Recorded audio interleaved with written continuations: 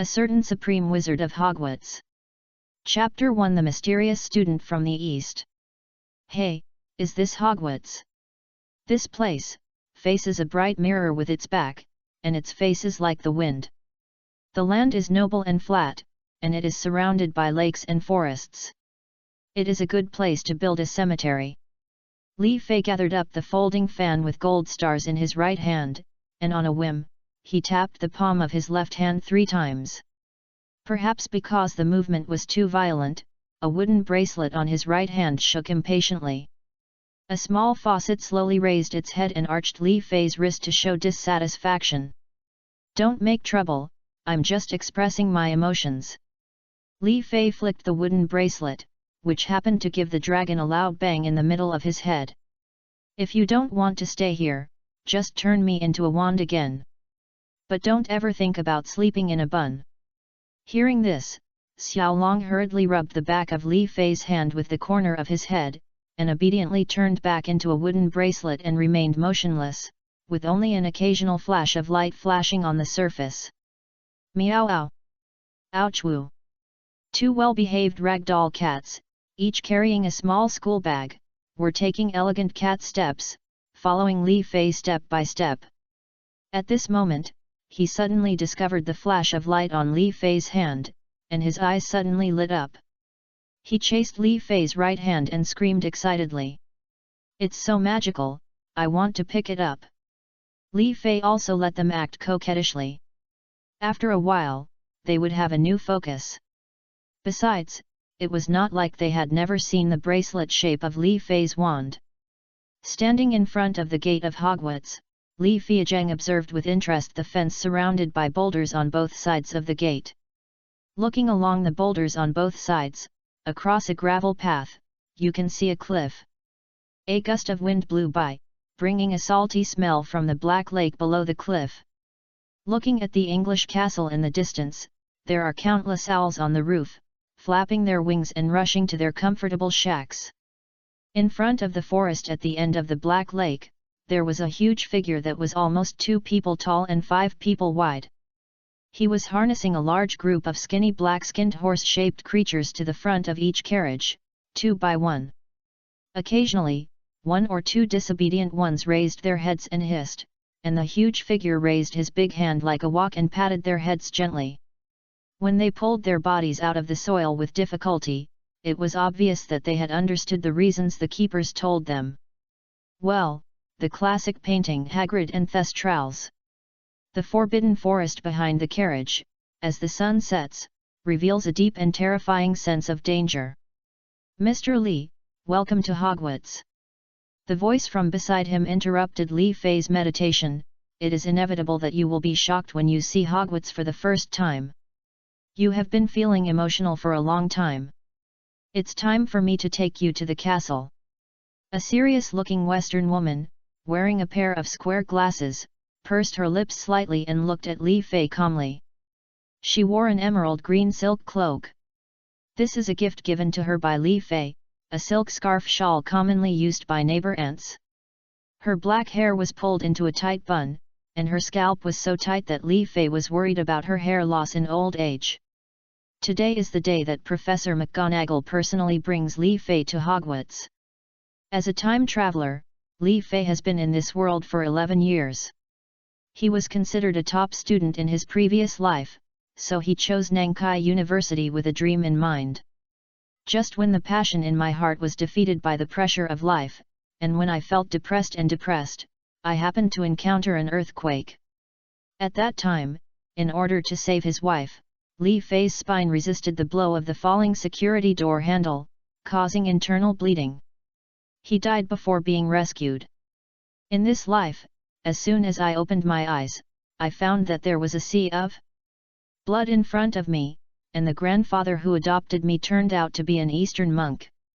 By absorbing the unformed soul of this body, Li Fei, who had doubled the strength of his soul, originally thought that he was about to become the protagonist of the urban immortal cultivating stream, and from then on he embarked on the path of hegemony of the Song dynasty to show his saintness in front of others.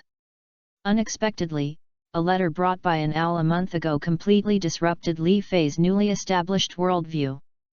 Then the vice principal, Professor McGonagall, came to the door in person, offered kind words and tried his best to show magic, hoping to arouse Li Fei's interest in magic. And the grandfather, who usually always acted like "I am the best in the world," old man, also changed his normal behavior and directly gave Li Fei an ultimatum: he must go to England to study. The old man doesn't care for idle people. Why does it become like this? I was reborn and possessed magic power. Two happy things overlapped, and these two joys brought me more happiness. What I got was supposed to be a happy time, like a dream. But why does it become like this? Fortunately, the smart-mouthed grandfather used all his treasures to create such an oriental top-quality wand for Li Fei. The birth of a stick shocked the world and made the sky clear for millions of miles across China. It seems as if the entire country is replenishing energy for this little magic wand. If it weren't for the formation blocking it, the small courtyard where Li Fei and his grandfather lived could see the dazzling golden light from 10 miles away in the middle of the night. Later, Grandpa specially solidified a small spell on the wand, so that the wand could condense the brilliance. It could be turned into a wooden dragon-shaped bracelet and worn on Li Fei's right hand. With a lawsuit on his mind, Li Fei just stepped into the gate of Hogwarts. If I hadn't been looking forward to the story of Harry Potter so much in my previous life, I wouldn't have come here. I have magic at home. Why would I come to England to learn it when I took off my pants and farted? Although he said that, whenever he thought of his grandfather's eyes when parting, Li Fei always felt a heavy uneasiness hovering in his heart. Could it be that coming to Hogwarts to learn magic by yourself has a deeper meaning? Could it be that Dumbledore had some hidden deal with his grandfather? Forget it, it's here. Thinking about his grandfather's fault in his mind, Li Fei muttered as he walked, "By the way, I am enrolling 1 year earlier than the main group, which means that as long as Harry and the other 3 are not around, Hogwarts will be very safe this year. I can take advantage of this year to grow and develop with peace of mind. When the 3rd primary school enters school next year, conspiracy and turmoil will begin to unfold, and this school will become less safe. As for Harry Potter, if he accepts me as his elder brother, then I will save his life. I also want to help the majority of netizens to see if Hermione looks like Emma. Actually, everyone knows that Hermione, with her competitive personality, is really not a good choice for a wife, so you just have to get addicted to it. As for Ron, just because he has red hair. Hey, the most difficult thing to owe is the debt of gratitude, which is still unfinished. When he first came to the UK, Li Fei arrived directly at Diagon Alley. At that time, because he was not used to the fluctuations of spiritual power in the UK, he could not use any oriental spells for the time being.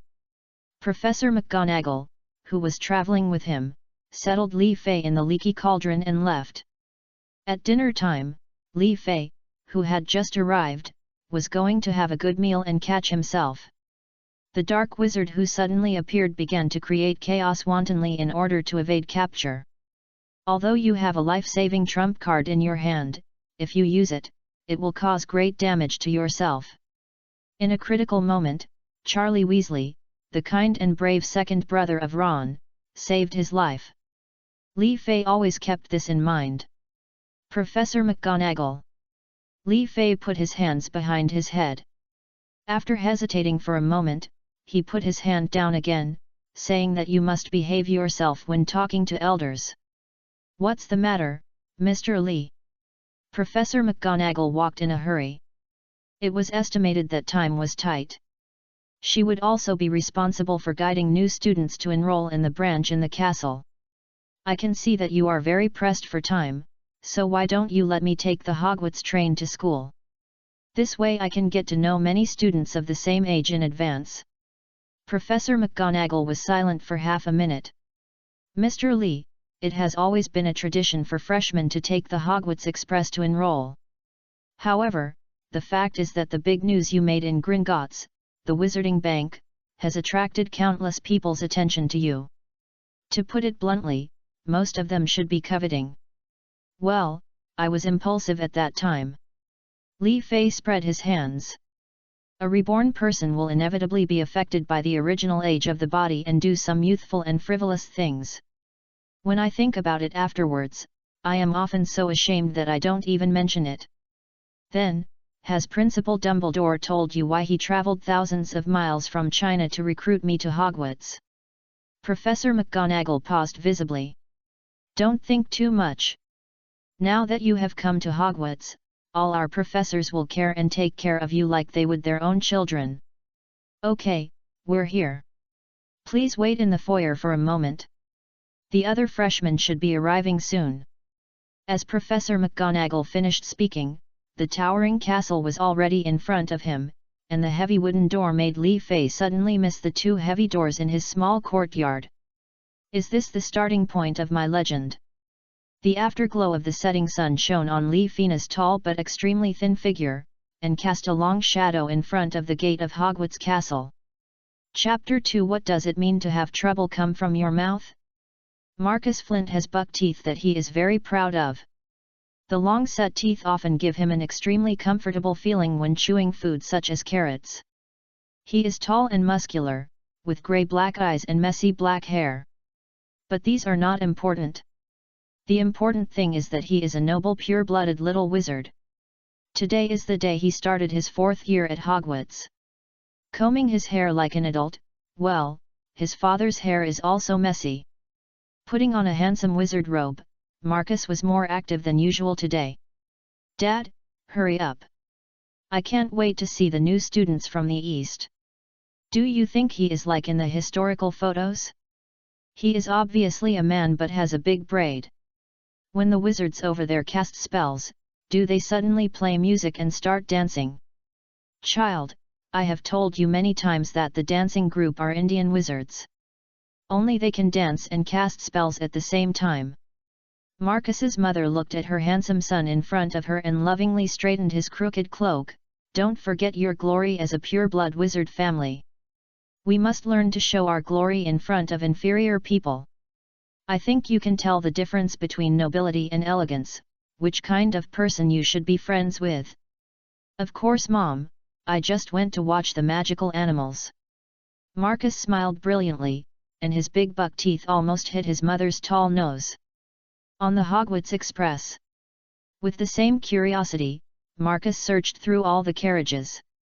Except for a Chinese girl who was obviously of mixed Chinese and Western descent, Marcus did not find out where the rumored new student from the East was at all.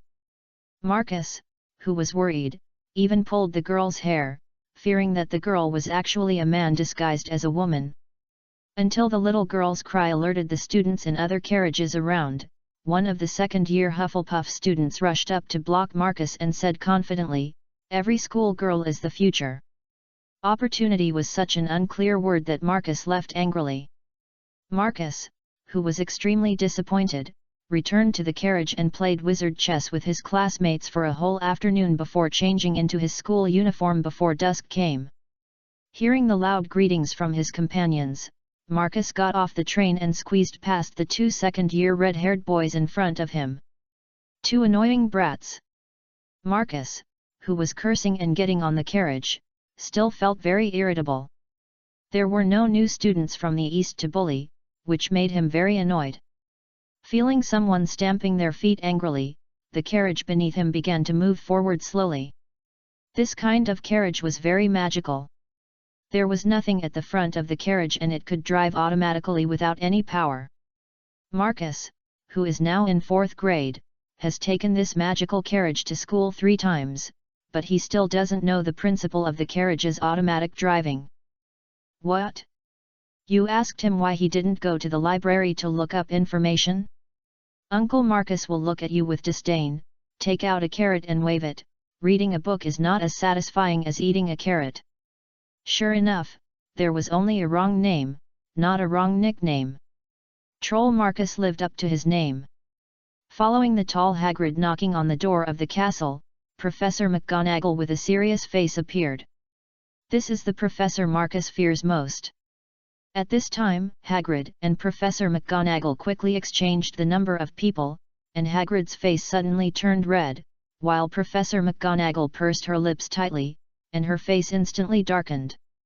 All senior students should go to the auditorium on their own and sit down according to the college. First-year students, wait a moment in the foyer. I am your Vice Principal Minerva McGonagall. 2 freshmen have gotten separated.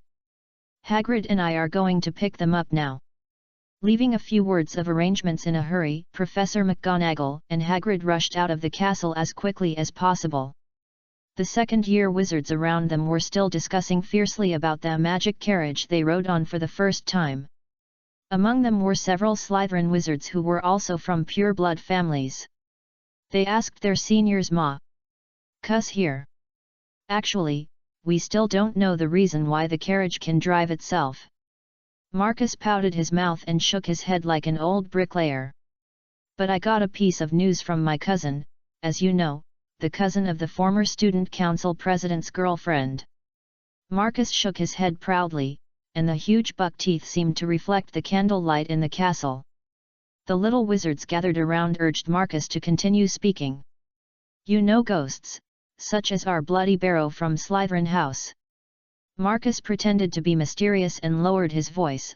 "According to my cousin, from the report of the well-known reporter Ms. Rita Skeeter, there is clear evidence that Principal Dumbledore maliciously imprisoned a large number of ghosts, used to charge the carriage." Hiss. The collective gasp of air conditioning by everyone has made a huge contribution to global warming. The shock of the little wizards was immediately interrupted by a voice. "I'm sorry, the creature that pulls those carriages is called the Thestral. It is a magical creature that can only be seen by those who have witnessed death with their own eyes." Following the sound, I saw a slightly taller but extremely thin figure leaning against the wall reading a book under the wall lamp in the foyer. The robe on this man was of extremely complicated style, and as the flames on the wall lamp swayed, waves of gold appeared. Black hair, slightly narrowed eyes, thin face, oriental face. "It's him.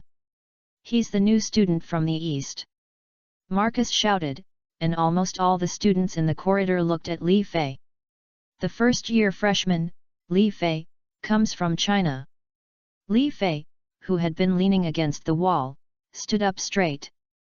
At this time, he represented not only himself, but also it also represents the face of China, and etiquette must never be discarded. It's a great honor to receive such attention from all the senior students. Put your left hand on the back of your right hand, put your fingers close together, and point your fingertips vertically downwards. Put your arms forward, straighten your shoulders, bend down, and give a deep salute to the seniors. Cool. This gesture is so cool. I had never seen such strict Eastern classical etiquette, which made the little wizards in the corridor have a great impression of Li Fei. At this time, a pair of red-haired twins came up and hugged Li Fei's shoulders. "Hey buddy! You are so cool. Really, I think your red hair makes me feel very friendly." Looking at the 2 living treasures in front of him, Li Fei could recognize them at a glance. They were the troublemaker twins from the Weasley family. That's enough. Seeing his limelight being stolen away, Marcus obviously felt that he had lost face. In addition, the yellow-skinned monkey he imagined in his mind, who was supposed to be as timid as a mouse, skinny and withered, and seemed to be malnourished, actually had such a handsome style, which made Marcus extremely angry. Pushing aside the 2 unlucky red-haired guys in front of him, Marcus walked up to Li Fei and looked at Li Fei condescendingly. "Boy, are you the new kid from the East? My name is Marcus Flint, one of the 28 noble pure-blood families, and the heir to the Flint family. What about you, my dear? Report to your parents' family." Facing the aggressive buck-toothed man in front of him, Li Fei frowned slightly. The man in front of him had a strong stomach and the taste in his mouth was as bad as eating canned herring mixed with Wang's Hai He. "My name is Li Fei, Li is my last name, Fei. Then you should call it molestation." Marcus interrupted rudely, and the unique pronunciation of F turned him into a watering can. A small drop of spit clearly splashed onto Li Fei's robe. The corners of his eyes suddenly trembled violently. He rubbed his temples that were beating wildly with his hands, and Li Fei's smiling eyes finally opened completely. He looked at Marcus with extremely empty eyes, as if he were looking at a dead man. Chapter 3 If you squint your eyes, you are a monster. At this moment, Marcus felt a sense of revenge in his heart for interrupting this oriental man who was very classy in every move. The corners of his eyebrows were trembling, and his temples were beating wildly. If it were in the comics, Li Fei might have had a huge well trembling on his forehead at this moment. However, it was only a matter of 3 things. Li Fei, who had just arrived, did not want to hurt anyone in public. It was of course essential to teach him a necessary lesson, but it shouldn't be now. After careful consideration, Li Fei decided to let the buck-toothed man in front of him live a little longer. The word indecent means a very rude behavior in my country, so please call me Li Fei. My parents died when I was born, so I don't know if they were wizards. Hearing this, Marcus' eyes lit up and he interrupted Li Fei loudly. After talking for a long time, it turns out he is a mudblood. Ha ha ha. You, a mudblood. I really don't know what the principal is thinking. He brought a mudblood all the way from the east. What's the use? Is it going to pollute the campus environment? The younger brothers around Marcus burst into laughter, some patted their thighs, and some laughed so hard that they had to hold on to the wall, and more pure-blood family students agreed. Luckily, he still showed a hint of the etiquette and temperament of a classical aristocrat. It turned out to be a mudblood impersonating him. My father is right, Dumbledore is indeed old and confused. You went through so much trouble to get a yellow-skinned monkey from there, but it turned out to be a mudblood. This silly boy doesn't know what mudblood means. Maybe I really don't know. Ha ha ha ha. The surrounding Slytherin students laughed loudly, and some looked at Li Fei with greed in their eyes, as if they had heard about the big news that Li Fei made at Gringotts Bank. Li Fei's eyes finally turned sharp. He clenched his left hand tightly in his sleeve, then slowly opened it. His 5 fingers formed a seal, and his fingertips began to mobilize magic power.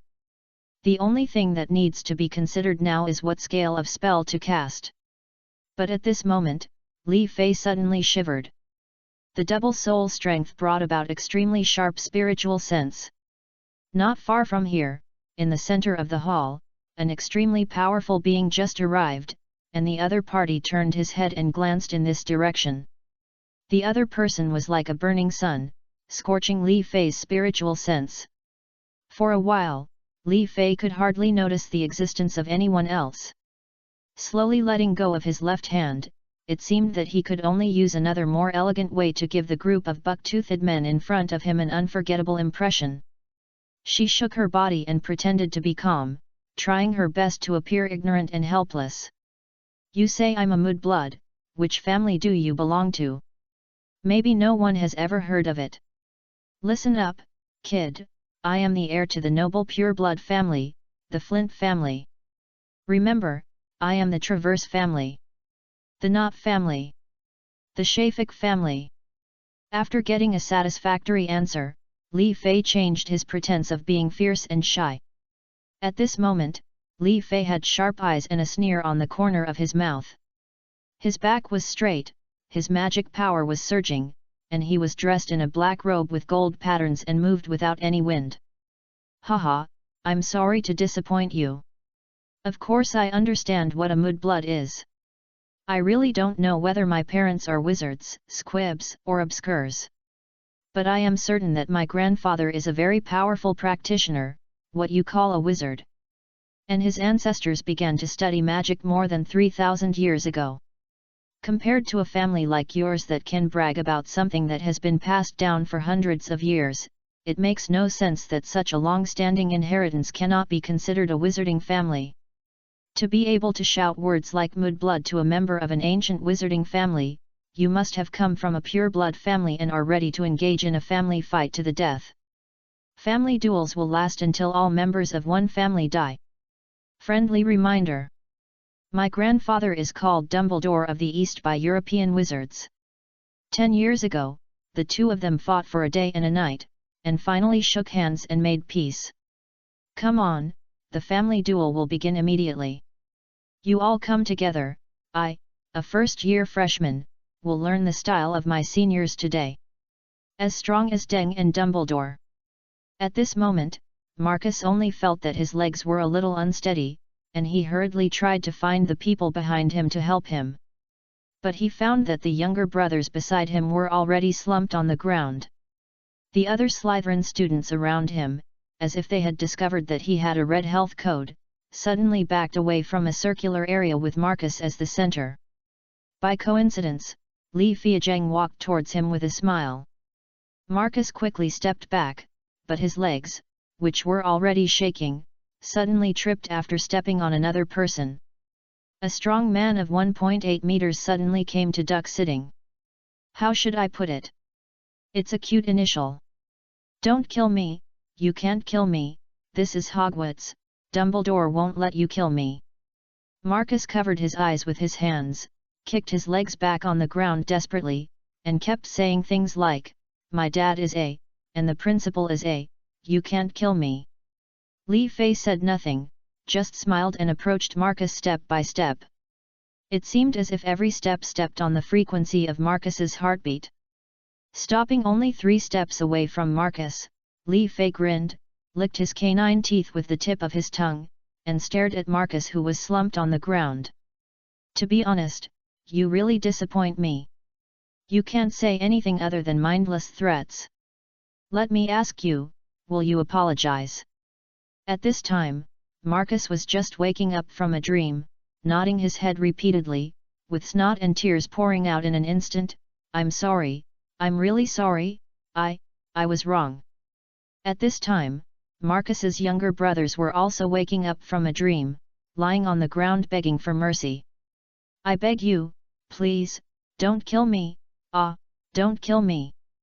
I was wrong. I'm sorry. At this time, Li Fei had already walked closer. Looking at Marcus, who was oscillating at a frequency of 10 Hz, as if he was about to pee with fear, he smiled and leaned towards him. Senior, you misunderstood, who said I was going to kill you? Hey! Marcus was confused. The few seconds of silence seemed to Marcus like years of suffering. Li Fei finally spoke, his voice was very soft. I obviously want to kill your whole family.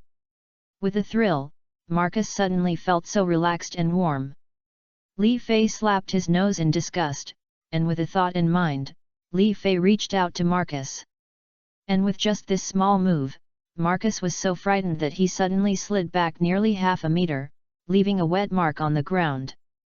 Senior, at such a young age, please don't always say dirty words. At this age, you should focus on your studies. If you are beaten and killed, the impact will be too bad. I hope you can remember an Eastern proverb this time, which is called misfortune comes from the mouth. What are you doing?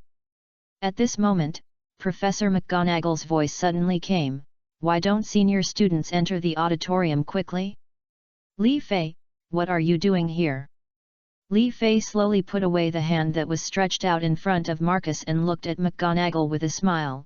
Dear Professor McGonagall, I found that this senior fell down accidentally, but he seems to have poor interpersonal relationships. No one wants to help him. I had no choice but to give him a lift, but he seems to be too heavy and I can't pull him. I wonder if this senior is willing to accept my kindness. Marcus quickly stood up. No need to bother, I can get up by myself, thank you, I am willing to accept your kindness.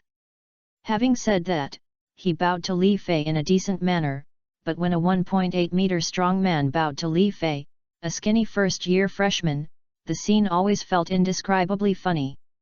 Looking around, Marcus's younger brothers had already fled to who knows where. Marcus, who survived the catastrophe, looked at the smiling Li Fei in front of him, and a word came to his mind without any guidance: those who have narrowed eyes are monsters. As Marcus ran towards the auditorium as if running for his life, other students who were watching the excitement also quickly ran towards the auditorium. Professor McGonagall pursed her lips tightly.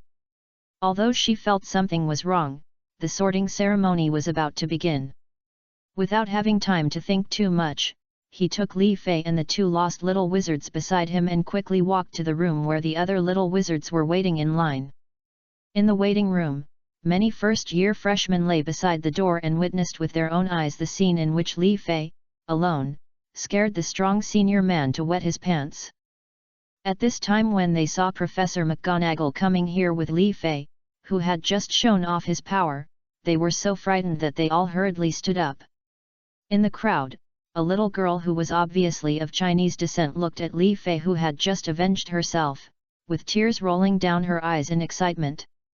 By coincidence, Li Fei was arranged to stand next to her. As Li Fei, who was familiar with Harry Potter in his previous life, how could he not know the famous Zhang Qiu, the Chinese who made the protagonist Harry Potter willing to be a dog licker? At this time, from Li Fei's perspective, the other party's clear and stretched facial features, coupled with the bookishness of the Eastern mixed race, and his crystal-clear eyes at this time, looked pitiful, which could indeed attract many young British young men. But from the aesthetic point of view of later generations of the Chinese people, they have a big face, big eyes, thick lips, and a big nose. Everything is big and not delicate at all. Hello thunder roar! When you meet a fellow countryman, you really burst into tears, right? Li Fei didn't know the cause and effect. He only saw that ever since he stood next to Zhang Qiu, this girl had been looking at him with big watery eyes, silently crying. This expression, not to mention the misunderstood looks from the classmates around me. Li Fei felt that at this moment, he looked like a scumbag. Chapter 4: The upcoming branching. Time will not stop because of Li Fei's embarrassment. Professor McGonagall, who was standing at the front, coughed twice, and the small waiting room fell silent. "Welcome to Hogwarts," Professor McGonagall said. "The opening banquet is about to begin, but before you go to the restaurant to sit down, you need to determine which house you will each enter." After looking around to make sure that every little wizard's attention was on his side, Professor McGonagall continued the topic. "The sorting is a very important ceremony." Li Fei in the crowd nodded silently. As a young man in Nerdu, picking up trouble from the teacher in class was an instinctive reaction. Although it is not convenient to speak at this moment, I am still praising Professor McGonagall silently in my heart. While you are at school, the college is like your home at Hogwarts. Professor McGonagall continued. Mr. Lee cursed, "Before something happened, the college is your home, you have to take care of it, but something happened, do you think this is your home? So presumptuous.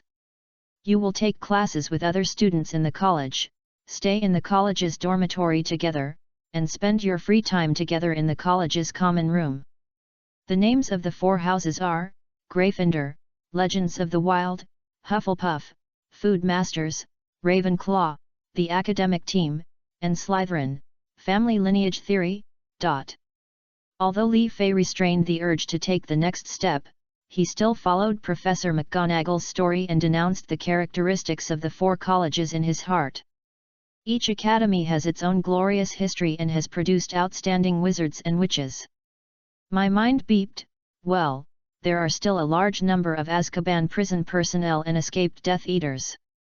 During your studies at Hogwarts, your outstanding performance will earn extra points for your house, while any violation of rules will cause your house to lose points.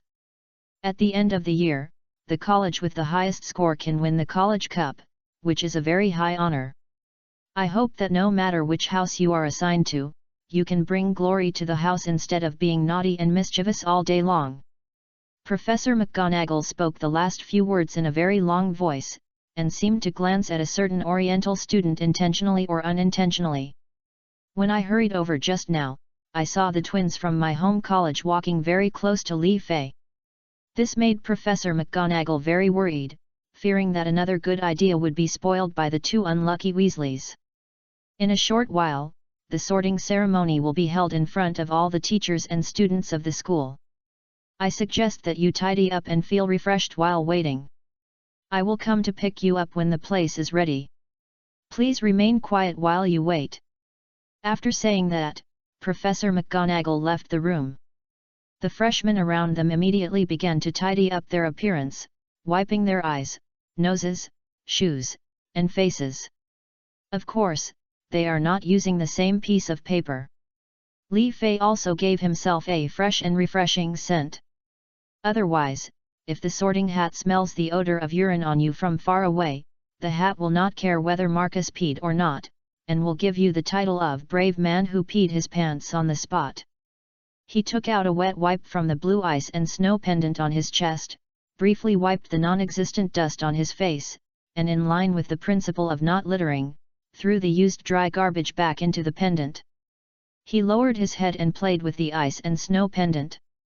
This was the space magic weapon prepared by his grandfather. In fact, to put it bluntly, it was just a storage ring with the traceless stretching spell solidified. Although it is safer and stronger, it is still not as functional as Newt's box. Li Fei's pendant cannot keep living creatures. At that time, his grandfather provided several styles, such as rings, pendants, sachets or waistbands. Li Fei remembered his wife's favorite frozen in the previous life, and immediately chose the snowflake-shaped ice crystal pendant. I don't know if she was okay alone in her previous life. Were you rescued from the rubble of the earthquake? Will she shed tears every day after being rescued? Don't ask. Asking is just to miss your late husband. At this moment, several high-pitched screams from students came from the crowd, and powerful sonic attacks triggered Li Fei's right-hand wand's defense mechanism. A translucent light golden shield was instantly generated, protecting Li Fei's whole body the moment the sound reached Li Fei's ears. Wow! Cool! Brother, what kind of spell is this? The little wizards around were shocked by Li Fei's sudden move. After soothing the wand that seemed to be too loyal and sensitive, but was actually idle and bored, I followed everyone's gaze upwards and saw a dozen ghosts passing through the wall and floating above the room. These pearly white, translucent ghosts slid across the entire room, whispering to each other and pointing at Li Fei's pale golden shield. Li Fei has seen some ghosts like this in China. Most of them are unwilling and still attached to their relatives or the world. The ghosts formed by people who died in vain are often haunted by black air and filled with energy that corrodes the soul. These ghosts usually don't cause trouble. At most, they blow cold air on the back of your neck, or lead you astray late at night, causing ghosts hitting the wall. The way to deal with this kind of ghost is also very simple. Find a person who can channel yin spirits, put a piece of locust bark in his mouth, find a day on the 1st and 15th day of the lunar month, when the yin qi is the strongest, let the ghost possess him, and help the ghost himself. Once the obsession is achieved, these ghosts will disappear. Monks with powerful magic can directly use positive energy spells to resolve their unwillingness, allowing them to let go of their obsessions and enter reincarnation voluntarily. Of course, it is not ruled out that a certain eminent monk who wishes to remain anonymous chants Great Powerful Heavenly Dragon, Great Law Mantra, to perform annihilation salvation on ghosts. But Li Fei had never seen this kind of semi-corporeal ghost, and he had never thought about dozens of semi-corporeal ghosts appearing at once like this. New students. A chubby monk ghost looked at the young wizards with a smile. I think they are probably preparing to take the test, right? I hope you can be sorted into Hufflepuff, said the fat monk. I used to study in that house. After saying that, he waved his hand, and the ghosts drifted across the opposite wall and disappeared. What a typical negative propaganda! It was an old saying that got stuck in the throat and could not be spit out. How do they know which college we should go to? As a girl spoke, the impact of the ghost was diluted, and everyone started talking again. A boy named Cormac McLaughlin proudly showed off, my uncle knows the director of the Auror office. He said that our courage will be tested when we enter school. We need to pass under a fire dragon one after another. Many young wizards began to tremble when they heard this statement. A girl with freckles on her face put forward a different view. My mother said that the branch examination needs to show extraordinary wisdom. She estimates that this year we may be required to recite the 12 uses of dragon's blood. This girl's name is Marietta Eichmo. If you listen closely, you can see several obvious freckles on her face. There are small freckles inside the big freckles, there are small freckles inside the small freckles, there is a pit inside the small freckle, and there is a small black dot inside the pit. This is a freckled girl with 3 rings and a moon. Others also published the top secret information they got from the elders who cheated the baby. After a long discussion with no conclusion, the crowd gradually became quiet. Everyone turned their attention to Li Fei, who had performed the most dazzlingly before. Li Fei pursed his lips, looking very much like Professor McGonagall. Maybe they have a treasure that has been passed down for many years. That treasure can test which aspect of our talents we have. And what we have to do is to work hard to show ourselves in front of the treasure. Those who are talented can show off their talents, those who have bloodline can show off their bloodline, and those who love reading can show off their knowledge reserves. If it really doesn't work, you can still tell it. Actually, you are a good person. Many young wizards believed it and discussed it over and over again, and Li Fei's analysis was the most reliable. For a time, many young wizards began to think about what their greatest advantage was. At this time, one of the 2 separated students, a fat boy, suddenly cried nervously, "I seem to only know how to eat, and I am very good at eating. Will the school let me go home?" Li Fei stepped forward solemnly and patted the little fat man on the shoulder. "Don't worry, buddy, I can guarantee that based on your merit, they will never abandon you no matter who they give up." In addition to their superb magical attainments, the 4 founders of Hogwarts all have their own skills. Ms. Hufflepuff is world famous for her excellent cooking skills. What an excellent chef needs most is a gourmet like you who can satisfy her sense of accomplishment through Operation CD. So don't worry, brother, this is a talent that I can't even envy. The little fat man raised his head and looked at Li Fei with tearful eyes. Through the hazy tears, he could see that Li Fei was trying hard to encourage him. The halo of the wall lamp behind him made Li Fei's body the shape seems to be given a layer of sacred brilliance. Professor McGonagall's voice sounded again. "Everyone lines up in a vertical line. Now move forward. The sorting ceremony is about to begin." Everyone walked honestly towards the entrance from the small room to the hall. Chapter 5 What? He outlasted both deans. Everyone walked out of the room, passed through the foyer, passed through a double door at the back, and entered a super luxurious restaurant, or rather, it should be called an auditorium. Other years of college the senior students were all sitting around 4 long tables, with glittering gold plates and tall wine glasses placed on the tables. Thousands of magic candles floated in the air above the table, lighting up the entire restaurant. Praise Merlin! Thanks to the magic candles, otherwise the Hogwarts opening party would instantly turn into a glamorous, large-scale gathering of people dripping with wax. Looking around, you can't see the ceiling, only the velvety black ceiling, reflecting the twinkling stars. It is hard to believe that there is really a ceiling above the auditorium roof, instead of directly seeing the real night sky outside. There is another long table on the table at the top of the restaurant, which is where the teachers sit. The legendary Archmage Albus Dumbledore, principal, sat in the middle, wearing a dark blue mage robe studded with stars. He is tall and thin, and his silver white hair and beard have already reached his waist. He doesn't know if he needs to keep pulling it up when he goes to the toilet. Dumbledore's nose has always been a part of Li Fei's previous life that has been described vividly by many fan authors. His nose is very long and crooked, and it seems that it has been broken at least twice. Dumbledore, who had such powerful magic power, was unwilling to restore his nose, so this kind of scar would definitely bring more unforgettable memories. He wore a pair of half-moon-shaped glasses, with 2 bright blue eyes behind the lenses. He was smiling frequently at the students. He noticed that Li Fei was looking at him and nodded gently to Li Fei. Li Fei returned the favor with a smile, feeling that Dumbledore's blue eyes were the most beautiful among all the people he had ever seen.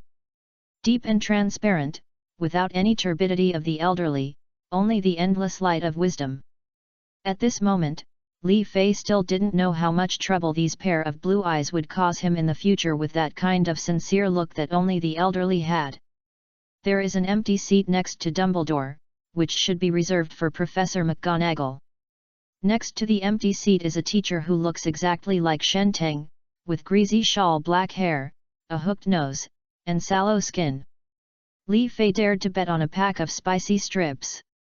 With such a distinctive character, this person must be Professor Severus Snape, Master of Potions and the Dean of Slytherin House.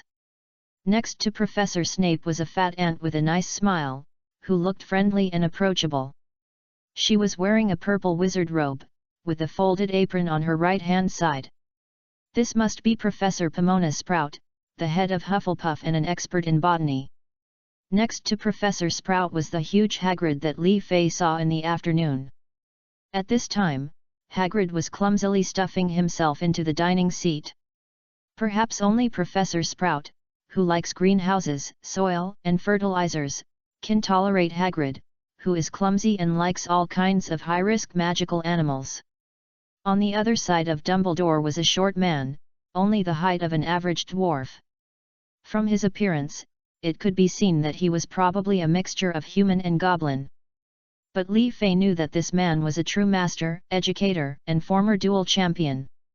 The peerless swordswoman, is the great Ravenclaw headmaster Phileas Flitwick.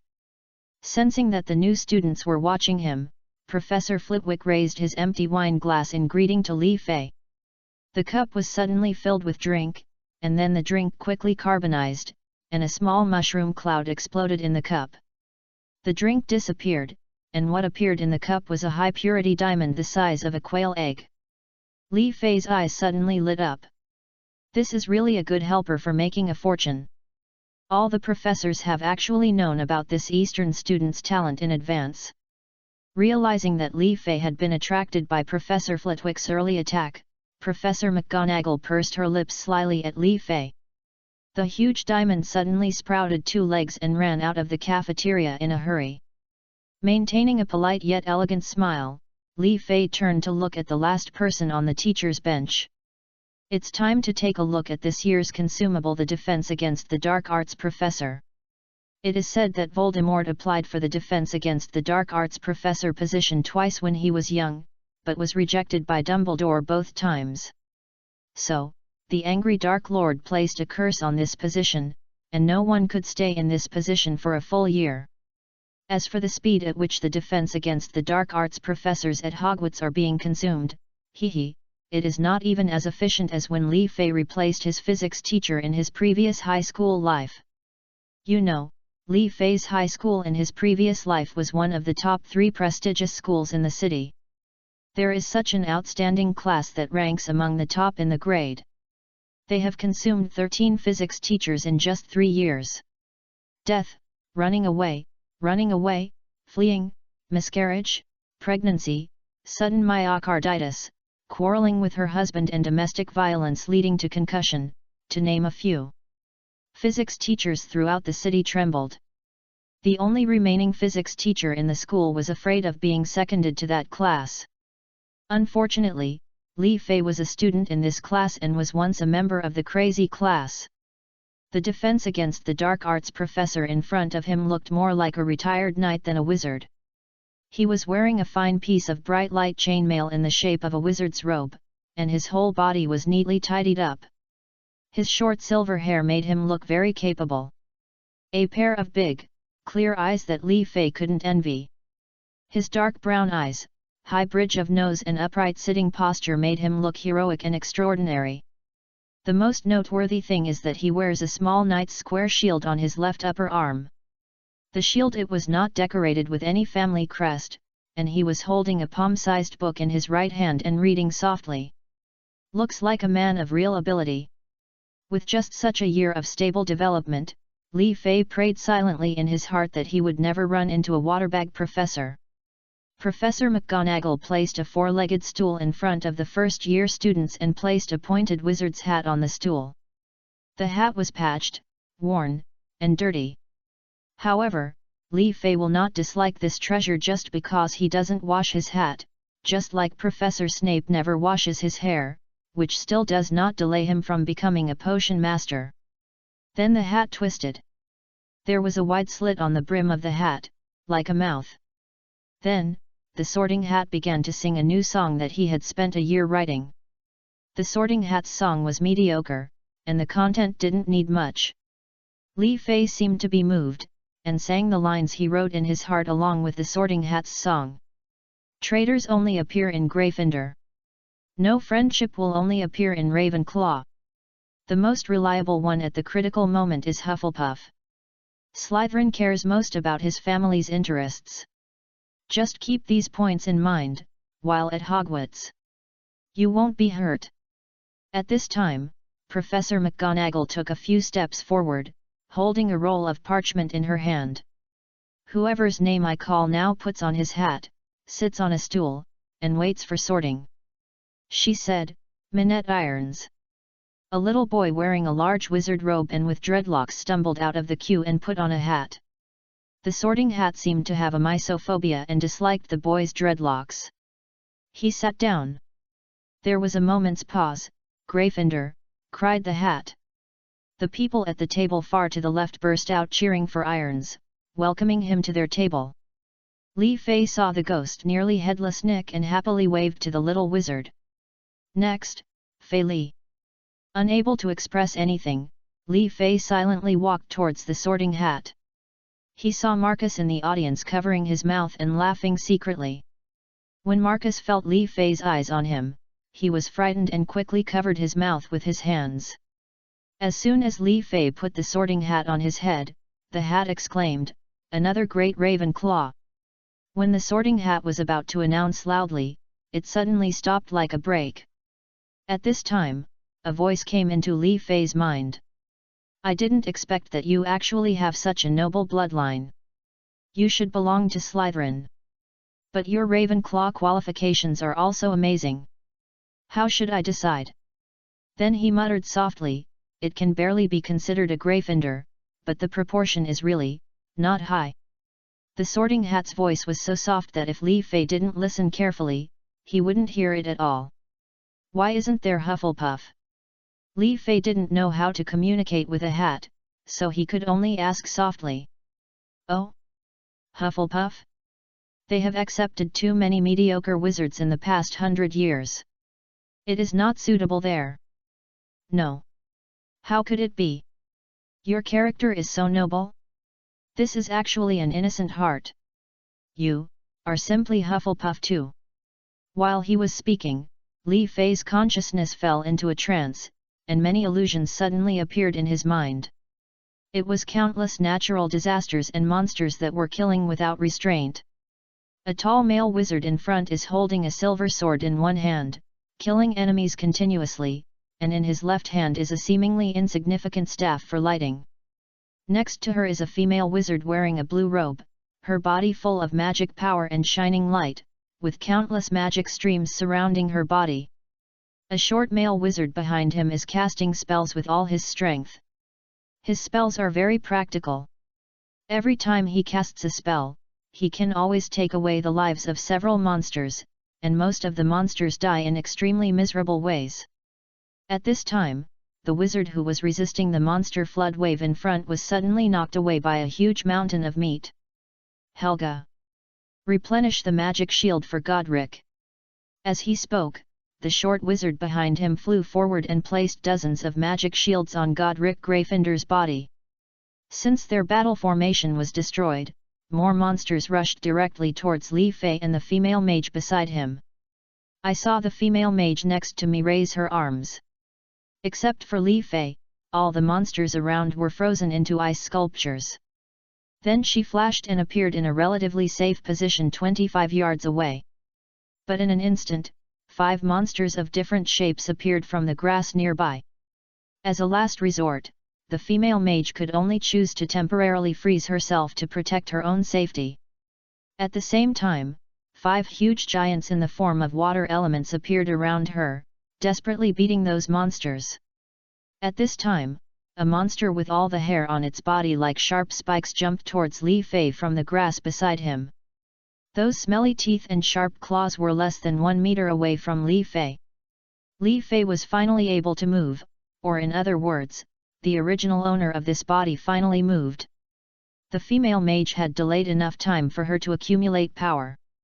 I saw myself drawing a huge white rune with my left hand, and waving the staff in my right hand, as if each hand had its own soul. Suddenly, the two wrists came together, a turning hand, and a huge magic barrier. The circle suddenly expands with itself as the center. The milky white transparent light shield covered Godric, the short wizard, and the female mage on the side. All the monsters in the area were pushed back by a huge force. At the same time, the female mage released herself from the ice and returned to Li Fei's side. The two male wizards in front stood side by side and took up their positions again. The horn of counterattack has already sounded. There was silence in the auditorium. The students only saw that the Sorting Hat had been muttering something in his mouth and hesitating in a low voice for nearly 10 minutes. Many senior wizards asked the new students, "Did you know that the last time the Sorting Hat was so entangled, according to legend, it was because of Professor McGonagall and Professor Flitwick?" "Yes, yes, I have heard of this legend too." The Sorting Hat was worried for 5.5 minutes because he was hesitating between the two houses of Gryffindor and Ravenclaw. Many newbies were shocked. The Sorting Hat has been worried about this new Chinese student in front of him for 10 minutes. He outlasted the two deans. Could it be that they are about to witness the sorting ceremony of another professor-level genius? Even the arrogant Slytherins paid a certain amount of attention to the oriental-faced boy sitting in their seat. Dumbledore pushed up his glasses. Professor Flitwick nervously gestured with his fingers. Professor McGonagall pursed her lips tightly and stared at the Sorting Hat. Professor Sprout ate the melon calmly. "After all, hey! I'm used to it." Snape stared at Marcus hard, knowing that the Sorting Hat would give due consideration to the student's personal emotions. At this time, Li Fei finally regained consciousness, and the Sorting Hat watched a 3D surround for free on his head, which can be called an immersive experience, a big scene, and a big-budget movie. He smashed his mouth on the brim and said, "I used to have there are so many options, but now I have no choice." Then he loudly announced, "Hufflepuff." The whole audience was shocked. Sprout was surprised and dropped the cup in his hand on the staff table. "Hufflepuff trembles." What followed was unstoppable cheers. Hufflepuff's cheers shook the stars above the auditorium and began to distort. Dumbledore clapped his hands and looked at the distorted starry sky. A child with such outstanding talent is finally assigned to Hufflepuff. This child is really good. Chapter 6 Singing the School Song with Manshong. Under the cheers of many Hufflepuff seniors, Li Fei stood up, took off his sorting hat and put it back on his chair. When he stood up, he found that Dumbledore was looking at him. Li Fei bowed slightly to Dumbledore, and Dumbledore returned the smile. At the long Hufflepuff table on the far right, a blonde boy took the initiative to save a seat for Li Fei. After some polite exchanges, Li Fei learned that this was Cedric Diggory, who had just entered the 2nd grade. To be honest, Li Fei's first impression of Cedric was very good. He was sunny, cheerful, handsome, and very approachable, making him the perfect person to make friends with. But what is not mentioned in the original work is that compared to being polite and decent towards boys, Cedric seems to be a bit too enthusiastic towards girls. When Luke Charles was sorted into Slytherin, all the students were sorted. Professor McGonagall rolled up the parchment, picked up the sorting hat and left. When the sorting hat left, he deliberately raised the brim of his hat in the direction of Li Fei. The feeling of a centuries-old hat making secret glances at you was as uncongenial as it was possible. No, we can't let this old hater who watched his own little movie in vain succeed. When people around him weren't paying attention, Li Fei made a heart gesture to the sorting hat. "What are you laughing at?" Cedric on the side said, his face full of questions. "Oh, it's nothing, I suddenly thought of a Soviet joke." Li Fei, who had successfully disgusted the sorting hat, had a successful smile on his face. At the same time, there was a misunderstanding with a Ravenclaw girl. Her seat was right between the Sorting Hat and Li Fei. While Li Fei was expressing her feelings, she happened to want to turn around and take a peek at the rare Chinese junior. Could it be that my younger brother fell in love with me at first sight, my sister? Dora Turner quickly shook her head. No, she had to be reserved. What if it was a beautiful misunderstanding? How about taking another sneak peek? Dora turned her head secretly and found that Li Fei was looking in her direction with a smirk on his face. Although the young boy in front of him still looks a little immature, his rare oriental face and serious and bookish temperament just scratch the itch of this group of young Ravenclaw girls. Dumbledore stood up, looked at the students with a smile on his face, and stretched out his arms to them. Nothing seemed to make him happier than seeing the students gathered together. "Welcome," he said, "welcome to the start of the new school year at Hogwarts.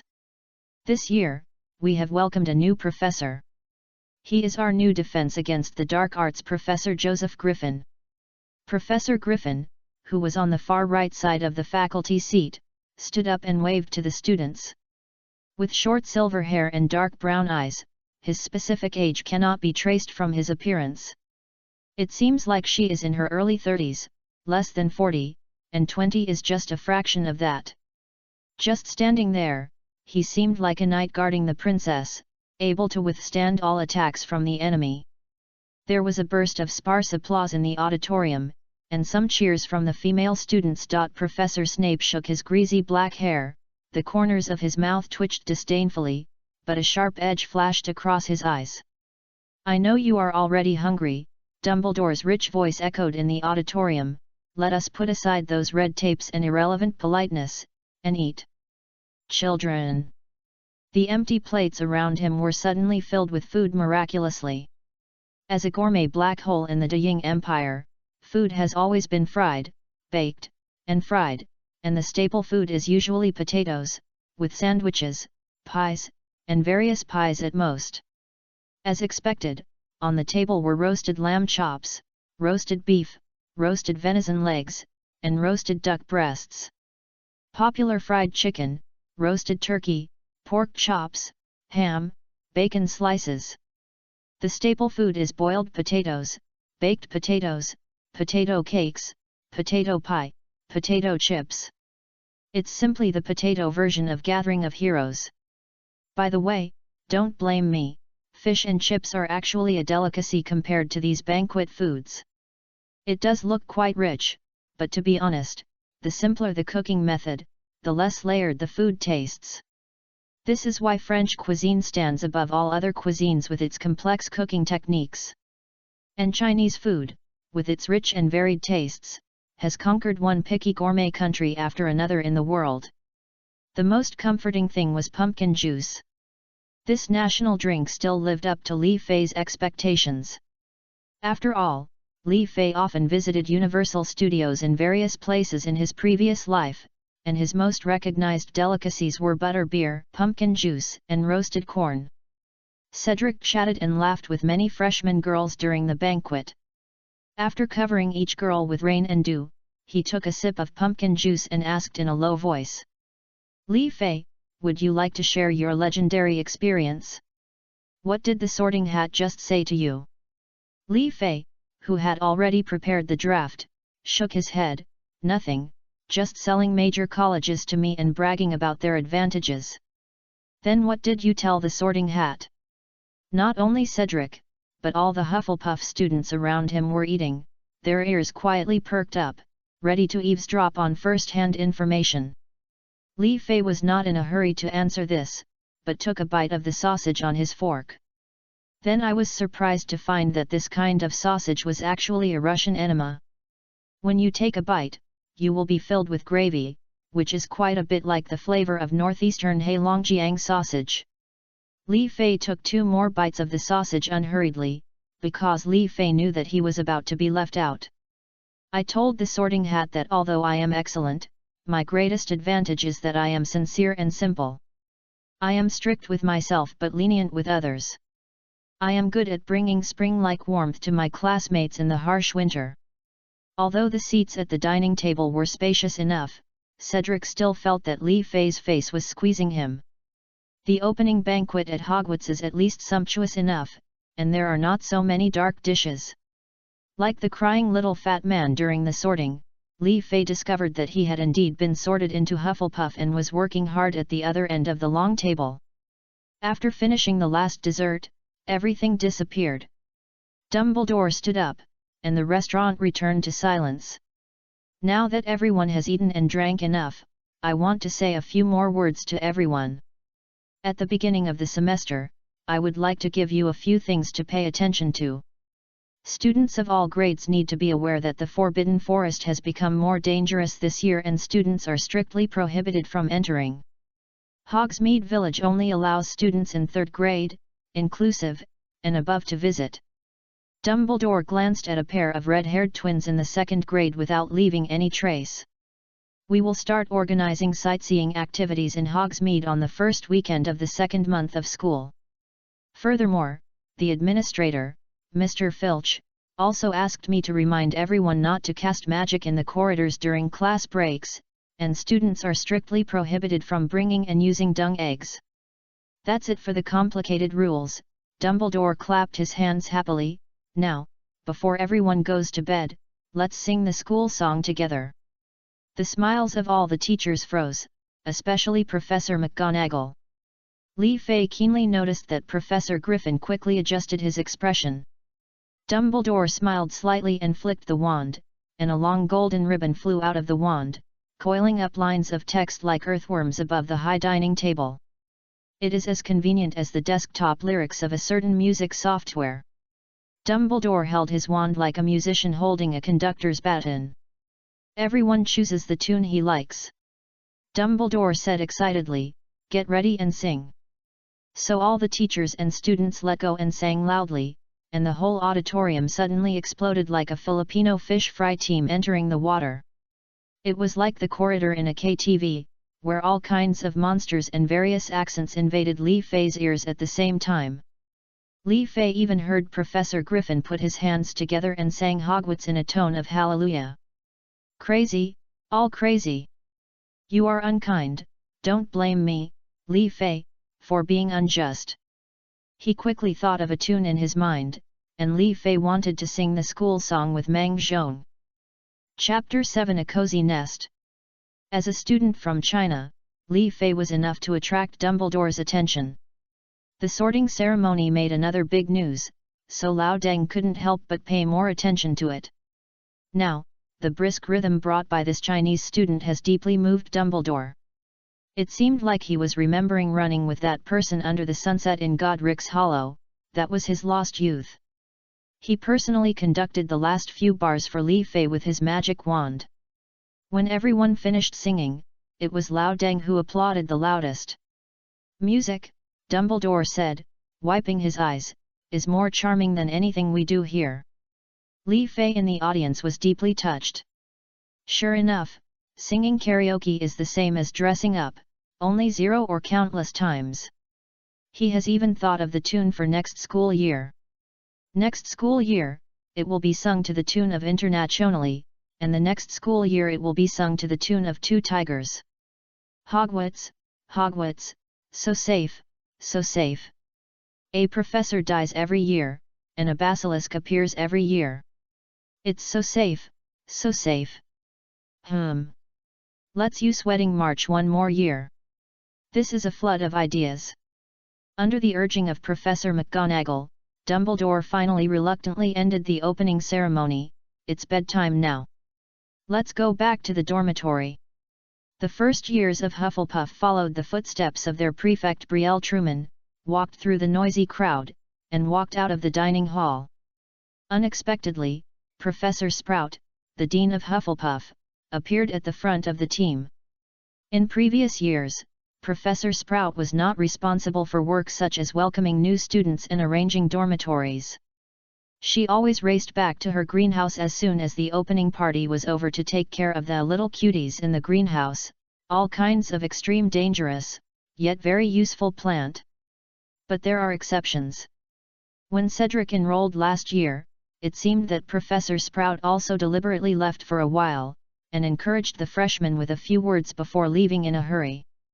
"There is no way, Hufflepuff students are indeed good-natured and have excellent character. However, there is no distinction between education and the students' qualifications are really unsatisfactory. Fortunately, thanks to Merlin's blessing, Cedric came last year and directly ranked first in the grade, which made Professor Sprout breathe a sigh of relief. This year, another Lee Fei came, who made the Sorting Hat hesitate for nearly 10 minutes. Professor Sprout was already happy. Blessed by the founder of Hufflepuff, Uncle Merlin is so caring. Professor Sprout narrowed his eyes slightly, as if he was standing on a high platform, and Professor Flitwick was looking up at her from the audience. Hufflepuff House, are you number 1 in the school? And Sprout looked at the professors in the audience arrogantly. What do you think? Lee Fei and Cedric appeared together, today. Professor. Dean. The Hufflepuff freshmen around him looked at the dean of their own college hesitantly. She had been standing at the front of the line with a smile on her face for several minutes. Professor Sprout, who came back to his senses, wiped the non-existent saliva from the corner of his mouth and nodded to Prefect Brielle Truman. The plants in my greenhouse have been taken care of today, so there's no need to rush back. It's rare that I have free time this year. I personally take these freshmen to the dormitories and tell them about the great history of Hufflepuff House. Prefect Brielle Truman could only nod in understanding.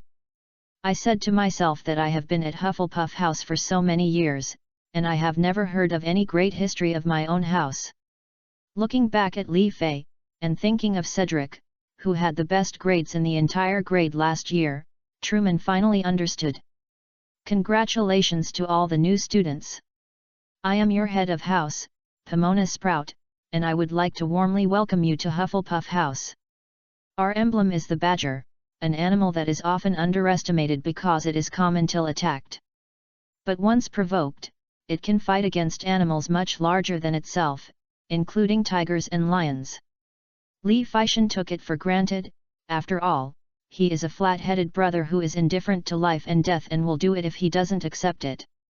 The colors of our college are yellow and black, and the common room is located on the ground floor, in the same corridor as the kitchen. Following Dean Sprout's narration, everyone turned a corner and entered a long corridor that was not too remote. There are a few things you should know about Hufflepuff House. First, let's address a long-standing and common myth. We are the least intelligent college. This is wrong. Hufflepuff is a very humble house, but we have produced as many outstanding witches and male wizards as any other house. Need evidence? Look at Grogan Stamp, one of the most popular ministers in the Ministry of Magic for a long time. He is a Hufflepuff, just like Ministers Artemisia Lufkin and Donald MacPhail. Then there is the World Authority on Magical Beasts, Newt Scamander. And Bridget Willock, the famous arithmetic diviner in the 13th century, was the first person to discover the mysterious magic of the number 7. Also don't forget Hangus, he founded the wizard next to Hogwarts village Hogsmeade.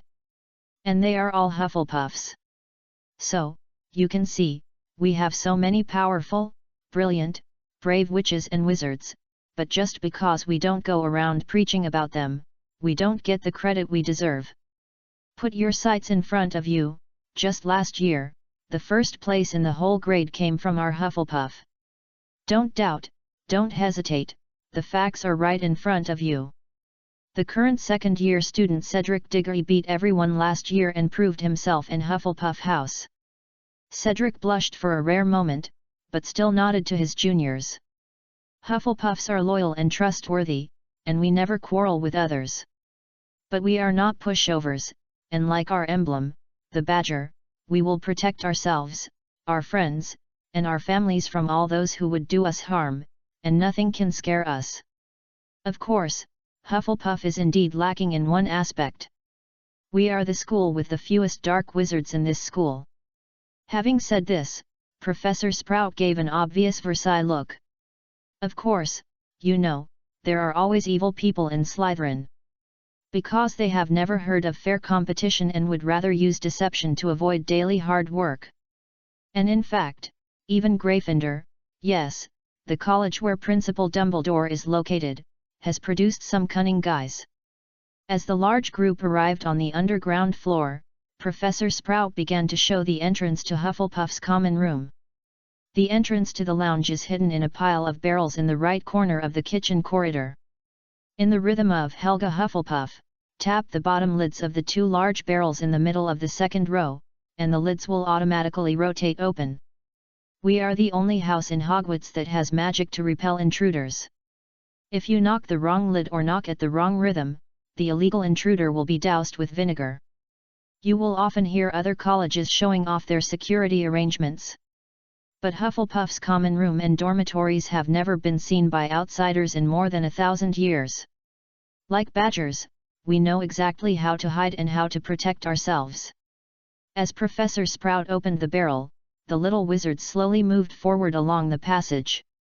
Finally arriving at the Hufflepuff common room, Li Fei saw a round, low-ceilinged room with a faint earthy fragrance. The room is surrounded by warm golden decorations. The thickly cushioned sofas and chairs are all yellow and black, which matches the color of Li Fei's robe. There are bright and clean copper decorations in many places, and there are many plants hanging from the ceiling or placed on the windowsill. Some of them can dance and talk, and a pot of sunflower babies is waving excitedly to the new students. You can imagine how livable it would be if it was daytime and the entire common room was filled with sunlight, and you could see swaying grass and dandelions through the circular windows. Sprout clapped his hands, and the little wizards gathered around the fat dean, which made her feel the warmth of the world. We have the friendliest ghost of all the houses, the fat monk. You can easily recognize him, he is chubby, wears monk's robes, and will be happy to help you if you are lost or in trouble. I think I've covered that. You can sleep comfortably and our dormitory will protect us from the storm. We will never understand the feelings of those in the tower who were disturbed every night.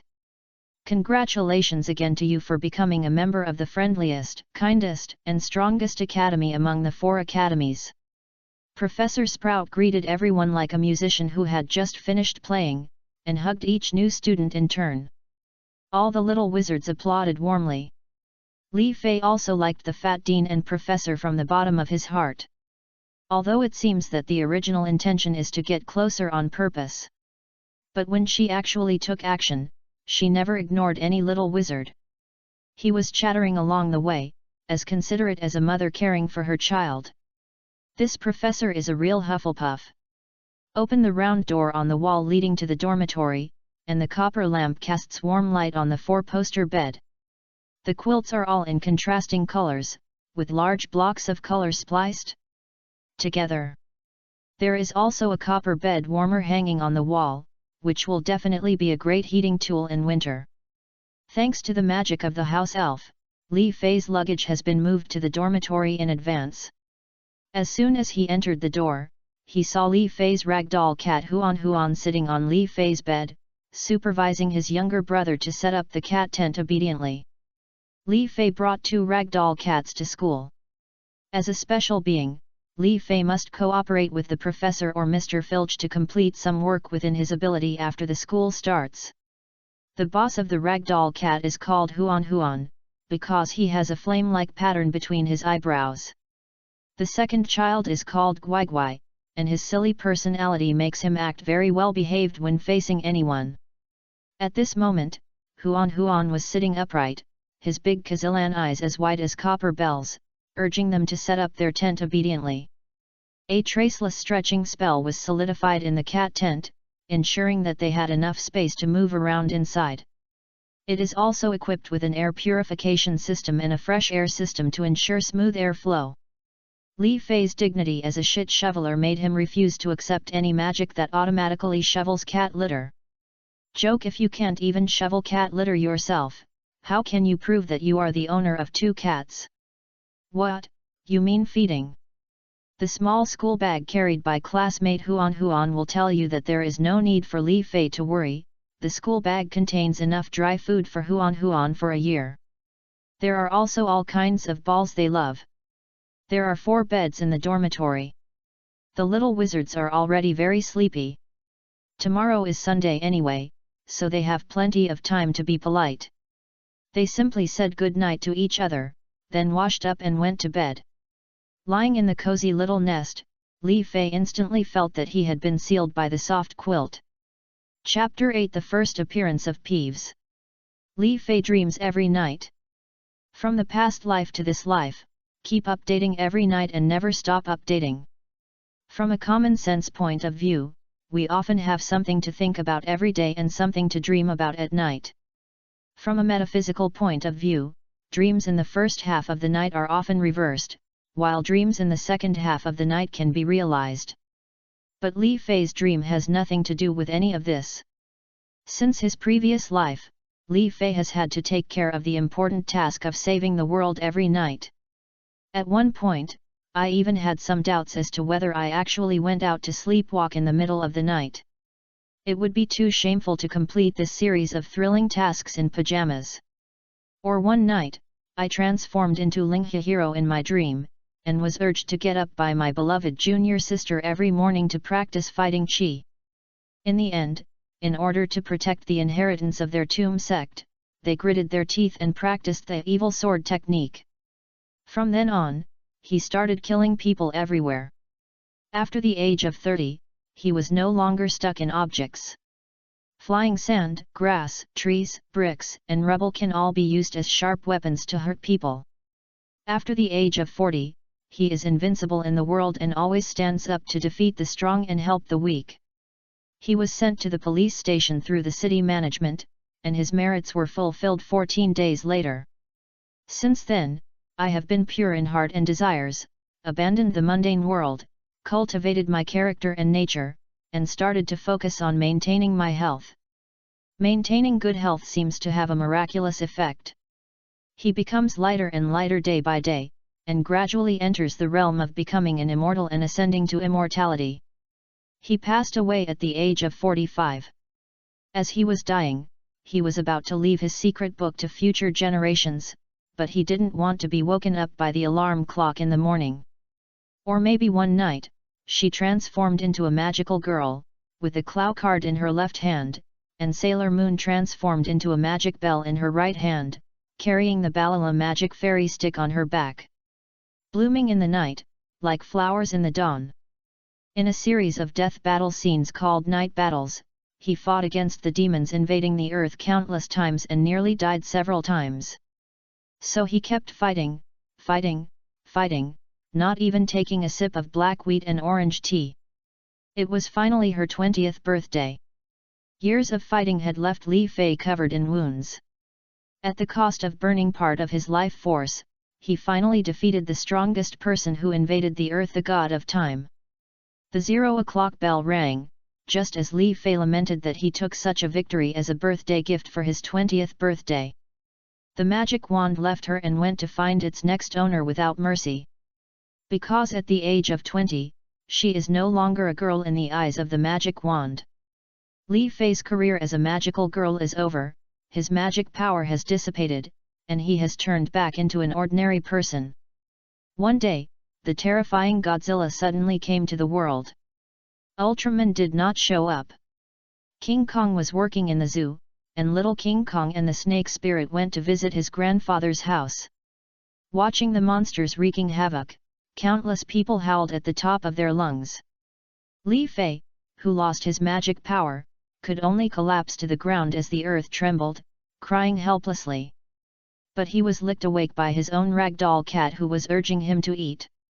What's more, he has the dragon god on his feet, a dragon sword on his back, and Yubel and the astral body behind him.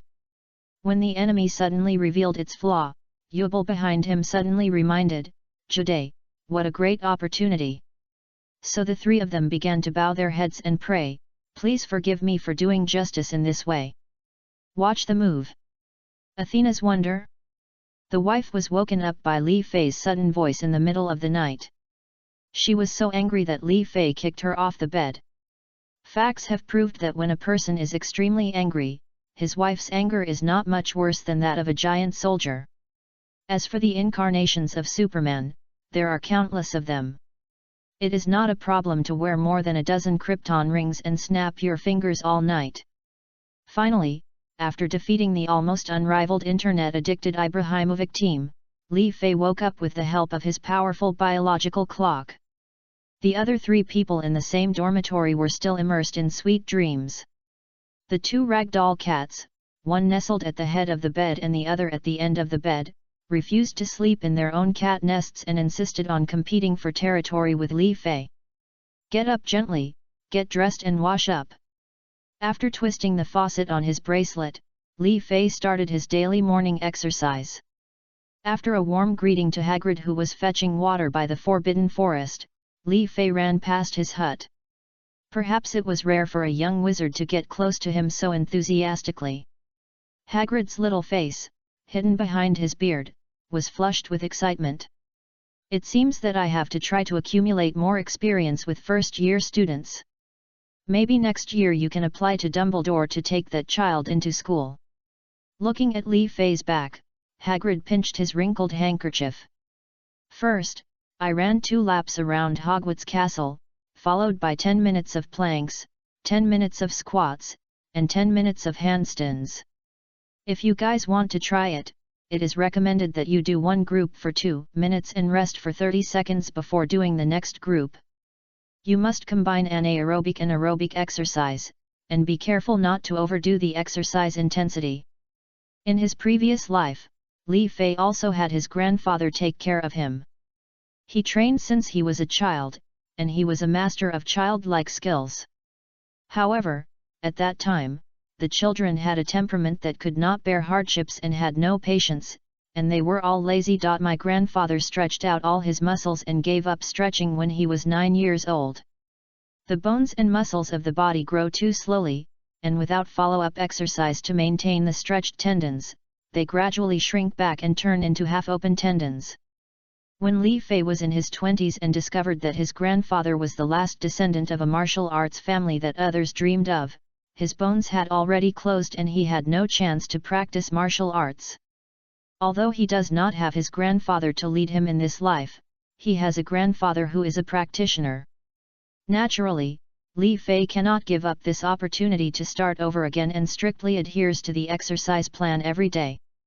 This is why Li Fei, who is only 11 years old, is nearly a head taller than the young British wizard of the same age.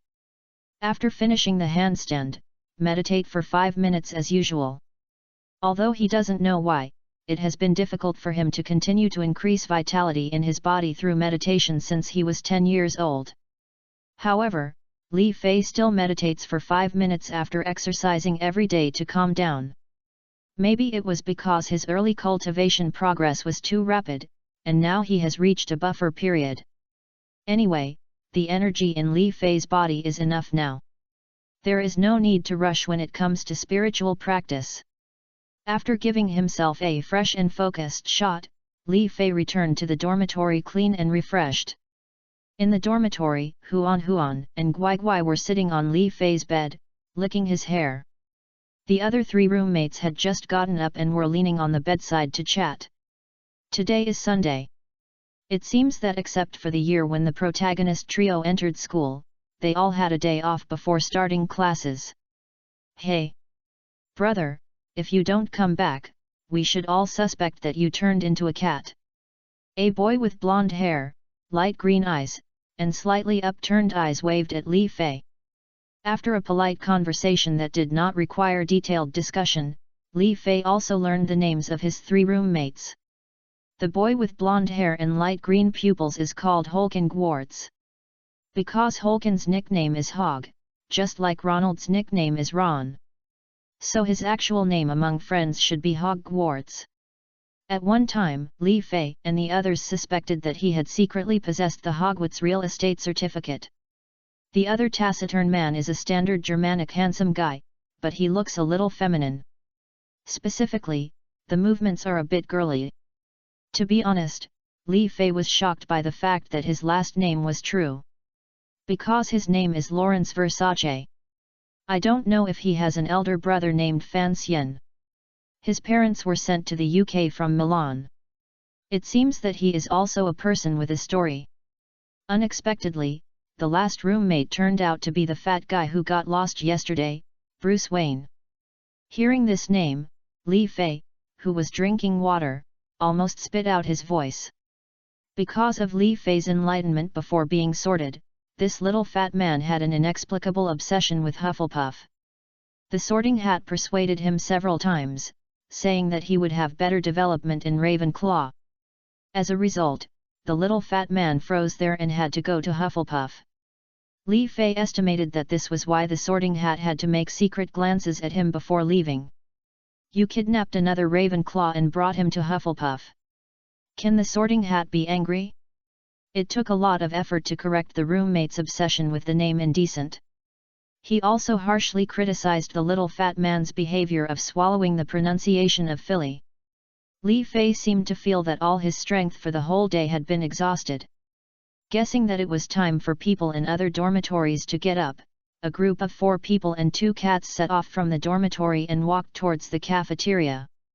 The Hufflepuff common room looked particularly warm and bright at this moment. The yellow and black decoration looks golden in the sunlight. As the sun passed by, the golden light on Li Fei's mage robe also undulated like waves.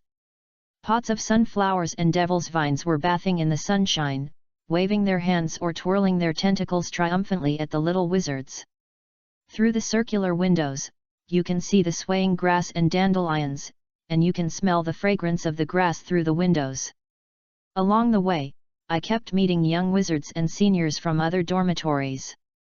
Everyone was very enthusiastic about Li Fei, an oriental-faced person, and greeted him constantly along the way. Li Fei returned the favor one by one. It is said that the biggest advantage of Hufflepuff Dormitory is that it is very close to the restaurant. Everyone sits at the long table in their respective houses to share breakfast every morning. But the crowd blocked the exit of the dormitory. Outside the huge wooden barrel, there were bursts of noises and screams. The ground outside the exit of the Hufflepuff dormitory was covered with oil, and many seniors who were not paying attention took the opportunity to roll into a ball. A milky white, translucent ghost dressed as a schoolboy, but with freckles still clearly visible, was jumping up and down in the air while holding a large bucket of wooden furniture maintenance oil. Clapping her hands, jumping, and singing an unpleasant tune. Hufflepuff is a big fool, students just roll into a ball. Hufflepuff is a big fool, students just roll into a ball. He threw the oil barrel high and caught it again. This time more oil spilled on the ground at the entrance. The figure in the illusion during the sorting yesterday seemed to flash through Li Fei's mind, and Li Fei thought of the white runes and the powerful magic barrier again. Shut up, Peeves. How great Hufflepuff is! How can you tolerate being insulted so easily? Chapter 9, Study hard and do pull UPS every day up. Shut up, Peeves. With a burst of anger in his heart, Li Fei strode out of the barrel and raised his right hand high. The dim wooden bracelet disappeared out of thin air, and a piece of golden debris flashed through the air. At this moment, the students in the corridor seemed to see the red sun rising in the east, its avenue full of glow. Wait until the dazzling golden brilliance fades. A golden wand, nearly 1 foot long, made of gold camphor, appeared in Li Fei's hand. At the handle is a 5-clawed golden dragon circling upward. The dragon head lies quietly on a random piece of obsidian. The body of the wand spits out from the golden dragon's mouth. The body of the wand is engraved with patterns such as wind, rain, fire, and cloud, and is inlaid with tourmaline, lapis lazuli, southern red, and chalcedony, corresponding to the 4 attributes. There is a moonstone coiled at the dragon tail at the end of the handle, and a natural 9-hole G bead is hidden inside the palm of the handle. The whole wand glowed with golden light, like a crouching dragon clinging to a pillar, and spells of various attributes were spurting out from the dragon's mouth. As the magic wand appeared in Li Fei's hand, with a wave of his hand, with the place where Li Fei landed as the center of the circle, all oil stains and dirt were forced back. Li Fei changed his usual smiling demeanor, frowned slightly, and stared at Peeves intently. The left hand holds the tiger seal, the wand in the right hand shakes and lifts, and the vitality in the mouth is contained. The magic in the right hand is the sky, the tiger seal in the left hand is the earth, and the vitality in the mouth is the human being. The three talents of heaven, earth, and man gathered together, and their vital energy in their mouths burst out with anger, hey! This mantra is designed to defeat dark things such as ghosts. How could Peeves, a ghost, escape and be directly hit by a golden light? He was beaten out of his wits on the spot and turned into dots of crystal white light. This is the forced salvation that Li Fei mentioned earlier. It would have been nice if Li Fei didn't shout mighty heavenly dragon to him for a physical salvation. The great Ms. Hufflepuff, one of the dignified founders of Hogwarts, was actually insulted by a little troublemaker ghost. It was really a declining world and it was so unruly. With a flick of the wand in his right hand, the entire ground was cleaned up, and the oil stains on many senior students who were rolled into a ball were also cleaned up by Li Fei. Just when Li Fei was about to go to the cafeteria with his three buddies from his dormitory, countless pale spots of light suddenly appeared behind Li Fei. These light spots gathered together in an instant and turned into the appearance of Peeves. Judging from the energy to run away, Red Rabbit is his grandson. Oh? Yin Spirit? I was mistaken. In the eyes of Li Fei's roommates and other Hufflepuff students, Li Fei had just shown his prowess and used unique oriental magic to teach Peeves, the top tycoon in the academy, a lesson that was so heartwarming. As everyone knows, Li Fei really wanted to save Peeves with one blow and did not hold back. It's just that Peeves is a bit special, so he can be compared with Li Fei. Under the escort of the three unlucky roommates in the dormitory, Li Fei finally arrived at the cafeteria. Sitting down at the long table in the college, Li Fei saw countless Hufflepuff students describing Li Fei's feat of furiously killing Peeves to friends in other houses. For a time, countless strange eyes looked in the direction of Li Fei. Among them, there was a pair of red-haired twins who looked at them the most enthusiastically. Prefect Brielle Truman came to the cafeteria early and was handing out course schedules to the freshmen. W == Peel the skin and cut into pieces to eat. Li Fei, who had almost finished breakfast, was sharing oranges with his roommates. Everyone was eating oranges while looking at their class schedules. As a first-year student, Li Fei had to study Transfiguration, charms, potions, herbalism, astronomy, history of magic and flying lessons. Oh, yes, there is also the indispensable defense against the dark arts class. The first problem the new students encounter is the stairs in Hogwarts. There are a total of 142 staircases in Hogwarts. Some of them are wide and large, some are narrow, small, and shaky, like a high-end version of Temple Escape. Some lead to different places every Friday, and some have a rest every Monday, and the entire staircase disappears completely. Li Fei once wondered whether this staircase was the reincarnation of comrades who worked in insurance and interior design. Otherwise, there would be no staircase that would be closed on Mondays. Halfway up some stairs, a step will suddenly disappear, and you have to remember where to jump. Of course, if you miss the mark, there will be no casualties. There will be a stream of air that will slowly support you to the ground. But if you happen to be in a hurry to go to class and stand at the bottom of the first floor looking up at the towering stairs, you can imagine your inner collapse. Also, there are many doors here that won't open for you if you ask them to open them politely, or if you poke them in the right place. There are also doors that are not real doors at all, but just solid walls that look like doors. It's hard to remember what is where because everything seems to be constantly moving and the people in the portraits are constantly visiting each other. Bruce Wayne, the fat little roadie in Li Fei's dormitory, was on the verge of collapse. He even suspected that even the armor in the castle could walk on its own. There is no reference at all. But this is not a problem at all for Li Fei. Not to mention Li Fei's nearly 10 years of practical architectural design experience in his previous life. Not to mention Li Fei's powerful geomagnetic ability when he accompanied his wife to the mall. No matter how complicated the structure of the mall, Li Fei never got lost. I just want to ask, book friends who have played Yamaguchi Mountain, who dares to say that they can come out of the Undercity with their eyes completely closed?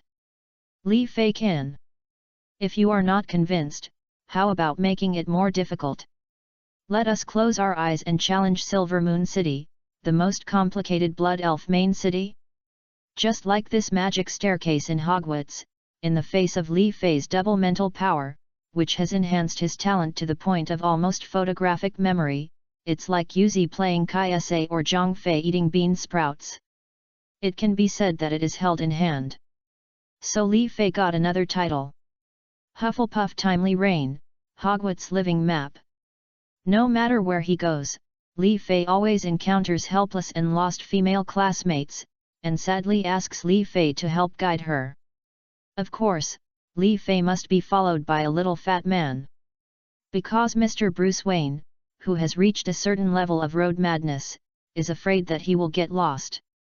So no matter what Li Fei planned to do, he would definitely follow Li Fei every step of the way. The second problem that freshmen encounter in class is Peeves. Peeves was so frightened by Li Fei that he hid beside Ravenclaw's tower for an hour, shivering. Perhaps time is the best antidote. That afternoon, Peeves came out to play pranks and cause harm to people again. Well, this is called healing the scar and forgetting about the pain.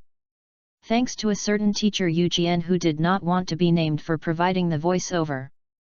Peeves always likes to play tricks on students who are anxious to find their way, such as throwing things at you, tripping you with things, surprising you by appearing out of nowhere, and attacking students suddenly. In this regard, the Hufflepuff freshmen who had already experienced it were not afraid, and even took the freshmen from other houses to take the initiative to find traces of Peeves. Although they were still disgraced by Peeves, the little badgers could not hide their excitement. Hurry and ask for classmate Li Fei. Attention, Peeves has moved. Attention all units, Peeves' movement has changed. Copy. The little wizards are addicted to it and never tire of it. For the first time in history, the freshmen from the 4 major houses of Hogwarts were so united just after they entered school. Chapter 10 The Inner Demons of the Defense Against the Dark Arts Professor. There is actually nothing the little wizards can do against ghosts. Often when you are about to open a door, a ghost suddenly jumps out from behind the door and scares you. Of course, the kind-hearted fat monk is willing to guide Hufflepuff, and even the new students in all houses. But if you happen to meet Peeves, who likes to play pranks, then you will become a favorite in everyone's eyes. Although Peeves will put a wastebasket on your head, pull the carpet from under your feet, or throw bits of chalk at you. But you can't stand it, and a large group of little wizards will rush towards you, muttering, "Hurry and invite classmate Li Fei. Come on, Li Fei is right behind us. Then what are you afraid of? Brothers, charge! Where is Peeves? Where is he? Where is he? Here it is, here it is. Hold on, wait for someone to get Peeves' hatred under control first. Hurry up and taunt Peeves. Don't let Peeves escape again." And you, who provided Peeves' location, became a hero in the eyes of everyone. Peeves is the ghost formed by the study pressure and other negative energies of students at Hogwarts for thousands of years. It is equivalent to everyone crowdfunding an inner demon. If Xian Sheng, tyrant of the Song dynasty, were here and encountered such a 1,000-year-old inner demon, he would definitely have chased after him while wiping the saliva from the corner of his mouth. Li Fei originally thought that he would just use a golden light talisman to scare Peeves away in public. However, a pair of red-haired twin brothers approached Li Fei. They wanted Li Fei to supply a large amount of this golden light talisman that could scare away Peeves, and the 2 brothers were Li Fei's exclusive agents and were fully responsible for sales and publicity services. The commission ratio is Li Fei, 3 of them. Unexpectedly, Li Fei happily accepted the offer to earn a little money by selling special talismans for defeating Peeves. So, from this moment on, the little wizards held yellow talismans and chased Peeves to drive out ghosts, which became a scene in Hogwarts. What's more, he bought more than a dozen talismans in one go and used spell Gatling on Peeves. As a collection of inner demons, Peeves was so angry that he almost gave birth to inner demons. And Peeves has never been weaker than anyone in his life. How can a man live between heaven and earth and stay under humans for a long time? So Peeves rose up to resist and launched a tearful guerrilla war with the little wizards. Regardless of whether students are willing to take the initiative to cause trouble for Peeves, when they go to class, they must always carry a talisman with them to ensure their safety. This has inadvertently created an industrial chain. As long as Peeves persists in playing pranks, Li Fei's talismans will never have to worry about selling. This incident is said to have alarmed Professor Joseph Griffin, who is in charge of defense against the dark arts. Because he also taught an improved version of lighting with a small amount of positive energy in classes of other grades. His improved lighting technique consumes low mana and is easy to learn. However, because the magic spells he teaches require the caster to maintain a high and positive mood, once the caster's mood becomes low, the effect of the spell will be greatly reduced. According to a red-haired twin brother who asked not to be named, Peeves could even have a good sleep under Marcus's spell.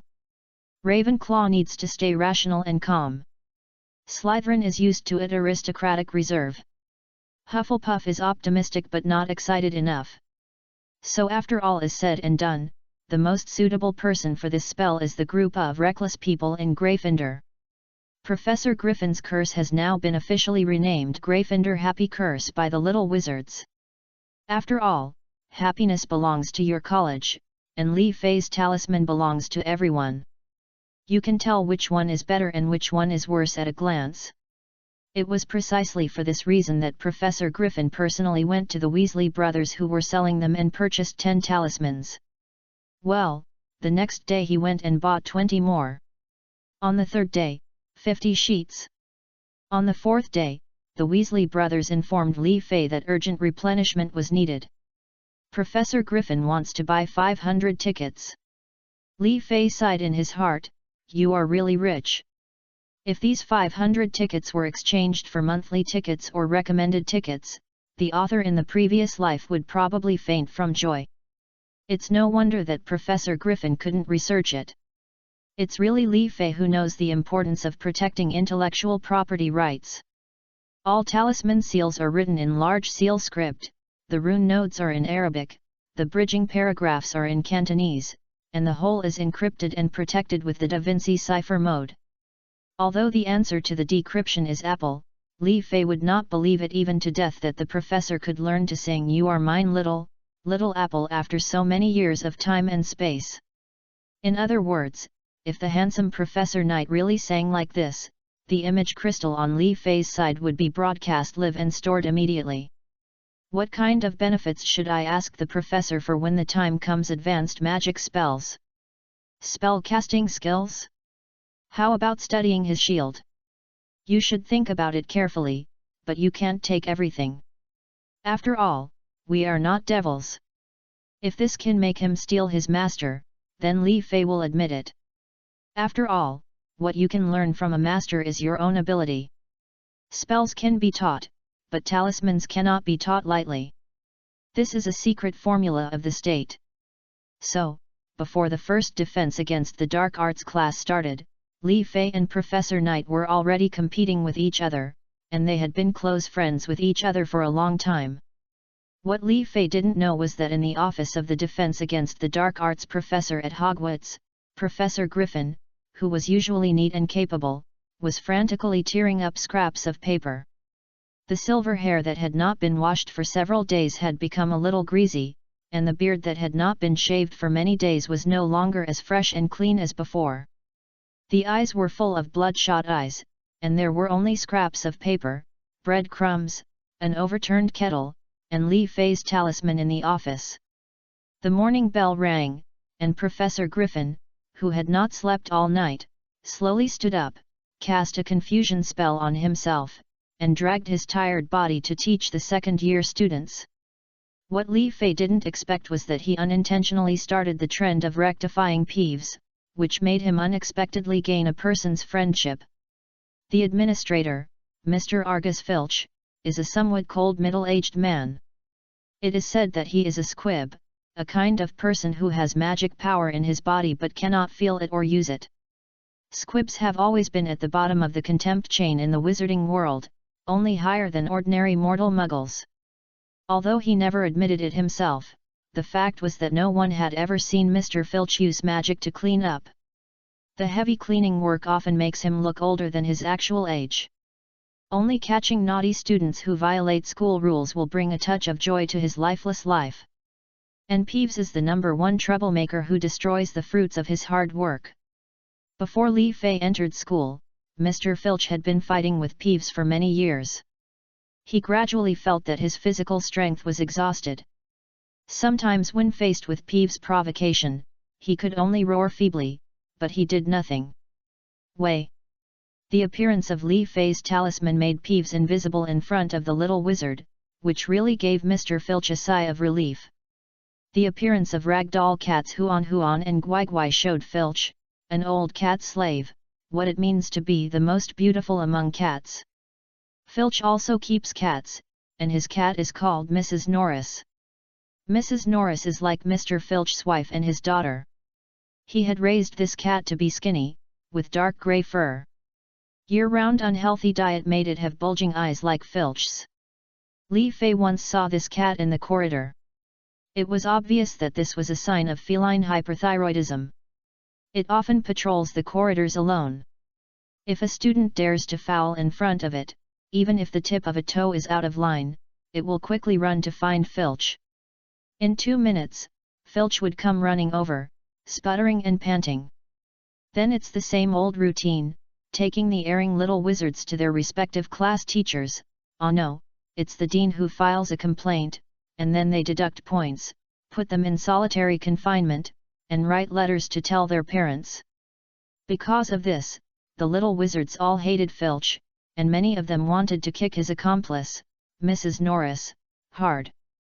Recently, Filch always secretly observed Li Fei with an expression on his son-in-law. But these are not important for the time being. The most important thing for Li Fei now is that he is about to have his first class at Hogwarts. Professor Snape's Potions Class. Chapter 11 Stingy Snape. Li Fei ushered in his first class at Hogwarts. Professor Snape's Potions Class. The Potions classroom is on the underground floor, which is cooler than the main building of the castle above. Quite a few. The walls were filled with candles for lighting, and there were many bottles and jars placed along the walls.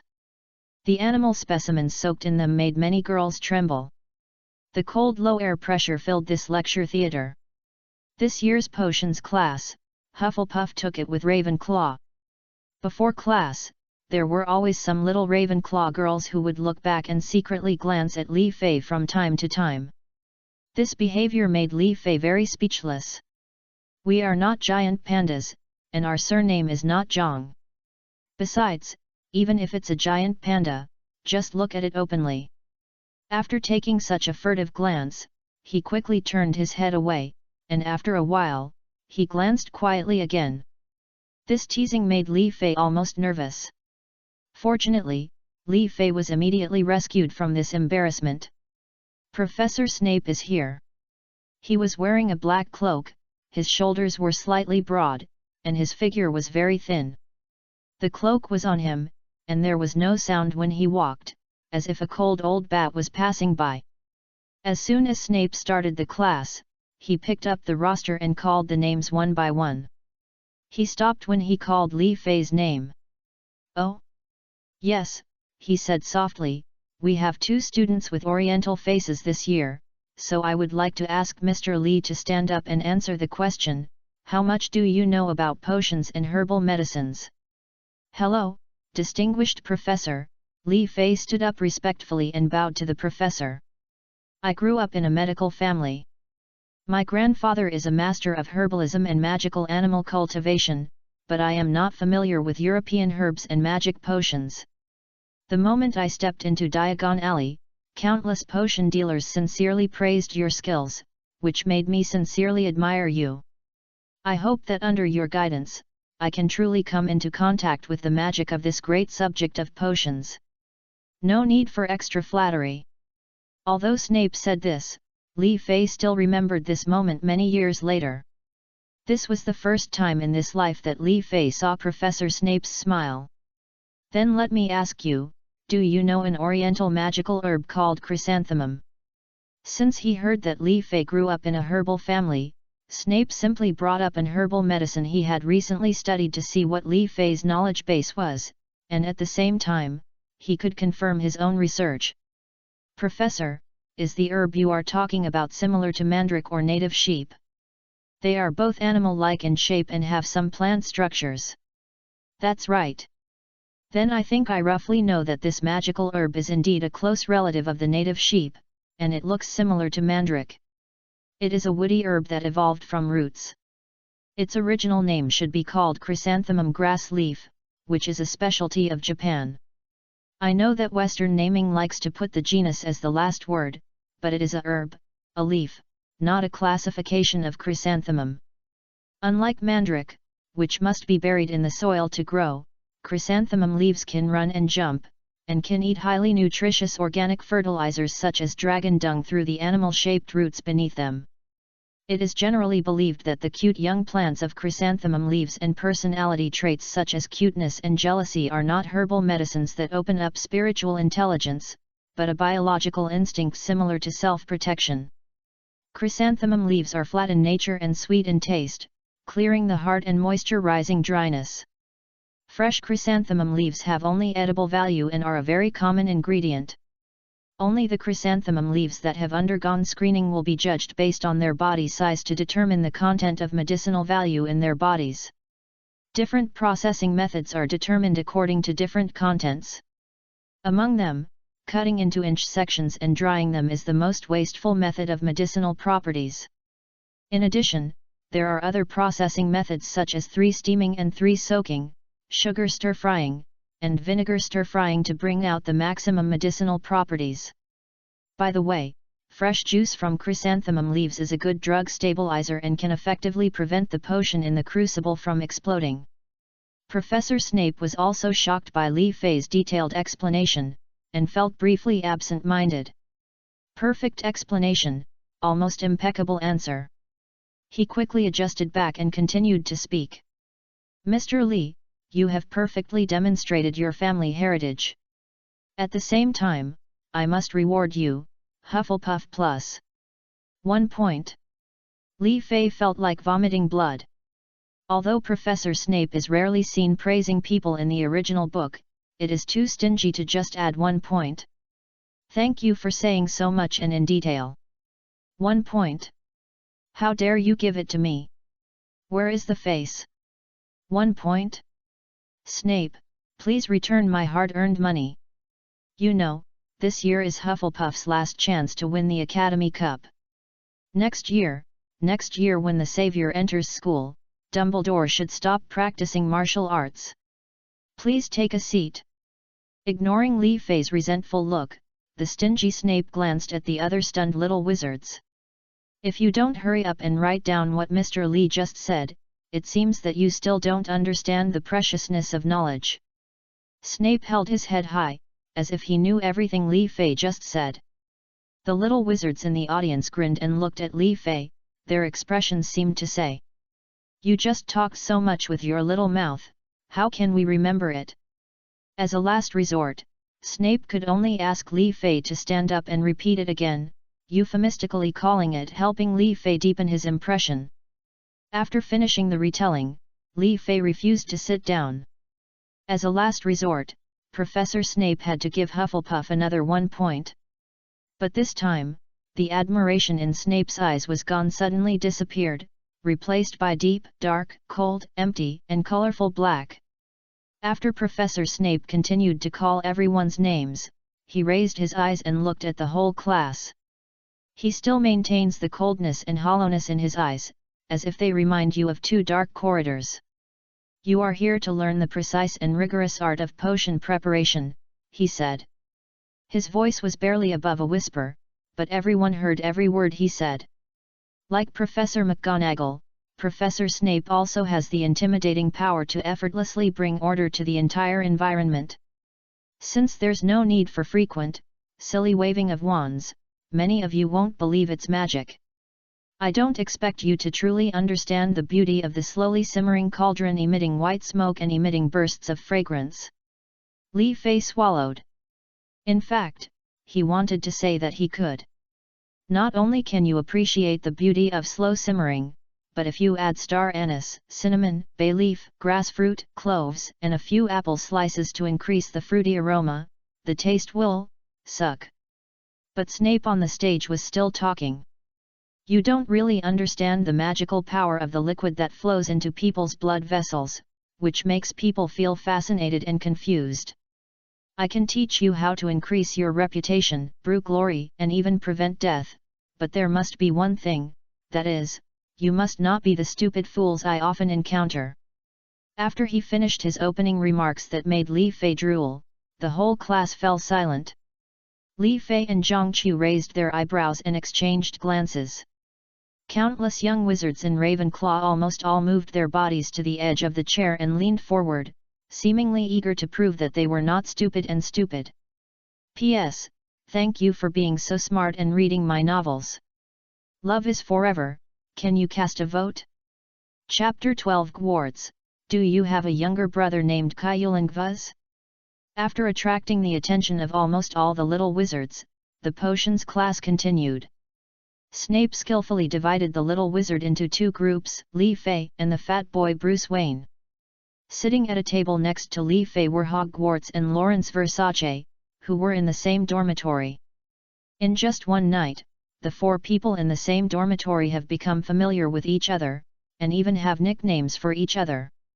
The little fat boy Bruce Wayne was officially promoted to Batman, and Li Fei explained to him that the homophonic word for bat is, which means happiness and blessing. Classmate Versace, just pronounce him by his last name. Everyone comes from a Muggle family.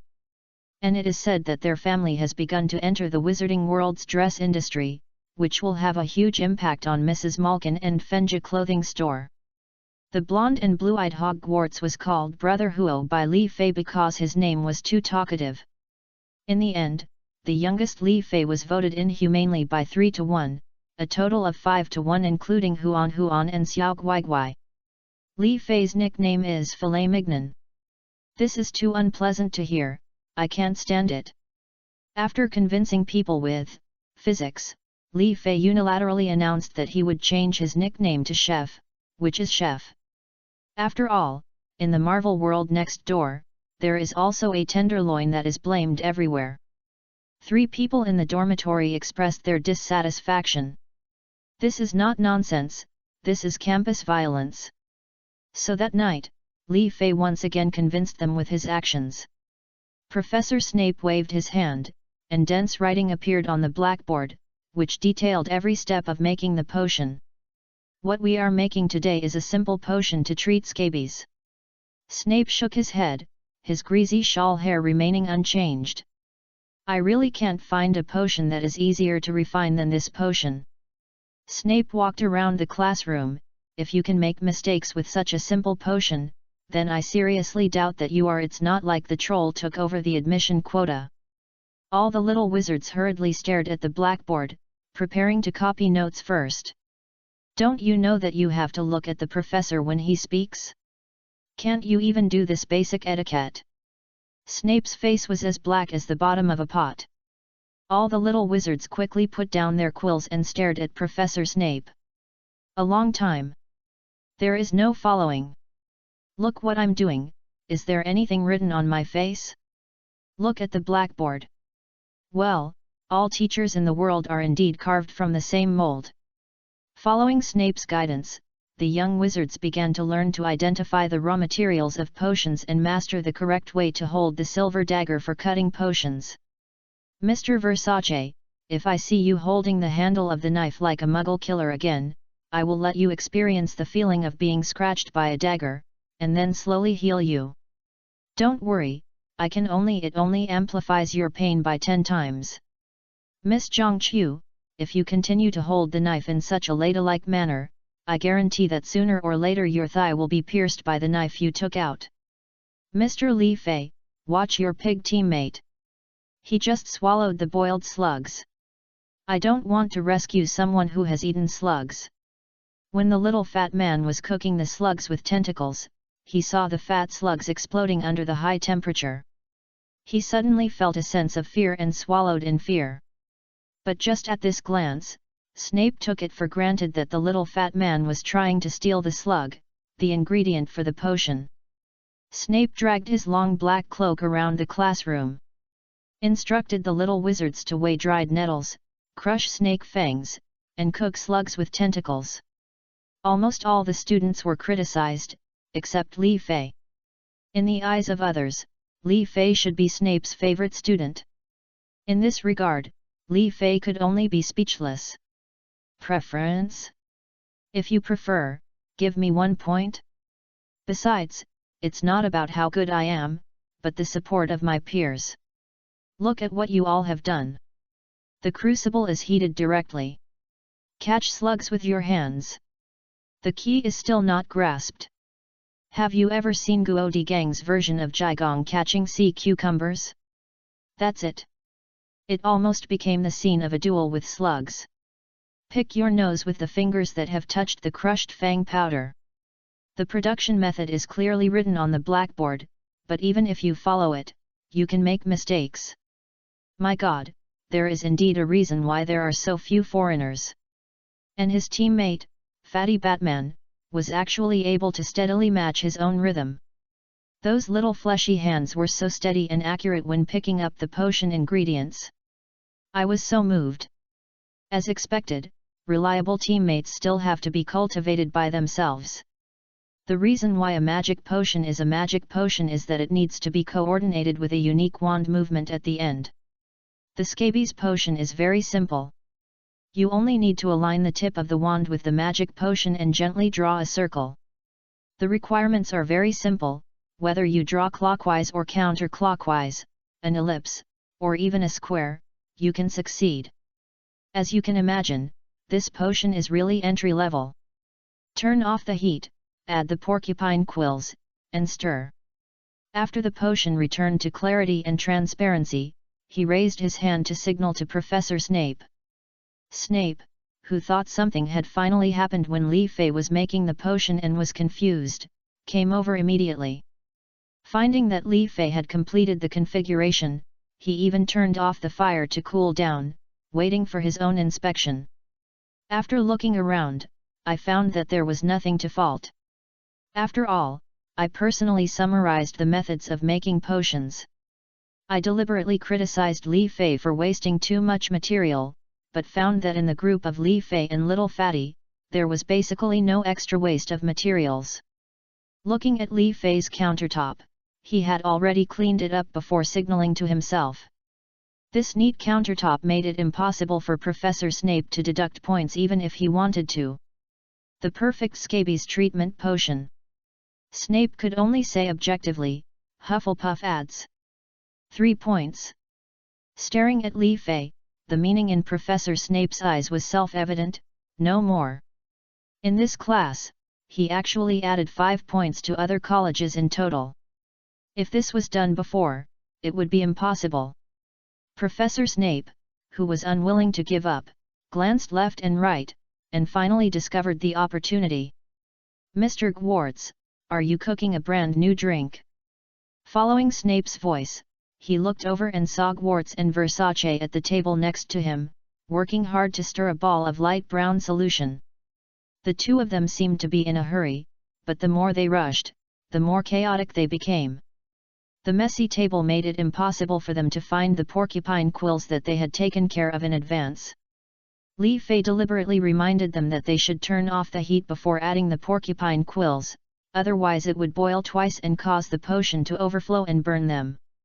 But Snape was watching from the side, warning Li Fei from the corner of his eye not to allow him to meddle in his own business. Finally, Hogwarts and Versace finished brewing the potion without any danger. But the color is, how should I put it, somewhat similar to a certain bread-fermented drink? It can be said to be exactly the same. A failed work. Snape on the side commented immediately. Fortunately, the cauldron didn't burn through. If all of you could cause an accident while brewing the potion, Then you must have been replaced by a troll. Li Fei. Professor Snape's sudden call made Li Fei stunned for a moment, and then a bad premonition suddenly arose. As a wizard of Hufflepuff House, after completing his potion, he was smug and ruthless. It goes against the Hufflepuff spirit to sit back and watch as classmates in the same dormitory fail. Hufflepuff loses 1 point. I feel comfortable. Ignoring Li Fei's dumbfounded expression, Snape, who had deducted all points, felt that his whole body was clear, and the little wizard who was floating around the classroom was more motivated. Li Fei turned his neck stiffly and looked at the bottle of drink in front of Hogwarts, wanting to cry without tears. Hogwarts, tell me the truth, do you have a younger brother named Kyulan Gwas? P.S. When the bread is fermented, drink Kyulan gas. When voting for recommendations and monthly votes, I only vote for the Supreme Wizard of Hogwarts. Chapter 13. Maybe Hogwarts tuition should be increased. At noon, as soon as Li Fei entered the cafeteria, a burst of cheers erupted from the Hufflepuff table. Li Fei single-handedly won 4 extra points for Hufflepuff Indiana Snape's class. This did not exist in Hufflepuff's history of nearly 10 years. It's him. Broken Hufflepuff record of 0. Although Cedric had successfully cheated 1 point in Snape's class, this 1 point was deducted by Professor Snape before he even survived the class. Fortunately, it's Hufflepuff. If this were Gryffindor, as we all know, Professor Snape is extremely hostile to Gryffindor. As long as there is a potions class in Gryffindor House and Snape deducts less than 10 points from Gryffindor, it is Gryffindor's victory. Ignoring the noisy students, Li Fei had a hasty lunch and hurried to the dormitory. He had to rush to the dormitory to take a nap. Behind him, a little fat man was holding a plate and hurriedly followed Li Fei. Seeing this scene, the other 2 people in the dormitory shook their heads. In the dormitory, Li Fei looked at his bed speechlessly for a while. This place had been successfully occupied by Huan Huan and Xiao Guai. The 2 cats were lying on Li Fei's bed, their bodies rising and falling slightly with their breathing, as if they were silently mocking Li Fei, and they seemed to be declaring their ownership of the bed.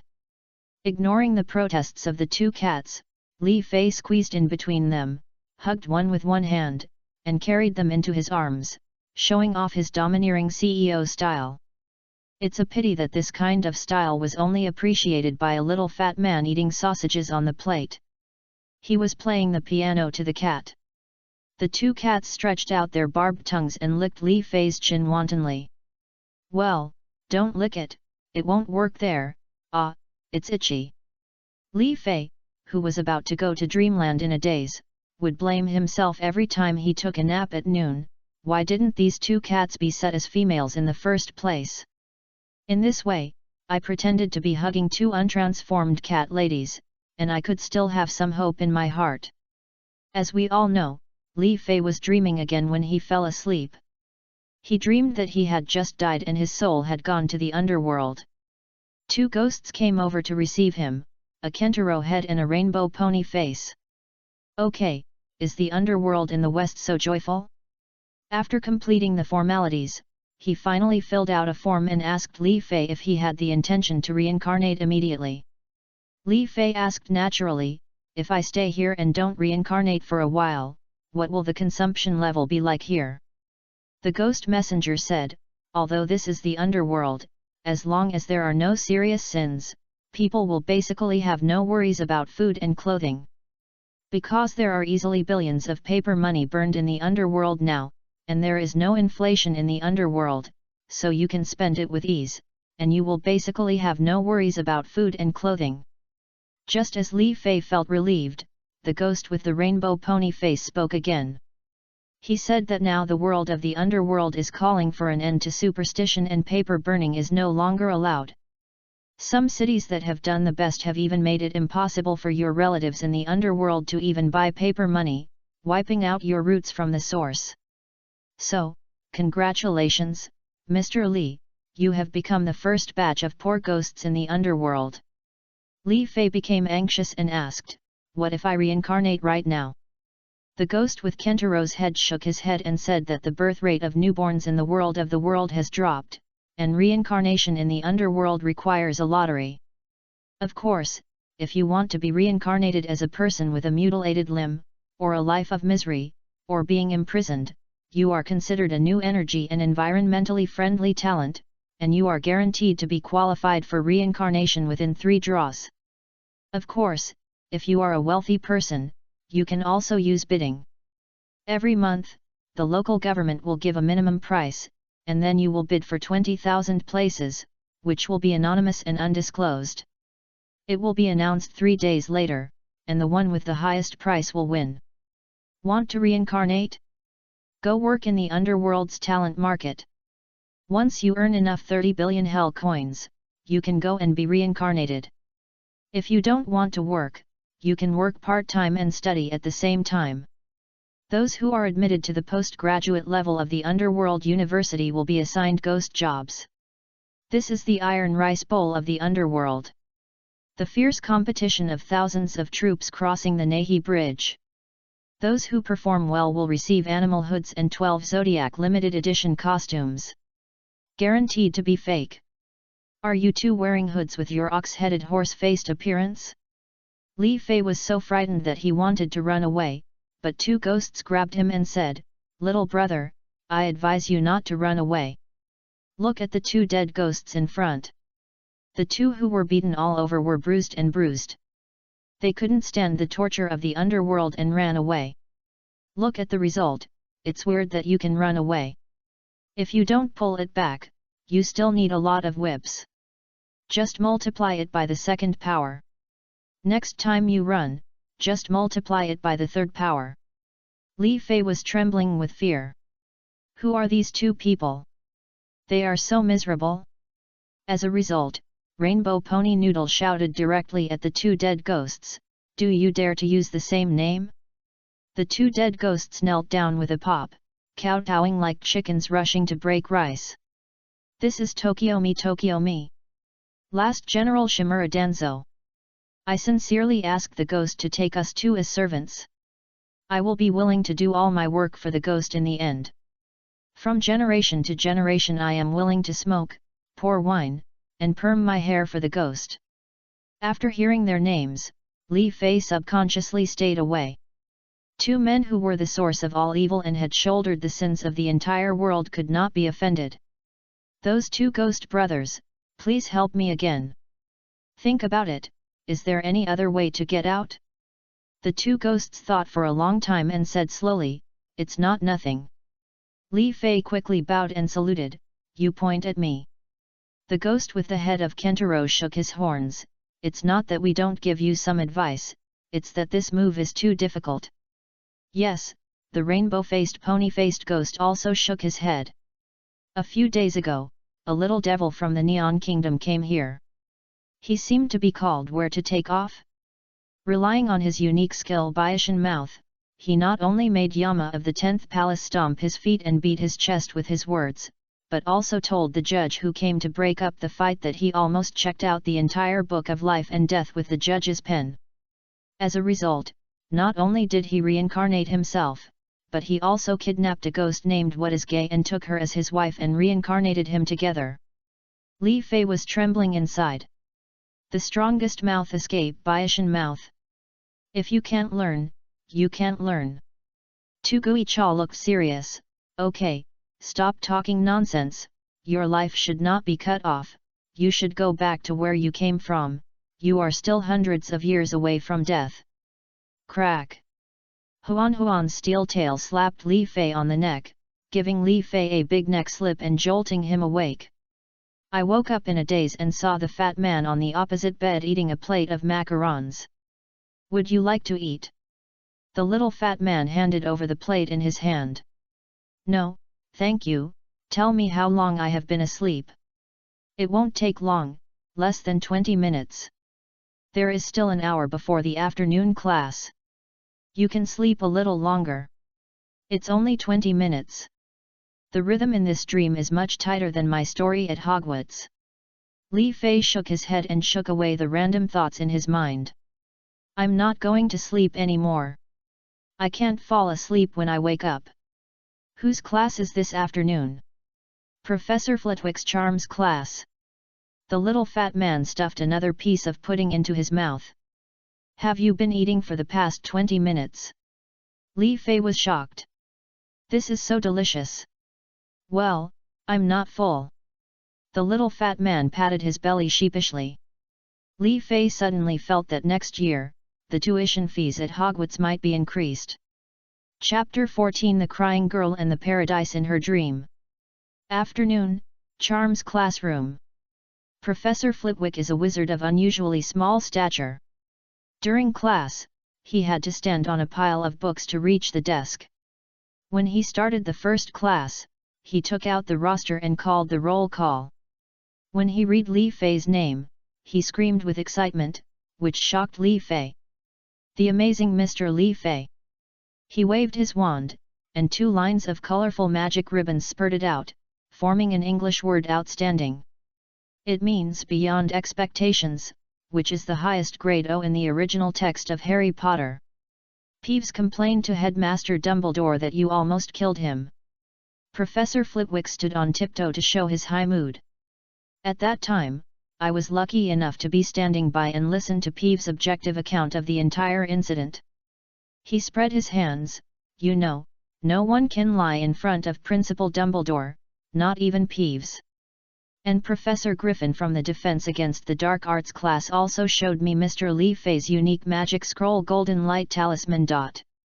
Li Fei smacked his lips, and many young wizards in the audience who knew the inside story covered their mouths and snickered. Other students who didn't know what was going on quickly asked their classmates why they were laughing. It seems that Professor Griffin can no longer keep this little secret. Professor Flitwick coughed lightly, and the classroom immediately became silent. It doesn't have to be so serious, but the proper classroom discipline should still be maintained. Then the class continues. Mr. Li Fei has shown a strong talent for magic spells and a powerful ability to substitute positive emotions into magic spells. The human nature of Urdu couldn't help but want to pick up the fight again.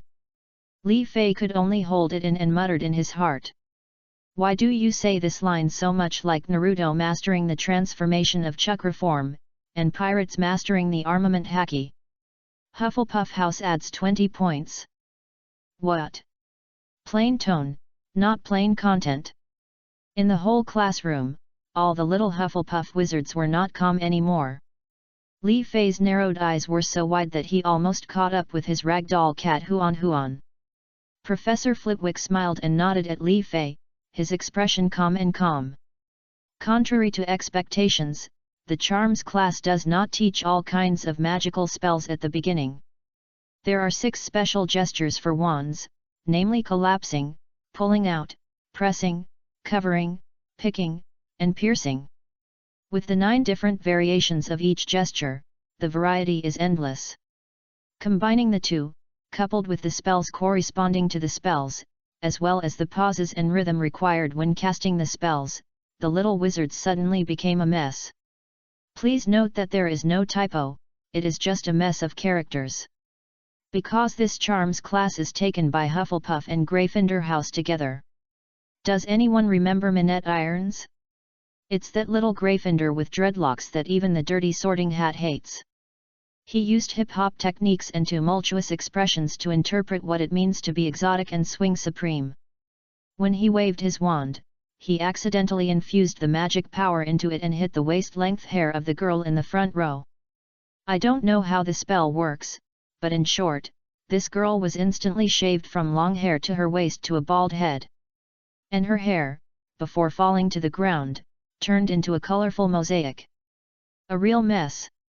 The girl helplessly covered her scalp, which was as smooth as a mirror, and stood in the classroom with a blank look on her face. Half a minute later, she came to her senses and squatted on the ground, breaking down and crying bitterly. This girl's originally long hair was made smooth and shiny, as if she could advertise Muggle shampoo. It can be seen that she takes good care of her hair. Gone, but now everything is gone. Professor Flitwick rushed over to care about the safety of the students, and immediately ordered the students to stop practicing temporarily. It's okay, kid. Madame Pomfrey, the school nurse, has hair growth. I saw Professor Snape get it from her last time. Professor Flitwick betrayed Professor Snape's power in desperation. But this girl still broke down and cried non-stop. I protected 5 whole years of hair. 5 years. Do you know how I spent these 5 years? My neighbor's handsome eldest brother is going to Eton College. He said he hopes to see me with long hair and pick him up in person when he comes back from graduation. It's less than half a year until he comes home for Christmas. It's over, it's over. Everything is over. Now it's too late. It's too late. After finishing speaking, the girl buried her head in her arms as if she were autistic and began to sob softly. No matter how much people around me tried to persuade him, he still remained silent. Regardless of whether you are a boy or a girl, the buds of youth and the throbbing of ignorance are as beautiful and precious as poetry. The girl was always sobbing softly. Minette Aarons bravely walked over, tentatively stretched out her hand, and wanted to hand the girl a tissue. But I don't want to be slapped away by the girl with a wave of her hand. It's good to have some action. I'm not afraid that you'll be angry, but I'm afraid that you won't respond. Sensing that the girl seemed to have some response, the surrounding little wizards, both boys and girls, gathered around and started to comfort each other. Don't worry, I am a Muggle born. My mother is a very famous makeup artist. Do you know the Oscar-winning actress Dame Maggie Smith? My mother is her royal makeup artist. Yes, my family specializes in wigs. You can choose from various styles and colors of long hair. How about I ask my dad to cast a confusion curse on your neighbor brother? It is a violation of the International Statute of Wizarding secrecy for wizards to cast spells on muggles without authorization. Then how about filling 2 large bottles of love potion into that neighbor's brother? I guarantee that your neighbor's brother will be obsessed with you. Hey, using love potions on muggles is illegal, right? You see how much everyone cares about you. Don't cry. We are stable. There are always more solutions than difficulties. Seeing everyone around her talking, Minette Aarons seemed to have some courage. Rather, Li Fei thinks that Gryffindor's little wizard has always been brave. Don't worry, even if your neighbor brother doesn't want you and looks down on you, the worst I can do is suffer a bit and marry you when I grow up. Well, Li Fei is wrong. He has seen Gryffindor being brave, but he has never seen Minette Aarons be so brave. Not only brave, but also unaware. As soon as these words were spoken, the girl, who had just improved a bit, burst into tears. Professor Flitwick rubbed his hands anxiously. When it comes to duels and spells, he is very good at it. But limited by his height, he didn't have much experience in coaxing women. At this moment, he would rather make an appointment with Professor Snape and fight tens of thousands of times at Hog's Top on a full moon night. It's better than coaxing girls here helplessly. Having been teaching for so many years, I can say, what special situation has he not seen before? But he has never seen this situation before. To be honest, this girl looks pretty good. With her head shaved, she has a bit of the temperament of the ancient master in the Marvel movies. Li Fei sighed, these straight men and women don't know how to coax girls. He took out an unopened roll of towel from the ice and snow pendant on his chest and handed it to the girl, first covering her exposed bald head. Thank you, thank you. After covering her bald head, the girl's mood became slightly more stable. The light in the classroom suddenly dimmed a lot and returned to normal brightness. Hello, my name is Li Fei. Li Fei squatted in front of her and took the initiative to look for the girl's eyes. Hello, my name is Nidara Turner, I know you. Nidara, why don't you call me Nidana or Nido Queen? He quickly shook his head to get rid of all the Pokemon in his mind. It's okay, I can help you. There is a senior in China who invented a hair increasing technique that can be learned in just 10 minutes. I promise you, as long as you learn how to do it, it only takes 5 minutes and your hair will grow back. Nidoqueen, ah, there is light in Nidorai's eyes. It's over, I can't get over the Pokemon jokes, underscore. When Li Fei saw this girl now, his mind was filled with thoughts of Nidoqueen. Really, but I don't know Chinese, can I learn it? Nidoqueen's eyes were filled with 5 parts of hope, 2 parts of sadness and helplessness, and 3 parts of fear of failure. It's okay. In order to teach his African friends, the senior specially translated this spell into the languages of each country. After all, you also know that only African and Neon countries speak English with too strong an accent. 15 minutes later, the whole classroom burst into warm applause. With tears in her eyes, Nidora Turner stroked her newly grown hair and excitedly wanted to give Li Fei a hug. Li Fei dodged it by taking half a step back in advance. Miss Turner, I think you need to trim your long hair properly after class.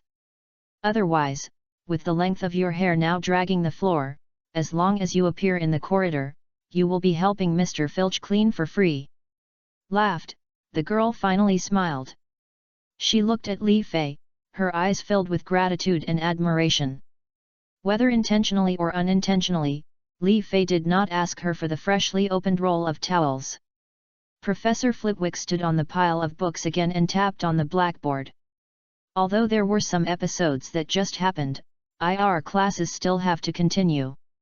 We have already lost too much class time, but I don't mind losing 1 more minute. After all, if you make a mistake, you will be punished. Due to Minette Aaron's improper operation, a classmate was harmed. Gryffindor deducts 30 points. No. All the Gryffindor students, including Nidora, yelled in collapse. Quiet. Professor Flitwick became unusually serious. I hope all of you, including the Hufflepuff students, will remember these 30 points. Charms is a subject that needs to be treated with caution. Any mistakes may have serious consequences. At the same time, Professor Flitwick looked at Li Fei, if you do something right, you will be rewarded. Mr. Li Fei helped stabilize Turner's mood in time. 5 points for Hufflepuff. There was a burst of applause. In addition, Mr. Li Fei's mastery of magic spells, his willingness to help others, and his unstinting sharing of precious magic knowledge with his classmates. This selfless character is particularly worthy of praise. 20 points for Hufflepuff. The whole place was excited. Li Fei also looked at Professor Flitwick excitedly and saw the professor smiling and nodding to him. The efficiency of this extra point is more than 45 times greater than that of stingy Professor Snape, who only adds 1 point. Hold on, this year's Academy Cup, hopefully. This is exactly very helpful in Charms class. Flitwick becomes a bonus maniac. 45 points, Badger Court Rose. Li Fei's championship dream is flying. Chapter 15. You have the ability to open the door. Professor Flitwick is different from the arrogant Professor Snape. It can be seen that he really appreciates Li Fei. In other words, he is good at stimulating the shining points of all young wizards and encourages them without hesitation. Professor Flitwick held up a piece of chalk. What should I do if I need a slender stick now? Gryffindor students, you should have taken Professor McGonagall's Transfiguration class. Perhaps you would say that for Professor McGonagall, this level of transfiguration is just a matter of tapping the wand. After saying that, Professor Flitwick clicked his wand. The chalk in his hand instantly stretched, changed color, and transformed directly into a slender wooden stick. All the little wizard's eyes widened. Is Professor Flitwick going to show off his transformation skills? It feels like the English teacher said that today I will teach you about the chemistry test paper. Professor Flitwick waved the wooden stick in his hand and continued to speak. But what if I want the whole class to have a stick like this? No one said anything. After all, there was only one piece of chalk. According to the principle of transfiguration, one is one. One item can only be transformed into another thing, but not into 2, 3, or more items. Furthermore, the object transformed by the Transfiguration spell has a certain degree of magical inertia and is unlikely to accept effects similar to the copying spell. A Transfiguration master like Professor McGonagall can break the chalk into countless pieces and then transform each piece into the shape of the item she wants. But this level of transformation requires extremely strong control capabilities and a superb understanding of transformation. Many wizards will never reach this level in their entire lives. Hearing this, many Hufflepuff wizards lowered their heads in shame. They felt that they were not as talented as the professors. But what the Transfiguration class can't do, our Charms class can do it. Professor Flitwick put his hands on his hips and looked high-spirited. Li Fei muttered in his heart, "It's over." During this class, Professor Flitwick offended 3 of his colleagues, one of whom was the vice principal. Professor Flitwick waved his hand, and the stick returned to chalk. We can first imagine such an object in our minds. It's best to be a wooden pillar, or the roots of an old tree, and then we use the replacement spell. The replacement spell can cause 2 items to exchange places with each other within a short distance. With a bang, the chalk disappeared, and a huge tree root appeared in front of everyone. What I just demonstrated was the replacement spell. I used chalk to swap positions with this tree root. At the same time, outside Hagrid's hut next to the Forbidden Forest, Hagrid, who was chopping firewood, fell into deep thought. Where's my firewood? It's such a big piece of tree root. I just picked up the axe, where did the root go? Hagrid scratched his head and prepared to chop down another tree. At the same time, Professor Flitwick's class continued. In addition to the replacement curse, the flying curse is also a spell that you must master when you are in your senior year. As long as you are proficient in the flying spell, with sufficient magic power, even a whole tree can be summoned by you. After saying that, the classroom window suddenly opened automatically. A tree that had just been cut down and was as thick as the mouth of a bowl was summoned to the classroom by Professor Flitwick. It's a big deal. How can there really be a freshly cut tree? Professor Flitwick wiped his sweat secretly, but this was much easier than coaxing the female student helplessly just now. The little wizards in the audience burst into applause. The shocking feeling of seeing a tree flying into the classroom from the window shocked the little wizards for a whole year. At the same time, Hagrid looked at his empty hands and fell into deep thought. I just cut it. The tree that fell down was caught on the shoulders and disappeared in a whoosh. After thinking about it, only Peeves would make such a joke. But Peeves has always only been active in the castle. Never heard of him running into mischief outside the castle? But, besides Peeves, who else could pull off such a prank? A pair of red-haired twins suddenly flashed before his eyes. Their prank records last year also made Hagrid both love and hate them. It can't be the 2 of them. The second years of Gryffindor are taking defense against the dark arts class. Then it could only be Peeves. Sure enough, where Hagrid had been chopping firewood, he found a broken piece of chalk. There is only one truth. There is only one ghost who can play with chalk and throw chalk ends when he is idle. So the real culprit is you, Gooey. The famous detective Maury Hagrid successfully cracked the Hagrid Forbidden Forest lost timber case. Peeves, stop hiding, I see you. At the same time, Peeves, holding a wastebasket, had quietly reached behind Hagrid's hut. If he can't deal with those little wizards, can't Peeves deal with this big fool like Hagrid? I, Mr. Peeves, must successfully trick someone today, woo. The love was so deep that Peeves almost cried. Who would have thought that in just a few days, Peeves, the troublemaker who had dominated the campus for countless years, would go from being fearless, in his own opinion, to being beaten by everyone. Even these little wizards had fun with the talisman that exuded a golden light that frightened him. They will attack from all directions, and the golden light will automatically form a circle, tightly trapping Peeves inside the circle. Hello? Bang bang, hey hey hey! An advertisement is inserted. This is Li Fei's newly launched combination model Golden Light Talisman. From 2 people to 7 people, they can be combined in any combination to form the Tiangang Big Dipper array. There are a total of 15 combinations, and only 5 silver sickles are sold. This is a new version of the ship that you have never experienced before. Hurry if you want to buy. The Weasley Brothers Store, Hogwarts main store. There are also some nasty little wizards who would be willing to let Slytherin students take charge of the organization. Ravenclaw students will be arranged to analyze Peeves' escape route in advance. Arrange Hufflepuff's reliable manpower in advance at key nodes. Finally, the Gryffindors rushed forward. It was simply miserable. I have never seen students from the 4 major colleges so united. There is no way to hide, no way to escape. Peeves doesn't want to experience these days again. He wants to escape. No, the world outside the castle is so big. Peeves wants to see it. Yes, go take a look outside the castle. So, Peeves, the inner demon that had been nurtured for thousands of years at Hogwarts Castle, set foot on the lawn outside Hogwarts Castle for the first time. The first step for Mr. Peeves to achieve his great goal is to find someone to play pranks on. My wastebasket and chalk tip are already thirsty. However, before he even touched Hagrid, he was startled by Hagrid's voice. Peeves, get out of here, I know you're here. I'll count to 3, come out.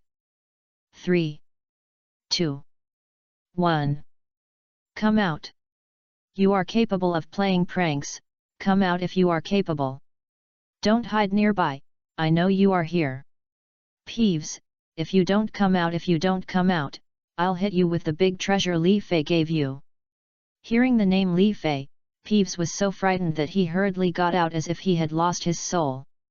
Throwing the wastebasket in his hand on the spot, the trembling Peeves appeared directly in front of Hagrid. There was also a box of chalk in his hand that he had not bothered to destroy. Well, Peeves has finally taken the blame for Professor Flitwick's throw. P.S. I went to pick up my nephew from school today, and stopped by my sister's house for a meal. A very interesting thing happened during this period, which I would like to share with you. My nephew begged me to come along and let me lend him my game account to play for a while. He was responsible for helping me obtain various materials, crystals, and gold coins in the game. After being ruthlessly rejected by me, I started to play the emotional card. After I said don't talk about feelings, it will hurt money, I offered a rental price of 3 yuan an hour. I agreed. I watched my little nephew work hard to spend money to paint materials for me, and then return the money he paid to rent my account to my sister in the evening, and my sister then used the money to hire him to finish washing vegetables, and cleaning the house to do housework. Alas, the happiness of capitalists is nothing more than this. My nephew played the game and had a lot of fun. I have someone to help me with the materials. My sister taught her children how to do housework. It also solved all family conflicts, by the way, killing 4 birds with 1 stone. Chapter 16 Friends, do you know that society is dead? Not to mention what kind of criticism and education Peeves will face from Hagrid. Professor Flitwick just demonstrated the replacement curse and the flying curse. Then he used the cutting curse and the crushing curse to divide the small tree into small sticks half a foot long. Sure enough, every professor at Hogwarts is a treasure. This skill alone shows Professor Flitwick's skills as an old carpenter. Even if you leave Hogwarts in the future, you can still have a carpentry skill that is enough to support yourself. Li Fei, who was engaged in architectural design in his previous life, really showed the greatest respect to craftsmen like carpenters. Respect. What's wrong with carpenters? Choosing the right profession is more important than anything else. As the saying goes, to persuade people to study medicine, the sky will strike like lightning. To persuade people to learn the Dharma is to cut them into pieces with 1,000 cuts. Advising people to learn forensic medicine, they will suffer from diarrhea when they go out. I didn't bring any paper when I had diarrhea, so I wiped my fingers with my pants. If you want to wash yourself without water, just turn your head and use your mouth. Encourage people to learn civil engineering and dig their own children and grandchildren's graves. I advise you to have a glass of wine. I have no girlfriend after graduating from college. I advise you not to be a construction dog and work overtime to make a single person. I advise you not to be a construction dog, as the on-site workers will kill the dog in the sun. I advise you not to be an indoor dog, greeting you with a smile and thinking you are ugly. I advise you not to be like a construction dog, as your hair will fall out as thin as a willow if you stay up late. A song encouragement to learn composed by Li Fei is given to all the students who are undergoing military training. For safety reasons, in the second half of the class Li Fei and other young wizards practiced with the small wooden sticks that Professor Flitwick had just made. Although he learned very quickly, Li Fei also remembered all the changes in each movement very clearly. There were many young wizards around. They felt that they knew how to do it, so they stopped to chat with the classmates around them.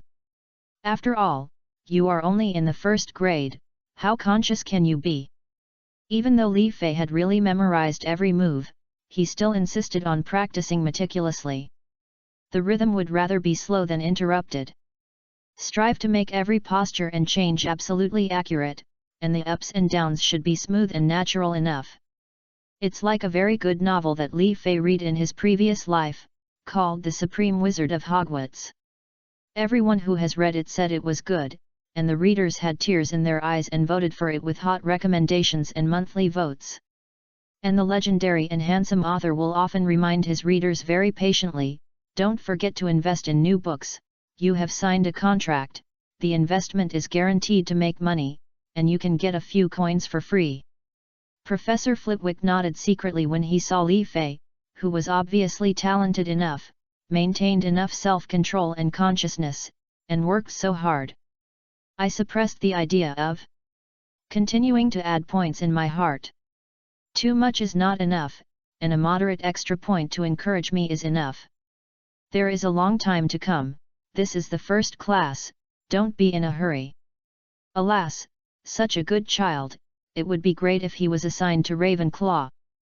By the time Professor Flitwick announced the end of Get Out of Class, the little fat man's arms were so tired that he could hardly lift them. This child seemed to be bound to Li Fei. Whatever Li Fei did, he would do it. Of course, Li Fei could insist on getting up early for morning exercises, but the little fat man said that I couldn't do it. Practicing early or something. After all, he is so fat that it would be difficult for him to fall in love early. Li Fei dared to practice the movements taught in the magic class with such high intensity because he had strong enough physical strength to support him. The little fat man was so fat that when he waved his arms, waves of flesh flew up and down one after another. The fat all over my body is like adding heavy sandbags to my arms. This is a gift from nature, a natural suppressor. You also need to maintain a sufficiently standard posture. You can imagine the difficulty and hard work that the little fat man went through during the exercises.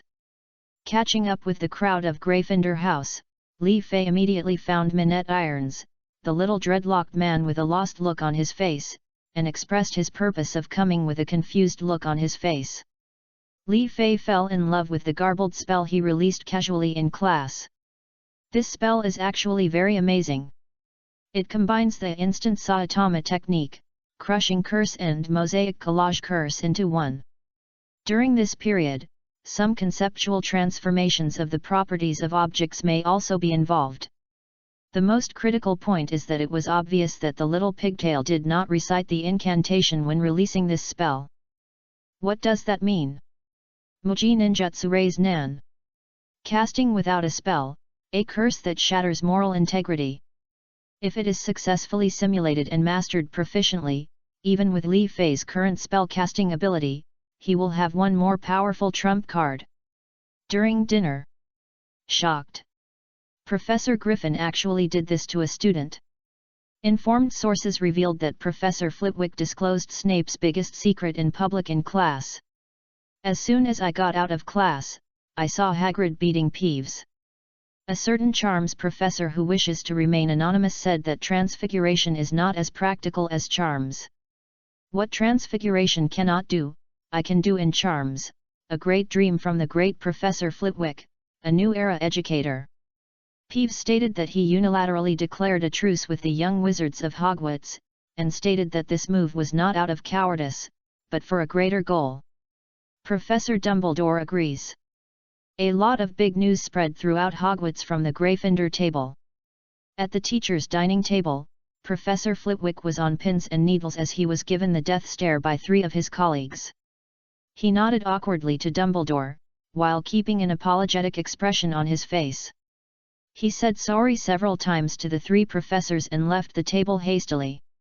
Even Professor Flitwick himself was wondering, what happened to him today? Why do you subconsciously speak out whatever is on your mind?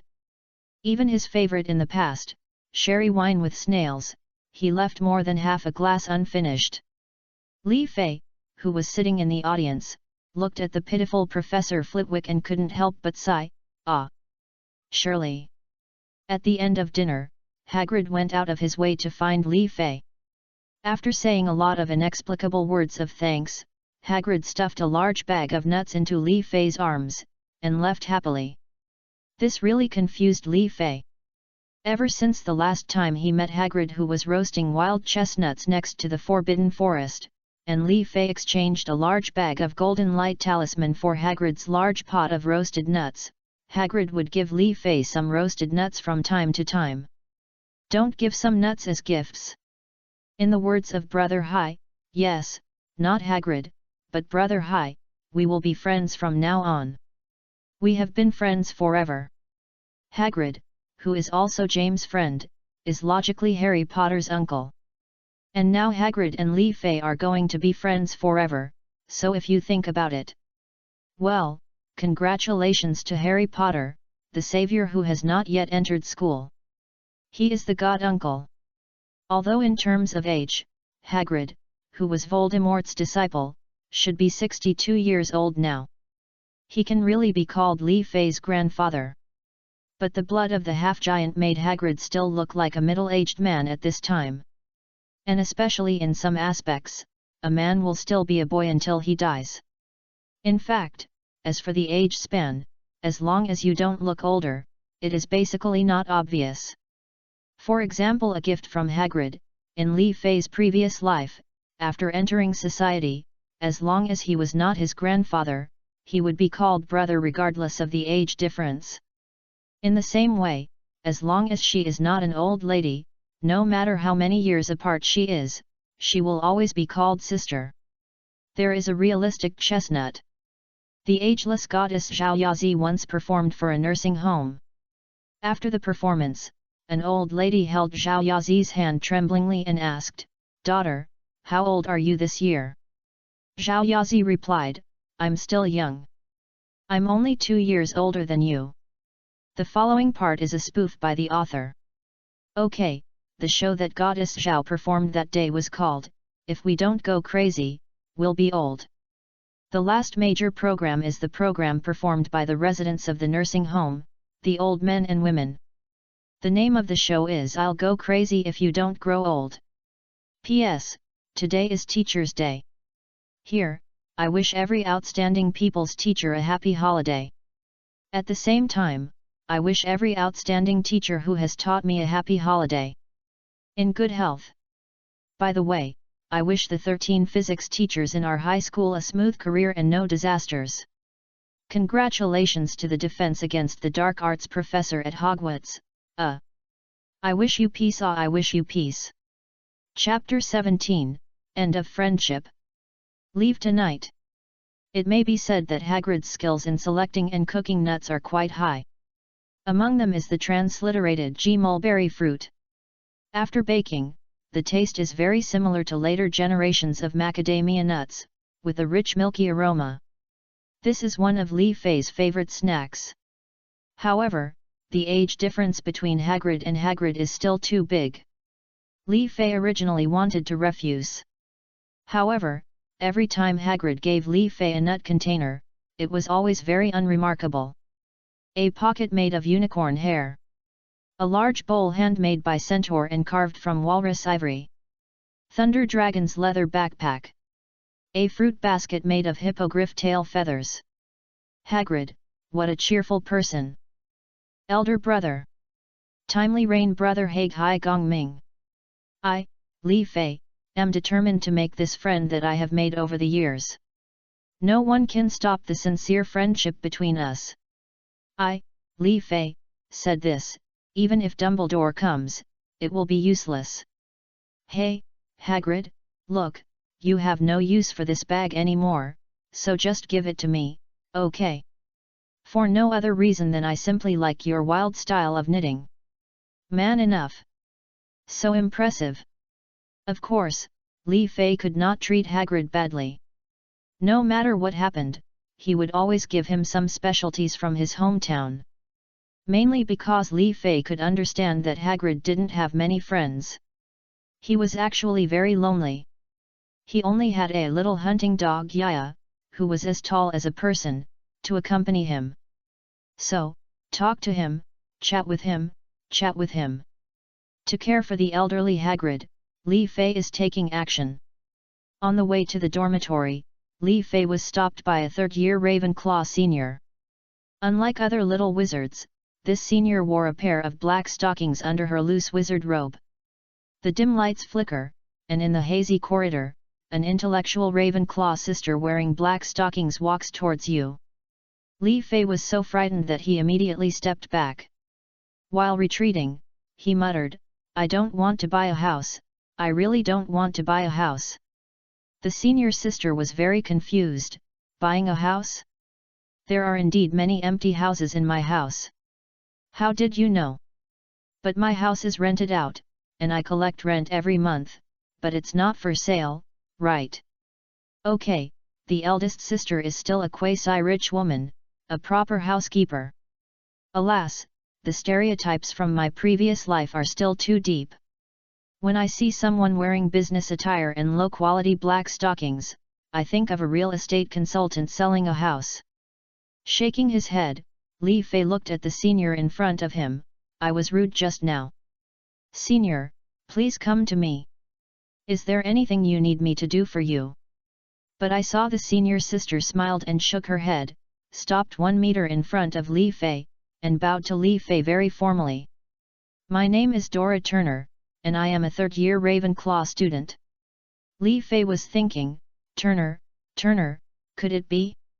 Seeing the change in Li Fei's eyes, the senior showed a bright smile. "It seems you have guessed it. I am Nidora Turner's sister.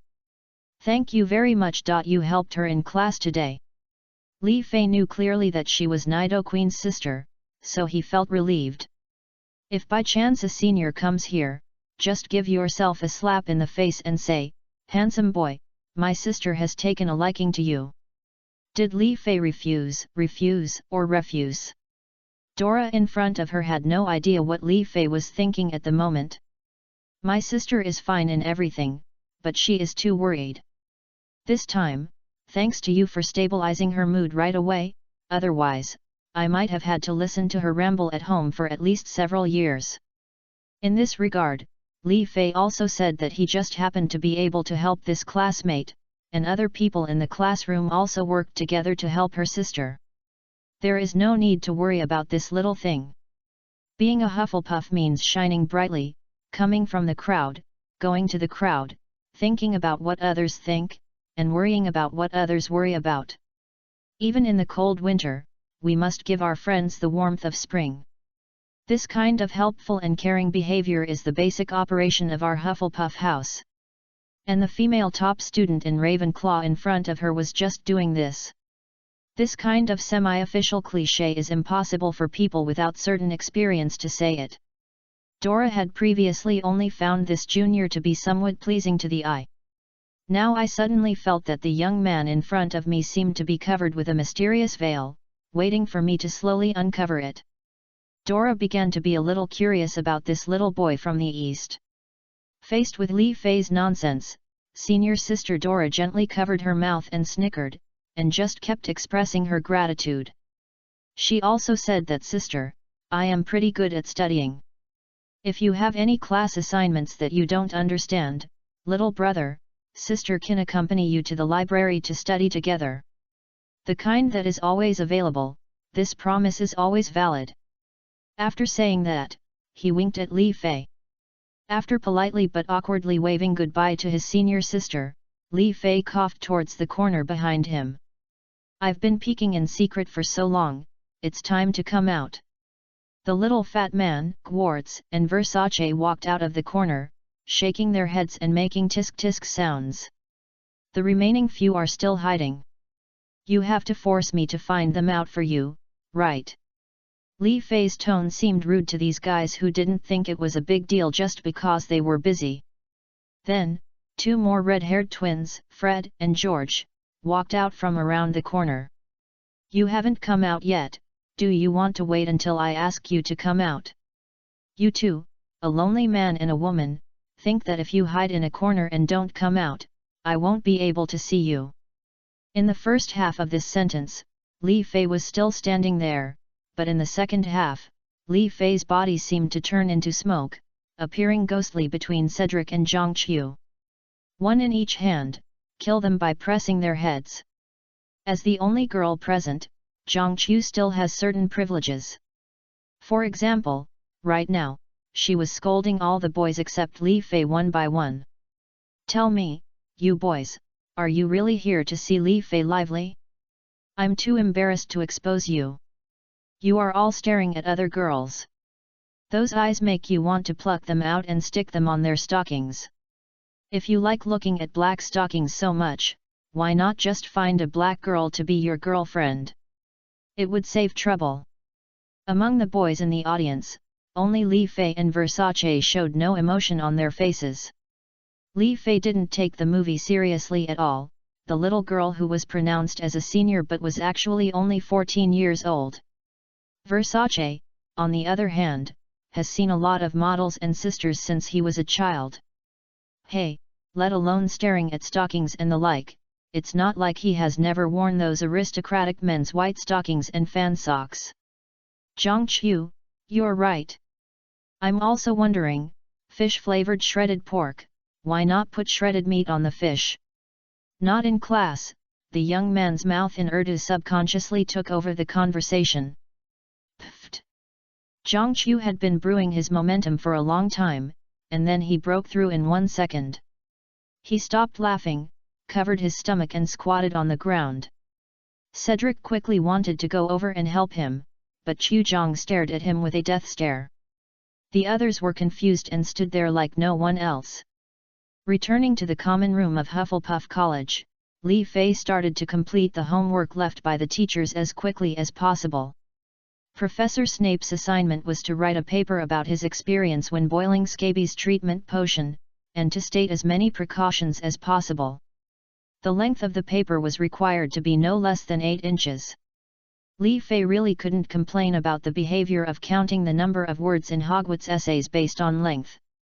Like in the original novel, Harry and Ron once tried their best to write the words on their parchment as large as possible, and also increased the line spacing as much as possible, just to make up the number of words. This kind of behavior is like an internet writer who desperately adds modalities in each chapter just to fill up 2,000 words.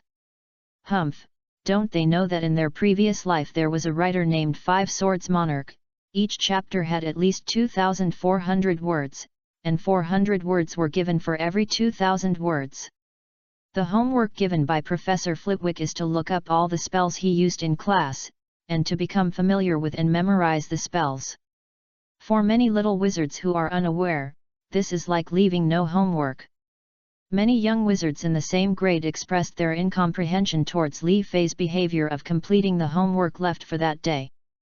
After all, in Happy Education, there are only 1 or 2 classes a week for the same subject, and many teachers leave a week to complete the class assignments. A lot of this knowledge requires a little which the teacher goes to the library to look up information. In this way, the little wizard's ability to learn independently and look up information is established. Li Fei's character, who finishes his work today and has enough time to play, has undoubtedly become an alternative.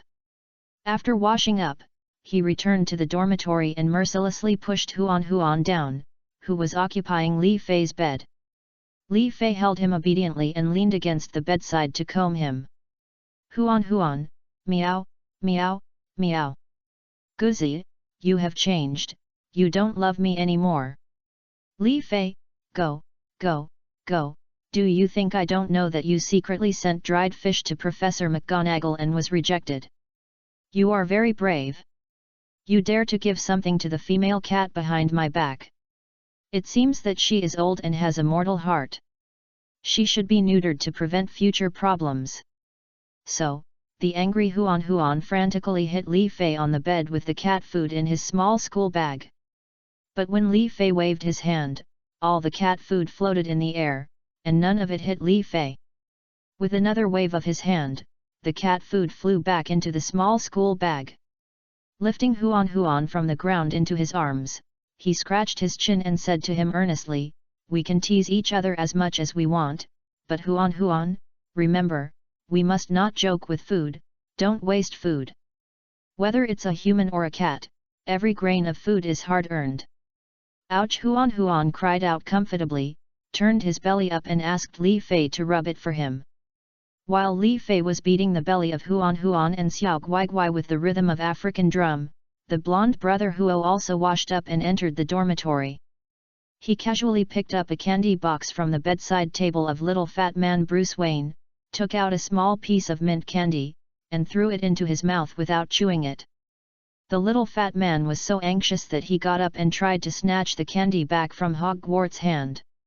Next to him, Lawrence Versace couldn't stand it anymore, and stretched out his hand to stop the fat man. "Bruce, you are so embarrassed. You are not happy with him eating a piece of candy from you in the same dormitory." "No, The little fat man wanted to defend, but was ruthlessly interrupted by Versace. Li Fei also climbed up from the bed, reached out and patted the little fat man on the shoulder. "Brother, I know you care about what you eat, but you can't be so stingy. It's just a piece of candy. You can't affect our friendship as roommates just for a piece of candy. In this way, I will give you a whole box of new ones for him. Don't be anxious anymore." "Hey, Li Fei, you don't have to spend any money. I bought this box. I'll give him a new box later." After saying that, Holken Hogwarts took another piece from the box and swallowed it without chewing. The little fat man's eyes were red with anxiety, and he rushed towards Holken crazily, trying to snatch the box back. He was speechless in desperation and could only scratch and scratch him. Li Fei and Versace almost couldn't hold him down. "What's wrong? Is this the box your sweetheart left for you?" "No, Holken was also a little angry. He didn't expect that the friend he just met would turn against him for a piece of candy. He looked at the anxious little fat man whose face was flushed, and his expression gradually became serious. "Brother, maybe you don't like our behavior of thinking that we are very close to you. I will pay attention to it in the future. But I still want to say something. I didn't eat much at night. I had low blood sugar before going to bed. What would happen if I ate a piece of sugar cube from you? What's wrong? Tell me, what about it?" The little fat man opened his mouth timidly. Those are mothballs." Chapter 18 The Older Cat Girl's First Lesson. To put it straight to the point, Li Fei had another dream. In the dream, Li Fei traveled through time again. This time Li Fei came to a world completely created by the gods. Science cannot stand here at all. Atheists and people who believe that man can conquer nature can hardly move here. And Li Fei's name in this world is Chris. His life experience is extremely pure, so pure that his family has only 4 walls, no roof to cover him, and no place to stand below. At this moment, a turning point came. I met a beautiful woman who was about to throw a hydrangea to choose a husband. When Li Fei found the landing point, calculated the parabola and wind resistance, and prepared to grab the husband selection wreath thrown by the woman on the second floor. But they saw the garland flying backwards in the air and falling on the head of the handsome man with long hair wearing a black robe with gold trim and standing next to the woman. "Brother Kyle, I prayed to the goddess of wind all night last night. This is God's will, hee hee. Gan. Let's see how Li Fei, who was born under the red flag and grew up in the new era, transforms into Chris and rises step by step towards the pinnacle of life in this world where gods are everywhere and mages are as numerous as dogs." Just when Li Fei was a highly respected minister and was about to marry the princess of the royal family, the fairest and most beautiful in the country, he was facing a moment when his life was overturned. Something unexpected happened. According to convention, Li Fei needs to salute and send blessings to all the elders of the Wang family in turn. When Li Fei saluted an old man from the Wang family, he wished him good health and a long life. I saw the expressions of everyone from the king to the princess and other relatives changed. The king immediately ordered Li Fei to be detained and charged with treason. Anyone who dares to plead for mercy will be guilty of the same crime as Li Fei. Before dying, the executioner whispered something into Li Fei's ear. "Lord Chris, no one in the country who is born in the mythical empire knows that this year is the year when the former royal family's #1 enshrinement, the Great Sage, turns 99. Birthday. You actually dare to curse a 99-year-old man to live 100 years. Really, your majesty is so merciful that he did not punish your 9 tribes." With one slash, the big head fell to the ground. Blood splashed in any color except red, but it directly violated the laws of physics and was completely absorbed by the 3-foot white silk hanging high. Many of the people watching the excitement around were holding steamed buns in their hands and rushing to dip them in them. The human head rolled in front of the princess. The princess held Li Fei's head and burst into tears. "Rafting, one person, one boat, one end. It's all the world's fault." From a certain brother Cheng who does not want to be named. "Okay, the drama is over." Under Li Fei's powerful biological clock, he got up on time again. "Only one cat in your arms? Where did Huan go? Are you going to secretly observe Professor McGonagall again?" The other 2 roommates in the dormitory were still immersed in sweet dreams. "Take a deep breath, change your clothes gently, and go out to wash up. Starting something may be an impulse. Sticking to one thing is definitely a matter of skill. I ran 2 laps around Hogwarts Castle in the morning, said hello to Hagrid, and declined Hagrid's invitation to have breakfast.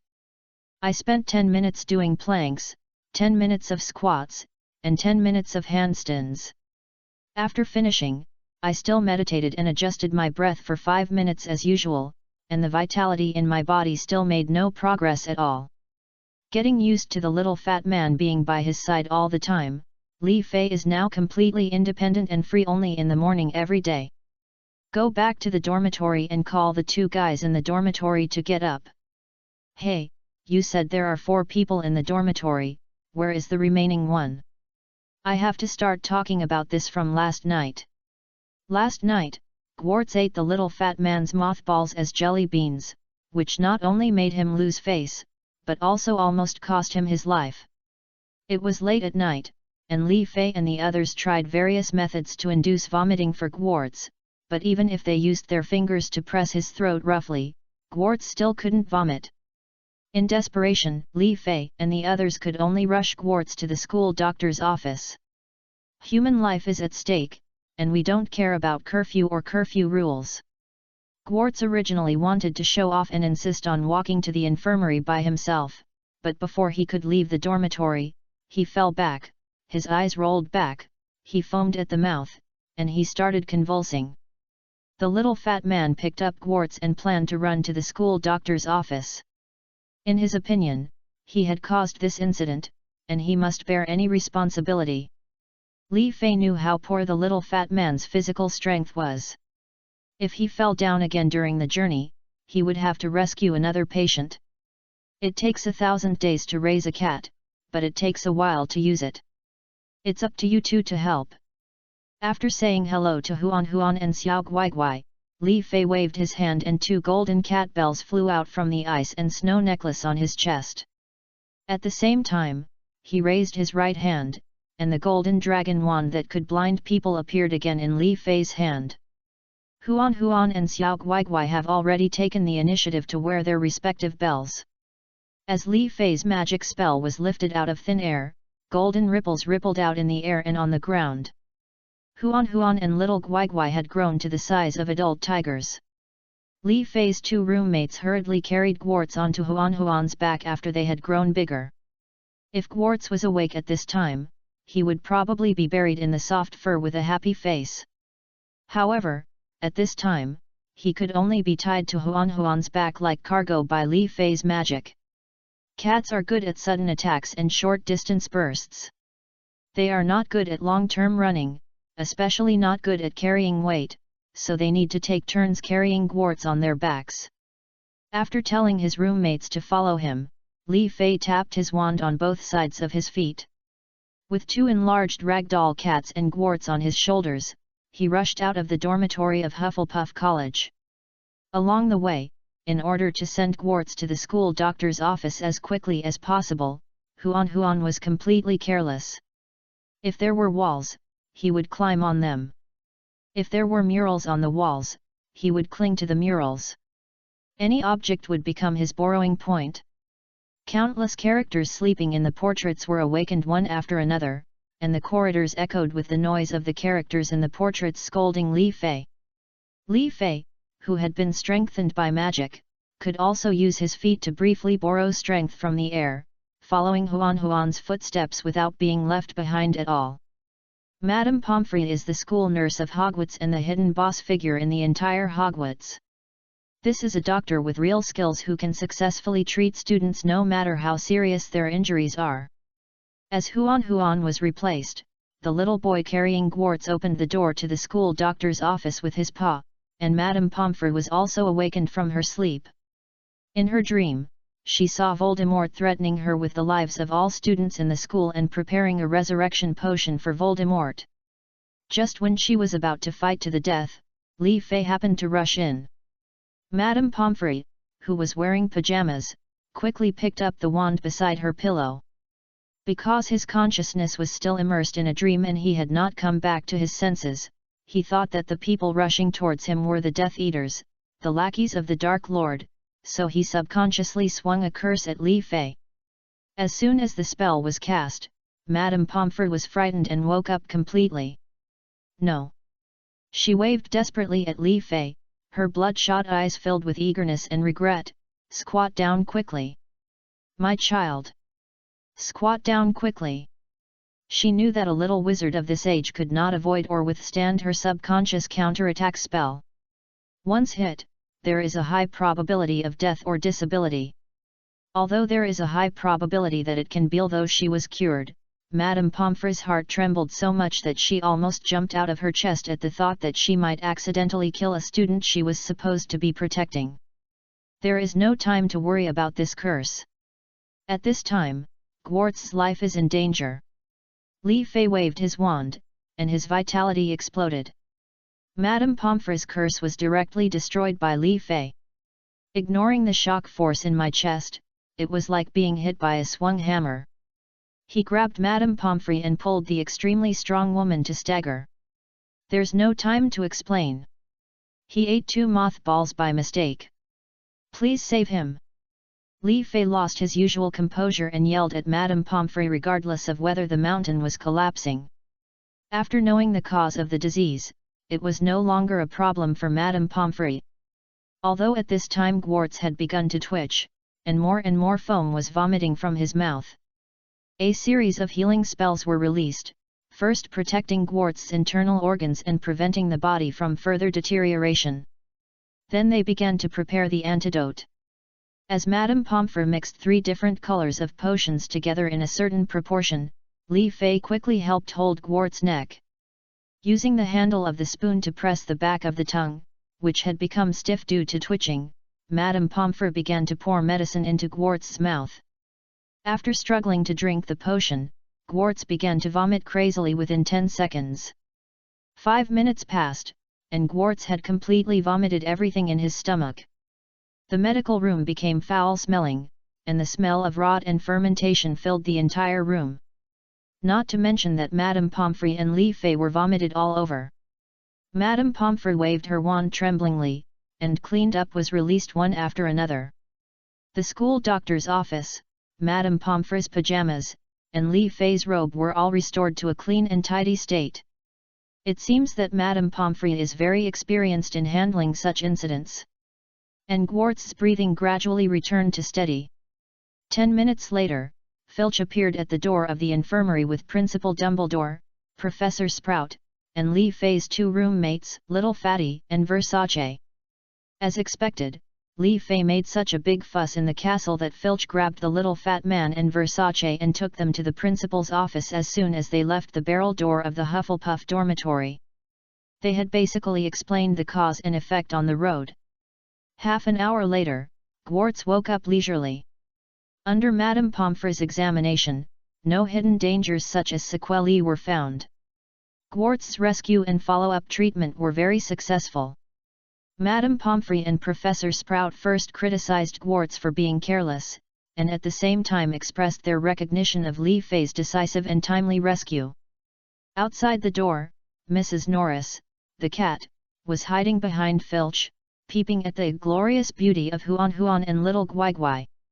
It's all because they are so good that they have become the arsonists of the heart in the eyes of Mrs. Norris. After repeated inspections, Gwartz was still kept in the school doctor's office for observation by the responsible Madame Pomfrey. As for Li Fei, 3 people and 2 cats, Madame Pomfrey sent them back to the dormitory to sleep. Mrs. Loris looked at Huan Huan and little Guai Guai reluctantly, and for a moment she didn't know which handsome boy to choose. He turned back and looked at Filch. That meaning, that look, seems to be saying, "Can I have them all? Get up quickly." Li Fei directly lifted the quilt off the 2 guys. Fortunately, these 2 people didn't like to sleep naked, otherwise Li Fei would have seen something eye-catching. If you are late, you will be in big trouble. Today is the day when the older cat girl and Professor McGonagall give Li Fei his first Transfiguration lesson. You have to prepare well. Chapter 19 The Old Cat Lady also has spring. In the early morning, the Hogwarts castle was peaceful. A tabby cat climbed up from its little bed, licked its pink and tender little paws, and shook its sleepy eyes. This cat seems ordinary, but if you look carefully, you can find 3 special things. First, around the cat's eyes, there are 2 square, glasses-like outlines. Second, no matter what this cat does, its lips are always pursed tightly, looking very serious. Third, this cat is currently sleeping in Professor McGonagall's dormitory. As we all know, Professor McGonagall does not keep any pets. Okay, don't guess. As the cat wakes up, it stretches and transforms from a cat into a human form. A middle-aged woman with a serious expression. It was none other than the older cat lady, one of only 9 animagus registered by the Ministry of Magic, Professor Minerva McGonagall. As the vice principal of Hogwarts and the head of the most naughty Gryffindor house, Professor McGonagall has been under a lot of pressure at work recently. When taking a rest, transforming yourself into a cat and sleeping in a strong, airtight, and small space is a stress-relieving method that Professor McGonagall only recently thought of. Feeling movement at the door of the dormitory, Professor McGonagall opened the door and took a look. A ragdoll cat wearing a gentleman's hat was standing at the door of her dormitory. With his 2 hind legs, one arched and the other stretched, he stood up. The back is leaning against the door frame, the 2 front paws are intertwined, the right paw is stretched forward, and the left paw is resting on the brim of the hat.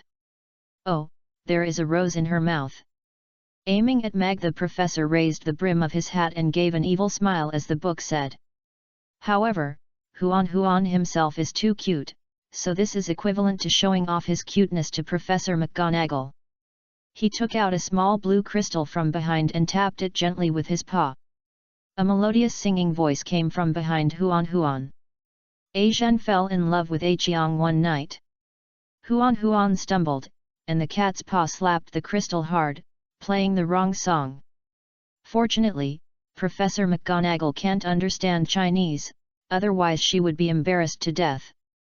He repositioned himself, took out a piece of blue crystal, carefully identified the mark, and hit play. So beady, just beady. Imitating Jackson's dance moves, Huan tried his best to show off his elegant gliding steps in front of Mag. This made Professor McGonagall laugh out loud in a rare moment. He reached out and touched Huan's pink and tender nose, and said softly to Huan, "I remember you. You are Li Fei's cat. Did Li Fei ask you to come here to make me happy?" Hearing these words, Huan seemed very dissatisfied, and the whole cat wilted like an eggplant beaten by frost. "However, you dance very handsomely, I like it very much." Ouch! The energy that had just slumped suddenly started to pulsate as if he had eaten a Snickers bar. His back straightened up, his eyes widened like bells, and he shot out lightning like shrewdness. Professor McGonagall turned around and invited Huan into her dormitory. He turned around and picked up his small school bag from the corner, then stuffed his hat and stereo crystals into it. Walking into Professor McGonagall's dormitory with elegant cat steps. The dormitory is filled with a smell that Huan likes, warm and lazy, but also very rigorous. What many people don't know is that Huan of Li Fei's family is a cat with mysophobia. He cares very much about his personal appearance. Oh no, he is a cat. He has to tidy it up every day. If there is even a little bit of dust on his body, he will take the initiative to ask Li Fei to give him a bath and perfume him. In this regard, Xiao Guigui is simply a sloppy little brother, the kind who can eat with a smile on his face. At this time, Huan's attention was attracted by a box in the corner. After sniffing and moving his beard, he could feel that the temperature of this box was higher than other things next to it, and it was full of good-smelling female hormones. Professor McGonagall waved her wand expressionlessly, and the box returned to a four-corner armchair, and the smell on it disappeared. He conjured up a water bowl at random, pulled out a few cat grass from the green plants by the window, simply tore it into pieces, and handed it to Huan. "Tell me, Mr. Huan, why did you come to me?" Professor McGonagall began to enter the role and entered the state of criticizing students who made mistakes. "Ouch, ow, ow, ow, ow. I saw a cat in your room. I want to make friends with her." "Okay," Professor McGonagall covered her face helplessly, because her animagus image is a cat, so she can naturally understand cat language. But at this time, she would rather not understand. "I don't have a cat, but I occasionally take care of some stray cats here. Tell me what that cat looks like, and I will help you keep an eye on it." Huan's countless ouch and meow are omitted here. She is a tabby cat with tender pink claws. She walks lightly, her eyes have patterns similar to human glasses, her tail is long and light, and there are light brown spots around her chrysanthemums. Professor McGonagall blushed. "That's enough, don't worry, I will help you pay attention.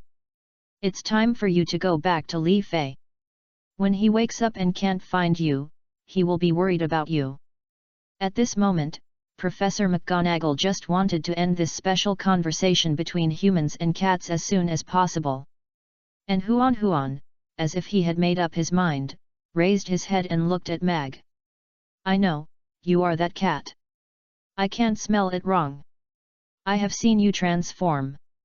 You don't have to hide it." Li Fei said that as long as he practices hard, sooner or later I will have the opportunity to turn into a human form. Now, wouldn't it be better to make a friend first? Don't you want to have one more cat friend? Besides, I have turned on my intelligence and we can communicate normally. After saying that, after saying ouch countless times, Huan seemed to have remembered something and started to flip through his small school bag. By the way, these are canned and freeze-dried cats made by Li Fei himself. It is said to be very unpalatable in human form, but if you transform, I think you will like it. Professor McGonagall didn't want to accept it at first, but Huan opened a can directly.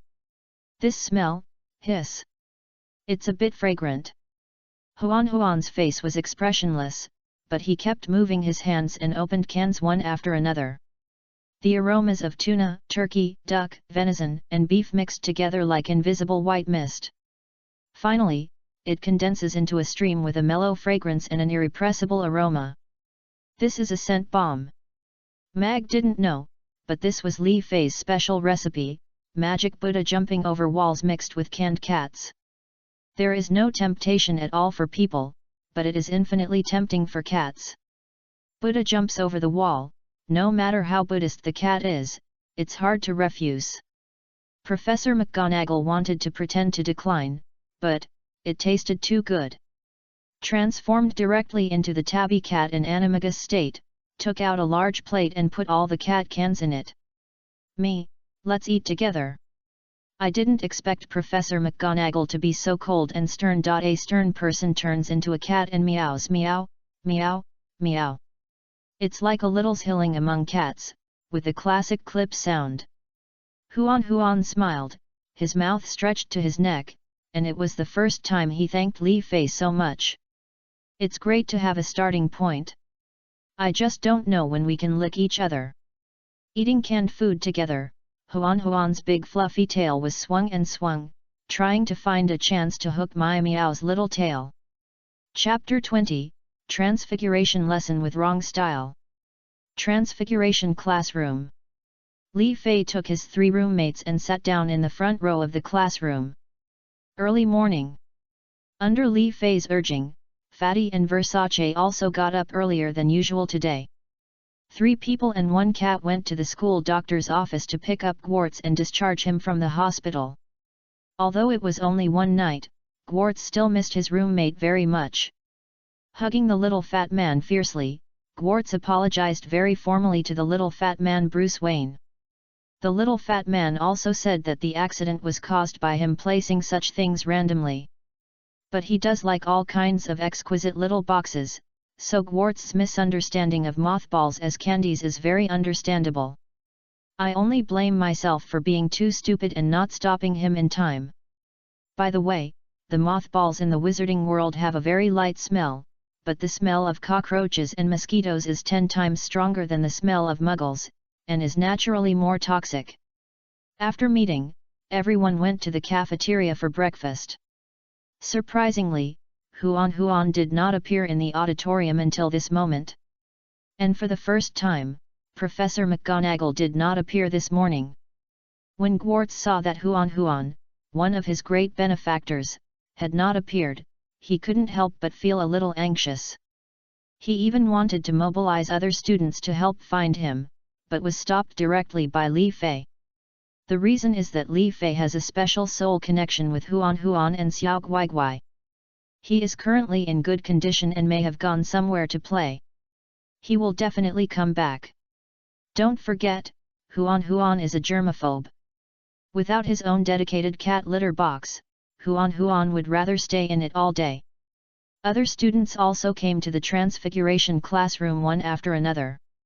This Transfiguration lesson was taken in Hufflepuff House with the Little Wizards of Slytherin. Due to the historical problems formed by young wizards for countless years, Hogwarts tries its best to arrange for Gryffindor and Hufflepuff, Ravenclaw, and Slytherin to be together when arranging classes. This not only avoids conflicts between colleges, but also ensures adequate class discipline. However, after all, each college will take its turn to have classes together. If Slytherin, a group of people who consider themselves to be noble bloodists, has a ranking of houses that they hate the most, then Gryffindor will always be number 1, there is no doubt about it. And over the Gryffindor mountain, you will see that Hufflepuff will inevitably rank second in Slytherin's most hated house. As the school with the most Muggle and mixed blood origins and the widest range of students' quality, Hufflepuff has always been a thorn in Slytherin's side. This hostility can even be traced back to the early days of the school's establishment. Slytherin himself once expressed the hope that all students with impure blood or low talents could be eliminated. Of course, this move was strongly opposed by his close friend, Godric Gryffindor. The differences in values were also the trigger for them to break up and leave the school in the future. At this moment, Li Fei became a presence that attracted firepower to the Slytherin students. Due to the humiliating behavior of Marcus, the buck-toothed monster, before the opening ceremony, many Slytherin students had a certain amount of hostility towards Li Fei. However, Li Fei kept talking about family fights to the death. This was like the badger's cousin, the porcupine, which was covered in thorns, leaving them nowhere to bite. I want to say something to ridicule him. He is one of the few people who can steal 4 points from their Slytherin dean, Professor Snape, in potions class. In the charms class that followed, Professor Flitwick successfully helped Professor Flitwick out of trouble and generously taught his classmates Eastern spells that were difficult for them to access. There was almost no flaw in this performance. The usual method of belittling the other party's lineage and heritage, which was always unfavorable, simply didn't work for Li Fei. How do you scold a family that has continued its heritage for more than 3,000 years? You must know that if their family can survive hundreds of years, it will be enough for them to brag. Thousands of years? Can't even think about it. Cedric came out last year and ranked first in his grade, which already made the seniors hate him with itch. This year there is another Li Fei. Hufflepuff House, are you going to take off? While he was thinking, Huan and another tabby cat walked into the classroom with elegant cat steps. Along the way, Mai Miao deliberately let Huan walk in front, or walk beside her. Anyone who has read the previous article will understand the reason. In the aisle behind them, Mrs. Norris was biting her little black claws, her exaggeratedly protruding eyes full of envy and jealousy. One of the saddest things in this world is that you finally meet the him who perfectly meets your requirements, but he keeps licking others. Fortunately, there is an alternative. The cute little handsome cat who looks silly seems to be called Little Gwigwai. It's him. Huan and Professor McGonagall were completely unaware of all this. Student Huan readily agreed to be Professor McGonagall's assistant, tool, in the Transfiguration class. A great job. Of course, if Li Fei knew about this in advance, he might go to Principal Dumbledore to ask for Huan's salary. Even if you don't have to pay, it would be great to be familiar with the principal. Maybe you can even touch the principal's phoenix, fox. The two cats sat directly on the podium without ceremony, as if they were watching the meteor shower side by side. Hogwarts, who was beside Li Fei, saw one of his saviors, Huan, appearing. He quickly stood up from his seat, walked 2 steps to Huan, stretched out his hand and scratched Huan's chin.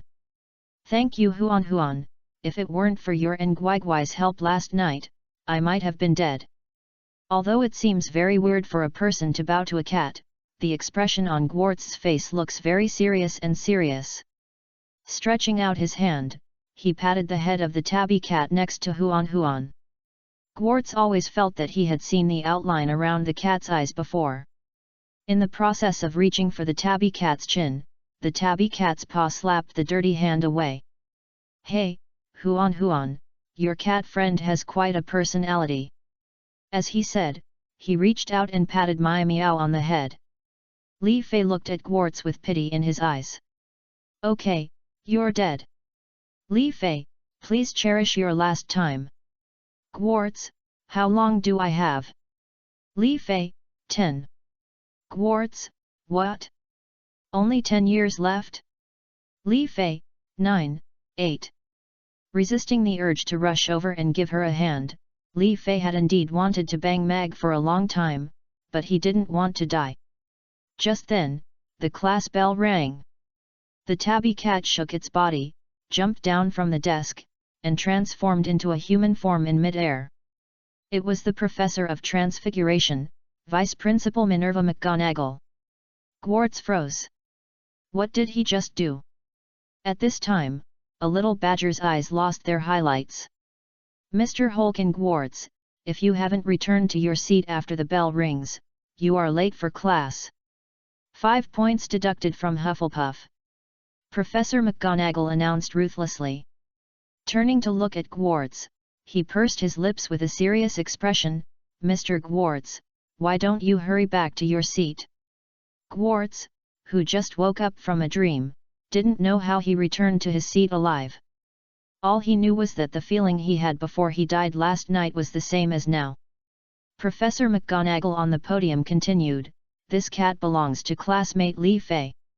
I invited him to be my demonstration assistant in this Transfiguration class. Because of the efforts of classmate Li Fei, Hufflepuff adds 2 points." After that, he waved his wand at Huan Huan and recited the transformation spell. Huan Huan on the podium remained motionless. "Meow meow meow. Have you started casting the spell? W. Professor McGonagall pursed her lips and blinked helplessly. "It's over." Li Fei covered his face when he saw this scene. "The style of this Transfiguration class is wrong. P.S.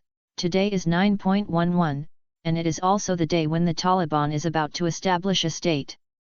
I don't know whether I should be happy or sad. I am happy that a country that has been in war for many years is finally returning to stability. Sad about the years of war in Afghanistan, countless years of confrontation and consumption have become meaningless. Raise your glass to world peace. Amen." Blessings from Lama Wang, the chief priest of Shaolin Temple's office in Wudang Mountain. Chapter 21 The Transfiguration class officially starts. In the Transfiguration class, Professor McGonagall had just transformed from a cat back into human form, shocking all the little wizards in the classroom. But after she made her opening remarks, she waved her wand, and the beautiful cat as her assistant made no move. This. Professor McGonagall failed to cast a spell? Shouldn't it? Professor McGonagall is a well-known transfiguration master in the wizarding world. Any paper he writes can get great academic recognition. Is it possible that someone as strong as Professor McGonagall still falsified his paper? And many people's brothers and sisters were taught by Professor McGonagall. Regardless of whether their grades were good or bad, when they mentioned this fair and strict Professor McGonagall, they all praised her superb level of transfiguration. But just now, what did they see? Did Professor McGonagall fail to cast a spell? Right? Mag, who was on the stage, was also confused. He looked into Huan Huan's eyes, their big eyes looking at each other through their glasses. Looking at Professor McGonagall, who was raising his wand and preparing to try again, Li Fei knew that he had to help Professor McGonagall save the situation. Otherwise, Professor McGonagall's decades-long reputation as vice principal will be directly destroyed. Raise your left hand high. Li Fei's movement broke the deathly silence in the classroom. This also gave Professor McGonagall a step to take a breath. "What's the matter, Mr. Li?" After receiving the permission, Li Fei stood up and looked at Professor McGonagall with an apologetic expression. "I'm sorry, Professor McGonagall, I didn't think of it beforehand. You know, my grandfather is also a practitioner, which can also be said to be another kind of wizard. He placed enough protective magic on my 2 cats. It may be that these protective magics blocked your transfiguration. Regarding this, please don't mind. After all, my grandfather is also a very powerful being. He was once called Dumbledore of the East. I think even if you, or other deans, want to break through the spell barrier set up by Dumbledore, you have to take it seriously and spend a lot of time." In my heart silently I apologized to my grandfather, imagining the old man in my family acting hysterically in my mind regardless of his superior image. He must have said, "What about the Dumbledore of the East? Why don't you say that Dumbledore is the elder Zhang of the West?" Every time he thought about this, Li Fei couldn't complain. "Please, Grandpa, I am in England. I said elder Zhang, I said Zhang Tianqi. Do they know who you are? Don't you still have to borrow money to support your skills and use Dumbledore's reputation to enhance your great image?" Following Li Fei's words, the little wizards in the classroom all understood. I said so. Professor McGonagall can actually fail to cast a spell? It's not because of the defensive method devised by a senior wizard of the same level as Dumbledore. Professor Dumbledore, what a great existence that is! It is understandable that Professor McGonagall was accidentally shaken for a moment. And the Slytherin students looked at Li Fei differently. Previously, I had only heard him brag about how powerful his grandfather was, and how he fought with Dumbledore for a whole day and a night. Kakuzu, who threw a shuriken from the neon country next door 800 miles away, had fought with the first Hokage for many years. As for Edu, who was saved by Zhao Yun alone, can we also say that when he was still a baby, he joined hands with Zhao Yun to kill the enemy, killing 7 in and 7 out of the army? Until this moment, they really believed that the family elders behind Li Fei, even if not as powerful as Dumbledore, should be at Grindelwald's level, not much different. At this time, Professor McGonagall also reached the stage, reached out to pick up Huan Huan, and handed him to Li Fei. Huan Huan, Li Fei won't touch me. The cat is happy. Patting a hand on the head of Huan Huan, who was thinking about something, Li Fei stopped Huan Huan from trying to continue to rub into Professor McGonagall's arms. Thank you, Li Fei, for your explanation. Since the protective magic on this cat is so precious, let's not deliberately destroy it. But my promise still counts. Hufflepuff's 2 points remain unchanged. Although Professor McGonagall did not find any spell fluctuations on Huan Huan, he had already given himself an excuse. Do you still want to announce loudly, I, Mag, have no excuse? The spell casting failed today. Is it really shameless to be the vice principal? Transfiguration, as the name suggests, is a spell that transforms one object into another. It can turn originally inanimate things into alive ones through transformation. You can also turn living creatures into some kind of object. After finishing speaking, Professor McGonagall waved her wand. Professor McGonagall's assistant has changed from Huan Huan to her familiar old partner, the desk. It seems to be to make up for the previous embarrassment, or because he is too familiar with his old partner's desk. The following time completely became Professor McGonagall's personal show. She first turned the lectern into a big fat pig, and the pig even made a few hum noises. Then he transformed from a big fat pig into a majestic lion, roaring angrily at the little wizard in the audience. This made the Slytherin students particularly unhappy. Huan Huan in the audience looked at the lion with a displeased face, wishing he could bring his bell and go up to fight with the lion. He knocked Huan Huan on the head. The male cat in heat was really reckless and brainless. The lion turned into an eagle, spreading its wings and roaring, as if it was about to break through the obstacles of the classroom at any time and fly to the vast and free blue sky. It is a biao, it is a free bird. Folding its wings, the eagle transformed into a shrewd honey badger, with a small tuft of white hair on its head. His cold eyes scanned the entire audience, as if he was indifferent to life and death and would just do it if he didn't accept it. Finally, the badger's size continued to elongate, and finally turned into a huge python that was 5 meters long. Maybe you have no idea about 5 meters. You just need to know that for an average family home, the height of your home from the ground to the ceiling does not exceed 2.65 meters. Counting the height of the floor slabs, the floor height of the residence is 3 meters to 3 meters per floor.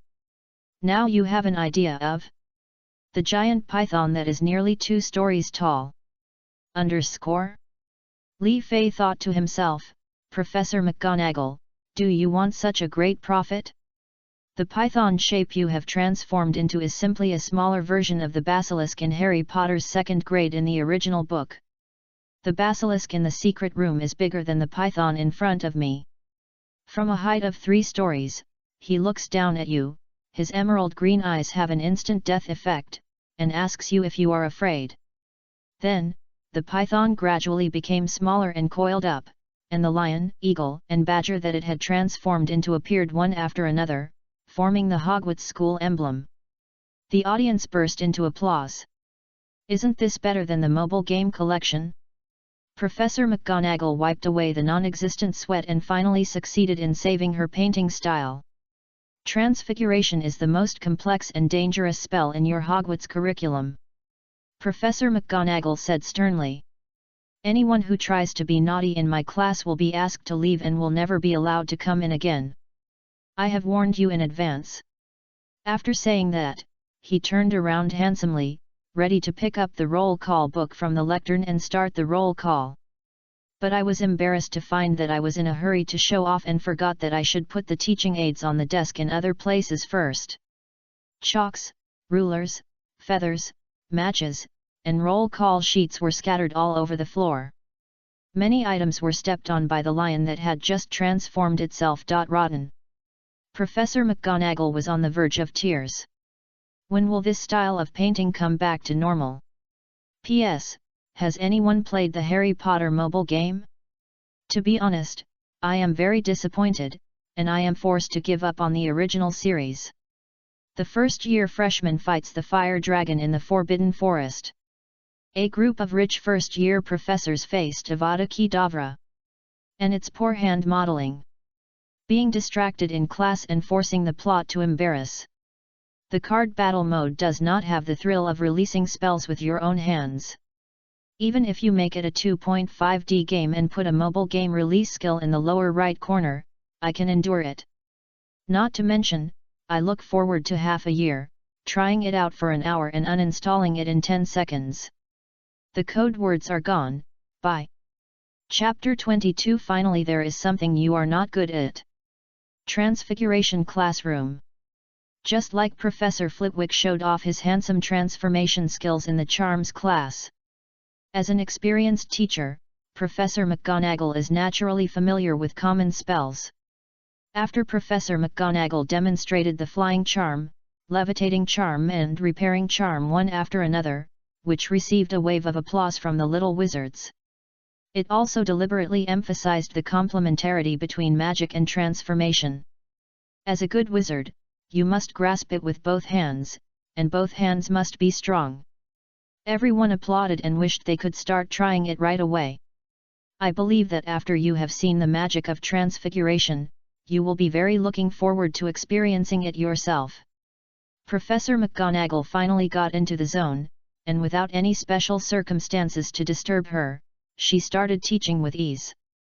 But as I just said, Transfiguration is the most complex and dangerous spell you have in your Hogwarts curriculum.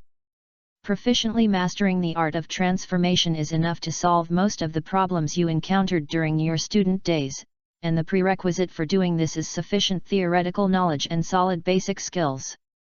Everyone opens the Beginner's Guide to Transfiguration. Today we will talk about the basic principles of transfiguration in detail. Li Fei opened the book Beginner's Transformed Straight Man in his hand. Well, it's very straight, very straight. It's a pity that there are no portraits of Du Fu and Li Bai printed in the book. Everyone opened the book and saw densely packed text, not divided into paragraphs. There was not even a period in more than 10 lines. If the author of this textbook writes online articles, the editor will definitely not even sign him. Then the author discovered that studying literature could not save magic, so he gave up writing and followed magic, and became a master of transfiguration. If I have 2 hectares of land in Luoyang, how can I wear the seals of the 6 kingdoms? Historical records, biography of Su Qin. It can be seen that temporary setbacks are not a bad thing. Maybe they will push you to the road of success? Looking back at the Transfiguration textbook, the text is still densely packed, tacky, and not round at all. The little wizards were all a little downcast. Feeling the change in the classroom atmosphere, Professor McGonagall continued. If everything goes well, maybe the student among you who is paying the most attention to the class, I can let him try the transfiguration technique today. After hearing this, the little wizards all stared at the textbooks with intense eyes, as if they wanted to swallow the words above. I don't know if the magic school in this world's neon country teaches how to make memory bread. If there is, this will be good news for countless little wizards before they take the exam. Perhaps in the future, to prevent cheating, the little wizards should drink croton, hemp seeds, and castor oil one day in advance, and only after they have been drained are they allowed to enter the examination room. I thought wrongly and continued talking about the Transfiguration lesson. For most 11-year-old wizards, theoretical knowledge is as boring as a Bible. As Professor McGonagall explained and supplemented, everyone took down a lot of notes, and many people even felt a little groggy in their minds. There is no doubt that this is indeed a difficult and complicated course. Li Fei had already previewed the transformation technique after buying the textbook. But what is unimaginable is that basically every time he tried, he failed. You know, with Li Fei's talent, this is simply impossible. Li Fei even completely unsealed his golden dragon wand at midnight when no one was around, but there was still no movement. It doesn't make sense. I have read all the theories, and there is absolutely no problem with the way of chanting the magic spell, but I just can't even turn an iron rod into a needle. Is there something wrong with my thinking? Many protagonists of fanfiction in previous lives failed to cast transformation spells because their ideologies were still based on scientific, reasonable, and materialistic values. But I have been cultivating immortality for many years since I was a child, and my values have long been washed by magic over and over again. I still remember that when Li Fei was a child, he met a swordsman who came to visit his grandfather. The man had white hair, tied up in an ox-shaped bun, carried a sword on his back, and held a fly whisk in his hand. He looked like an immortal. Li Fei asked him at that time, could he teach himself how to become an immortal? As a result, the old man told Li Fei that he should believe in science, then turned around and flew away with his sword. Fly away? Believe in your sister's science.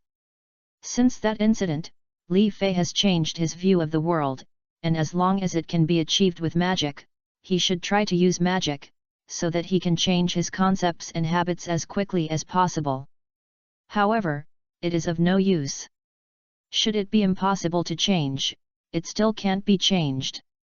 He changed his hands and tried the Chinese art of transformation, and saw that the bed in front of him instantly turned into a pile of mud, and then everything changes, and you get whatever you want. Isn't this nonsense? Obviously, my talent in the art of transformation is rare in the world, but I just can't use the Western art of transformation. Listening to Professor McGonagall talking about the knowledge points that I was already familiar with, I even thought of some supplementary points in advance. The more he listened, the more anxious he became, especially when out of the corner of his eye he felt the sense of disparity caused by the frequent nodding of the little fat man next to him. Li Fei was really unwilling to give in. She took a peek at the little fat man to make sure that the child was not nodding in a sleepy manner, but that he really understood. At the same time, I was happy for the little fat man, but at the same time, I was worried about myself. In the eyes of Professor McGonagall, the two most engaged students in the entire classroom were undoubtedly Li Fei and Little Fatty. The little fat man's eyebrows stretched. Every time he told a theory, he only needed a brief moment of thinking before nodding with a smile. It was obvious that he almost understood it. What a good boy! It's a pity that he looks too timid, otherwise if he came to Gryffindor to train for a year, Gryffindor would have produced a Cedric. Li Fei, who was next to the little fat man, almost had lasers shooting out of his eyes and setting the book on fire. Mag has seen this situation many times. This is a good student who thinks too much, can't think of a certain point, and gets into trouble. At this time, they most need a patient and good teacher to help them out, otherwise they will be deeply stuck in that problem and even affect the efficiency of the second half of the course. Okay, let Li Fei come up and cooperate, and I will give him some guidance, let him cast the first transformation spell, and build up enough confidence. Li Fei was thinking about how to apply to Professor McGonagall for private tutoring after class. He turned to look at Huan, who was listening to the lecture seriously, with only his tail wagging. It seems that I can only give Huan some face. At this moment, Professor McGonagall stopped teaching. Okay, let's talk about the basic theory here first.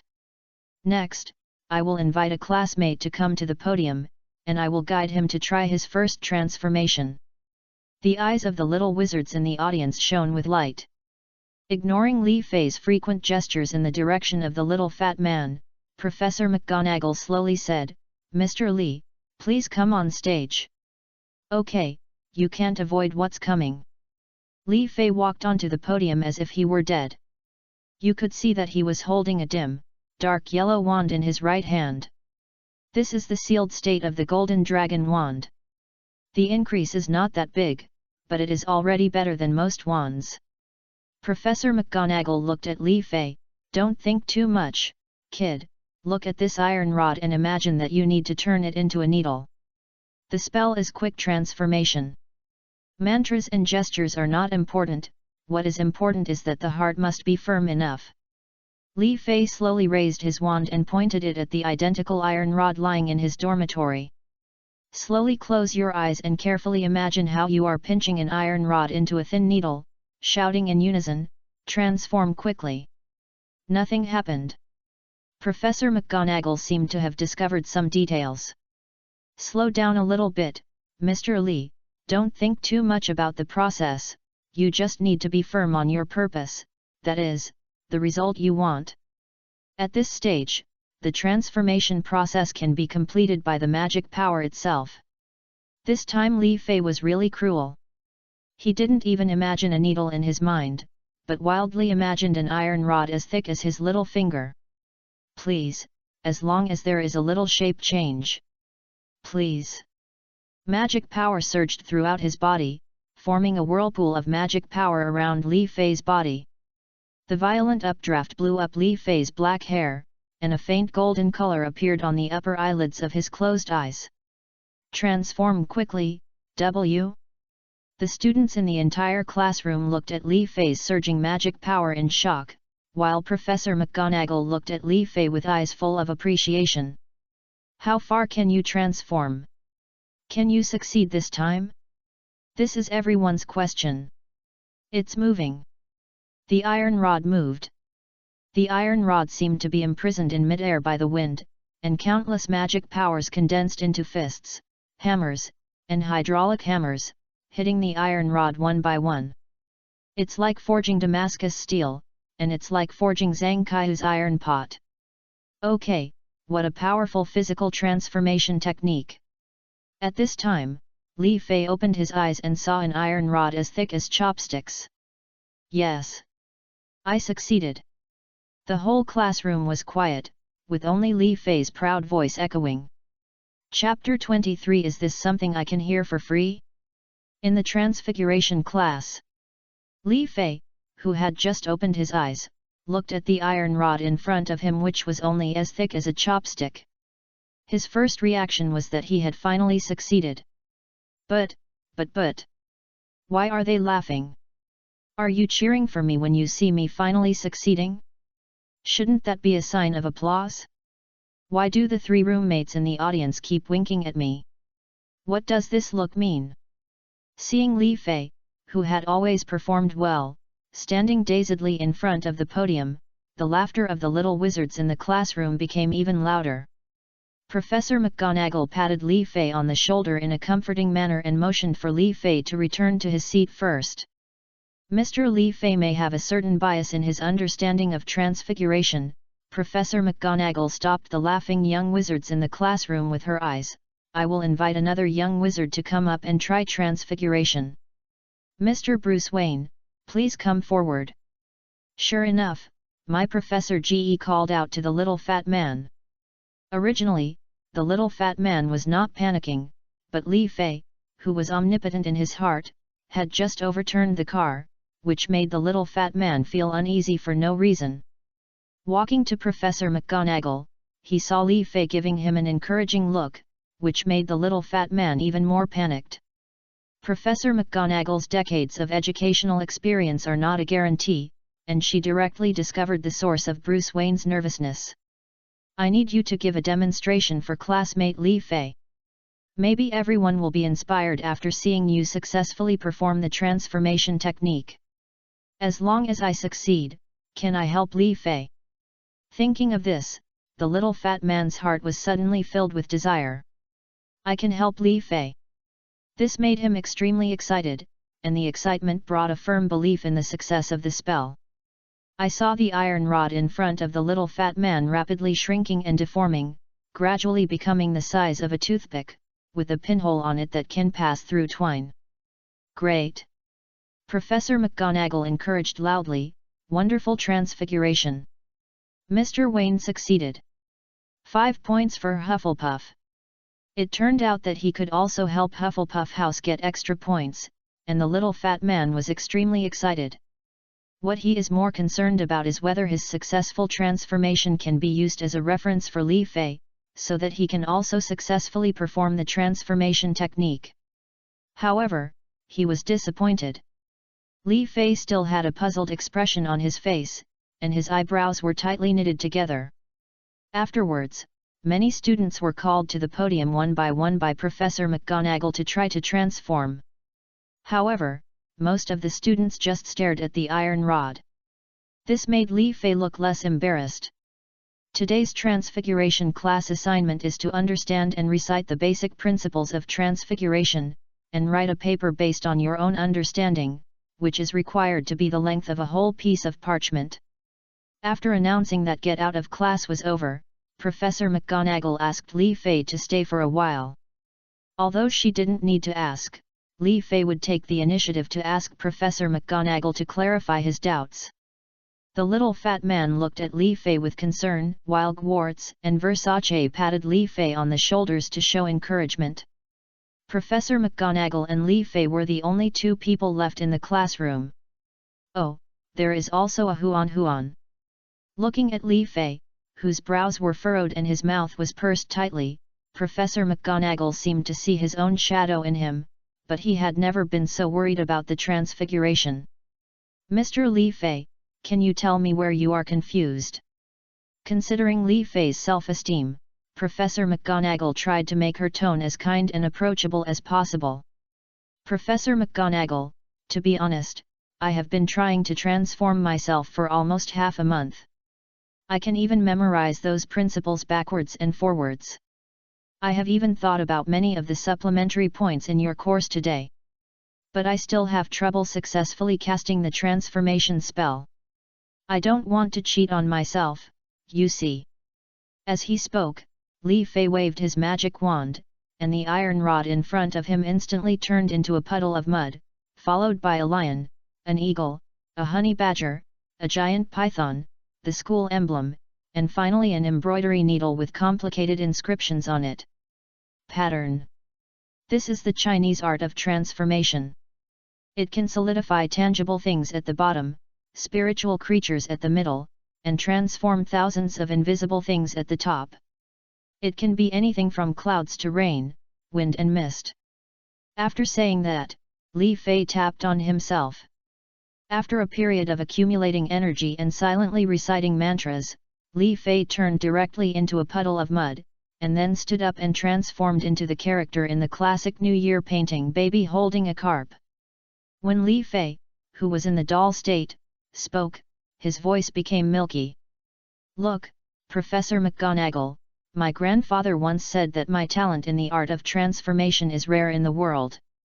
But I just can't perform the transformation technique, even the simplest way of making the same substance larger or smaller.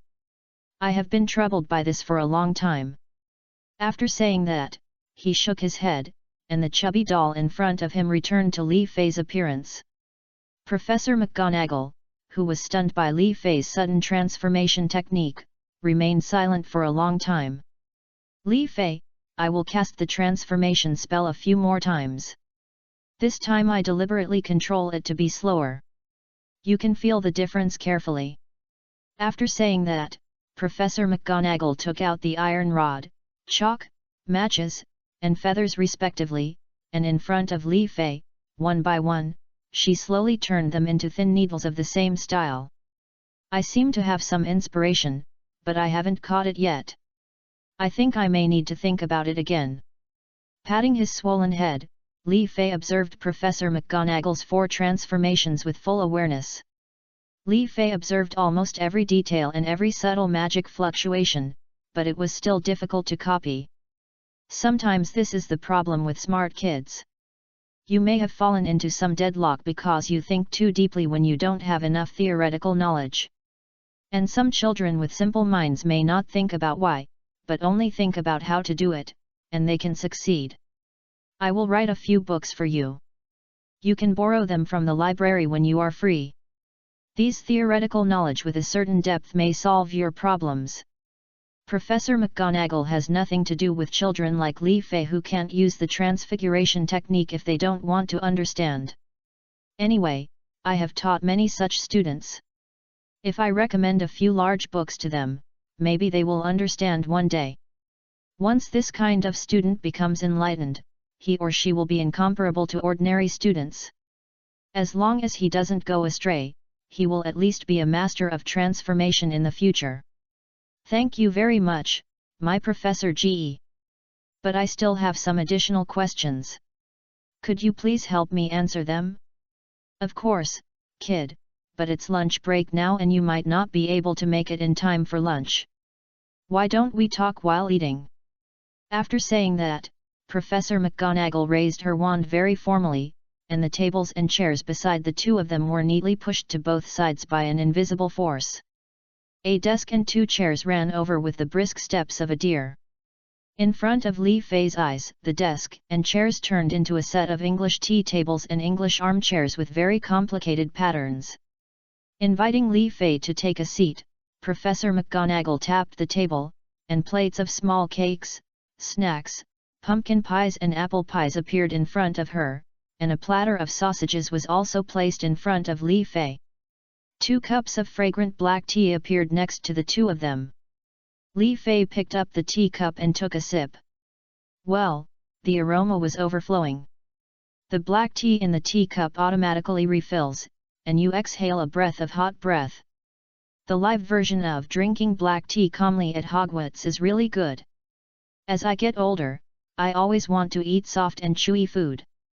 Professor McGonagall picked up a small piece of cake and tasted it slowly with black tea. Huan under the table said ouch, that means my meow, how old are you? You are saying you are old, while we are young. Haha, Li Fei, your cat is such a cutie. Do you know, he ran to the door of my dormitory this morning with a top hat on his head and danced for me. Huan's big tail flicked dissatisfiedly. That means, as if to say, how can we casually talk to Li Fei, a human, about the private topics between the two cats? Chapter 24 Professor Deo is heartbroken. Ignoring Huan's ignorance about his younger brother's position, Li Fei waited for Professor McGonagall to swallow the mouthful of cake before speaking. Professor McGonagall, according to what you said this morning, GAMP's basic transfiguration rules mentioned that transfiguration cannot directly transform food. Wiping her mouth, Mag nodded, yes, for example, the food in front of me was cooked in advance in the kitchen and moved here by me using a transfer spell or a summoning spell. What about the magic spell Clear Water Like a Spring? Clear Water Like Spring is a spell that quickly condenses free water vapor in the air. It affects the surrounding environment through magic spells to achieve the effect of quickly condensing the existing moisture in the air. It does not belong to the category of transfiguration, nor does it belong to the category of creating water out of thin air. Li Fei nodded thoughtfully. Professor McGonagall, if I transform something consumable, like if I transform the table into a burning candle, or a piece of chalk, then has he been consumed? What will happen to the object after it is restored? Professor McGonagall waved her finger, even if you transform into a burning candle, it is just a pseudo-burning state. Even if the candle gradually becomes shorter, it is also a design and illusion created by the transfiguration technique. Once the transformed fake chalk is used, it will instantly return to its original state. Someone finally answered the questions he had had since he was reading books in his previous life. The questions in Li Fei's mind were like waves crashing onto the rock of Professor McGonagall. I know that primary transformation can only change the skin, and it will turn into its original shape if it is damaged. For example, I transformed a match into a needle. If I try to ignite this needle, in terms of whether it can burn or not, if the wizard who transformed it has not considered this, will the needle burn directly? If the wizard takes into account that the needle should not burn when transforming, will the match pretend to be incombustible, but is it actually that the wizard is fighting against the essential nature of burning by consuming magic power? So the conflict intensifies, then the transfiguration breaks, and finally the match begins to burn. Is this the truth? In addition, how do advanced transformation techniques or even solidified permanent transformation techniques deal with such problems? I think there are obvious differences between him and alchemy. This question made Professor McGonagall think. And Li Fei's barrage is not over yet. Also, you said that it is forbidden to transform into food. So if I transform a huge stone into food and let the enemy eat it, when it is corroded by stomach acid, will it return to its original shape in the stomach and explode the opponent directly? What if I were more advanced and transformed into ketchup and pepper? In what form will he exist, and in what form will he recover? This question made Professor McGonagall think for even longer. However, Li Fei was not finished yet.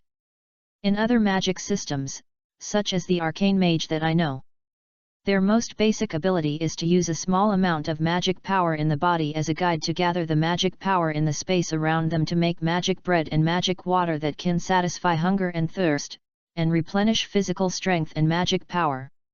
There is even a saying that a mage who can't make bread is not a mage. What do you think of this? Regarding this question, Professor McGonagall subconsciously answered, this is not the category of transfiguration, this belongs to the spells of other factions. Then have you ever heard of the plastic energy spell Bigby's Flying Clap? It relies on powerful magic power to shape the shape, and then turns into a huge magic palm to knock away the enemy. After a barrage of questions, Professor McGonagall was finally confused. She waved her hand, and a piece of parchment flew over from the desk, and she began to write down Li Fei's questions one by one. However, Li Fei was not finished yet. In other words, the questioning of Luolin by book friends in her previous life made her change. Numerous conceptual bugs began to appear in the rigorous discipline of morphology. If I give you a cooked potato, McGonagall, can you turn the cooked potato into a bag of potato chips? It is not difficult for you to turn a potato into a potato chip, and it should be very easy to change the softness and hardness. But can you achieve the crispiness, microscopic texture inside, and saltiness, sodium chloride content, of potato chips? And if you do this, if the shape of the potato chip changes, can it return to its original shape instantly? Most of the transfiguration techniques we see are surface image changes. It may be difficult to transform on a more sophisticated sensory level. Is this beyond the scope of normal transfiguration techniques? Or, it's not that it's impossible, it's that it's too difficult? And going one step further, it is even more difficult to conjure food out of thin air. Li Fei finished speaking in one breath, and Professor McGonagall also wrote down a whole piece of parchment. There are many problems here. Even as a professor, I can choose one of the entry points to conduct academic research. Thank you, Li Fei, for providing me with so many research directions. Here I want to tell you a premise. Transfiguration is a convenient subject, and it is meant to bring convenience to you. The transfiguration spell only provides convenience when you need a temporary clothes hanger so that your clothes will not wrinkle when you leave, rather than providing you with a permanent clothes hanger-like existence. When you need to climb to a high place, transfiguration can help you form a temporary staircase, but it cannot permanently form a solid staircase. This is not deformation, this is called shaping. It is just a simple kneading of objects of the same material to achieve a permanent solidification effect. Transfiguration only changes the external appearance of things. The match turns into an iron needle, which looks to have the same external appearance as the iron needle, hardness, weight, etc.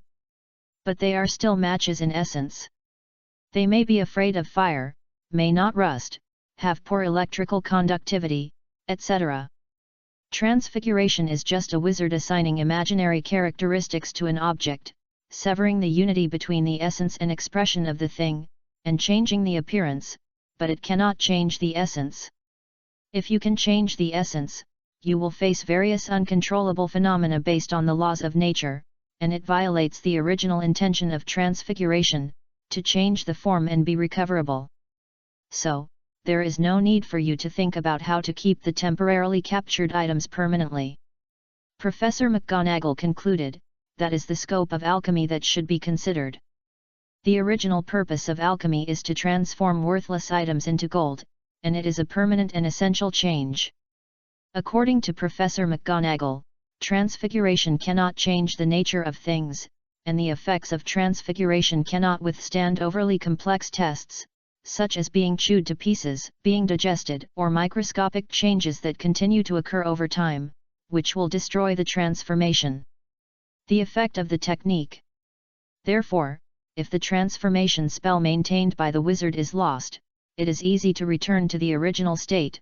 If the passage of time will make the transformation effect disappear, then being eaten may more easily lead to the rapid removal of the transformation spell. And judging from the performance in the book, the duration of transformation on living bodies is quite good, but it is difficult to convert dead objects into living things and actively inject vitality through transformation. Professor McGonagall finally sighed, although I said that the spell of creating food is not within the scope of transfiguration. But I still want to see it with my own eyes when I can create food using only the magic power floating in the environment. Try the magic bread and magic water for yourself and what it feels like. Here you go. Li Fei handed a half-broken piece of bread and a glass of water to Professor McGonagall. While you were speaking just now, I needed the bread and water in front of you. Ah, this. Professor McGonagall was heartbroken. Chapter 25. Are foreign children so careless in studying? After saying goodbye to the petrified Professor McGonagall, Li Fei went to the afternoon classroom alone. Before leaving, I saw Professor McGonagall with a piece of magic bread in her left hand and a glass of magic water in her right hand. She occasionally took a sip and muttered, "Ah, give me a glass of magic water, and I will keep her from crying in her life." Ah, it's a joke. Huan felt that this was an opportunity to comfort McGonagall, so he decisively abandoned Li Fei and stayed with Professor McGonagall. A cat that values sex over friends, hey. Professor Bin's history of magic classes in the afternoon. Seeing the three guys from the dormitory in the classroom, Hogwarts asked Li Fei whether he could successfully cast the transformation spell after tutoring after class.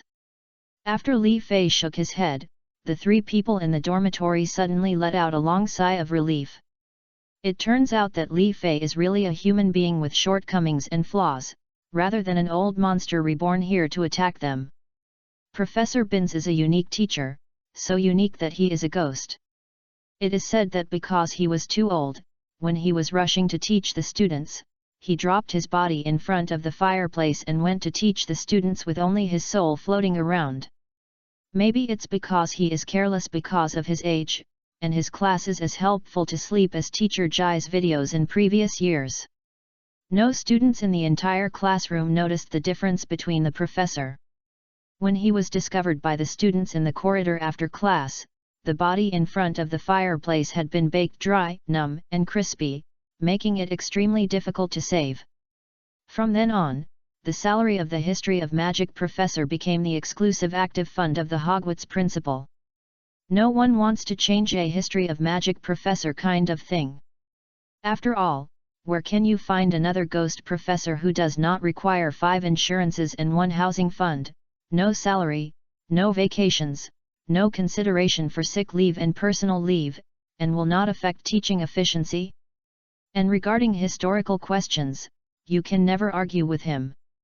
Professor Binz said, "I have experienced it before. It simply killed all the others and became a master." However, recently some students have played pranks and used the golden light spell sold by Li Fei on Professor Binz in class. This behavior has seriously affected the discipline of the History of Magic classroom. After many warnings failed, Dumbledore took action personally and added a layer of shadow shield to Professor Binz that could resist golden light. This resulted in the brightness of Professor Bin's class being a little dimmer than usual. Coupled with Professor Bin's electronic music that had the function of listening to a book. Read aloud automatically, without any inflection in the voice. The little wizard slept more soundly than usual. Li Fei is one of the few students in the classroom who is not sleepy. It's not that he's a bitch, it's just that the failure of the transformation in the morning still made him unable to let go. As Professor Bin's narrated, Li Fei, who was taking notes expressionlessly, separated the consciousness of his right hand and truly became a ruthless note-taking machine. And in his mind, he began to think over and over again about the issue of Transfiguration. Just before class in the afternoon, Li Fei received a reply from his grandfather. The letter said that it is already September and the Mid-Autumn Festival is approaching, which is a good time for the crabs to get fat. Grandpa has prepared a lot of small money in advance, just waiting to have a good time and take a photo to satisfy Li Fei.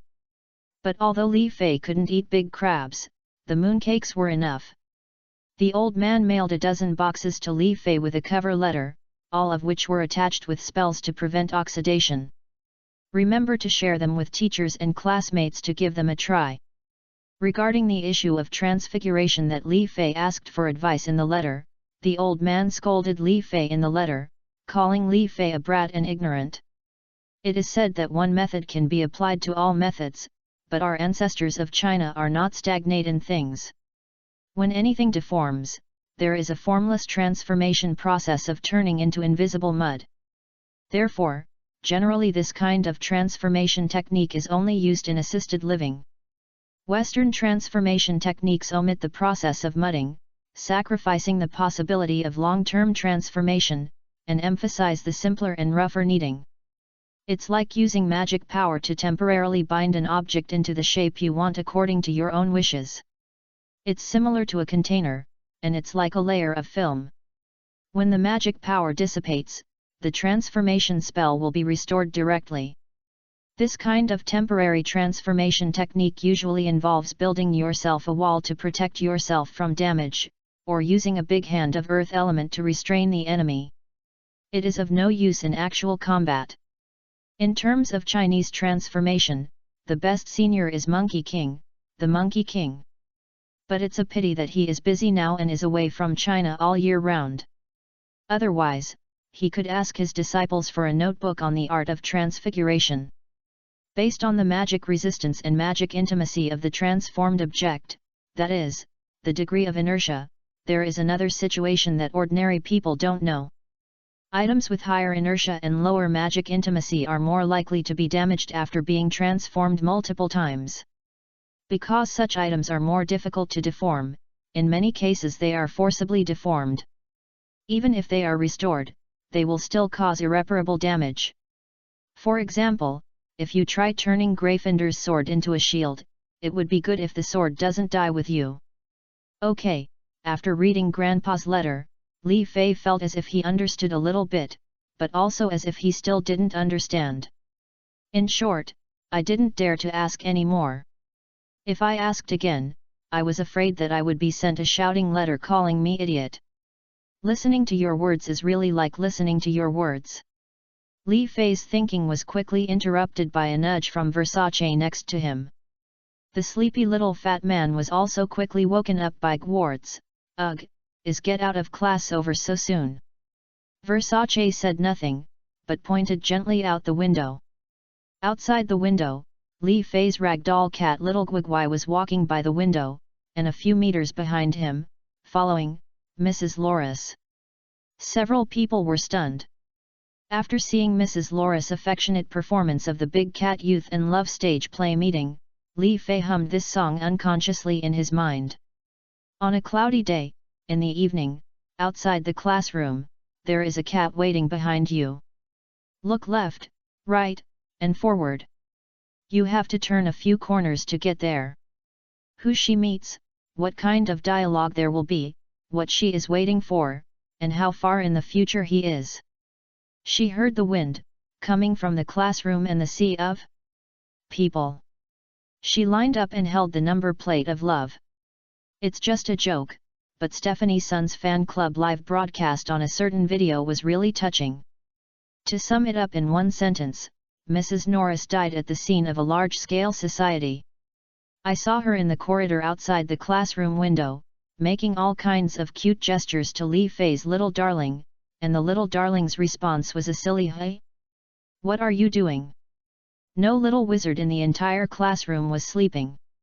Everyone was looking at Professor Binns, at the window beside him. "Mrs. Norris is going crazy. Damn it, Filch, where did you hear the phrase 'men chase women across the mountain, and women chase men through the veil'?" Meow, I was so fascinated for a moment that I actually believed it. The key point is that I have been lying on the ground for so long. This damn cat, come here and lick it. Professor Li Fei covered his face because his second son didn't understand the matter of men and women among cats. Otherwise, this chapter might be published with mosaics throughout the text and even the punctuation marks. By the way, classmates, it's class time now, don't you guys take notes? Are foreign children so careless in studying? Chapter 26 Li, the blacksmith, Fei. After class, Li Fei rushed out of the classroom immediately. It's not that he's afraid of death, but that he wants to catch the little boy and is afraid that he will make an unforgivable mistake in a moment of confusion. It's not scary to make mistakes. What's scary is that cats are 100% pregnant as long as they are matched. Silly boy, if you get tied up by that hyperthyroid cat, your life will be ruined. The descendants are all in the backyard and chew on. Fortunately, Guai is quite sensible. She smelled Li Fei's scent before and went to the Transfiguration class to find Li Fei. But she didn't want to run into Huan, who was getting closer and closer, trying to comfort Meow. Being disturbed, Huan slapped his younger brother and sent him to the History of Magic classroom, where he happened to see Li Fei outside the window. Of course, there was also a female cat in the corner who kept waving her butt and tail at him. Of course, Guai, a little clay kid, would not dislike the other party being dirty, but the other party's enthusiasm really scared the simple, kind-hearted, stupid little Guai. It took until Li Fei finished class, and finally Li Fei came to rescue him immediately. The little boy burst into tears, and the cat was moved. The female cat in the castle is a tiger. If you encounter one, you must avoid it. Arriving at the restaurant with his little boy in his arms, Li Fei found out helplessly that he indeed had an extra nickname. Li Blacksmith Fei. Gan. I'm no longer the ironclad Hannah, I actually got this title in advance. Some of the young wizards in Ravenclaw even called Li Fei the little Scottish blacksmith and the little electric hammer with a smile. Holding a mandrake. What are these names? On the contrary, at the Gryffindor long table, 4th year Percy Weasley, 7th year graduating Charlie Weasley, and the 2nd year red-haired twins were busy helping. Li Fei silenced Gryffindor's jeers. There are some things that the author didn't say, but that doesn't mean Li Fei didn't do them. In the days after entering school, Li Fei did a few things quietly, but he did not report them to the readers. For example, to report that your grandfather is safe, or to find Charlie Weasley and thank him in person for saving his life. By the way, under Charlie's introduction, I met Percy Weasley, the official fan, and the red-haired troublemaker twins, Fred Weasley and George Weasley, whom I had known for a long time. The Weasley family is not weak to others, it can even be said to be genetically powerful, and everyone is like a dragon. Dad, Arthur Weasley, is a scientific innovator in the wizarding world. He can also be called a citizen scientist. He works in the government agency Ministry of Magic in the wizarding world and is a proper civil servant. The department that Mr. Weasley works for is the Misuse of Muggle Items Department, which specializes in arresting people like himself who use Muggle mortal items for magical modification without authorization. I don't know if Mr. Weasley will be arrested by himself due to lack of performance. Ordinary pureblood families are often underpopulated due to incest marriages and to ensure the purity of their bloodline. As one of the 28 pureblood families, Mrs. Weasley actively responded to the Ministry of Magic's call for multiple births and gave birth to 7 children one after another for the Oldway family. 7. Oh my god! Can you imagine the shocking scene when the 7 Weasley children went out? Just like the 7 swords of the Calabash Boy descending from the Tien Shan Mountains, the legend of the 7 heroes of the Rainbow Cat and the Blue Rabbit, the 7 heroes in Tongfu and in town, and the battle between the 7 monsters of Jiangnan and the 7 sons of Chuanzhen. Don't forget Bridget Willock, the famous arithmetic diviner in the 13th century, who was the first person to discover the mysterious magic of the number 7. And only 7 of the Dark Lord Voldemort's Horcruxes were produced. Somehow, the 7 Weasley children really coincide with the will of magic. Slytherin snake spirits and scorpion spirits don't dare to come out at all, okay? It's no wonder that other pureblood families always isolate the Weasley family. Your family is powerful enough, right? There is only one child in your family. If your child dies in an accident, then your family's huge family fortune will all belong to your distant cousins. Although the Weasley family is poor, it can't stop them from having children. What's more, none of the Weasley children are cowards. The eldest child, Bill Weasley, obtained 12 certificates in the O.W.L.S. ordinary wizarding level examination, in 5th grade. Rejected a civil servant job in the Ministry of Magic and became a curse breaker in Gringotts, Egypt. With a killer look, he married Fleur Delacour, the most beautiful person in the book. Second child, Charlie Weasley, Lee Fay's savior. The strongest chaser on the Gryffindor Quidditch team for 10 years. After graduation, he gave up the invitation of the Quidditch club and went to Romania to raise dragons. Third child, Percy Weasley, the biggest official fan of the Weasley family. He was elected as the Gryffindor prefect in the 5th grade and the Boy Student Union president in the 7th grade. He competed in the O.W.L.S. ordinary wizarding level examination, with brother Bill also received 12 certificates. Although he later broke up with his family because he was worried about his career in the Ministry of Magic, this behavior was despised by most readers, but many people still believed that this move was similar to a political family hedging their bets. Fourth child, Fred Weasley. Fifth child, George Weasley. Fred and George must be described together because they are twins who look almost identical and often assume each other's identities. They are the most loved and hated characters in the entire Harry Potter. They are smart and full of wisdom. They have taught themselves alchemy since the 2nd grade. They are naughty and often do some outrageous pranks, but they can also afford to play tricks on themselves and readily accept other people's tricks on them. Relying on the strength of the 2 brothers alone, they have produced dozens of interesting prank supplies and military supplies. And in the Great Escape that night when Harry Potter turned 18, not only did we lose Mad Eye, but George also became One Ear forever. During the final battle to defend Hogwarts, Fred unfortunately lost his life in the Death Eater's explosive spell. From now on, every mirror George looks in is his own mirror of Air East. Sixth child, Ron Weasley seems to be the most invisible and ordinary existence in the entire family. He does not have the smart IQ or brave and noble character of his brothers, but he is the most like ordinary us. He is real, he will be jealous, suspicious, and sulky with his friends. But he will also support his friends at all costs and accompany them to take risks with their lives again and again. He was supposed to rely on wizard chess to become a chess master like the Big Devil KG.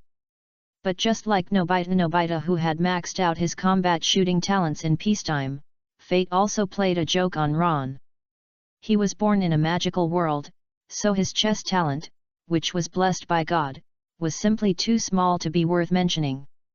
Many people criticized him for finally marrying Hermione, the goddess in the hearts of countless people, and believed that such a humble existence as him insulted the goddess in their hearts.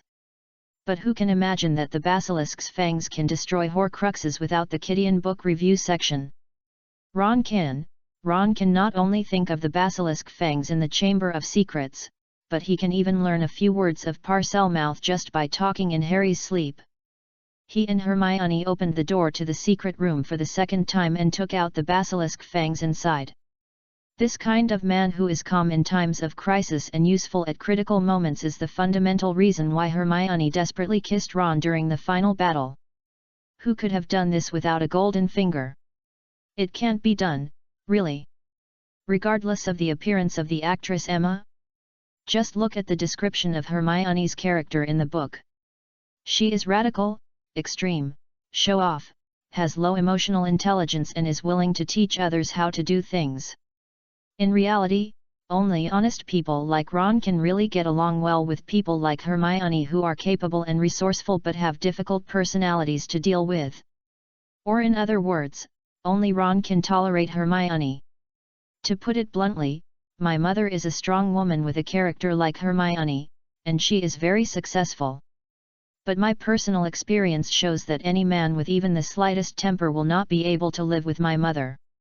My dad is the only one who is handsome and good-tempered, with a soft personality that loves his wife. When he was young, his profile looked exactly like Xiao and Jun in Xiao Li's flying knife. So really, for a girl with Hermione's personality, it would be nice to have a romantic relationship, but being a lover and a wife is really tiring and really inappropriate.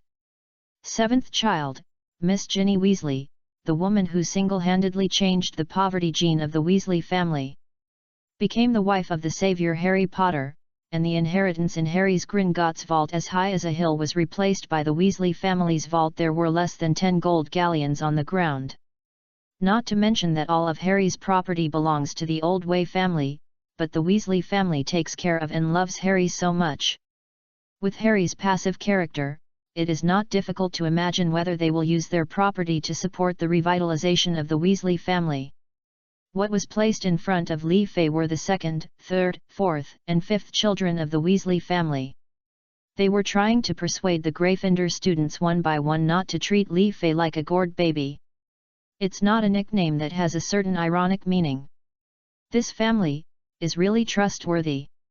It has nothing to do with Harry Potter or Charlie's life-saving grace. Based on this, I, Li Fei, can save the Weasley family. Li Fei turned his head and gently wiped away the touch of emotion in the corner of his eyes with his index finger. Chapter 27 Library Experience. In the evening, okay, damn, there is still a class in the evening. Li Fei once suspected that the reason for arranging the history of magic class in the afternoon was to reserve enough energy for the astronomy class at night. Stargazing seems to be mentioned in all magical stories. To be honest, the model of Hogwarts, which makes astronomy a required course and then selects talented young wizards for in-depth education, is rare in stories from previous lives. Looking at the history of China for thousands of years, the most famous person for stargazing is undoubtedly Prime Minister Zuch. There is a gust of wind by the Chibi River, and there is a rain in the valley above. What you borrow from God must eventually be returned. Of course, in line with the principle of it's not difficult to borrow something if you want to borrow it again, he almost got the chance to extend the life of the 7-star lantern. Of course, Liu Bowen of the Ming dynasty followed Kong Ming's example and used the 7-star lamp to extend his life, and he succeeded. In his previous life, when the Three Kingdoms killing was prevalent, Li Fei once gazed at the stars, but damn it, it's so bright during the day. In fact, the movement trajectory of every star in the sky carries the corresponding power of destiny. Many people will ask, for example, the ancients also said that Ying Huo Shao Xin means that if a person loses his virtue, he will be in serious trouble. Can God still predict whether a person will be virtuous or virtuous many years from now? If everything is predestined, why work hard for the king? Let's put it this way, whether you work hard or give up, whether you try to change your destiny against the odds or you become depressed and stop moving forward, the future is already determined. Then why are you working so hard? Can't you just lie down? Not necessarily, you can just lie down, but naturally there are people who don't believe in fate, or who are destined to rise and succeed, and are working hard. No matter what their fate is, they will eventually move forward bravely. Just like some people, even if they fail to start a business many times, they still keep fighting, just for the belief in their hearts. However, in the end, he lost all his money, found a company to work honestly, and eventually became a manager with an annual income of 1 million. You don't have to work hard, the earth will still turn without you. But if you are willing to work hard, maybe there is just one more illusion in you, and the world will be different. The cause of today will create the effect of tomorrow, and whether you are willing to start working hard today, the celestial phenomena have already been determined. There are only two things in this life that can retaliate against you. One is letting you down if you don't work hard enough, and the other is the consequences of not taking good care of your body. The art of stargazing at Hogwarts definitely couldn't be taught so deeply, so Li Fei was going to just take geography class. Following the guidance of Professor Aurora Sinister, who is in charge of the astronomy class, the Hufflepuff Badgers climbed onto the astronomy tower next to the Ravenclaw dormitory. And it just so happened that today's astronomy class was with Ying Yuan. In this class, the geomagnetic induction that Li Fei usually jokingly calls is only responsible for the sense of direction on the ground. Throughout the class, Li Fei's performance was barely satisfactory, and he could only rely on double mental strength to memorize. This still helped Hufflepuff add 2 points. What shocked Professor Sinistra and the Little Eagles was that Lawrence Versace, a classmate who was usually not outstanding, showed a unique style in the astronomy class. Because I have been interested in knitting and clothing design and drawing since I was a child. This makes him very good at calculating the periodic motion of planets and celestial bodies that can form closed loops. After Professor Sinister asked a barrage of questions, and Versace answered them all accurately, the professor's excited voice echoed throughout the Hogwarts astronomy tower. There was a startling sound of owls. 20 points for Hufflepuff. This is my greatest authority. Professor Sinistra looked at Versace with a red face, and the heat in his eyes seemed to melt the entire astronomy tower. Would you like to join the astronomy club I created? I haven't seen a talented little wizard like you for a long time. Faced with the professor's invitation, Versace agreed without much hesitation. In the same dormitory, faced with Li Fei's powerful magic talent, the fat man's hard work and his inner show's wisdom, and Gwart's sociability.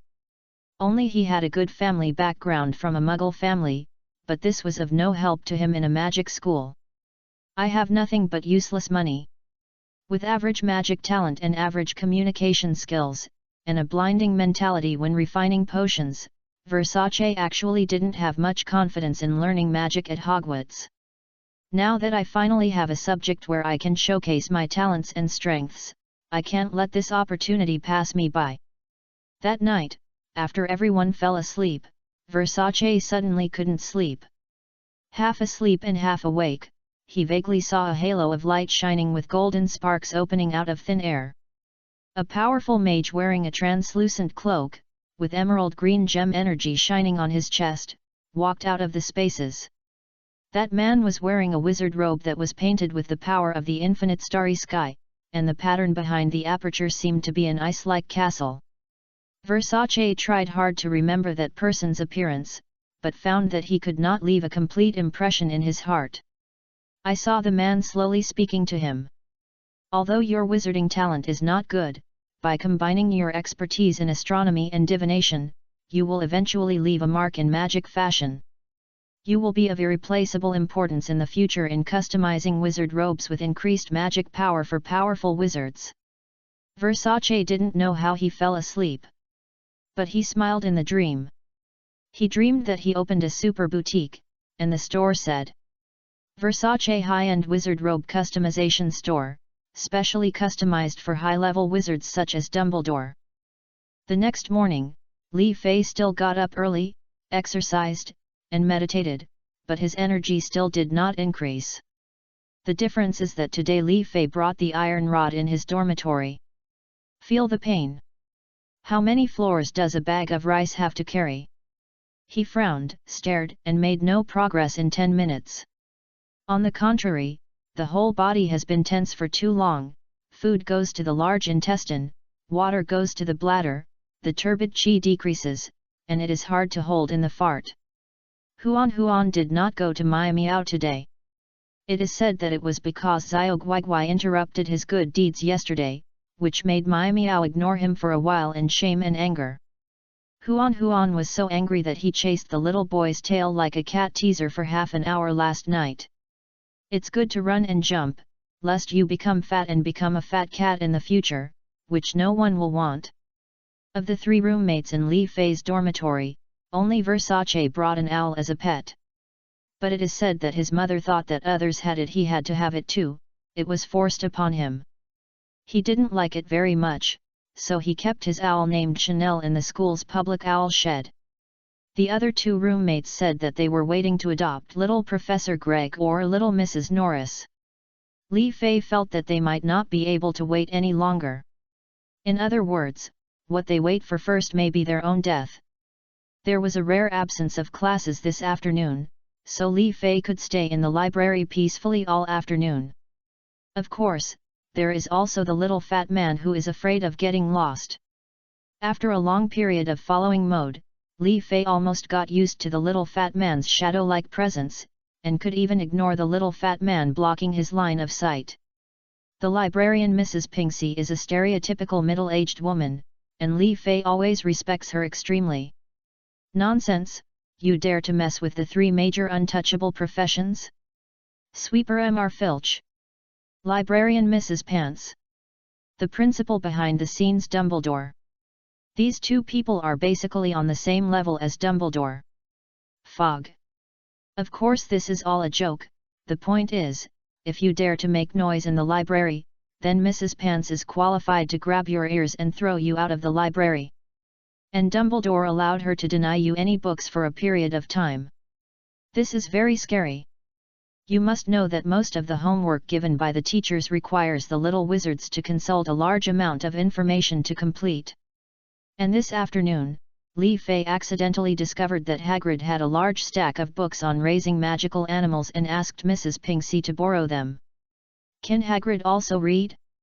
This in itself is very suspicious. When the library was about to close, Mr. Filch took a copy of Quick Spell Encyclopedia and asked Mrs. Pants to return it. It can be seen that Mr. Filch was very frustrated. Mrs. Pants calmed him down for a long time and recommended another book to Filch. This is really suspicious. Goo boom, boom, boom. Li Fei looked out the window. Is it thundering? The fat man next to him rubbed his belly sheepishly. Okay, it's all Li Fei's fault. He was addicted to studying and couldn't help himself. As a result, the little fat boy was losing weight day by day. P.S. Please give me a recommendation ticket or a monthly ticket. These contents are all useful for the main plot, and they are not considered trivial. At worst, I'll do the 3rd update tomorrow. I said it's not a hamster and I'll let Huan chase it away. Chapter 28 Attack of Cedric. Coming out of the closed library, it was obvious that he had missed the mealtime in the auditorium. But being a Hufflepuff wizard still has some privileges. For example, their dormitory is next to the school kitchen. Right next to the entrance to the Hufflepuff dormitory, there are huge oil paintings. Find the painting of a silver bowl filled with fruit. If you scratch the pear, it will laugh, then turn into a big green handle. Grab it and open the door. Inside is the Hogwarts kitchen. Please note that this information is only for students who have not had dinner and come here for a late-night snack. Never allow other plane travelers with evil intentions to sneak in and poison teachers and students. Li Fei and the little fat man magically discovered Cedric in the kitchen. Okay, Cedric, as a Hufflepuff second-year student, went to the kitchen at night to find some late-night snacks, which was really embarrassing. What Li Fei thinks is amazing is that Cedric is holding a piece of pineapple pie, biting it one bite at a time, and muttering at the same time. She likes me. She doesn't like me. She likes me. Li Fei walked over and patted Cedric on the shoulder. At this moment, Cedric just happened to read, "She doesn't like me." Cedric, who was suddenly interrupted, had a look of helplessness on his face. After being slapped by Li Fei, he swallowed the pineapple pie in his hand. Okay, it seems that pineapple pie's prophecy is that this girl doesn't like Cedric. For the sake of his love, at worst, I will grit my teeth, stamp my feet, and stop eating pineapple pie. The case is solved. Hufflepuff's love interest finally has a sweetheart. After being exposed by Li Fei, Cedric collapsed helplessly in the kitchen. No matter how much Li Fei provoked him, he refused to reveal who he had a crush on. It's up to you, whoever you love, I'm too lazy to ask you, buddy. Li Fei shook his head, rejected the kindness of the house elves in the kitchen to help cook, and chopped the delicious chicken into small pieces. As long as it's not my fellow Zhangqiu, you can like anyone. This time it was Cedric's turn to be unhappy and forcefully lifted Li Fei's head, which was addicted to blanching the chicken. Two wooden stake-like eyes stared directly into Li Fei's eyes. Hang up, you must recite a poem to me. Hang up. Why can't it be Zhangqiu? Don't tell me that you have a crush on her. Of course I don't have a crush on her. There are so many cute girls in my hometown crying and waiting for me to get close to me. Why am I looking for a Chinese mixed-race girl to be my girlfriend? I really have you. Where in the world is there no grass? Why bother looking around? The quantity is not much, not to mention the quality is not good. Ignoring Cedric's muttering, Kai-Hu Zhang is also very beautiful. Cut the mushrooms into thin strips and soak them in warm water. Marinate the chicken with light soy sauce, cooking wine, and oil to add flavor. The little fat man who was reading the Transfiguration class notes nearby saw Li Fei cooking and hurriedly rolled up his sleeves to help. Okay, stay with me in the library and endure the hunger all afternoon. After all, eating is not allowed in the library. Snack. Just sit there and rest, and let me show you my unique skills. He took out a box of rock sugar from the ice and snow pendant on his chest, poured out 5 or 6 grains, heated oil in a pot, and added rock sugar. Fry the rock sugar until it changes color slightly, add the marinated chicken pieces, stir fry until it changes color, and add the mushrooms. Transfer all ingredients to a casserole and pour in the water used to soak the mushrooms. Add oyster sauce, dark soy sauce, and light soy sauce to the pot, and add water with a temperature similar to that of the chicken pieces until the ingredients are submerged. He set up another pot and started simmering rice in a 1-to-1 ratio. At this time, Li Fei had time to talk to Cedric next to him. This girl Zhangqiu is very good. But she was born to attract one person. Apart from that person, whoever fell in love with her would be in danger of death. At the end, I added a sentence, I'm not kidding. I don't recommend you choose the path of death by believe it or not. By the way, you can tell Zhangqiu this. I admit what I said. Li Fei's expression "you look like a snitch" aroused Cedric's strong dissatisfaction. Li Fei moved the casserole that was beginning to boil to one edge, tasted the soup, and found that it was salty enough. He poured a ring of white wine on the outside of the casserole. Ignite it with a blazing flame so that the temperature of the casserole lid will increase appropriately, helping to create a pseudo-pressure cooker state. This is what I say from the bottom of my heart, and I hope you can take it seriously. Of course, if you want to give it a try, I won't stop you. I have divined your marriage. Under normal circumstances, your love line will appear in 2 years, not counting this year. If you don't seize that relationship by then, you will have another chance before graduation, and you will still be the same person. If you haven't caught it yet, you are destined to marry a woman you like in general and live an ordinary life in this life. Li Fei was cooking and shaking his head while making prophecies that made Cedric believe it or not. When the time was calculated and there was still a quarter of an hour left, Li Fei put potatoes into the pot, and when there was 1 minute left, he added enoki mushrooms and green peppers. I still say this, you can try it and see if she can agree to date you. By then you will know whether what I said is accurate. In short, if you don't want to die, don't stalk and chase people. 2 large bowls of rice were served. Li Fei, who had not seen rice for a long time, looked at the crystal clear fellows in his bowl and almost moved in circles. Come on, Master Wayne, come and try my specialty, Mr. Lee. I call this dish yellow braised chicken with rice. Looking at the little fat man who pounced on food like a vicious dog and wanted to bury his face in the bowl, Li Fei couldn't help but sigh. This is really a jobber that Ms. Hufflepuff likes. With this food, the cook feels so accomplished. Cedric next to him originally wanted to ask Li Fei to say something, but when he saw the little fat man eating so deliciously, he seemed to be hungry again. It seems that I didn't eat the 2 large pieces of sandwich and pineapple pie just now. Ignoring Li Fei's eyes, Cedric took a bowl of rice and started eating the fragrant braised chicken. The satiated little fat man slumped down at the long kitchen table, muttering, "So this is what eating is all about, I don't want to eat fried food anymore." And the little fat man also understood why Li Fei was so stubborn in calling himself chef. With this skill, what else can he be but a chef? And Cedric started to feel sleepy after eating and drinking enough, and no longer thought about Zhongqiu.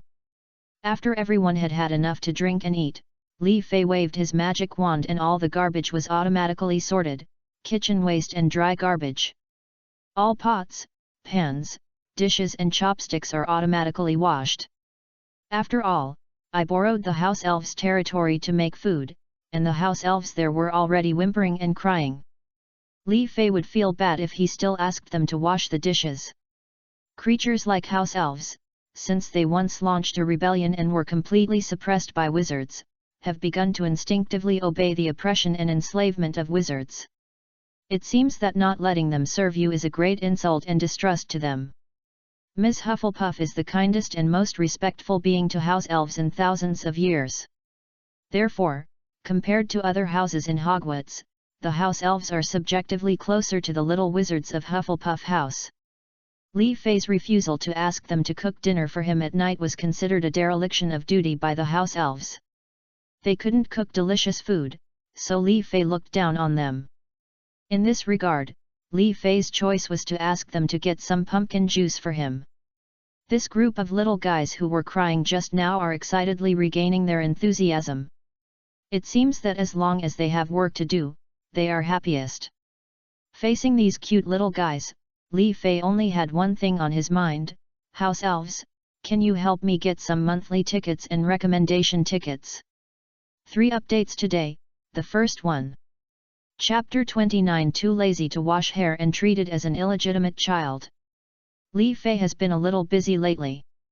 Ever since his grandfather sent a letter from his hometown, Li Fei began to frequent Professor Snape's office.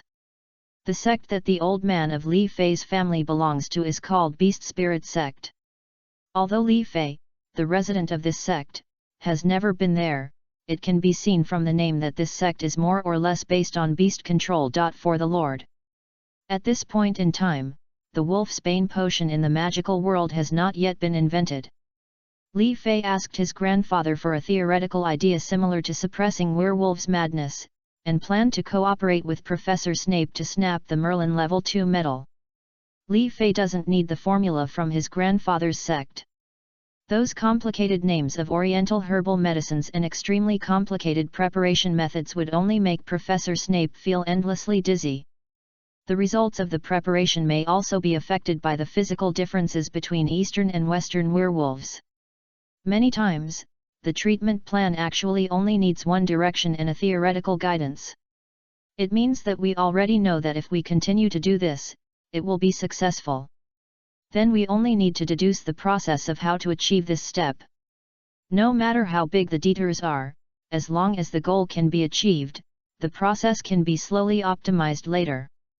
However, the long passages of classical Chinese content still require Li Fei's cooperation in translation, and Li Fei's magic also plays a very important role in connecting them. Of course, experiments are usually conducted in the evenings when Professor Snape has no classes. After finishing the experiment, it was time for curfew, and Li Fei's appearance in the corridor at this time was a violation of school rules. Therefore, Li Fei received special approval from Principal Dumbledore, allowing Li Fei to still move in the corridors of Hogwarts during the night curfew. Li Fei immediately informed Filch of Dumbledore's warrant and the general situation. What? What do you mean you told that old guy Filch? Take Mr. Filch's extreme character as an example. If he discovers that Li Fei appears in the corridor during the curfew, his first reaction is to treat Li Fei like other students who go out at night and do not follow school rules. Regardless of right or wrong, he will arrest him first. However, Mr. Filch was old and overwhelmed after all. If Filch died of pointless exhaustion due to a misunderstanding and pursuit of Li Fei would not be able to forgive him.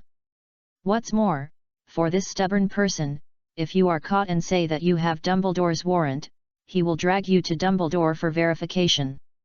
It is better to report in advance to save trouble in the future. Over time, Li Fei's legal night travel permit made a pair of red-haired twins itchy with envy. As the Gryffindors with the most challenging spirit, they uphold the spirit of not being afraid of deductions for the more points their Gryffindor has, and often venture out for night outings during the night curfew time. Li Fei has never understood what there is to do in night tours. Isn't it okay to explore the school during the day? It must be exciting at night.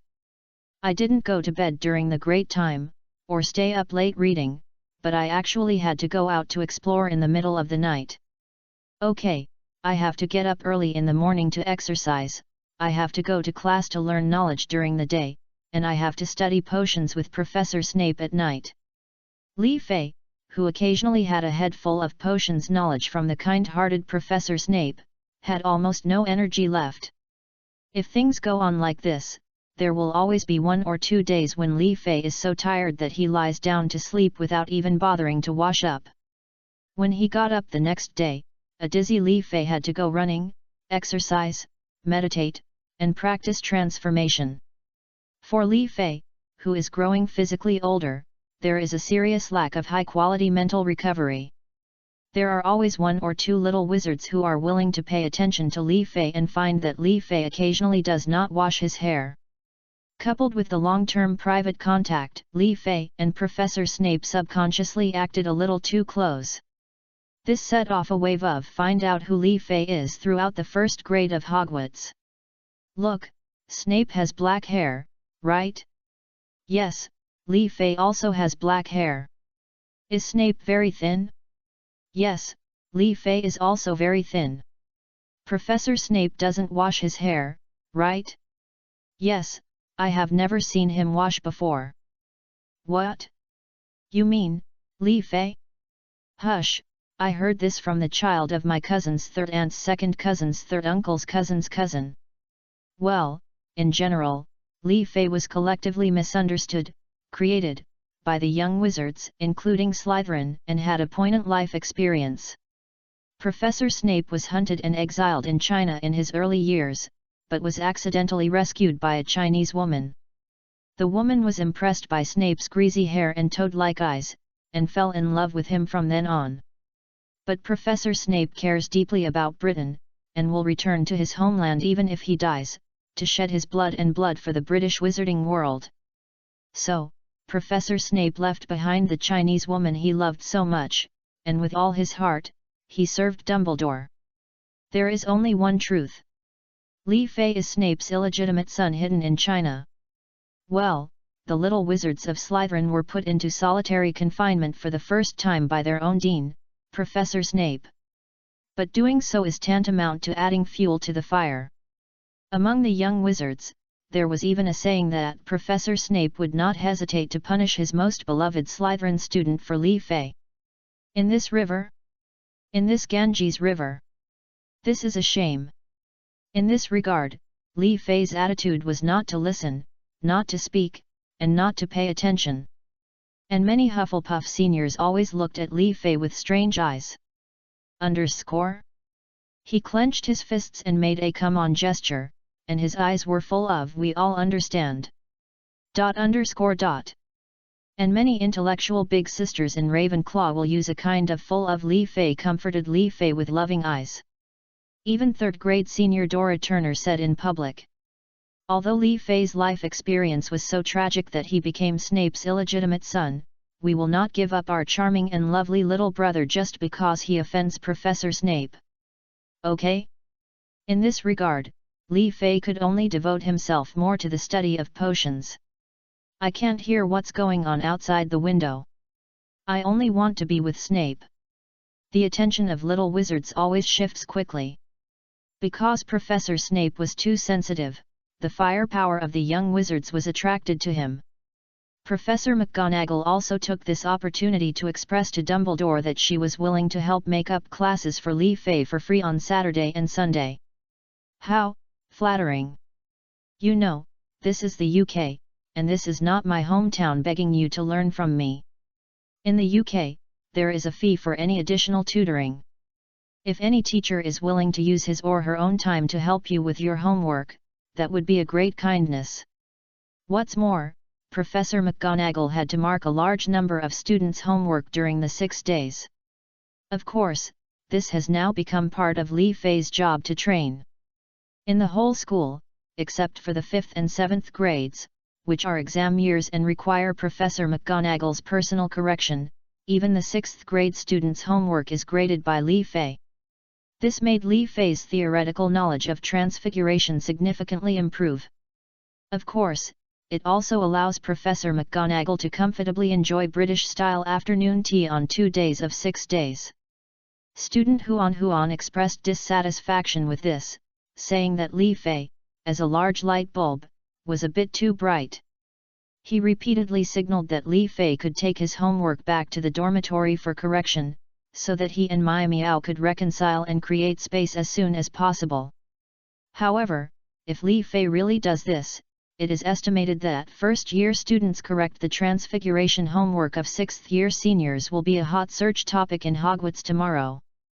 This will cause Li Fei and Professor McGonagall to fall into endless trouble and negative effects. Of course, Professor McGonagall is not stingy in giving Li Fei guidance, but Li Fei still cannot use orthodox Western transformation techniques. Similarly, Li Fei also tried to teach Professor McGonagall how to make bread and magic water by hand. But also because years of ideology are difficult to transfer in a moment, Professor McGonagall cannot make bread and water. This gave Li Fei a sense of balance in his heart, and he secretly said that Professor McGonagall was far from being a qualified mage. Today's third update, the second one. Asking for monthly votes and recommendation votes. Chapter 30. Is there such a benefit to not washing your hair? One night, in the potions office. Professor Snape's potion research task today was completed nearly an hour earlier than usual. In the past, even if the research task was completed early, Li Fei would still stay and use the remaining potion materials to practice some basic operations. Today's Professor Snape is a little different from the past. It seems, there is some twist. After hesitating for a long time, Professor Snape seemed to have strengthened his determination.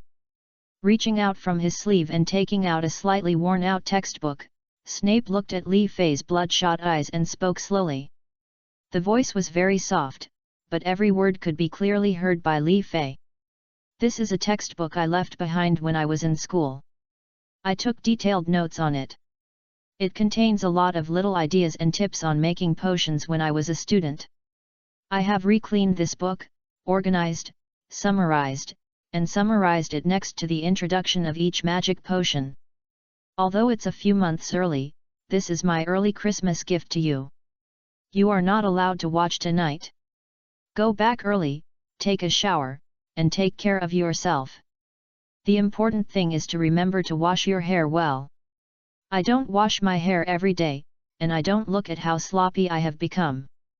Li Fei, who restrained himself from glancing at Snape's greasy hair, quickly took the textbook with both hands that had been sorted and recopied various ideas and tips. Okay, once you get it, don't even think about snatching it back. He immediately stuffed the ice and snow pendant on his chest and patted his chest to express that he would never look at it tonight. Professor Snape raised his hand, signaling Li Fei to leave quickly and not to be an eyesore. Don't forget to wash your hair. If I find you so sloppy again, don't even think about entering my office. The arrogant Si Jiao didn't forget to tell Li Filan when he left. Don't worry, I will take good care of my personal image. I will use Huaxia's shampoo, and I promise not to use the Potter family's shampoo. It is said that the Potter family's wealth is due to their grandfather monopolizing the shampoo business in the wizarding world, so Snape has never been willing to wash his hair. Li Fei could only smile at this. For R&D personnel like Snape who were obsessed with scientific research, it was not normal for them not to wash their hair. Fortunately, this is the UK. If we were in China, there would be many big-name researchers who would simply shave their heads or go bald to save trouble. However, there is such a benefit to not washing your hair. It seems that Professor Snape can't stand the looks of his classmates and professors who are watching the fun and not taking it too seriously. Speaking of this precious potions textbook, Snape actually still remembers it. Then he left this book in the 5th grade potions classroom. Maybe he had the same idea as Zhang Wuji hid the 9-sun magic art here, right? Half-Blood Prince stay. This is written here, for those who are destined to do so. Many years later, a young wizard with mediocre talent accidentally borrowed his own old textbook because he didn't have a potion textbook with him, and he started on the road to become a potions genius. That little wizard must have had an incomparable yearning, worship, and admiration for his senior who called himself the Half-Blood Prince, right? With such a title of middle school, it turns out that a man will still be a boy until he dies. Now that this textbook is in my hands, does it mean that I have robbed the savior Harry Potter of a chance in the future? Forget it, it's useless to think about it so much. At worst, Li Fei will lend this book to Potter again. Let's just say it was a potion note left by your mother's childhood sweetheart of the opposite sex. It's a pity that he and your mother were not in love yet, and your father took advantage of it. Well, when you put it this way, it's quite reasonable and I really like it. Search for SNEI. It's no wonder that Professor Snape loves me so much. Another obvious change that has occurred in the past few days is that some young wizards have begun to ask Li Fei to borrow money. Li Fei is rich. Basically, few people in Hogwarts know about it. The only ones who have the ability to know and are keen to spread this matter are the parents of several Slytherin students who were present when Li Fei was showing off at Gringotts that day. It was a war-torn afternoon. At that time, Li Fei had just followed Professor McGonagall to an alley outside the British Ministry of Magic through the ultra-long-distance porte-carte. Li Fei will never forget the feeling of using the door key. The kind that seems to make you gasp first, then use a hook to hook your navel, and finally pull your navel hard, making you passively sit on a set of magic drum washing machine and amusement park pendulum. A sense of experience. Just after arriving in the UK, waves of sudden spiritual energy enveloped Li Fei's body. It was as if Li Fei's skin, tendons, internal organs, and all the energy in his body had been infused with violent energy. This energy is not too pure, and will even cause a certain assimilation of Li Fei's own vitality. So the vitality in Li Fei's body autonomously started to fight against the magic power around his body. This made it difficult for Li Fei to cast any spells for a while, and he temporarily became a real preschooler. Professor McGonagall obviously liked the long silk scarf that Li Fei gave her, which is a must-have for ants, and she immediately wore it as a cloak. After following Professor McGonagall into the Ministry of Magic to complete the file registration, Professor McGonagall took Li Fei to Diagon Alley, the most prosperous commercial street in the wizarding world. Following Professor McGonagall's footsteps, Li Fei entered an inconspicuous place on the corner of the street called the Vixen Bar. Oh no, it was the Leaky Cauldron Bar. Knowing that this was the respected vice principal of Hogwarts, Professor McGonagall took the new students to Diagon Alley to buy school supplies. To people who don't know the truth, it would appear that a well-dressed middle-aged woman brought a young man into the bar. The bar owner, Old Tom, was not very tall, but looked very strong. He was wiping the glass while squinting at Li Fei. At first glance, this image looks a bit like Ichiraku Otsutsuki from The Crew Next Door. Li Fei was afraid that the bar owner would turn into Uncle Otsutsuki and make a cane. He would appear with a underpants sound and shout, "Hello takeaway, who ordered the leek box ramen?" I digress. Anyone who understands the above paragraph will understand it. If you don't understand, I suggest you search for the short video. It's very brainwashing. After Professor McGonagall greeted Old Tom, the bar owner, Li Fei followed McGonagall through the bar and arrived at a small patio surrounded by walls. Apart from the weeds, there is only a lone trash can here. Professor McGonagall pointed to the trash can and said slowly, "Mr. Li, the way to Diagon Alley is right here. Please remember, find the trash can, count 3 bricks up, and count 2 bricks to the right. Okay, please stand back, Mr. Li." Professor McGonagall tapped the wall 3 times with her wand. The brick that had been knocked suddenly shook, and the wall began to move to both sides, and a small hole appeared in the middle. The entrance to the cave grew larger and larger, and soon there was an archway wide enough for 5 adults to pass side by side in front of them, leading to a winding cobblestone street with no end in sight. "Welcome, Li Fei," Professor McGonagall said, "welcome to Diagon Alley." Walking along the archway one after another, Li Fei subconsciously turned sideways and glanced back, only to see that the archway suddenly narrowed, and then turned into the original solid wall. "It's over. You were fine when you came here. You can't go back. P.S. Fuck the 3rd update today. Change it to the 4th update and finish writing this plot." Asking for recommendation votes. Monthly ticket. The 3rd update. Chapter 31, Haven't seen the Dark Wizard in 10 years. Today's 10,000 word update. Diagon Alley. Following Professor McGonagall, Li Fei saw the entire Diagon Alley for the first time. This commercial street, which can be called the most prosperous in the British magical world, is showing Li Fei a different kind of charm. Both sides of the street are lined with a variety of shop signs flashing with magic effects. The first shop that comes into view is a magic potion specialty store on the right. At the window of the shop, countless flashing magic writings were constantly changing in the air. "Hogwarts Potions Professor Mr. Snape highly recommends it." Mr. Slughorn teamed up with dozens of potion masters to personally select and brew the potion for dozens of hours. Nicholas Flamel thought about it for a year and made a decision that went against his ancestors, to provide the magic potion formula. A small jar of magic potion, a great gift for business people. Holding a mouthful of old tea in his mouth, isn't this the trick of a small pot of tea? I hope these dozen masters in the magic world who made it with their own hands can spare some time to sleep. On the left corner, a magical funny shop called Zoko's Joke Shop is doing activities at the door. It seems that you only need 2 silver sickles to draw a magic pot. Seeing Li Fei looking over here, the clerk wearing a magic jar-shaped helmet quickly greeted him warmly. "Choose one and take a look, there will definitely not be any available." At this time, there happened to be a little boy with red hair and freckles.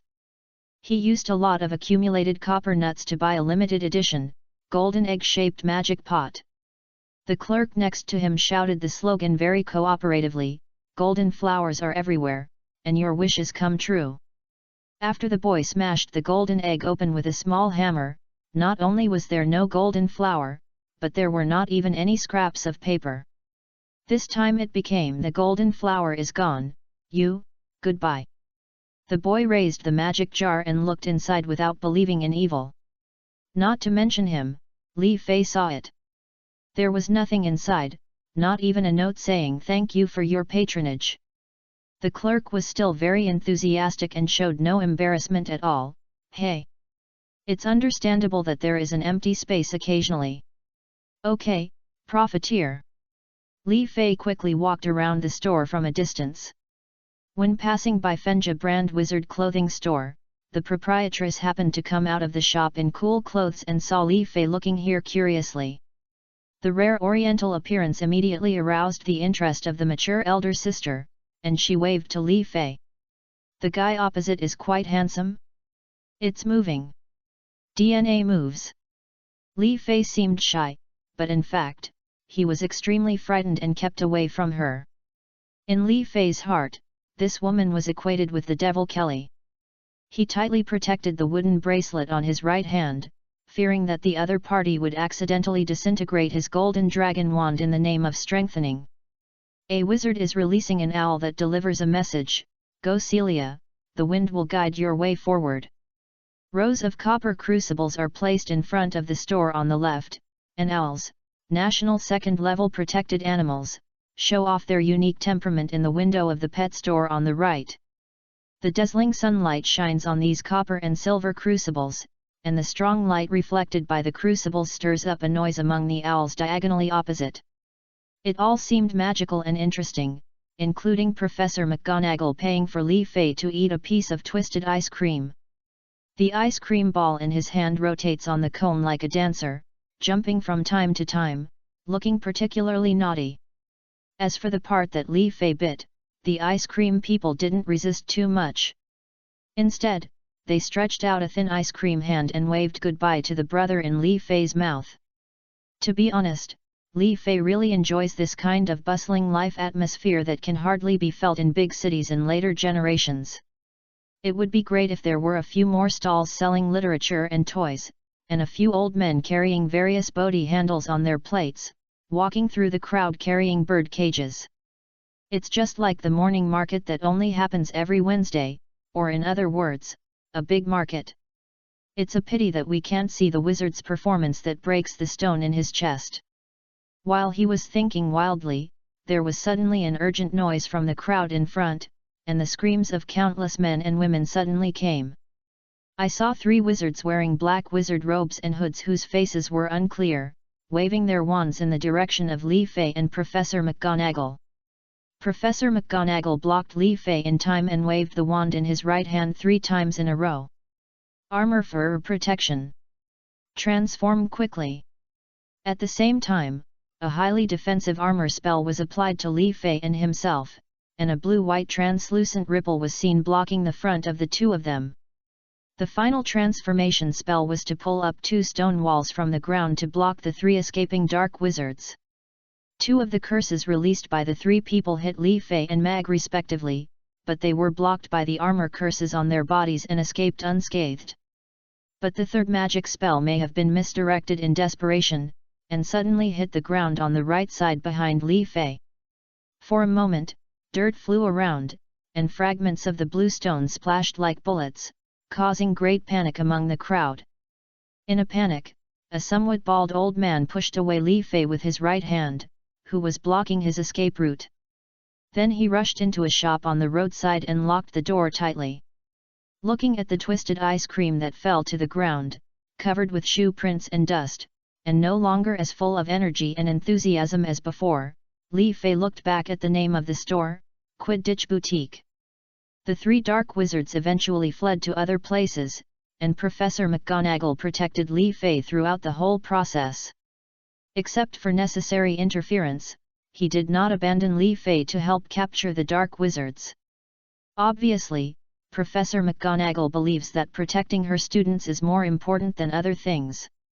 Since the mysterious man was defeated by Harry Potter, the Ministry of Magic has launched a special operation to crack down on and capture dark wizards for several years.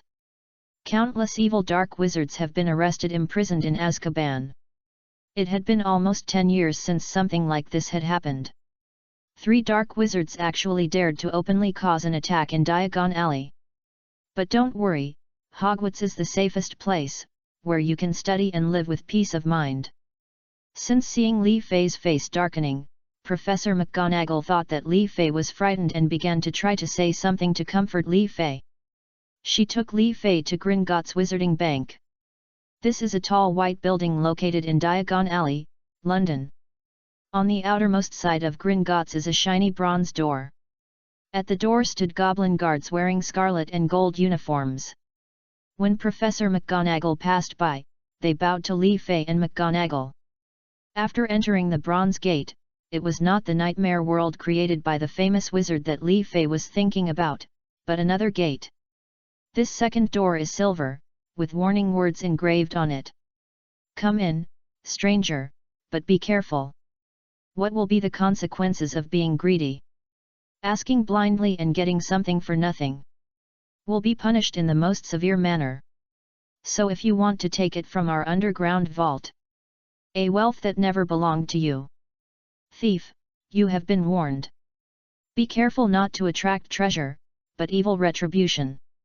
Passing through the second silver door and entering the spacious marble hall, there were about 100 goblins sitting on high stools behind the long counter. Some of the goblins used scales to weigh the coins, and some used eyepieces to detect gems while scribbling entries in the big ledger. There are countless doors in the hall, leading to different places, and many fairies guide visitors in and out of these doors. Professor McGonagall walked towards an old goblin, and you could see that the goblin looked so old. The bags under his eyes have almost dropped to his nose, but he is still reluctant to part with the gold coins in his hand. Yes, the little money at the goblin's house is not as much as the money in Gringotts bank. Even if it's not your own money, being able to touch it with your own hands and hear the crisp sound of gold galleons falling and colliding is the most wonderful thing in the lives of goblins. I'm Minerva McGonagall, and I'm here to take my new students through the currency exchange business. Hearing that this was the currency exchange business that goblins least wanted to face, the old goblin obviously lost his temper. He waved, and a young goblin who had just finished his chores put down his mop from the corner and came over.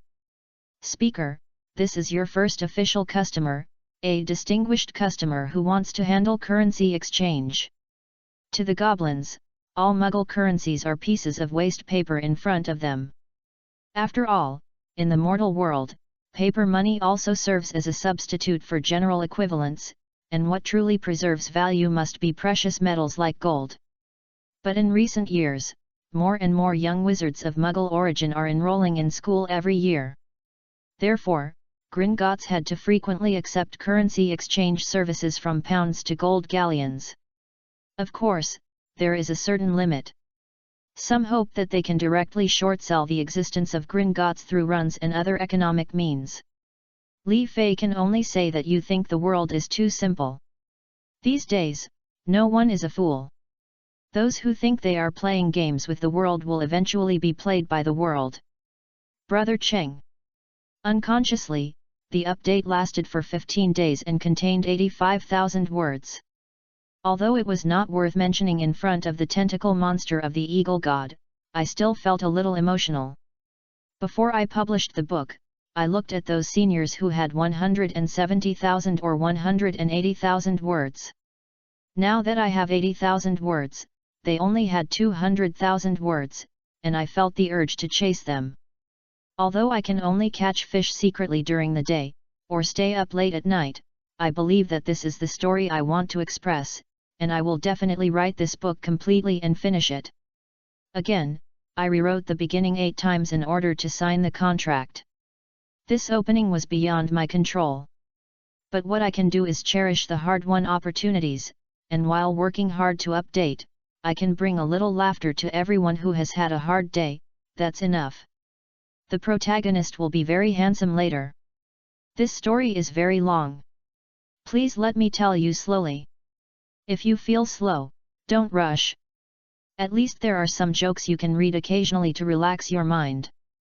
P.S.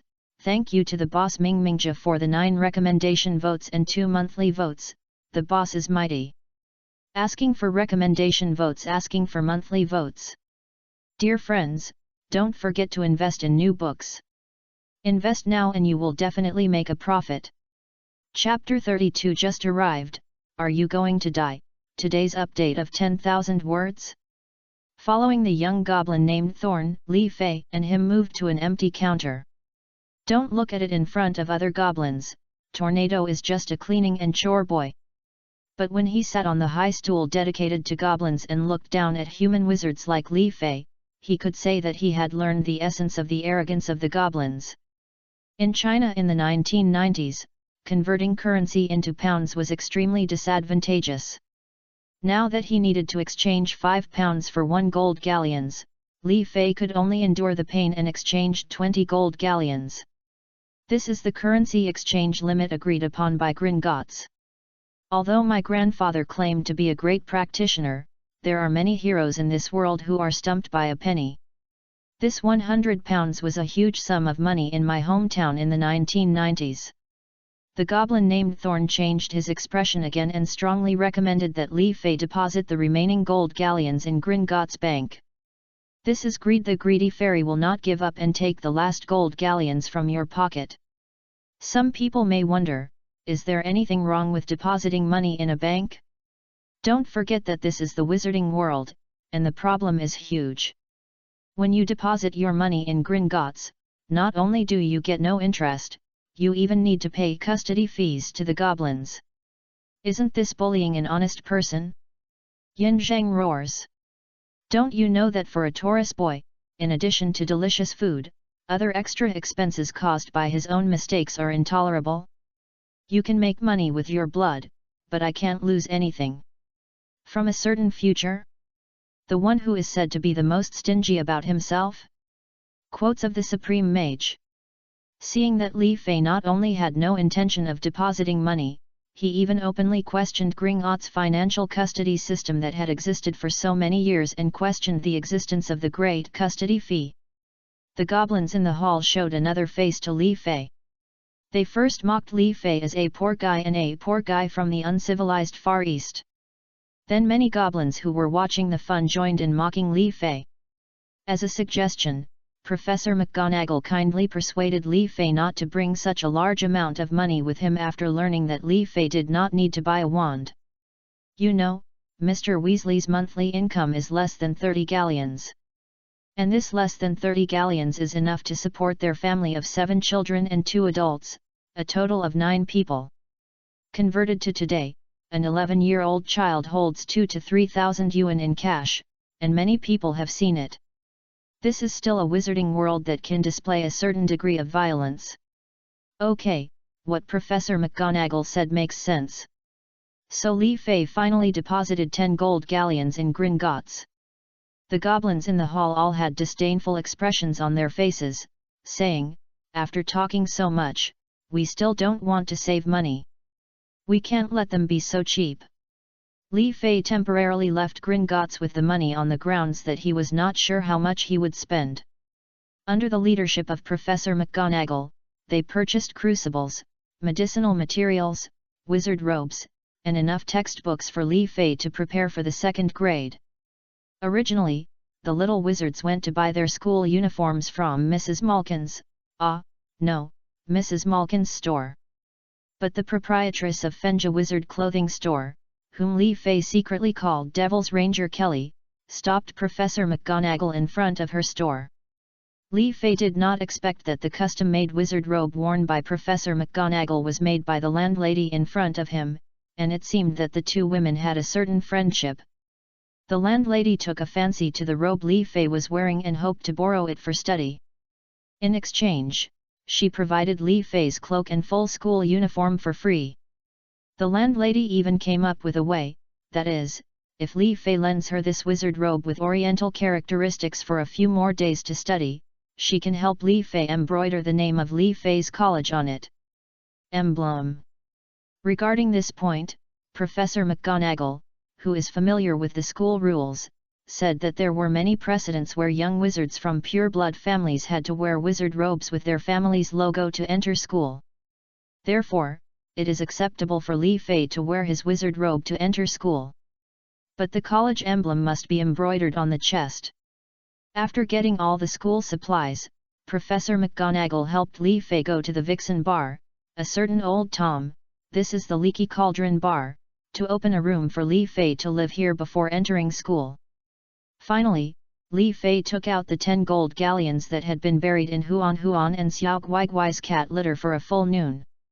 Watching the fairies holding their noses and counting the golden gallons and cleaning the cat litter on them, Li Fei felt that he had let out a bad breath. That afternoon, in the room in Diagon Alley, Professor McGonagall was not here, so Li Fei basically quantum speed read all the textbooks. Li Fei, who couldn't use his magic for the time being, decided to go to Diagon Alley for a good meal tonight. Without the guidance of Professor McGonagall, standing alone at the intersection of Diagon Alley, Li Fei suddenly felt a sense of aimless confusion and loneliness. Just when Li Fei was about to buy another twisty ice cream that he had regretted for a long time during the day, 2 dark wizards suddenly appeared in the street. It can be seen that they are more than a little more embarrassed than when they appeared in the morning. Both men's hoods had been torn off, and they were covered in blood. They are obviously missing one companion now. It is not known whether they escaped or were arrested. Behind them, 5 or 6 aurors responsible for catching criminals were following closely behind them. It can be clearly seen that one of the 2 dark wizards begins to look and move in a panic. The 2 looked at each other and quickly reached a consensus. If you want to escape successfully, you can only find a way to create chaos and take the opportunity to escape to the black market next door, Nocturne Alley. This is their only chance to escape. One of the wizards used explosion magic very ruthlessly, and for a while the entire street was enveloped in the explosion and splashing gravel and smoke. And the dark wizard, who had just finished doing this, was staring at his companions. There was clearly a hint of pleading in his companion's eyes at this time. Ignoring the begging gaze, murderous intent began to appear in the man's eyes. Finally, his timid companion finally made up his mind, stretched out the little finger of his left hand, lowered his head hard, and actually bit off his little finger. Damn it! Do all Death Eaters do this? Li Fei, who was forced to witness all this, desperately looked for any place around him where he could hide. Nothing. Some are just a group of panicked passers-by like headless flies.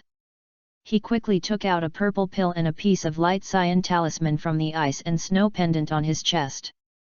Unexpectedly, on the first day after arriving in the UK, I had no choice but to use my life-saving trump card. The purple elixir is the soul-locking elixir refined by Grandpa Li Fei himself, which can firmly lock the soul of a dying person in his body. Even if the body is blown to pieces, it can still protect the soul of the user from dissipating within 12 hours.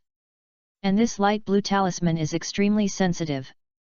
With just a little bit of damage, it can instantly fly thousands of miles away and fly directly to Grandpa Li Fei for help.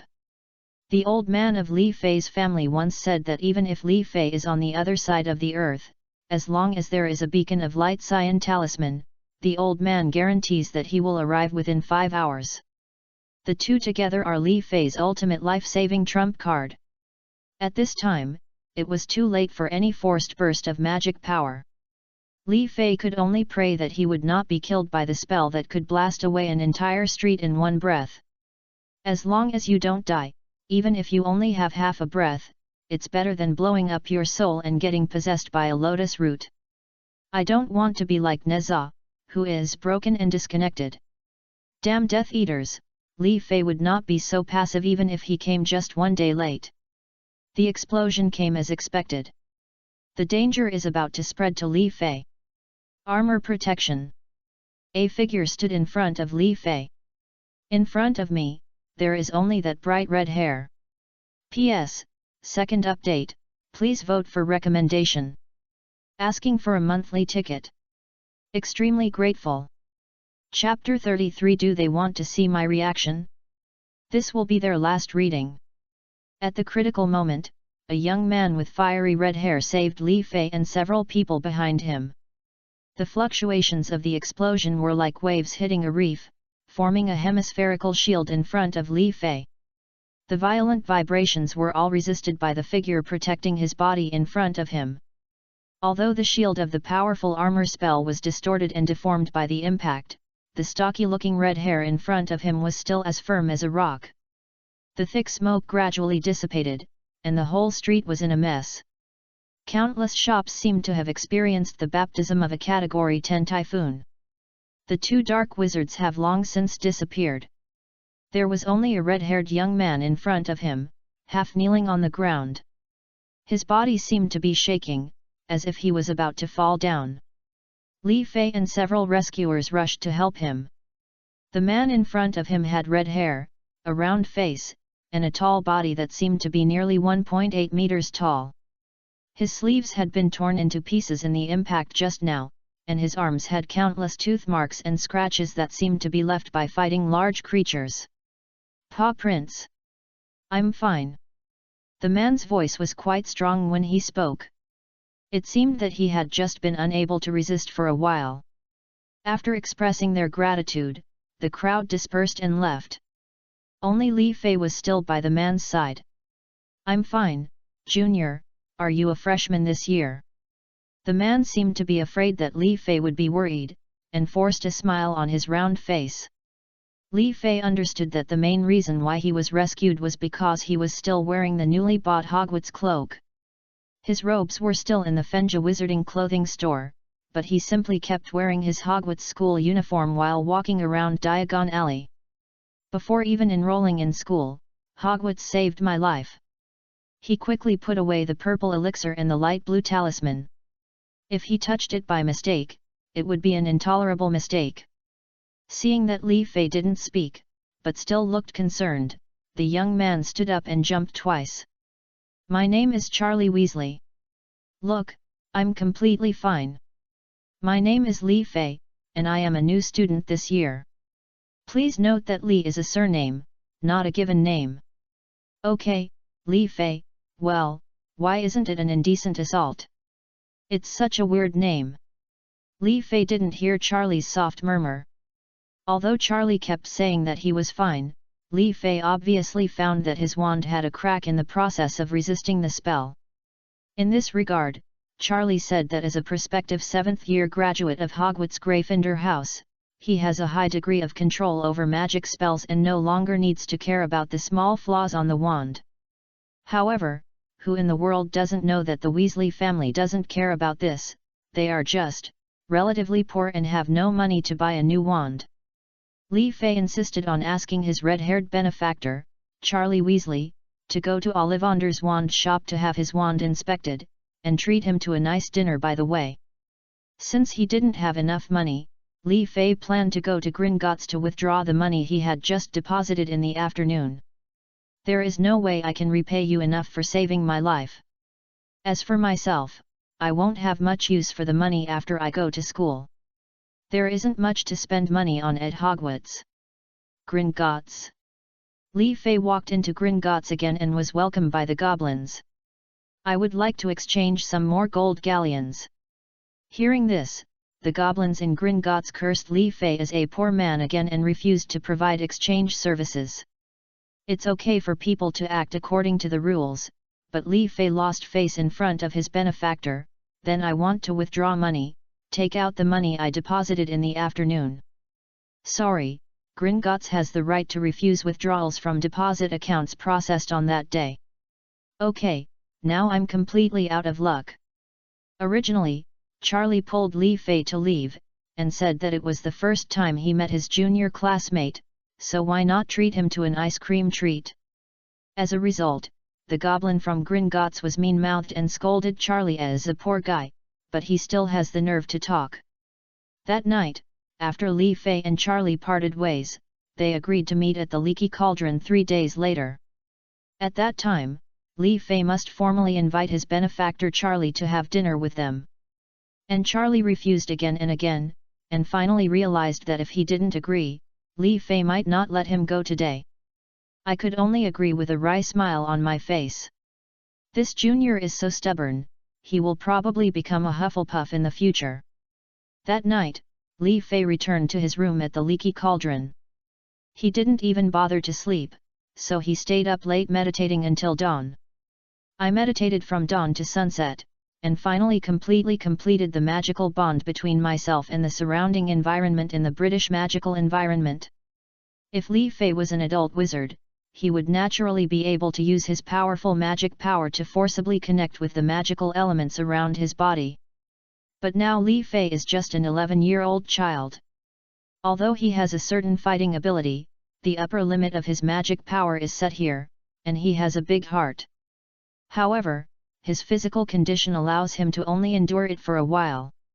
That night, after having a hasty dinner, Li Fei seriously set up a dense protective magic in the room. Various isolation and detection restrictions made the entire room airtight. Of course, all readers have sharp eyes, so they can naturally see the scene in Li Fei's room. I saw Li Fei take out a gold galleon, a silver seco, and a copper gnat from his arms. Place it solemnly on the table. Then, a big black pot that looked dark and heavy was taken out from the ice and snow pendant on his chest. However, this time Li Fei didn't want to pass the blame, he wanted to make money.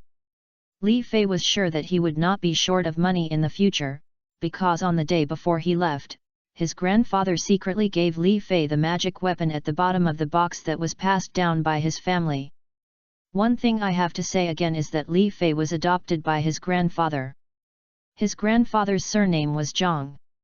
He was a famous elder of the spiritual beast sect, and his Taoist name was Zhang Tianqi. I don't know if the people from Longhe Mountain have already come to discuss the matter. But Li Fei didn't change his surname, he didn't join the spiritual beast sect, and he still came to the West and learned the Western magic inheritance. This all means that Grandpa does not regard Li Fei as a descendant of his own lineage. However, before Li Fei left, his grandfather still had red eyes and secretly gave Li Fei the treasure bowl, a magic weapon inherited from the Zhang family at the bottom of the box. The cornucopia is the confidence that generations of the old Zhang family can be invincible in the world. Only if you have money can you afford resources and raise spiritual beasts. The cornucopia has the ability to infinitely copy all items that can conceptually be used as currency and wealth, including but not limited to gold, silver, spar, gold coins, chalcedony, spiritual veins, and luck. Yes, you read that right, luck can also be traded. It is said that the first generation of Zhang family heads, in their time, could be said to be the real law of the jungle. Frequently, monks capture the favored sons of heaven or visitors from outside the world who have strong luck, and use the luck of these prey as the equivalent of trade. I don't know how many senior time travelers have died in that era. And as long as it can be broadly and universally used as the equivalent of transactions, the cornucopia can be copied infinitely. It's such a buggy concept-level treasure. This is why Li Fei is not worried about his future at all. After all, there is no anti-counterfeiting serial number on the gold galleons. As long as he needs to copy more galleons than Harry's vault, it will be almost enough for Li Fei to eat, drink, play, and happily spend 7 years of studying at Hogwarts. Then he returned to China safely, opened a Mr. Li's Beef Noodles, and lived the monotonous, boring life of a rich man who was content with being a rich man. But things are different now. Who is young and not frivolous? It is absolutely intolerable to suffer such a huge insult and bring shame on one's benefactor. Perhaps it was the first time that the time traveler's madness appeared in Li Fei. Or maybe it was the first time that Li Fei, who had been accustomed to dealing with things calmly in his 2 lives, was affected by this body of only 11 years old. Taking out the magic weapon treasure bowl and using the gestures taught by Grandpa Chu, Li Fei began to copy Jin galleons crazily. There are no restrictions on the cornucopia itself, but as the Zhang family has passed it down from generation to generation, the cornucopia has begun to leave a mark that only belongs to the Zhang family.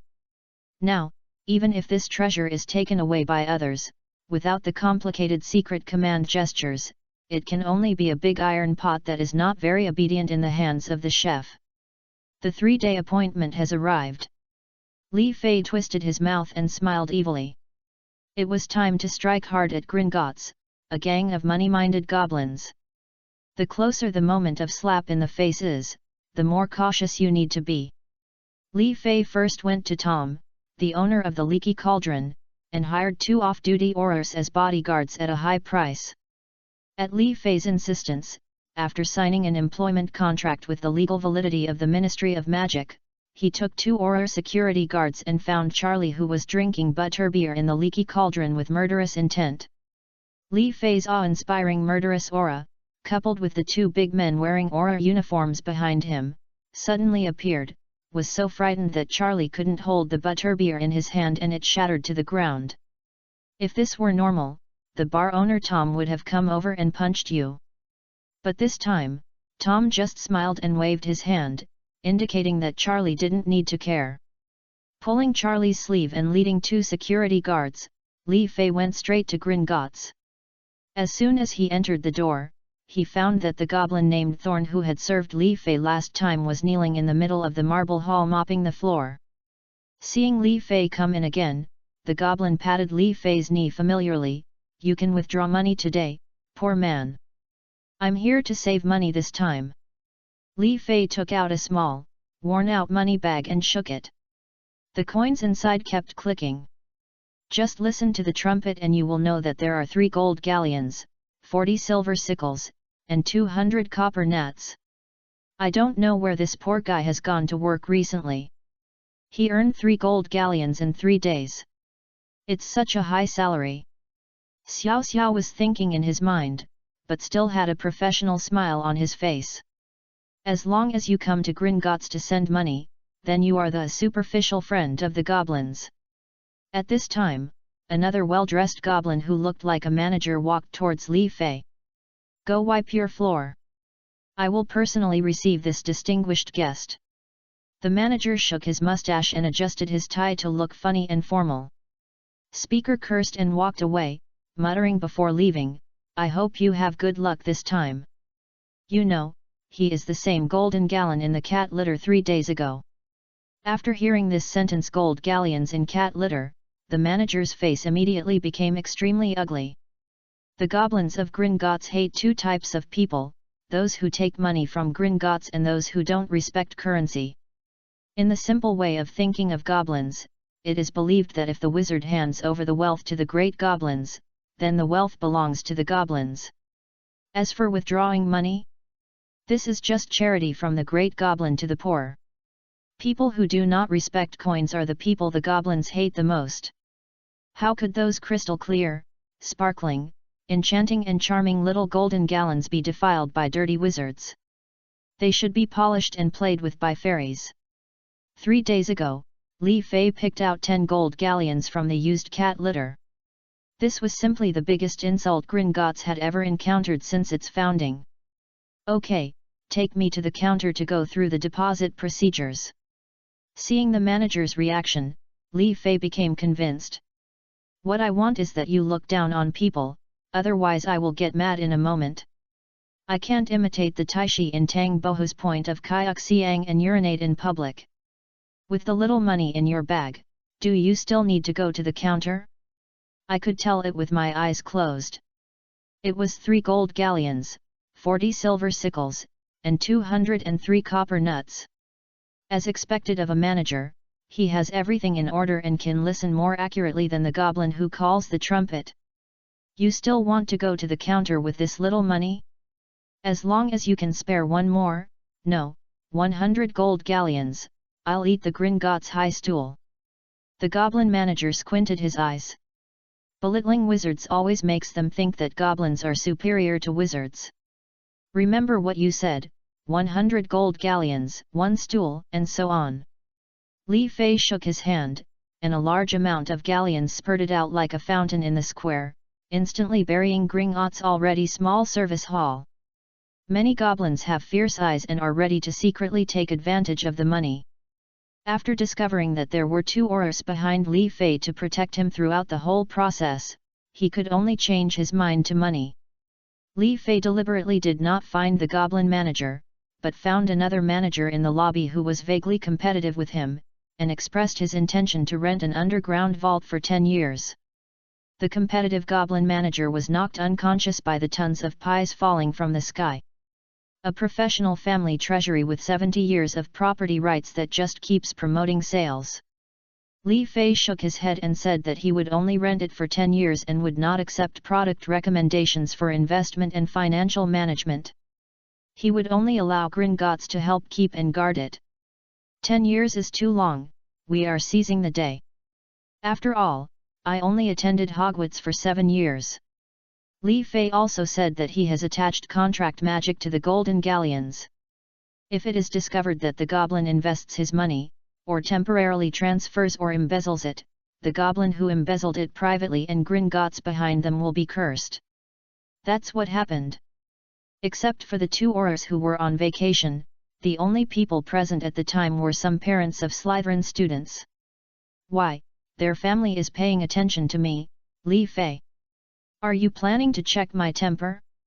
First find someone to borrow money from me, and then take the money away from those people. In this way, even if I ask them for money, according to the laws of the Ministry of Magic, I will first ask those poor students to collect debts. And they, with the free pocket money, can help the family test my bottom line and attitude. What a beautiful thought! P.S. Today, when I was queuing up to buy sour plum soup noodles, someone cut in line. I have always been quite easygoing, but the most intolerable thing is the behavior of censorship. I'm sorry, please wait in line and don't rush in. This made everyone waiting support me. Unexpectedly, another person jumped in line. I casually said, obviously it was me first. This time I was almost beaten. The owner of the sour plum soup gave me away. As expected, Master Bai was beaten to death. A large chapter of 4,300 words, and the update of 10,000 words has been completed today. The PS of chatting is not included in the word count. Asking for recommendation votes. Asking for a monthly ticket. Thank you to everyone who voted. Don't forget to invest in new books, you will definitely make money without losing money. The next achievement point is over 1000 updates in 30 days, and today is the 16th day. Dear friends, remember to invest. You will definitely make money without losing money. I update more than 5k words every day. Chapter 34, No more pretending, I'm showing my cards. Right at the front. Today is 9.18, don't forget the national humiliation.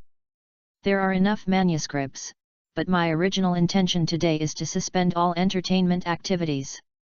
My friend who is the author of other books advised me to at least update it today. It is very hurtful to stop updating for one day during the investment period of the new book. Including the book friends who have already ordered the new book and invested in it, there are nearly 100 people, which is quite touching. The next reward for everyone to earn some starting points is to update more than 3,000 words for 30 consecutive days. I don't want to disappoint my friends who support me, so I made some adjustments to the content. Today's update is the result of temporary modifications and adjustments, and changing the order of the plot. The main film begins. Looking at the poor students one after another in front of him, and even many seniors who came to him to borrow money, all Li Fei could think of was sorrow for his misfortune, angry for his inability to fight. Like moths to a flame, they were swarmed by Slytherin's pure-blooded little wizards, and crashed into Li Fei's high and thick south wall. What else could Li Fei say to them? They are just a group of poor people with poor talents and poor family background. There are many people like this in the real world. For example, in Harry Potter, if Hogwarts did not exist, then poor Harry would have faced a technical training school with a complete prison system, full of bullying and violence. The best result in the future is to become a plumber similar to Mario. Of course, it is more likely to become a gangster who smokes, drinks, and orders washing powder, until one day he dies in a dirty stinking ditch. In the UK in the 1990s, the living environment was much more miserable than in China. The future of these seniors and sisters in front of them is very likely to be eliminated by this world. I have learned magic half-heartedly, and the job requirements in the magic world are actually very serious in terms of academic performance. Before Tonks became an Auror, it had been several years since any newcomer had met the performance standards required by Aurors. Therefore, they who cannot live in the magical world can only return to the Muggle world. And what can they do in the Muggle world? Firstly, they don't have high enough academic qualifications, and secondly, they don't have any skills. They know how to do magic. According to the regulations of the Ministry of Magic, it is illegal to perform magic in front of Muggles. There is simply no chance to go to Las Vegas for a try. Among the poor students in front of them, many had cracks in their wands and their faces were bruised. It's hard to say whether he was taught a lesson by those purebloods with evil intentions because he didn't want to cooperate. Hufflepuff House has the largest number of these people, there are also every other house, and there are even 2 Slytherin mixed-race freshmen. At this moment, all Li Fei can do is to help them learn to stand up on their own. No matter who you are, no matter where you come from, if you are able to help your classmates and you can help them, please help them.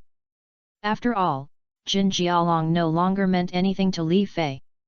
However, how to let these children who have already suffered a lot keep this kind start-up capital instead of turning around and being snatched away by others has become the most critical point at this moment. To comrades, Li Fei is as warm as spring. To the enemy, Li must let them know what cruelty is like in the cold winter.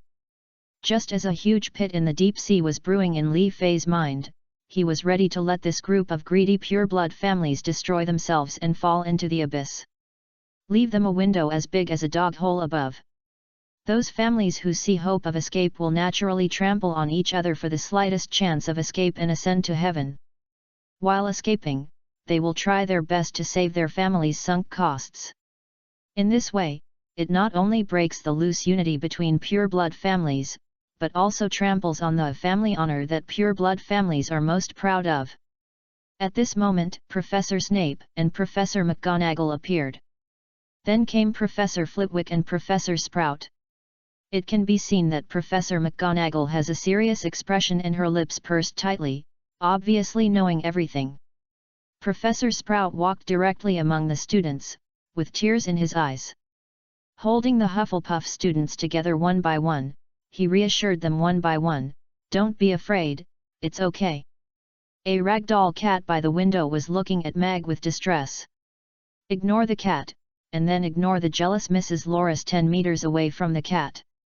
Ignoring Mr. Filch in the distance, he was looking at the group of students who were not satisfied with being able to cast spells with jealous eyes. In the eyes of others, the arrival of the 4 deans saved Li Fei, who was in an embarrassing situation. Because the Vice Principal Professor McGonagall brought the new Principal's order just issued by Principal Dumbledore. The content of the Principal's order is as follows. Praise Merlin. Thanks to the kind and helpful classmate Li Fei for generously donating a fortune to Hogwarts. Hogwarts will use this wealth as start-up capital conduct magical research including werewolf treatment. The Research Institute was patented and shared by Hogwarts and Li Fei. The profits gained from researching the finished product will be incorporated into the Hogwarts Research Fund. As the best wizarding school in the UK, Hogwarts has always been committed to ensuring a positive and healthy growth environment for young wizards. From now on, young wizards who have difficulties in life can apply to join the Light of Dawn student aid program founded by Li Fei and receive regular student aid funds. Student aid funds are personally reviewed and approved by Principal Dumbledore, supervised by Vice President Professor McGonagall, and distributed by the deans of the 4 major colleges. They guarantee that they will not be robbed by others in any form. Every expenditure of the student funds will be recorded by the house elves at Hogwarts. Starting from this year, the statistical work of all accounts has become an annual class assignment for the new 4th and 6th grade Muggle Studies classes, and is linked to the final grade. But classmate Li Fei said that the wizard's definition of wealth should not only be reflected in achieving material satisfaction. We should pursue the enrichment of knowledge. Therefore, Principal Dumbledore decided to conduct a large-scale 1-to-1 special tutoring class in the Great Hall of Hogwarts after class on Thursday and Friday afternoons. Thursday afternoon, classes are held for grades 1 to 3. On Friday afternoon, classes for grades 4 to 6 are held. The professors of each subject are responsible for the overall planning, and the president of the student union, the prefects of each college, the representatives of the 7th grade graduating class and outstanding students of each grade are responsible for the implementation. One-on-one assistance across grades, colleges, and professional courses. Note: 1. This tutoring course is sponsored by Light of Dawn Student Aid Fund. 2. Student aid funds can be used for students to purchase tutoring materials, daily life, maintenance of magic wands, etc. In theory, there is no restriction on how students use it, but consumption details must be strictly recorded. 3. It is absolutely prohibited to use student aid funds to purchase dung eggs, magic trick supplies and other entertainment items. The purchase of Quidditch supplies, including star-signed jerseys, sneakers, and other luxury items, is also strictly prohibited. Once discovered, the qualification for applying for student aid will be permanently cancelled, and college points will be deducted as appropriate. 4 performance in tutoring classes will be recorded in the files of prefects and outstanding students, and will be used to evaluate candidates for positions such as male and female student union presidents and prefects. For 7th grade graduates with good performance, the school will give priority to recommend employment according to the situation. Hogwarts Headmaster's Order, Headmaster of Hogwarts School of Witchcraft and Wizardry, Albus Dumbledore, signed in 1990.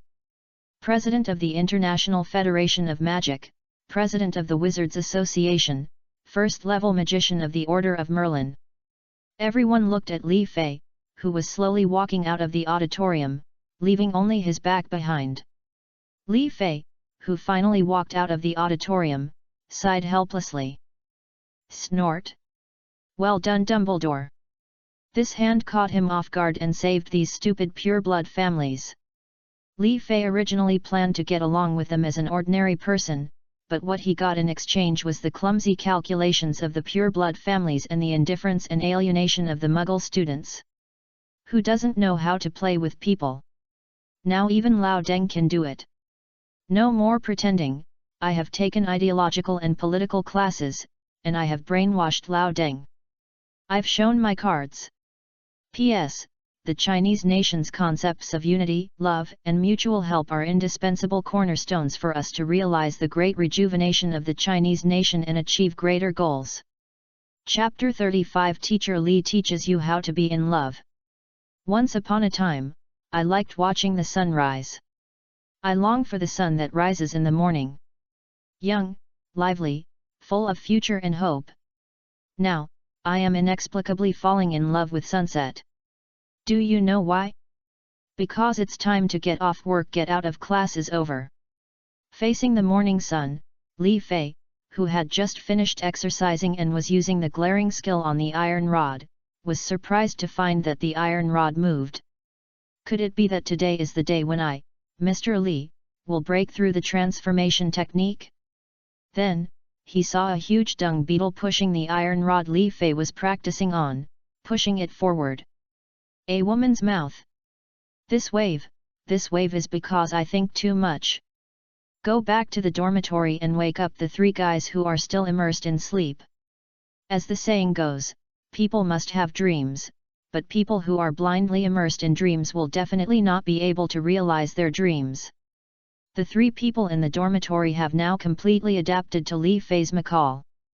In Versace's words, Li Fei's famous aphorisms are comparable to a hotel butler's wake-up call service. Looking back at his bed, Li Fei found that 2 cats rarely appeared on the bed today. Huan Huan. Li Fei rubbed Huan Huan's little cat's head with his hand, and it still felt great. Why don't you go to Professor McGonagall's door today to show your courtesy? Or should I say that you gave up after being rejected too many times? Huan Huan, who was dissatisfied that the flame pattern on his head was messed up by Li Fei, took out a comb from his small school bag and started arranging his hair in front of Li Fei's dressing mirror. Today, Huan Huan specially wore a tie for himself and said ouch to Li Fei several times. What? Are you serious? Professor McGonagall has no class this morning and specially invites you to attend the cat party by the lake at Hogwarts? Hearing the huge amount of information contained in Huan Huan's 2 howls, Li Fei's usual squinting eyes widened unconsciously in surprise. Well, according to my experience, Mr. Li, Huan Huan, you should be careful. Ouch! The one who was combing his hair, Huan Huan's movements suddenly stopped. Could it be that this is a fraud? Huan Huan, let me ask you, do you think you are handsome enough? Huan Huan looked at Li Fei with a MDZZ expression on his face. Does that mean what you said was not nonsense? Ahem, look. You are handsome, and Mag invited you to a party. Being new to the world, you must be very excited and dress yourself up more energetically. How could the stray cats around Hogwarts Castle not like you? Just in case one or two of them love you to death. And Professor McGonagall is so familiar with them, a good cat cannot be loved by others. In this way, wouldn't Professor McGonagall sell you out naturally? The first time she came into contact with humans was a twist, and Huan suddenly felt bad as a cat. Ouch! What should I do? Ouch! How about I put some dust on it? Isn't there ready-made ashes in the fireplace? This time, Li Fei looked at Huan with an expression of concern for the mentally retarded. You said that when we were young, I held you in my arms and told you so many stories. The heroine wiped her face with soot when she was in her 20s or 30s, right? How many heroines have you seen successfully escape from the murderous hands by relying on this trick? Not one. There must be some bizarre event that causes the dust on your body to be washed away, revealing your true beauty. Besides, if the stray cat is a female cat that likes you, it's actually not bad. If it is a male cat and falls in love with you regardless of gender, hee hee. Think about the big orange in the courtyard next door when we were kids. Huan shivered violently, as if he thought of some extremely terrifying memory. Patted Huan's little cat's head, and taking advantage of Huan's moment of absence, he messed up the top of his head again. You, and other friends who don't have girlfriends, must continue to express themselves gracefully when encountering this kind of situation. But you just need to very deliberately focus your attention on the person you like throughout the whole process. Whether it's someone being polite to you, or a girl taking the initiative to introduce someone to you, you can stay on that person for at most 2 or 3 seconds, and you can even look at her feet. Then continue to return your attention to the person you like. In this way, you can not only save yourself a lot of unnecessary interference, but also leave an extra impression in front of basically 80% of the women present. You must know that women's requirements for loyalty are no less possessive than any man's. Especially when the condition of the man is actually not bad. At this moment, Huan felt like he had received enlightenment, and it was like clearing out the fog and seeing the clear sky. Little Guai quickly took this opportunity to put his little paw on Guai's head. Yay! Family brother position up? W? Hey! As if this stamp was stamped, Huan became the little darling little brother. Then there was a pop sound, and Huan slapped her against the wall of the dormitory. There was a huge groove in the shape of the word, on the wall. Little Guai was stuck in it and couldn't even get the buttons out. Huan looked at Li Fei. What do you mean? How about you just use repair to seal Guai in the wall? This stinky brother, don't even want it. After all, if you throw such a stupid cat away, no one will want it. Ignoring Huan's thoughts, Li Fei opened a box of cans. Guai, who was still on the wall just now, is now kneeling on the ground, with his own rice bowl in front of him. The secret appeared instantly, waiting obediently for dinner. At this time, the other 3 people in the dormitory had finished washing and were preparing to go to the auditorium for dinner. With a wave of his hand, he repaired the big cat-shaped hole on the wall. Today Li Fei will go to greenhouse number 1 to take Professor Sprout's herbal medicine class with the little lions of Gryffindor. After waiting for a long time, I finally waited until today. After waiting for a long time, the dream finally came true. As a flower grower for 2 generations, Li Fei had been looking forward to attending herbal medicine classes for more than a day or 2. Li Fei couldn't wait to play with those magical plants. Think about it, just in the Hufflepuff common room, there are singing sunflowers, dancing devil vines, and jelly bean shooters that spit out a particularly delicious sweet pea. Not to mention that in the Forbidden Forest of Hogwarts, according to some fan fiction in previous lives, there may be interesting ingredients such as timid mushrooms, sunshine mushrooms, native sheep, etc. Oh no, it's herbal medicine. Although they are all imported, although they are all therapeutic and nourishing, it is obviously more respectful to call them herbal medicines. Professor Sprout, who teaches herbology, is the Dean of Hufflepuff College. How can you not pay attention to the classes of your own class teacher, tutor, and doctoral supervisor? Li Fei had a secret in mind and would never take the initiative to ask what these plants could do, how they were good, or how they were during class. Besides, Li Fei secretly gave his dean a gift a few days ago, a pot of mussel mimosa. The mimosa improved by my grandfather looks like a strong man who has been practicing for 10 years, very majestic. But you just need to gently poke the scar on its branch with your finger. This mimosa will immediately be like someone tapping the belly button in spring, and the indestructible virgin body will be destroyed in an instant. Visible to the naked eye, mimosa's strong muscles are as weak as those boosted by protein powder, and they slump instantly. I could only cover my thin body with branches and leaves in shame. Very interesting. P.S. I had a dream today. A real dream. I dreamed that I did not hesitate to apply for the college entrance examination and majored in medicine. After returning from the victorious campaign to aid Wuhan, Di Gang took me in as his apprentice. I also rented a house with Brother Cake and learned skills together. Although I know that all the timelines are messed up, everything in the dream is really happy. The cake guy in the dream is so nice, super awesome. Chapter 36 finally got to go to the teacher's class.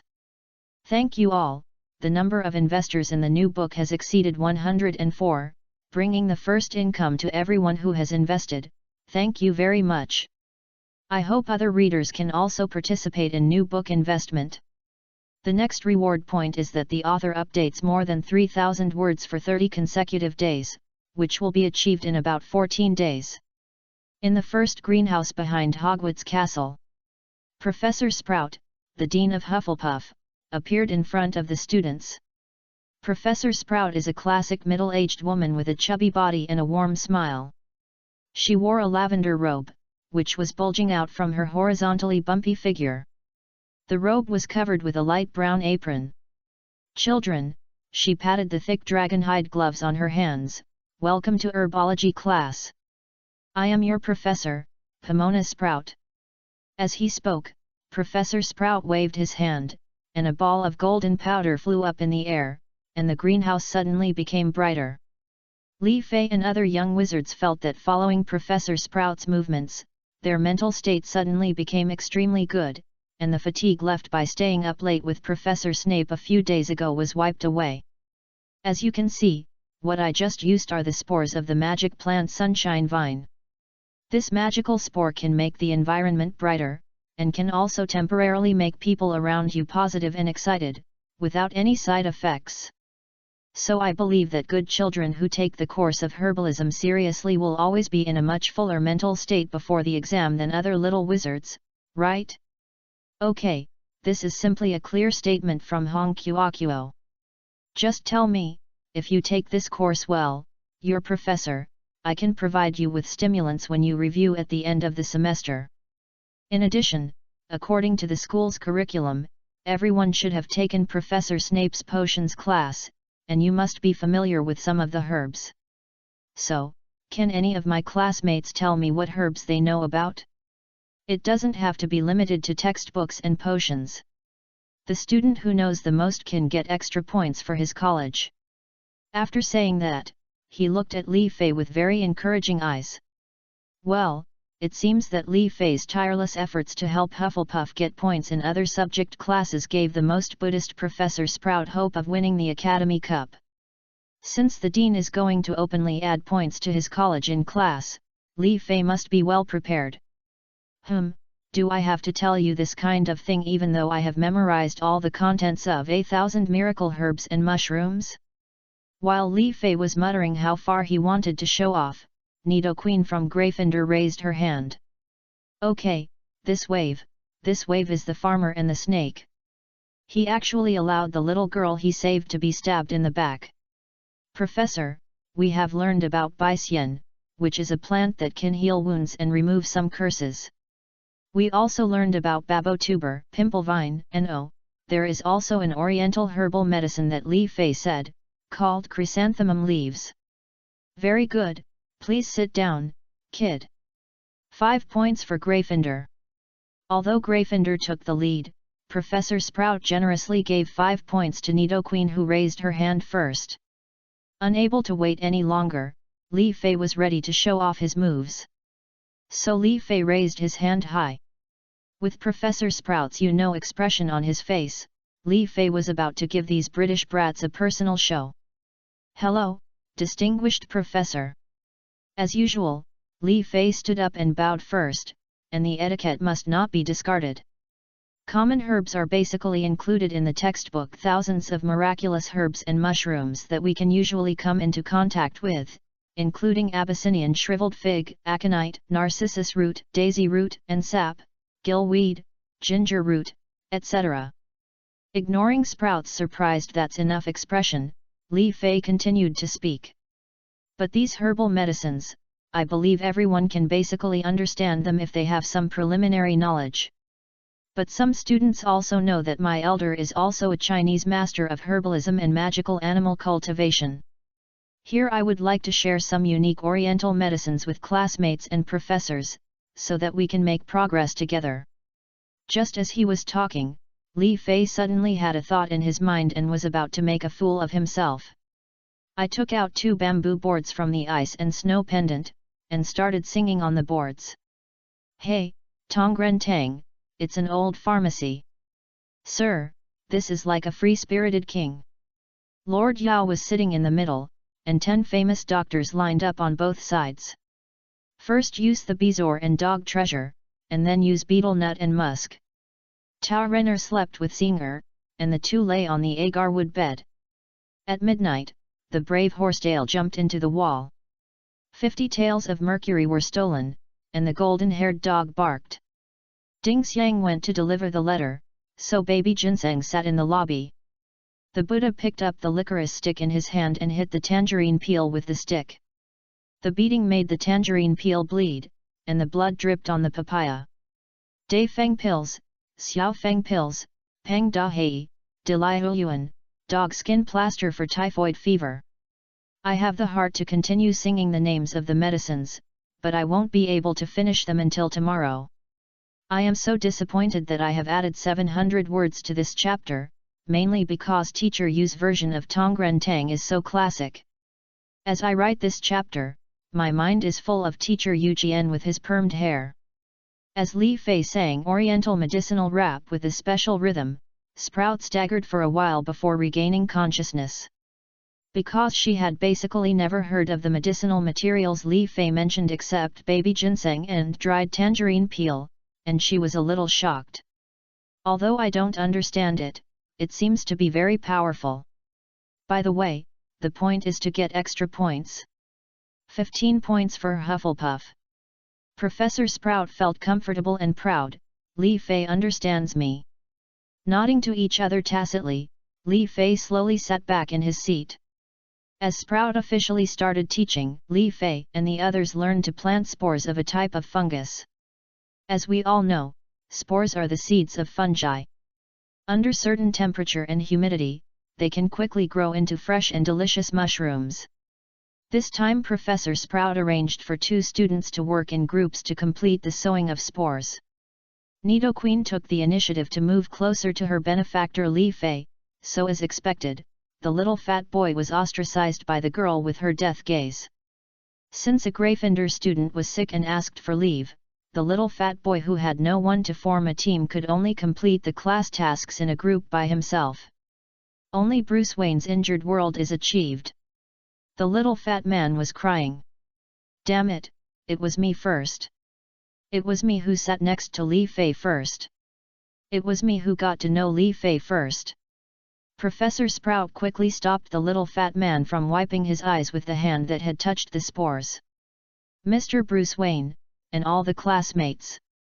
Sprout raised his voice, making all the little wizards in the greenhouse look up at her. It's important not to wipe your eyes with hands that have touched the spores. I didn't expect that anyone would dare to try this. The temperature inside the human body exceeds 35 degrees, and the eyes are a part that stays moist all year round. This environment is very suitable for the growth of fungi. The spores of the fungus will take root in the fundus of your eyes and then grow, and eventually you will suffer from a disease called Tree Man Syndrome. This disease is so difficult to cure that even in the Muggle world, some Muggles who accidentally contracted the Tree Man Syndrome left a saying, "It takes 10 years to grow trees and 100 years to grow people," to prove that Tree Man Syndrome is difficult to cure. Hold a mandrake. Li Fei was shocked. Does it actually mean that it takes 10 years to grow trees and 100 years to cultivate people? Is this really the case? If you arrest Liu Xuan, what does it have to do with me, Zhou Shuren? CO author, is the Chinese course I studied for so many years in my previous life was in vain? Well, when it comes to Bai Shui, I am obviously the first. After emphasizing the dangers of the spores very seriously, Sprout originally wanted to deduct 5 points as punishment. But then I thought about the empty space in my office that had been reserved for the Academy Cup for nearly 10 years. That's all, the child is still young, so he should be encouraged more and punished less. Yes, that's it. Sprout turned around with satisfaction and stopped looking at the little fat man. He felt in his heart that another little wizard had protected his fragile self-esteem under his patient education, and he suddenly felt that he had done the right thing. Kids, work harder. If nothing else happens, the spores you planted today will appear in everyone's lunch in the cafeteria tomorrow. Li Fei raised his hand high. Mr. Li, do you have any questions? Dear Professor, can you tell us what the mushroom grown from this spore looks like? I want to pick them out at a glance tomorrow and eat more of the fruits of my labor. Hearing Li Fei's words, many little wizards laughed. It was obvious that they were also looking forward to tomorrow's lunch. Sprout was satisfied with the enthusiasm of the little wizards and bent down to pick up a portrait from the shelf under the greenhouse. Now, that's it. Aren't the colors very bright? I guarantee you can recognize them at a glance. Ah, this. No one noticed. Only Li Fei, who asked the question, became petrified after seeing the mushroom portrait. At this moment, Li Fei only had one song echoing in his mind. Red umbrella, white umbrella, let's lie down together after eating. Lie down on the board, sleep in the coffin, and then bury them together. Bury mountains and mountains, cry and shout, the whole village comes to eat. Let's have a meal, there are umbrellas, and the whole village will lie down together. Lie down on the board, bury the mountain, let's dry it together. Let's dry it, white pole, let's grow an umbrella together in the coming year. Sure enough, as I said in the first chapter, Hogwarts is really a good place to build a cemetery. P.S. Thank you everyone for your investment in the new book. Dear friends who have not invested, please hurry up, there will be a second bonus of getting back the starting coins in just 10 days. Asking for recommendation votes. Asking for a monthly ticket. Chapter 37, Cat's natural enemy is indeed a dog. After class. With Professor Sprout's constant assurance, Li Fei was finally willing to believe that this was just an edible mushroom that looked similar to Amanita muscaria. But that's it, Li Fei is still at Madame Pomfrey's place, booked a VIP bed. This move made Madame Pomfrey face full of questions. Without him, Li Fei just didn't want to sleep in the hall or hang water in the corridor. Because of the shadow of the red umbrella, Li Fei had no appetite at noon. I wonder how classmate Huan's party went? After a hasty lunch, Li Fei planned to take a sneak peek. This is really not gossip. Li Fei is simply worried about whether his cat will be beaten because of his lack of experience in communicating with stray cats. As soon as they went out, they saw the Weasley twins leading Hagrid's big hound Fang to scare the cat. As we all know, Hagrid has a big hunting dog named Fang. It looks extremely ferocious, but in fact it is very timid and is also a monster. It is said that Li Fei once gave Yaya a Chinese name, Meng Meng. Because one day, Hagrid took Fang to visit his old friend Aragog the Acromantula.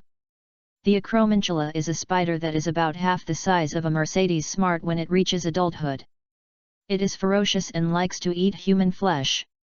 Of course, Hagrid had gently educated many Acromantulas, so the acromantulas never dared to take action against the young wizards who broke into the Forbidden Forest. Aragog, the ancestor of the acromantula, was the cute that Hagrid raised by himself when he was in 2nd grade.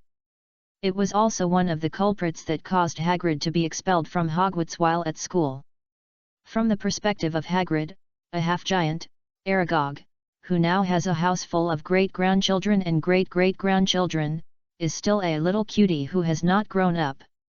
While the acromantula can't move the little wizard, eating a dog is still allowed, right?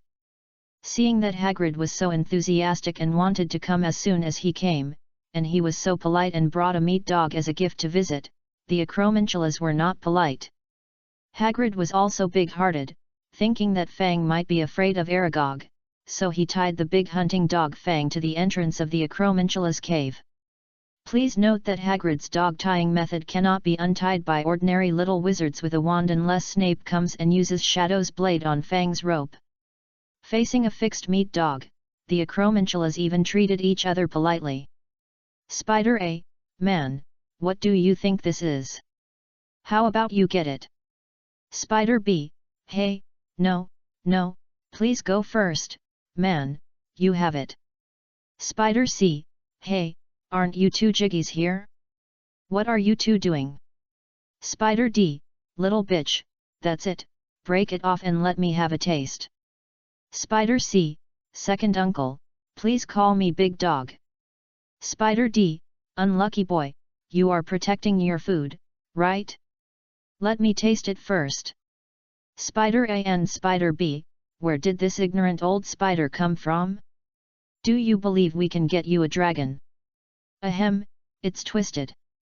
Overall, by the time Hagrid came back, Yaya, the big hound, had basically been wrapped in spider silk and turned into a Muna.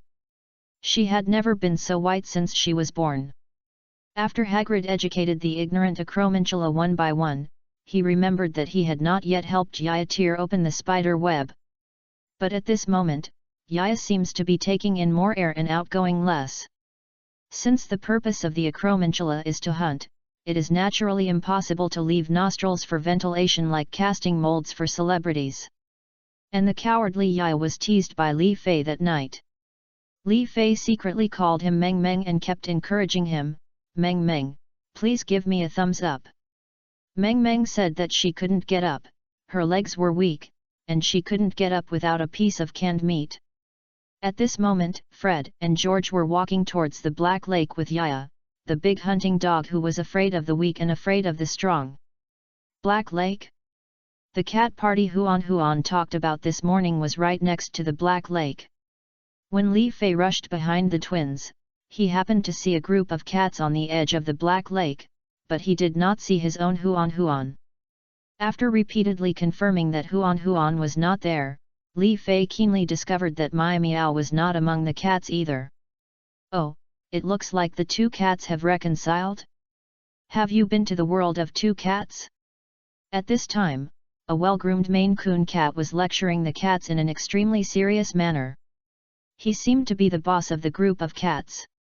Just when Li Fei was thinking about Maine Coon cats, he was emphasizing, we must deepen discipline, persist in innovation, and further strengthen the reform of the cat socialization system. Fred and George were walking behind the chattering cat with Tooth. After an earth-shattering woof, the cats by the Black Lake were frightened and ran away. The Maine Coon cat who was talking was obviously frightened by Yaya's voice. Subconsciously, he turned around and saw a grinning hunting dog behind him drooling in pools. Its sharp teeth were less than 3 centimeters away from him. My legs felt a little weak all of a sudden. Just as he was about to get up and run away, he was blocked by Fred and George one after another, and the big hunting dog began to smell the cat's body. The Maine Coon cat was too frightened to move, and after Yaya smelled the cat's body and became familiar with the smell, he also planned to take advantage of others and play a joke on the kitten. After seeing that the big dog made no movement, the Maine Coon cat subconsciously relaxed and prepared to find an opportunity to leave. And just now, the tooth under the head happened to be close to the Maine Coon cat's ear, and it barked loudly woof woof woof. The cat that had just relaxed completely lost its soul and fell headlong into the black lake. The big hunting dog Yaya subconsciously wanted to save it, but despite his efforts he opened his mouth, but still didn't catch the cat. In the cat's last consciousness, it was thanks to its hiding quickly, otherwise, the dog would have bitten it. At this time, Li Feikai had just arrived behind the twins and witnessed all this. At this moment, Li Fei was a little anxious. While trying to use magic to salvage the cat that sank into the lake, he stared at Fred and George with strange eyes for the first time. Do you think this is fun? Forget about playing harmless little pranks, what are you doing now? Bullying others? Bullying? This is not just a cat, this is a living life. You, because of your indiscriminate prank, let an innocent life die. Are you worthy of the unicorn wand core that represents life in your hands? After repeated attempts to salvage it failed, Li Fei simply raised his wand, tapped his wizard robe 3 or 4 times, slammed his cloak to the ground, and jumped directly into the black lake with a somersault. In the black lake, it is gloomy and cold. Li Fei completely unsealed his golden dragon wand directly in the water, and for the first time recited the spell that he least wanted to face. Illumination, the sun shines. Li Fei still remembered that it was the first time Professor McGonagall came to visit the small courtyard where he lived in Huaxia. In order to attract Li Fei's curiosity about magic, Professor McGonagall lent her wand to Li Fei and taught Li Fei to recite the first magic spell in his life flash of fluorescence. At that time, Li Fei, who didn't know how powerful his double soul strength was in increasing his magic ability, just raised his hand. A single illumination spell blinded Professor McGonagall and his grandfather. A full 15 minutes passed before the two regained their sight with tears in their eyes. From then on, Li Fei would deliberately control the output intensity of the spell in advance for every spell he cast to avoid accidentally injuring friendly forces. But only the lighting technique was almost difficult for Li Fei to control. This has nothing to do with Li Fei's magic control ability, it's just because this spell is too simple and crude, and it doesn't require high magic output. The purity of the magic power in Li Fei's body is so high that even if Li Fei uses a hair's worth of magic power, it will still be as strong as the big snake in KOF the sun shines. But now, Li Fei's lighting technique, which he actively used with all his strength, illuminated the entire black lake almost like daylight. Many areas that have been dark all year round are exposed to light for the first time. Countless ugly sirens with human faces and fish bodies screamed and fled, clutching their chests, not even bothering to pick up the shells on their chests when they fell off. Countless aquatic vines, clams, seahorses, starfish, and crabs fled one after another. From a distance, it looked like a gathering of all the main characters of Yu-Gi-Oh! A huge squid, almost as big as half a playground, suddenly fled towards the remaining dark area. Li Fei didn't bother to take a closer look at these characteristic creatures under the water, because he had already discovered his target. A small Maine Coon cat was hanging on the edge of a coral polyp. Maine Coon cats are also very large cats, but the cat in front of me seemed to have fallen into the water, and its hair was stuck together, making it look extremely thin. There are still air bubbles on the edge of the nose, maybe it can be saved. Li Fei suddenly paddled forward, and a dry area without water appeared near the coral. Just when Li Fei picked up the poor cat, he was about to return to the water to rescue it. Crack, snap. 2 octopuses the size of cat paws with blue rings all over their bodies fell from the Maine Coon cat. It's broken. Blue-ringed octopus is a neurotoxin. If it is not detoxified within 2 minutes, not even gods can save this cat. At this time, Li Fei's eyes were so anxious that they were bloodshot. Not only because he was anxious, but also because he sank too fast and the changes in water pressure were too drastic. The capillaries under his eyes could not bear it and some of them had burst. Everyone is like this, let alone a drowning cat. Use your best and obey fate. If you fail to do your best, you will regret it. Don't give up. It's not that Li Fei is a cat slave, but Li Fei at this moment doesn't want to see any life disappear in front of him. Li Fei, who worked hard to get back to the shore, had severe congestion in his eyes, almost overflowing with blood. He used magic to endure a lot of injuries for the cat and helped the cat breathe again. Ignoring Fred and George, who came around with shameful expressions on their faces, Li Fei had no time to pay attention to them. He didn't bother to pick up his cloak and directly pressed his forehead, and his soul began to communicate with little Guai. Following the ancient soul contract, positions are swapped. P.S. Today's 6,000 word update has been completed. The author is a relatively kind person, and his talent is raising pets. I guess I can have something in common with Senior Bai and the other two. I have been the group leader of the Tianjin Hamster Bar official group for a period of time. Due to problems such as CXK issues in the group and a large number of ambiguous glasses, which led to riots in the group, I have now voluntarily resigned. I also have some experience in raising fish, crystal shrimps, hermit crabs, crayfish, rabbits, cats, munia and other creatures. Book friends are welcome to communicate.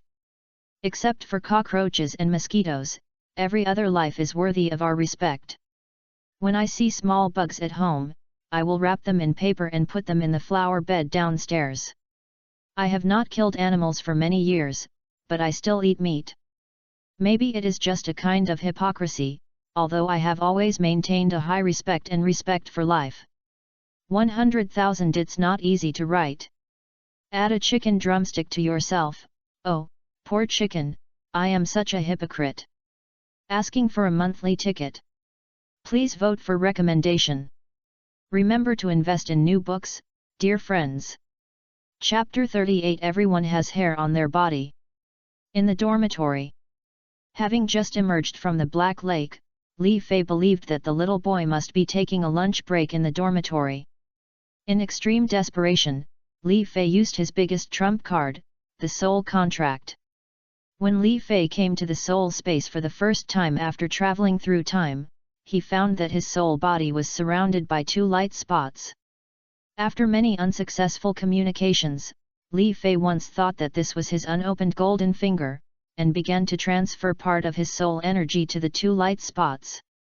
Gradually, the light spots absorbed enough soul energy and turned into two light groups, chasing and playing with each other. And Li Fei also adapted to these two useless light groups running around in his soul space. It's just that I still regret that there are not three light groups, so that I can pretend to be the blood elf Prince Kale that's Sunstrider in the future.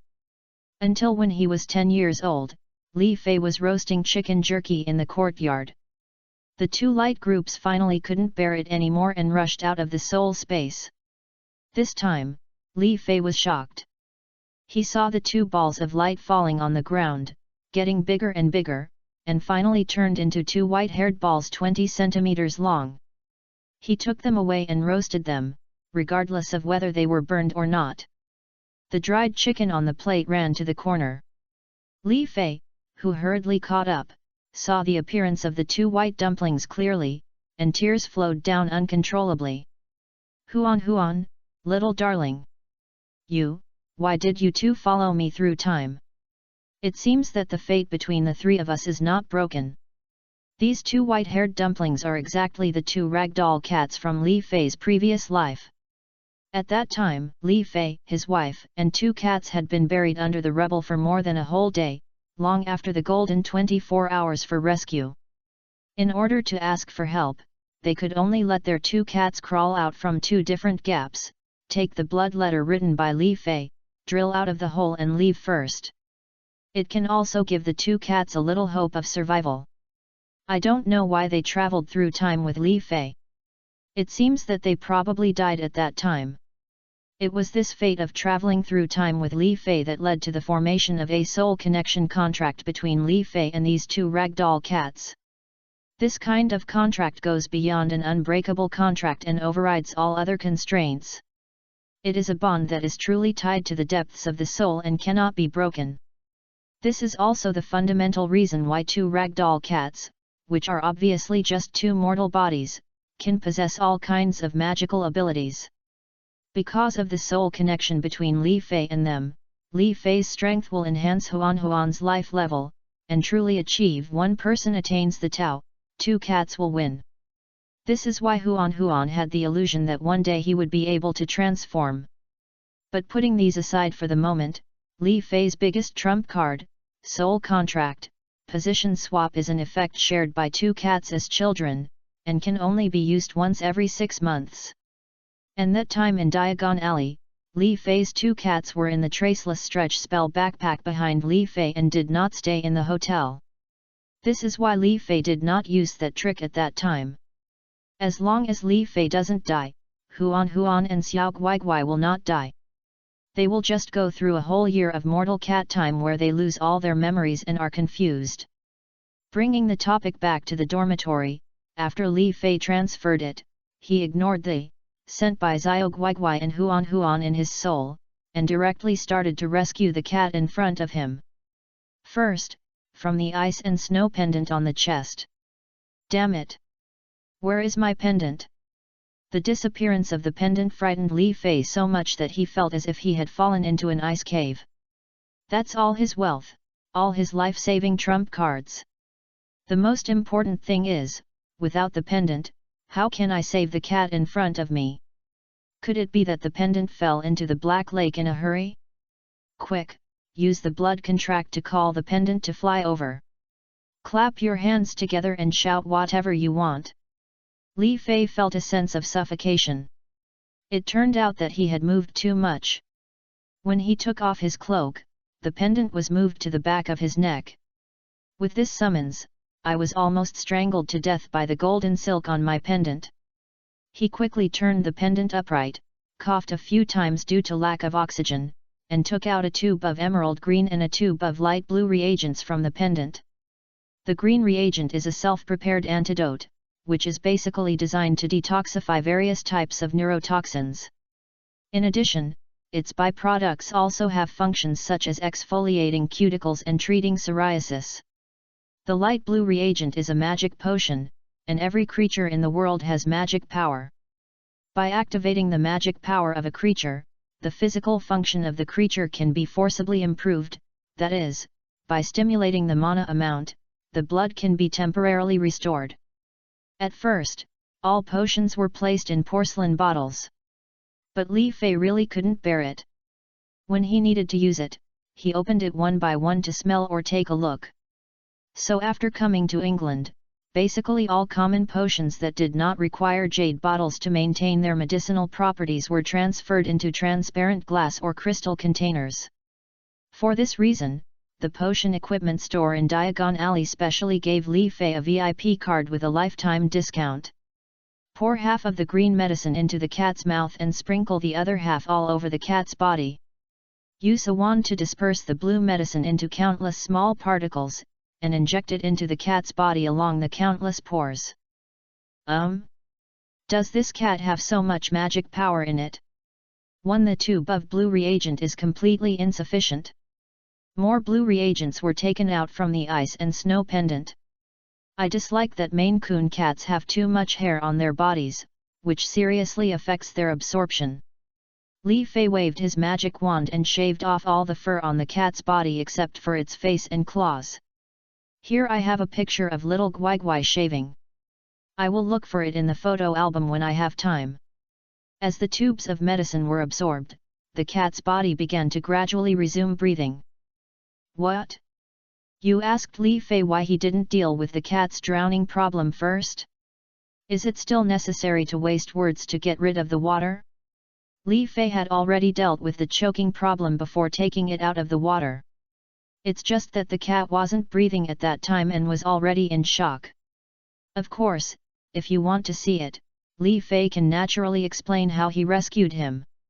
Would you like to talk in detail about the standard rescue methods for drowning people? But this way, book friends will say that the author is a fool. Thanks to Merlin, his cousin, and Virgin Mary, her brother-in-law. Seeing that the cat finally resumed breathing, Li Fei breathed a sigh of relief.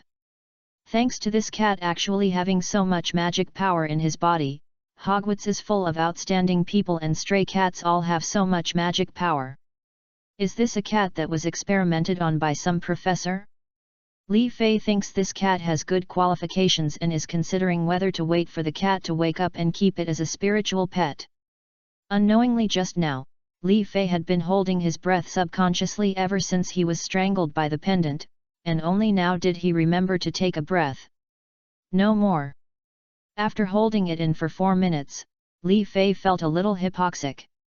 Put the cat on your bed and cover it with a quilt to prevent it from catching cold. After drying his clothes, Li Fei slowly walked out of the dormitory. Li Fei's roommate Versace was entangled in a warm sunshine vine in the greenhouse this morning, entangled in a physical sense. After a lot of effort, Mr. Versace refused the enthusiastic entanglement of sunshine vine. He was exhausted and had a hasty lunch. At this moment, he just wanted to go back to his bed and catch up on his sleep. After greeting Li Fei, Versace returned to the dormitory. At this time, Huan and Xiao Guigui, who felt that Li Fei had used his soul contract ability, had just run to the outside of the common room. Oh! Are you okay? You were so scared. Ouch, what happened? Why do you look so tired? This smell is wrong. Do you have a cat outside? The two cats expressed enough concern to Li Fei. Li Fei simply said that he acted bravely and had just saved a drowning cat. In desperation, he guessed that Xiao Guigui must be in the dormitory, so he took the initiative to change places with Xiao Guigui. Otherwise, you have some trump cards that you should not use in public. Ouch! Then why don't you replace me? Huan didn't understand.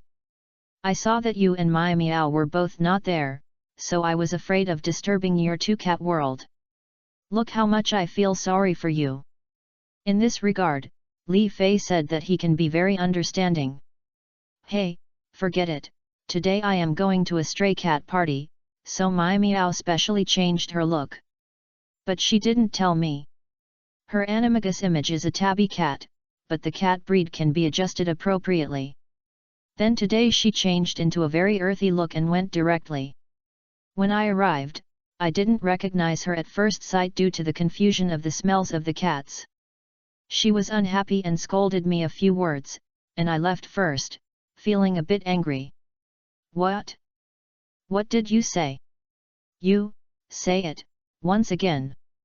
What kind of cat has my, Jiao, professor, she turned into? Ouch! What's wrong with an ugly Maine Coon cat? Damn it! Broke in. Something bad happened. Did I shave off Professor McGonagall? Is this equivalent to stripping off the clothes of a single widowed vice principal? And threw the naked Professor McGonagall on my bed? Hold a mandrake. Open the door quickly. No matter if it's her or not, move my Miao away first. And just when Li Fei opened the dormitory door, Versace's confused voice came out from the dormitory. Am I too stressed? Professor McGonagall, why are you lying naked on Li Fei's bed? Everything is forgotten ×2.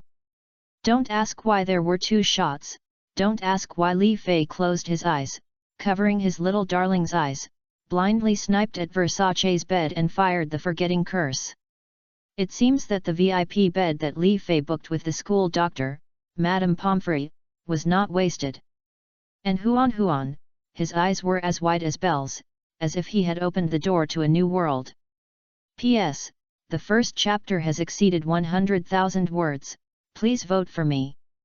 Recommended vote. Is this chapter full of useful information? Don't worry, this story is very long, I will tell it slowly with you. What I can do is to ensure daily updates. Since the update, I have not had a day below 5K, at least 4,800, the speed of light is a slap in the face. I won't be in a hurry to put it on the shelves for at least a month. Let me tell you in advance that when the day comes, I will update it immediately. The number of updates will be determined based on the results.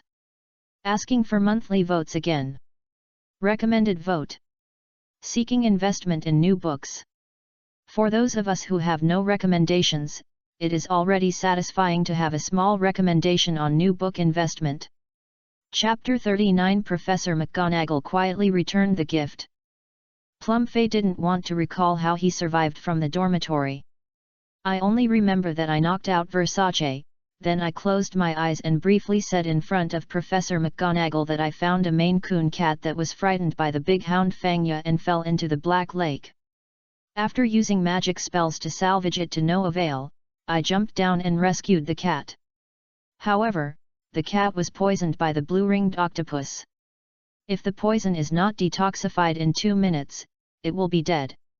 The Maine Coon cat has thick fur, which affects the pores of the cat to absorb the medicine, so in desperation, the cat's fur was shaved.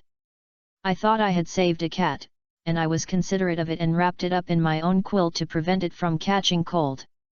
I was so busy that I didn't even notice whether the cat was male or female. I was so tired that I wanted to get some air. I didn't see anything with my eyes closed.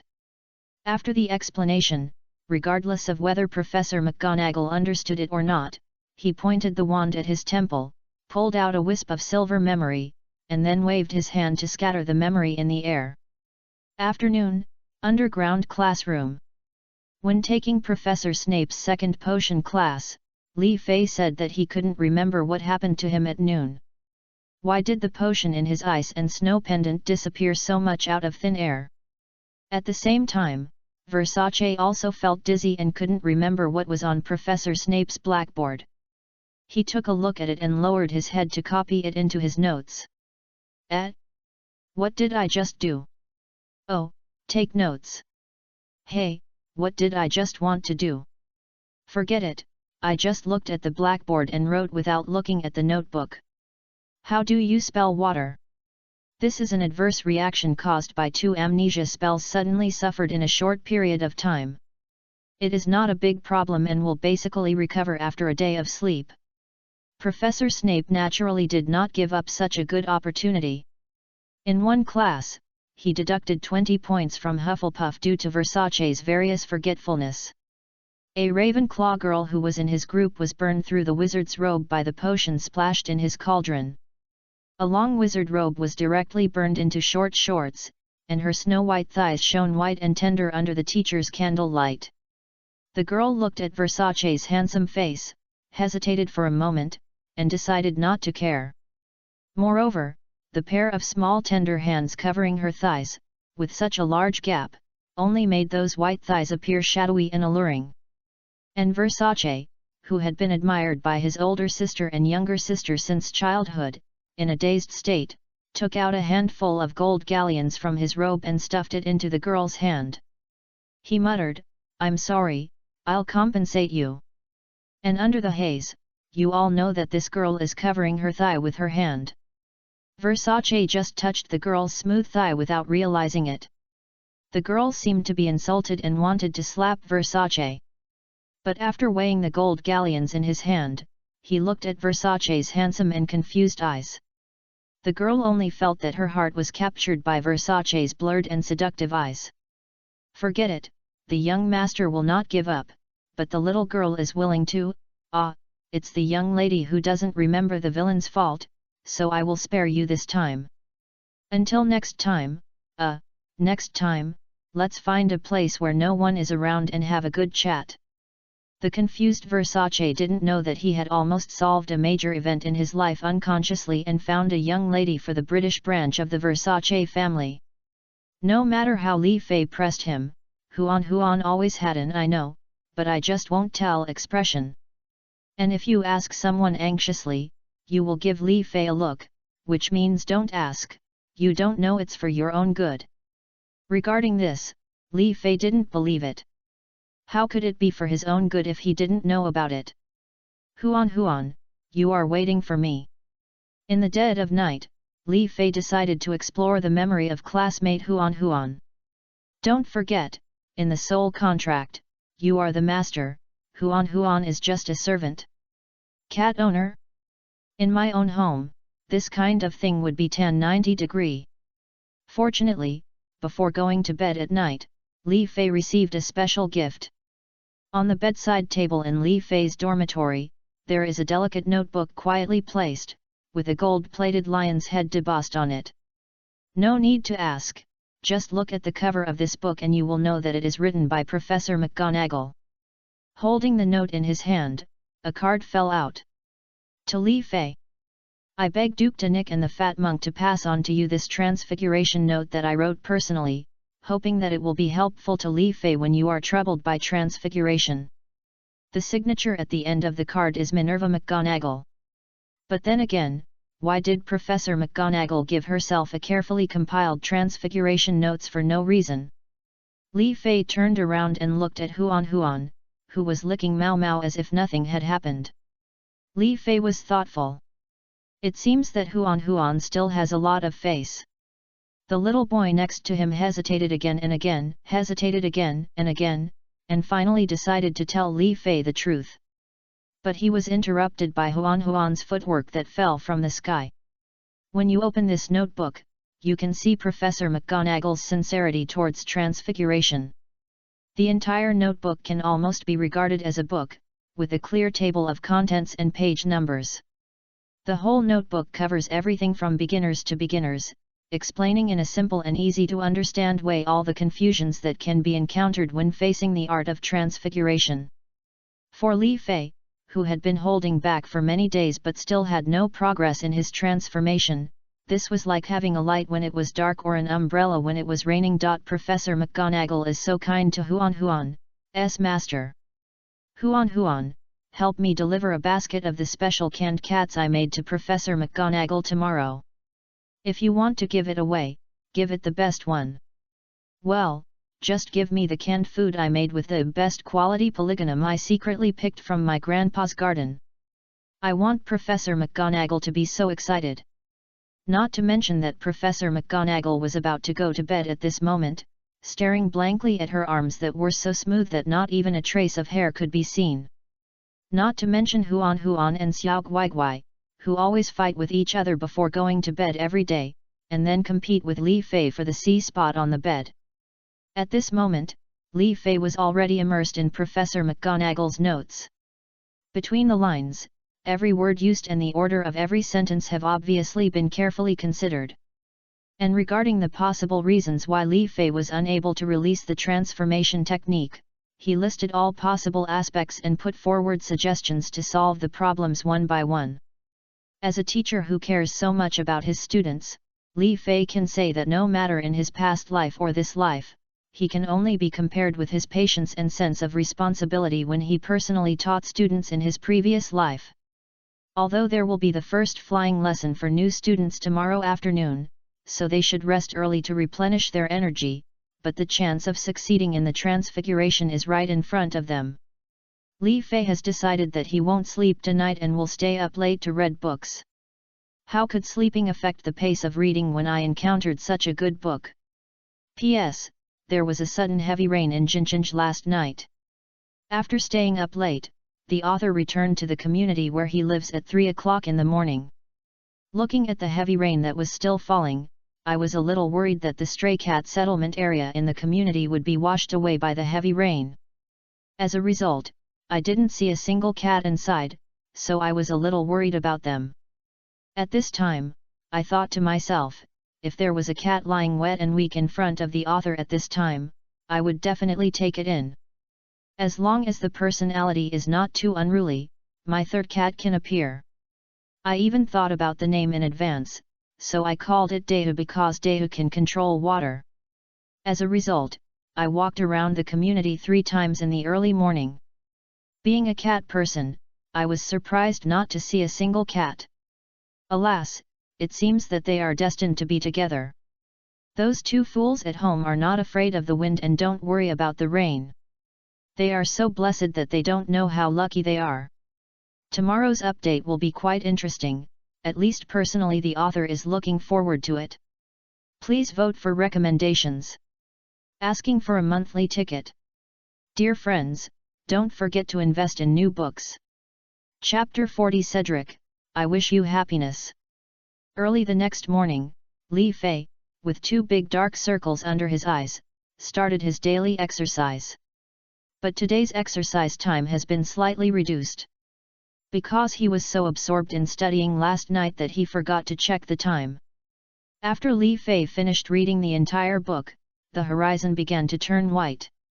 Therefore, the self-inflicted student Li Fei had to reduce the duration of this morning's Ironman triathlon in order to avoid becoming the first little wizard to die suddenly due to not sleeping and high-intensity exercise.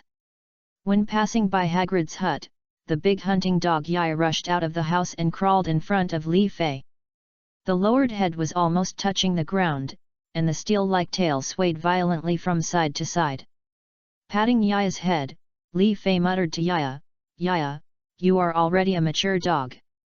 You have to distinguish right from wrong, good from bad." Yi was left with a vague understanding, and after saying hello to Hagrid, he started exercising directly. "Afterwards, I meditated for 5 minutes, but my energy was still not at all improved. But none of this matters." Li Fei stared at the iron rod in front of him with hot eyes, stretched out his right hand holding the wand, and tapped it lightly. The surface of the iron rod actually fluctuated violently. "Yo West! Looks like there's something going on."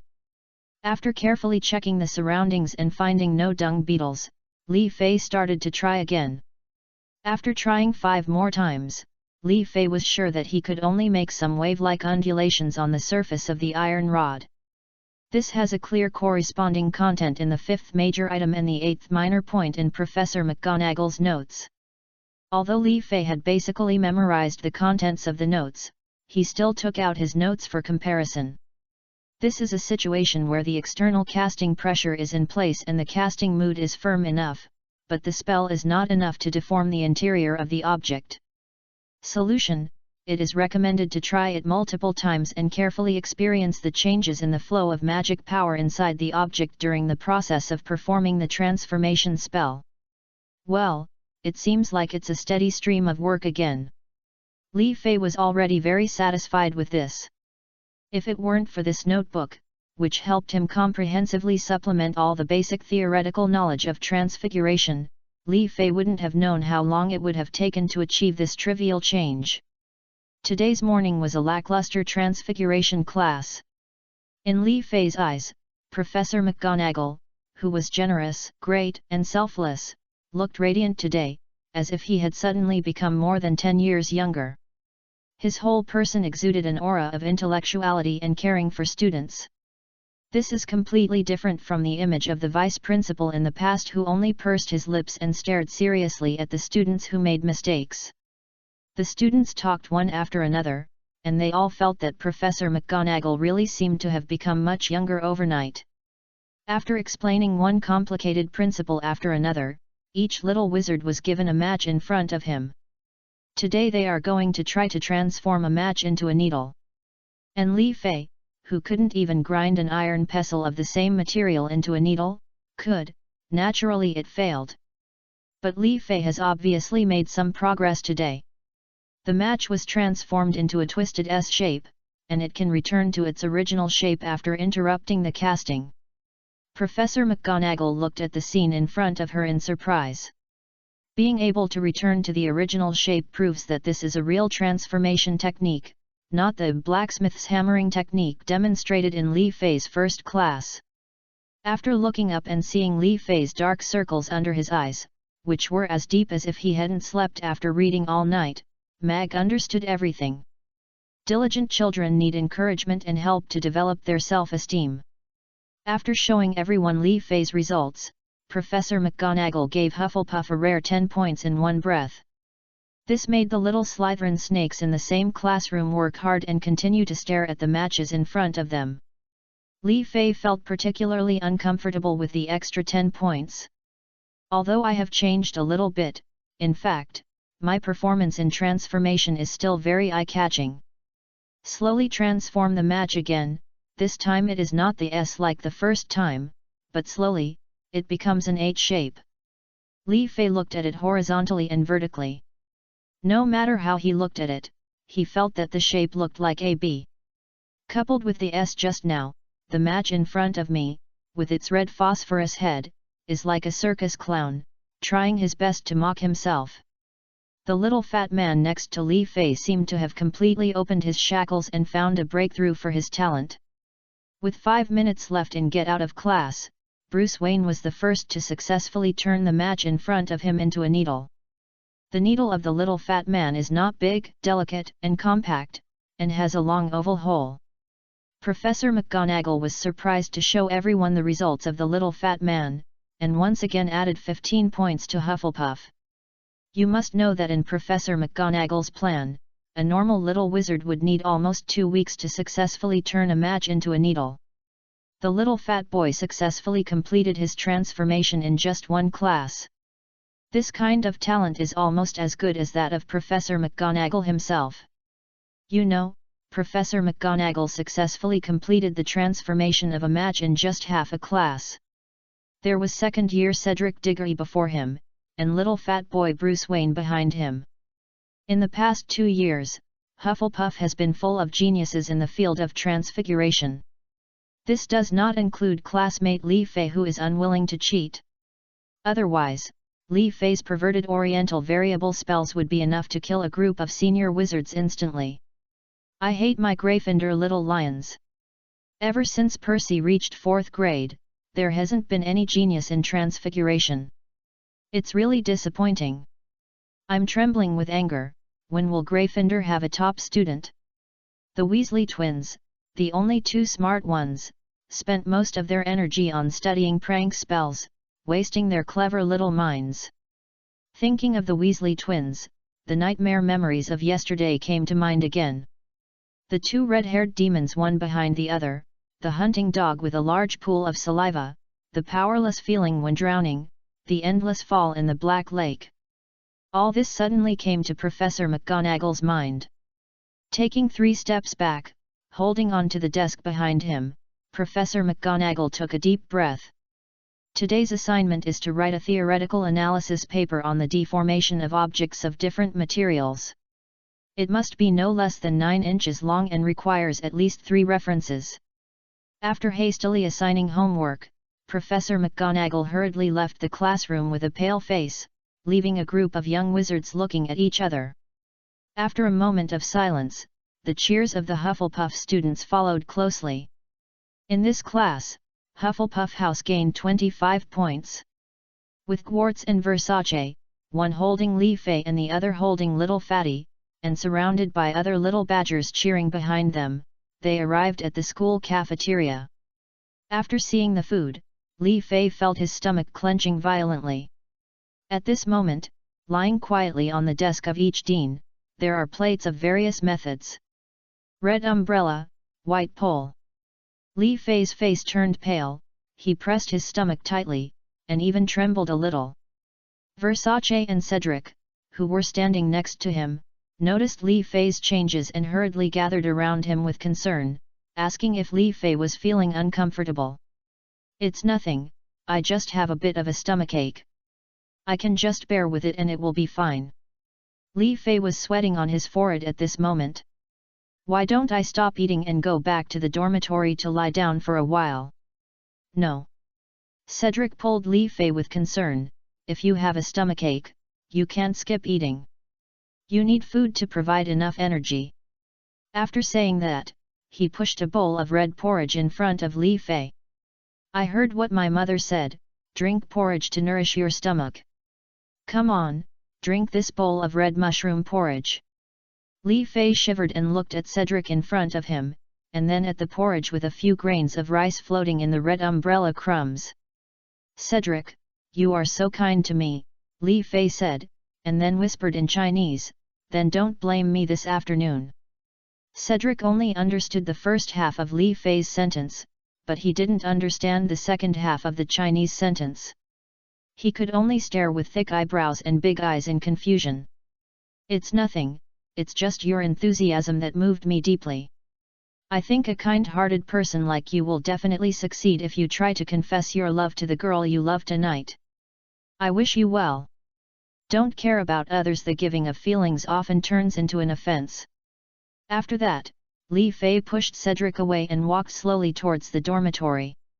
He took out a baguette that he had specially left in the morning from the ice and snow pendant on his chest. Holding a bottle of water in his left hand, he staggered forward while eating the hard-to-cut baguette one bite at a time. Why do you think baguettes are served in the English breakfast at Hogwarts? Don't ask, just ask, and don't forget France. P.S. The next chapter will be even more exciting, I can't wait.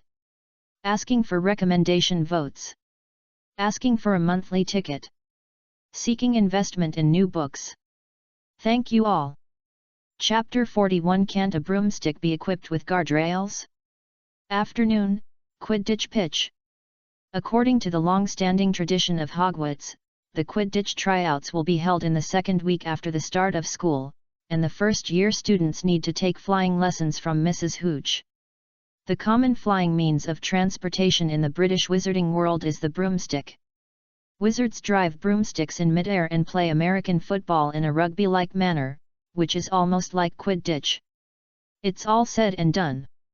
In a word, students in the Muggle world also play football, basketball, dodgeball, volleyball, tennis, badminton, and of course our national sport table tennis during recess.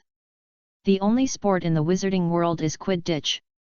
According to regulations, if Hogwarts students want to join the team of their home college and compete with other colleges, they must wait until at least the second year. The first-year flying lessons are mainly used to help the varsity teams of major colleges select some good prospects who are good at flying and serve as substitutes for the varsity teams. Of course, by the way, the young Muggle-born wizards must also be taught how to use this traditional means of transportation for British wizards.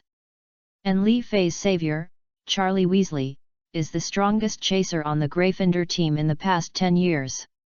When he was only in his second year, he led the Gryffindor team to win the annual championship, and he was the strongest MVP player in Gryffindor.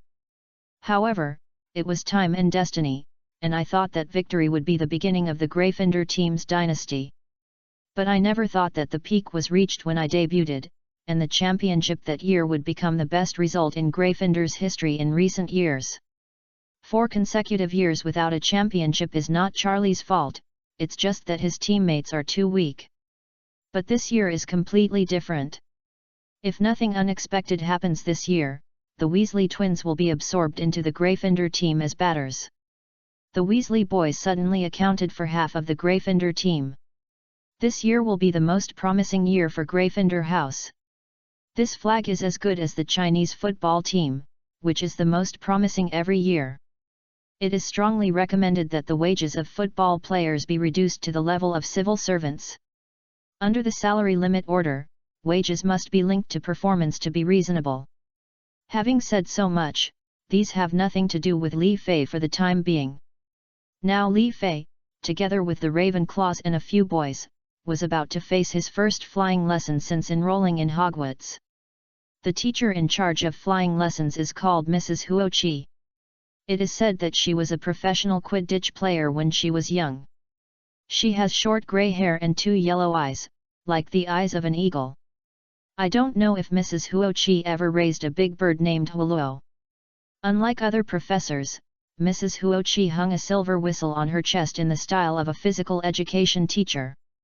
Beep beep. Before I could get closer, I heard a whistle blowing, and Mrs. Huochi appeared pulling a trolley behind her.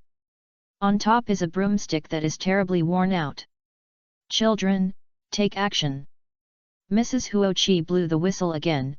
Everyone gets one, and whatever he gets is what he gets. Although these brooms look a little old, I still guarantee that they can fly stably. And because most of their models are relatively early, it is difficult to fly very fast, which is safer for you. It was the first time that Lee Fay heard such a blatant excuse for obsolete teaching equipment, and he couldn't help but be inspired. Thanks to the Virgin Mary, Lee Fay was given a broom that was still intact, with only some branches sticking out here and there. Zhang Qiu, who happened to be standing opposite Lee Fay, was not so lucky. There were barely a few hairs left on the broom in his hand. Zhang Qiu's face was as black as Zhang Kaihu's iron pot. Classic painting, Zhang Qiu looks exactly like Zhang Kaihu. Dudu. Well, Mrs. Hooch blew the whistle again. Okay, what are you waiting for? She said loudly, everyone spread out and stand, and everyone puts the broomstick on the ground to your right. Quick, quick, hurry up. All the little wizards quickly followed suit. Stretch out your right hand and put it on top of the broom handle, Mrs. Hooch shouted from the front, and then yelled, "Get up! Get up!" everyone shouted. Zhang Chu's broken broom immediately jumped into her hand, but there are only a few such obedient brooms. Versace's broom just rolled on the ground, but the broom beside Li Fei didn't move at all. The broom beside the little fat man was shaking on the ground, as if he was afraid of something. Li Fei thought to himself, maybe the broom, like a mount, can tell your weight. The little fat man's broom trembled slightly, which clearly showed that this broom did not want the little fat man to ride it and fly into the sky for the last time before falling apart. He shouted again, slightly dissatisfied. "Get up!" Li Fei's broom honestly jumped into his hand this time. Then Mrs. Hooch showed them how to ride on a broom without falling off their heads. She walked around in the team, correcting everyone's hand grip. "Okay, as soon as I whistle, you kick your legs off the ground and push hard." Mrs. Huoqi said, "Hold the broom steadily, rise a few feet, then lean forward slightly and fall vertically back to the ground. Listen to my whistle 3-2. Du-du, du-du." Zhang Chu, who was opposite Li Fei, lightly kicked her feet, and the broom quickly took her off the ground. Perhaps it was because her feet were off the ground that the Ravenclaw girl's clever IQ had taken over the high ground again. The broom carried Zhang Chu in a very light circle, and then landed steadily on the ground. Li Fei also kicked the ground violently. Because he was afraid that he would be heavier than the girls, Li Fei deliberately used a little more strength. With a whoosh sound, Li Fei rushed out as fast as Marcus ran for his life in Chapter 3. Mrs. Huoqi, who discovered Li Fei's flying speed, smiled happily. "This kid can fly so fast with such an old model of broom. He is a genius." The little fat man was still trying hard to persuade his broom, trying to get the broom to agree to carry him around. His broom never leaves the ground. Seeing Li Fei taking off so easily and disappearing from everyone's sight at such a fast speed, many young wizards unconsciously let out a sigh of envy. Unexpectedly, Li Fei was not only outstanding in magic spells, but also so talented in flying. Just when Mrs. Huoqi thought that Li Fei might have flown a little too far, a heartbreaking howl came from the distant horizon. "Save! Life! Ah! Who will save me? Where are the brakes? Hurry, hide, get away! Stop, no, come on!" Then, above the little wizard's head, a figure riding a broomstick was seen, spinning and falling vertically like a helicopter missing its tail. It was naturally impossible for Li Fei, the genius of the generation, to be thrown to death by such an out-of-control broomstick. As he approached the ground, a pale golden eggshell-like shield formed, and Li Fei landed steadily on the ground. It's just that Li Fei's image at the moment looks a little too funny. Li Fei was seen lying on the broomstick, his hands tightly grasping the handle of the broom, and his legs tightly wrapped around the rear wings of the broom. With the broom between his legs, he knelt down on the lawn. His face was pale, and a large amount of cold sweat seeped out frequently like a waterfall, and then stayed down his face and neck at an extremely fast speed. Sweat completely soaked the wizard's robe that had been so elegant in the past. From a distance, it looked like a drowned rat that had just been soaked in the rain. The half-long black hair that was always neatly taken care of in the past is now like teacher Pan Changjiang's bangs, clinging to the scalp. Mrs. Huoqi rushed to Li Fei's side immediately. "Are you okay? Could it be that the broom is out of control because it is in disrepair?" Li Fei shook his head, breathing heavily, with the word no on his lips, but he couldn't say it. Mrs. Huoqi took Li Fei's broom, flew it deftly in a circle and landed smoothly. "This broom is more stable than most of the brooms here," she said. "Mr. Li Fei, how did this happen to you?" Li Fei could only keep shaking his head helplessly. After 2 lifetimes, he never expected that when he came to the magical world, not only would those 2 cats follow him to this world, but he would also have his passive skill of being afraid of heights. In his previous life, Li Fei's father and uncle once took Li Fei, who was only 6 years old, to an amusement park to relax. At that time, the safety factor of the amusement equipment was too low. Li Fei, who was sitting in his uncle's arms, flew out of his uncle's arms when the jungle rat car turned. Although it is only less than 2 meters high, the psychological shadow caused is huge. From then on, Li Fei began to become extremely afraid of heights.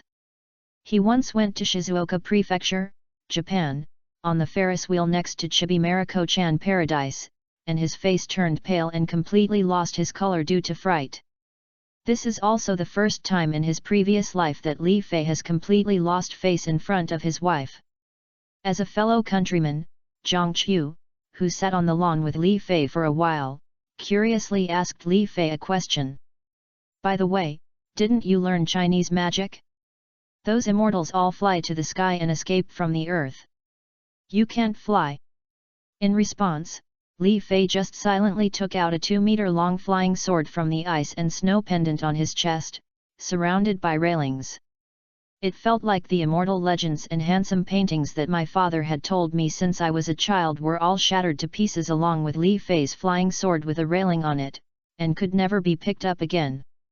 "Don't you know you're afraid of heights?" Zhang Qiu was curious. "I don't know. From the very beginning of my flying practice, I found a magic weapon with railings customized by a senior named Song. I also have a gourd with railings, and a UFO-shaped flying magic weapon with railings." Li Fei could only shake his head. He didn't expect that he was so afraid of heights. It would be great if the broomstick could be equipped with guardrails. It would be very safe. "Then why don't you ride a mount like a crane like the legendary immortal? That's also very handsome." Zhang Qiu began to long for the simple and beautiful wishes of his childhood. In this regard, Li Fei could only continue to shake his head. This time his head shook like a rattle. "Zhang Qiu, let me ask you. Compared to China, this place is definitely the West, right?" "Yeah, what next? Have you ever heard of a word called ride a crane to the West?" Zhang Qiu opened his mouth. This. The style of painting has completely collapsed. P.S. I have been planning this chapter for a long time. People who are afraid of heights, you will not understand. I'll have no problem if you let me wingsuit. Most people who are afraid of heights are afraid of the fear of having their fate out of their hands if something uncontrollable happens at extreme heights or speeds. Asking for a monthly ticket. Please vote for recommendation. Please invest in the new book, gentlemen. Thank you very much. Chapter 42 Picking up Cedric crying in the corner. That night, before the 9 o'clock curfew, Li Fei, who came out of Professor Snape's office, was pacing slowly in the corridor. At this moment, Li Fei took every step very carefully, no longer the usual state of shaking his head after coming out of the Sri Lankan teaching. It was like a pangolin struggling hard and found a colorful gourd seed in front of it.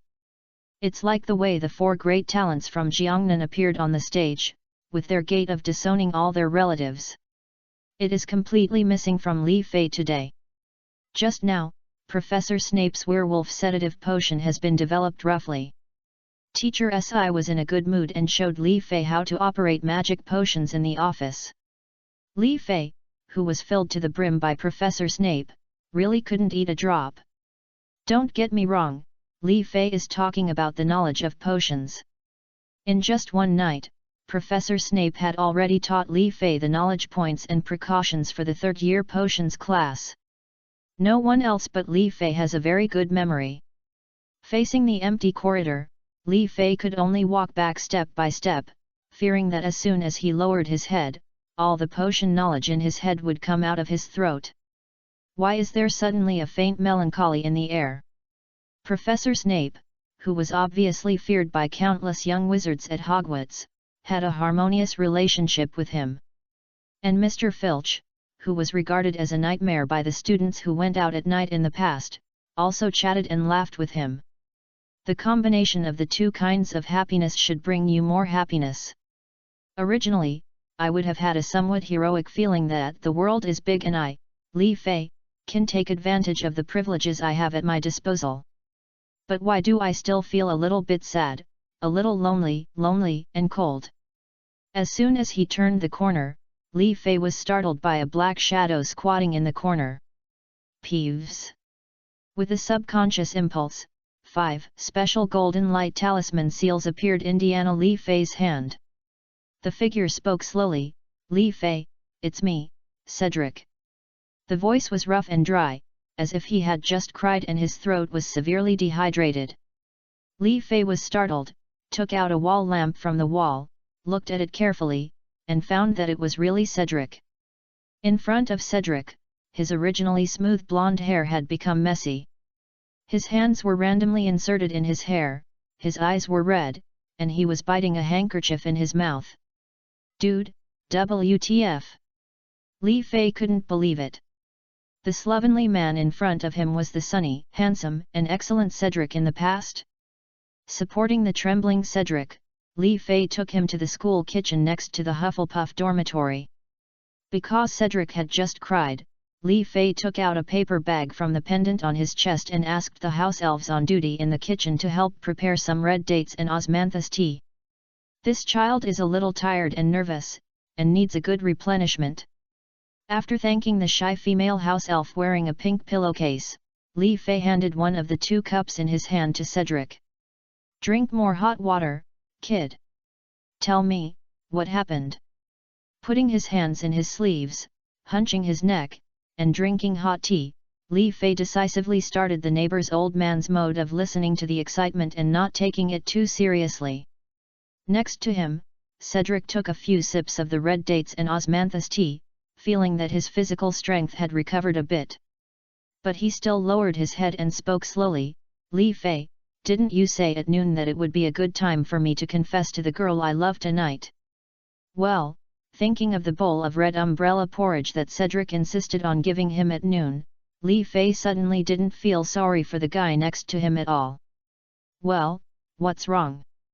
You won't really go to someone else's girl to express your feelings, will you?" Cedric lowered his head. But Li Fei keenly noticed that Cedric's ears suddenly turned red. "Although Li Fei, you have already warned me that there will be no good results with Zhongqiu, but it is rare that you told me again at noon today, maybe my confession tonight will be successful." I was confused at this moment, so I secretly picked a few of the most beautiful red roses from Professor Sprout's greenhouse, took a piece of turquoise I bought from the gem merchant in Diagon Alley as a gift, and went to find Qiu confession. Li Fei covered his face. "You really dare to steal plants from Professor Sprout's greenhouse? Don't you know that the plants in the greenhouse are all the professor's cuties?" "It's not important, it's not important. Please continue to listen to me. I will imitate the appearance in Muggle movies, wearing a handsome Muggle suit. Wearing a melon suit, holding a red rose in his mouth, and holding a gem box in his hand, he confessed his love to Qiu." Having said this, Cedric scratched his head. He seemed a little embarrassed, and his expression became very unwilling. "When Qiu found out it was me, I could feel that she was obviously very happy talking to me. But I don't know why, when I pretended to leave, then turned around and suddenly appeared from her side with a rose in my mouth, intending to give her a surprise. I felt that Qiu's face was full of panic and fear, and she raised her wand tremblingly, as if she wanted to slap me. Avada choose her coat." I complained about Cedric's pronunciation in my heart. "Good guy, Avada's coat is not bad." Cedric didn't know that what Li Fei was thinking had reached the Pacific Ocean, so he continued. I asked her why, and she just shook her head and muttered something about twilight and vampires that I couldn't understand at all. Finally, she stood up suddenly, bowed to me, and said to me, "I'm sorry, Mr. Diggory, but I'm not good enough for you. In my heart, you are actually a good person, but we are not suitable." "Li Fei, tell me, what does she mean by this? Is it a sin to be too good?" Looking at Cedric, who was still a simple child in front of him, Li Fei silently patted his shoulder without saying anything else. He has already said what needs to be said before. Zhang Qiu is Cedric's death omen.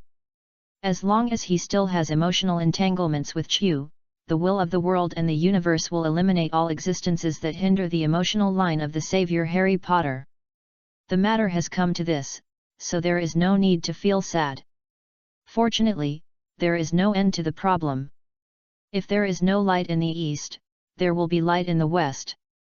The person you are destined for will not appear for another 2 years. You have enough time to learn how to contact girls correctly. By the way, you just mentioned that you bought a piece of turquoise from the jeweler in Diagon Alley? Cedric took out a box that looked like a precious gem from the wizard's robe and handed it over. This is it. It cost me half a year's savings. I think this gem is full of mysterious oriental flavor and is very suitable for Zhang Qiu, who has a Chinese face. Taking the delicate small box from Cedric's hand, Li Fei gently opened the box. A piece of top-quality turquoise with high porcelain, high blue, and not many iron wires was lying quietly in the box. As the light in the kitchen shines, the surface of the finely polished gem reflects a beautiful halo, which is breathtaking. Shaking his head, he threw the stone in his hand back into the box and directly to Cedric beside him. Fortunately, the girl didn't promise you, and you didn't have the chance to give away this fake dot. Fake? You mean? I was fooled. That's right, it's better to say that the merchant who sold you this piece of turquoise was also cheated. You are just an extra addition. Cedric's eyes began to look a little unkind, and the resentment he had just expressed at being rejected seemed to have successfully found a breakthrough. To put it another way, if Zhang Qiu really agreed to your confession, accepted your gift with joy, and took it home to show to her parents. Don't forget, her father is an authentic Chinese, and is said to be a geologist at a Muggle university. Imagine what the consequences will be if his girl happily takes the fake gems given by her boyfriend to show off at home. Cedric's back was wet, and cold sweat kept breaking out. In order to make you give up completely, I will tell you what kind of fake it is. This thing is called phosphorite, and then it is dyed with colorant. Look at its surface, it is so flat and smooth, and the surface of the gemstone does not contain any metallic mineral texture, which is commonly known as iron wire. This thing is 100% fake. It might as well be made of low-quality turquoise, broken into powder, injected with glue, and pressed to form B-goods or second-generation materials. After that, he patted Cedric on the back, stood up and walked towards the door of the dormitory with Chipachi. Before leaving, he left a message for Cedric. I mistook old vinegar for ink, and half of the writing will be sour on the paper. I'm even more afraid that the vinegar and ink will mix together, and half of the writing will be bitter and half sour. Returning to his four-poster bed, he squeezed his body between Huan and Xiao Guigui. Lying on the bed, Li Fei couldn't calm down for a long time. After the flying class this afternoon, Zhang Qiu became more interested in chatting because he talked about the travel methods of ancient Chinese immortals. Fei pulled Li Fei and asked him to tell him the myths and legends of ancient and modern times, both at home and abroad. Among them, Li Fei emphatically told Zhang Qiu about the love and hatred between the vampire family in the British castle and the vampire hunter Van Helsing. Deliberately emphasizes that if a boy is blonde, tall, and handsome, he will easily become a target of vampire attack. It is even possible that some handsome blonde guys have been transformed into vampires. Their purpose of approaching you is to expand their blood sources and try out the new taste of Chinese blood. This made Zhang Qiu feel chilly. After Zhang Qiu came over, he looked at Li Fei with malice and asked what kind of boyfriend should I find? At the same time, she made up her mind in her heart.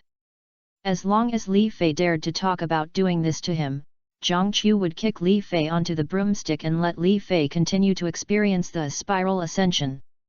After thinking for a long time, Li Fei slowly said, "At least find someone with black hair."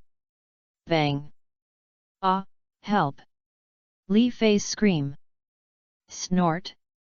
Do you dare to say that you don't like me? Zhang Qiu. P.S. The heroine is not Zhang Qiu, so don't speculate in stocks. Just a reminder, I have already mentioned her in the previous article, but I guess you most likely won't be able to guess it. I feel very depressed today. I was supposed to have a small climax of the plot today, but today's state is not suitable to ruin this plot that I have been looking forward to for a long time. Let me express it later. I hope you can give me some encouragement and support. Down. Asking for support. Praise me for being nice. By the way, please give me a vote. Dear book readers, please click on the automatic subscription. Anyway, it is a free chapter. Please help me make up for some completion rates. Kneel down and beg. There is gold under the man's knees, and I would like gold to be exchanged for sincerity. By the way, thank you to the QQ reading boss Ming Mingji for the 2 monthly passes. Thank you for your hard work. Chapter 43 New Unable to Love. The book continues above.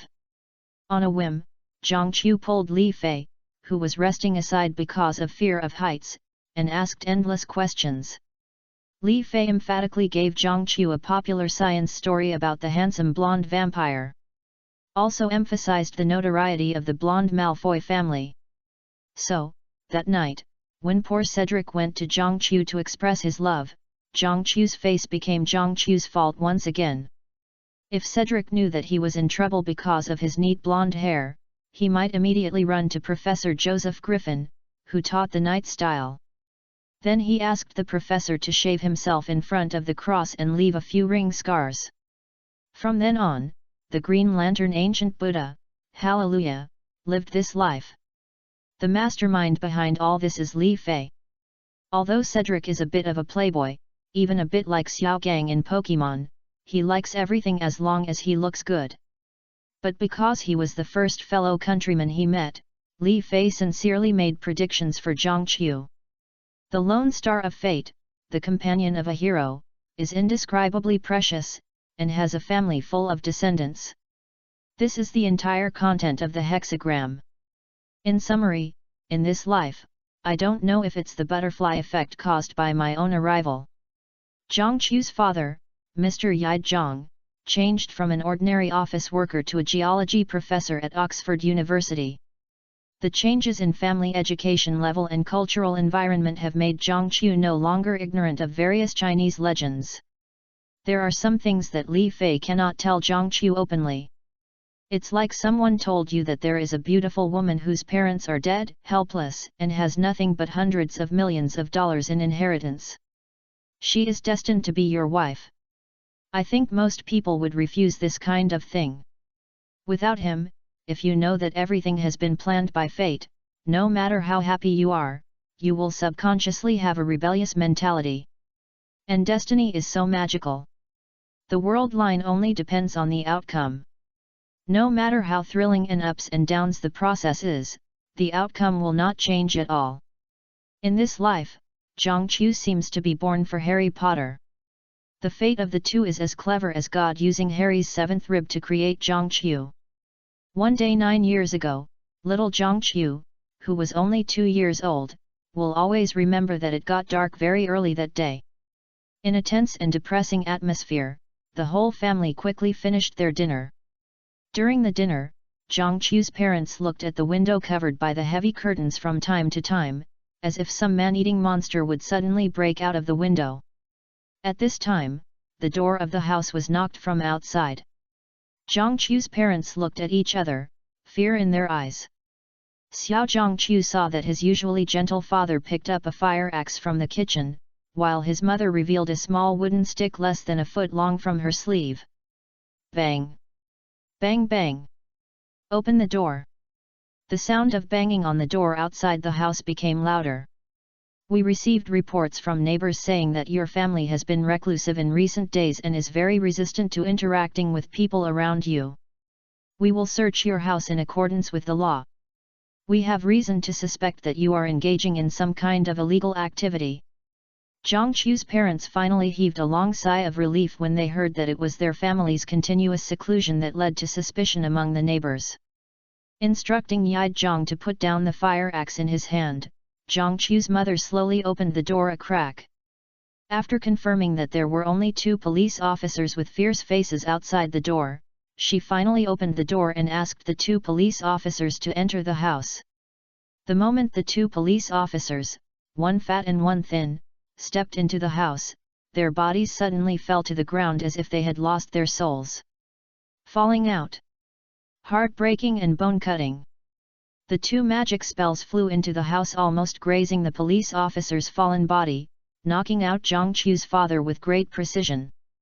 At the same time, Zhangqiu's mother let out a shrill scream. 3 people in black robes rushed in from outside the house. The leader was a little thin and his face could not be seen clearly.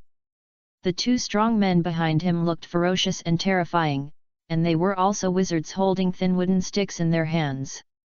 One of them quickly snatched the wooden stick called the magic wand from Zhangqiu's mother's hand. Seeing his father being knocked unconscious and his mother covering her head in despair and screaming, Zhangqiu, who was only 2 years old, knew for the first time what it meant to be afraid of death. One of them stepped out from the crowd, grabbed Zhangqiu's mother's hair, and forced her to look into his eyes. Then he pointed the wand in his other hand at Zhangqiu. "I'm sorry, Milia, my colleague for so many years throughout my life, I have actually always admired you." The man grabbed Qiu's mother's hair fiercely, and a green fluorescent light began to emit from the top of the wand. "And you turned a blind eye to me? To actually choose a muggle as my husband instead of me who comes from a noble pure-blood family. Thanks to the kindness of the Dark Lord, he personally blocked Dumbledore's offensive and ordered us to take the opportunity to eliminate you wizard traitors who have fallen in love and dared to get close to muggles." The green light of the wand in his hand became brighter and brighter, even though his hair was pulled by someone, and he could only scream in pain all over his body. But Qiu Zhang's mother still shook her head desperately, tears kept falling from her eyes, and her eyes were full of begging. "Feel you and this filthy muggle bastard die in front of you, my dear Milia." As if to torture the woman in front of him for a while longer, the magic wand in the black-robed man's hand seemed so slow in the woman's eyes. But this is still not something that 2-year-old Zhangqiu can avoid. With a sound of "pa," the green curse hit Xiao Zhangqiu's body, but turned into countless petals falling slowly. The man in black robes kissed the woman's tear-stained face wantonly, and then laughed loudly. "Haha, I'm so stupid, really. I thought you were smart, but you were still the top female student in Ravenclaw back then. I didn't expect that not only would you degenerate into marrying a muggle, but you would even degenerate to the point where you don't even remember this curse. This is the fake death curse that the 2 of us worked out in the Forbidden Forest after many nights of fierce fighting and much sweat. It may look like Avada's Kedavra, but it's really a 0-damage spell. I didn't expect that you actually forgot this curse. It's unforgivable." After saying that, he raised the wand towards Xiao Zhangqiu again. "Stop playing around, kill them quickly and go to the next house." Another man in black robes behind him began to urge. Looking at the collapsed woman in front of him, the man in black robe felt very bored. "Okay then, I'll start with this little mixed blood. If you use the methods of splitting into pieces and cutting out the bones, your death will not be peaceful at all, and it will be very painful." The man in black robe touched the woman's face and was about to raise the wand again. Suddenly, in the distant sky, a red-black mark was reflected in the sky. This is a situation of the highest level. The Great Dark Lord needs our assistance. Let's go. The Dark Wizard who had been silent until now finally spoke, with a firm and decisive tone. The man in black robe did not dare to neglect, and casually shot to pieces at Xiao Zhangqiu. Another person next to him was preparing to cast an Avada death-killing curse. At this moment, Zhangqiu's plug-in renewal was successful. Every little wizard has to experience a magical riot once in his life. Little Zhangqiu, who was only 2 years old, broke out nearly 3 to 5 years earlier. The magic riots of little wizards often have very unexplainable magical abilities. However, when they begin to master magic, these abilities are often just short-lived and difficult to show again throughout their lives. For example, in the movie, the missing glass that Harry removes from the Python house in the zoo was subconsciously removed by Harry. And this effect has gone beyond the scope of ordinary transfer spells, and has begun to involve space magic that most people have difficulty accessing in their lifetime. At this moment, little Zhangqiu has only one thought in his mind: to prevent them from harming our family again. The magic power condensed on the wands by the three men in black robes was dispersed in an instant. Although the time was only a short moment, they all knew the uncertainty of the magic power riot. Moreover, once the crisis on the Dark Lord's side was resolved, they would rush there only after the crisis was resolved. Then what awaits them will be a punishment more terrifying than death. You're lucky. After saying that, he turned around and left. Before he had even taken 2 steps, he suddenly turned around and said, "Heart-piercing and bone-cutting." The curse flew towards Zhangqiu fiercely, but hit Zhangqiu's mother. This great mother, as soon as the man in black robe turned around, dragged his body, which was about to convulse to the point of fainting, in front of Zhangqiu. The man in black robe is really gone. Zhangqiu saw that the black-robed wizard, who looked the most ferocious and seemed to have something to do with his mother, walked out of their house, and a gust of wind blew up her hood. A head of dark brown wavy hair and an exquisite face appeared at the end of Qiu Zhang's field of vision. "Female?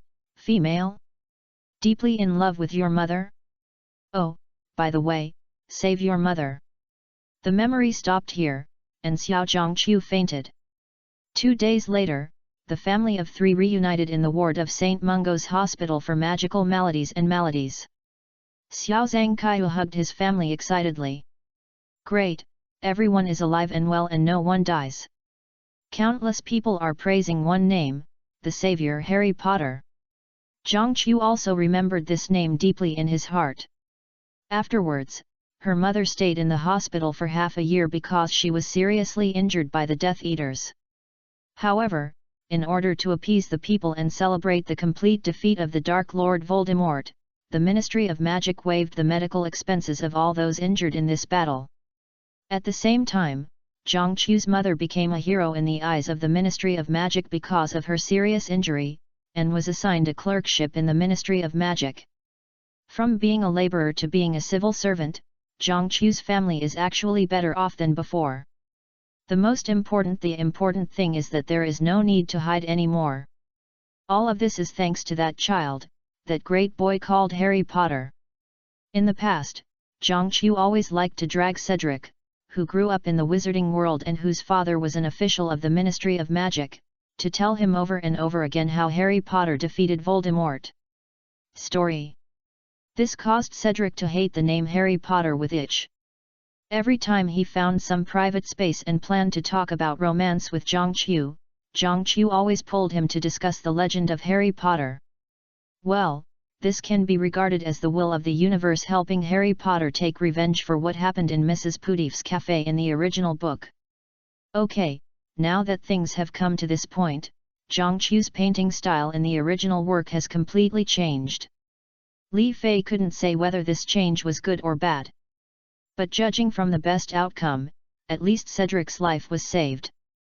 The memory returned to that flying lesson again. Zhangqiu asked Li Fei pointedly, what kind of boyfriend should he find? Li Fei subconsciously wanted to allude to Harry Potter, so the first thing he said was, "At least he has black hair." This sentence caused Zhangqiu to have unlimited misunderstandings. However, this beautiful misunderstanding has no chance to turn into an unrequited love affair. Because Li Gang, a straight man, indirectly stated that he despises girls with big face. Of course, Zhangqiu had to take an old punch. After the fight, Zhangqiu himself smiled. What girl wouldn't like a boy like Li Fei who is handsome, has a good personality, and is very talented in magic? But just now, Zhangqiu was particularly afraid that Li Fei would take the opportunity to confess to him. As for why, she couldn't explain clearly. Perhaps, at this moment, only the readers know that deep in Zhangqiu's heart, there is actually a shadow of a person already hidden. A hero in her imagination who saved her whole family. Li Fei next to him didn't know what the little girl in front of him was thinking, so he could only continue to be tempting. Don't mind it. It's not that you are not good. I bet that within a day or two, there will be young men with bad intentions who will come to you to express their feelings. It's just that I like girls who are petite and more delicate. My dick is so horny, you don't understand. It's not that Chinese cabbage is bad, but I'm not interested in Chinese cabbage anymore after seeing baby cabbage served in soup. Don't worry, there are plenty of pigs with high-quality cabbage like you who want to get close to you. Let me tell you, you don't have to find an Oriental or Asian, but at least you have to have black hair. It doesn't matter if the eyes are emerald green, at least it has to be black hair. This can be regarded as an explanation to the ancestors. After all, one cannot forget his roots. Having said this, Li Fei suddenly had an idea flash in his mind, as if a light bulb was lit. Speaking of which, black hair. I think Professor Snape is quite good. If you succeed, you won't have to write potions homework for the entire 7 years of your study. So, Li Fei, who was very happy after successfully getting fucked, agreed to exchange the right to masturbate the cat for a week in exchange for Zhang Qiu's forgiveness after being chased and beaten by Zhang Qiu. In the dormitory, the little boy who was taking a nap suddenly woke up. He seemed to hear someone praising him for being handsome. The weather was getting a little colder, so the little boy stretched himself out. After waking up from his nap, it was a good time to be lazy. It would be great if someone could comb his hair at this time. A world where only obedient classmates are injured has been achieved. P.S. Today's 4,000 word update has been completed, and I'm still adjusting my mentality. Something bad happened recently, which slightly affected my spirit and mood. It's definitely impossible to be a eunuch. As I said before, I rewrote the beginning 8 times in order to sign the contract. Really, some friends complained about me and I recognized the beginning. That was beyond my control. Now that I have signed the contract, I am going to find time to adjust the beginning. The plot cannot be changed, but some adjustments can be made to the content, at least it will not be so awkward. They are all old bookworms, no one knows who. To respond directly to the title of this book, The Supreme Mage's Doctor Strange and Karmatage Spell. Li Fei has not yet reached the point of contact with Guyi. But it's quick, don't worry, you won't have to wait too long. Then, the vertical painting of Li Fei's customized model will be updated in the near future and will be shared with everyone at that time. Please vote. Chapter 44 Teacher Zhong Kui wants to improve KPI. I don't know when pet battles became popular in Hogwarts. Watching countless little wizards direct their own toads, owls, hedgehogs, and fat oranges to fight in pairs, it seems to be setting the trend for new entertainment activities in Hogwarts. In this regard, Peeves, who was able to take a breather, said that he finally no longer had to be chased away by the little wizards holding the golden light talisman all over the castle. Oh, I almost forgot. I, Peeves, am a ghost and don't have to breathe. I understand the truth, but when you see me, Peeves, can you please stop taking things out of your pockets as soon as possible? It has become a subconscious conditioned reflex, but it's okay. Walking in the corridor of the castle, there will always be a little wizard who takes the initiative to greet Li Fei.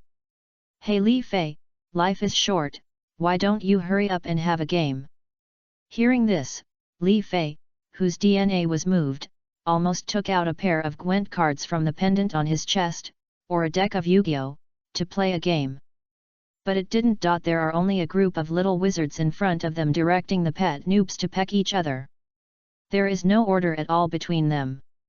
Most of the little wizards still rely on these magic skills to turn the tables. Get out of the way. There are no pet skills at all, and the output basically relies on roaring, as if you can win by roaring. The most ridiculous thing is that Li Fei actually found a little wizard in the crowd using a goldfish to fight a blue cat so fat that it could overwhelm the Kong. Young man, You are very brave. King Carp made a water splash, but nothing happened. No, specifically, it makes the opponent's blue cat more excited. In an understatement, he saved the little goldfish from the cat's mouth before the little wizard screamed.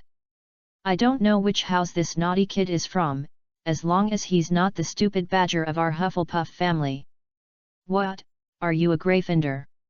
That's okay, Gryffindor is really brave if you dare to provoke the cat with food. Faced with the pet battle invitations from the little wizards, Li Fei declined them all with a smile. If not for anything else, Li Fei was mainly afraid of splattering their faces with blood. Then he knelt before them and begged them not to die. With Huan's claws, not to mention these pets, even magical creatures with less strength can be directly hated. If Huan hadn't been misophobic, he would have beaten up the stray cats that caused Mag to fall into the water. It is said that now the big hunting dog Yi lies on the ground and trembles when he sees Huan. When Li Fei read novels in his previous life, he especially liked to worry about the protagonist. After coming to this world, Li Fei discovered that there really were Mission Taoist priests in this world, and one day an old man with a white beard came to the door and yelled at his grandfather. When the two were tired of scolding each other and stopped talking, Li Fei came over to serve tea to the two old people. After a few polite words, I realized that this is the old man who once competed with his grandfather for the Taoist title and is a descendant of Master Zhang Tianxi of Longhu Mountain. He will also be visited by King Wudang in the future. This kept Li Fei awake for several days, thinking about how terrifying it would be if these people entered Boss Chen's house of horror. This is a simple way to catch ghosts and relax at the same time. Just by going out for a round of fun, I completed my KPI for the year. Boss Tuliu Chen, holding the skull crusher, watched helplessly as his wife and his shadow was snatched away by others. It is estimated that their ghost-catching ancestor, Teacher Zhong Kui, will have to come out and ask for advice. Where did we find so many evil ghosts after the founding of the People's Republic of China? Teacher, my own KPI is not enough. So, don't use your personal hobbies that you have become a monk to challenge other people's majors. No matter how smooth you are in your own world, you will still be blinded if you encounter someone who is professional in restraining you. The same is true for pet battles. Based on Li Fei's mastery of beast control, not to mention these cats and dogs, when it comes to magical creatures, only Uncle Newt's box can make Li Fei pay enough attention. If anyone dares to start a Pokemon battle in Hogwarts and act as a trainer without opening their eyes, it can only be said that Li Fei was provided with extra animal pets or food for free. In the morning's charms class, Professor Flitwick told everyone the principle of the levitation charm. This is also the first time in the original work that Ron shows his shining point of magic. At that time, the troll was released by Quirrell, the first-year defense against the dark arts professor, to attract attention. He happened to meet Hermione hiding in the toilet and crying secretly.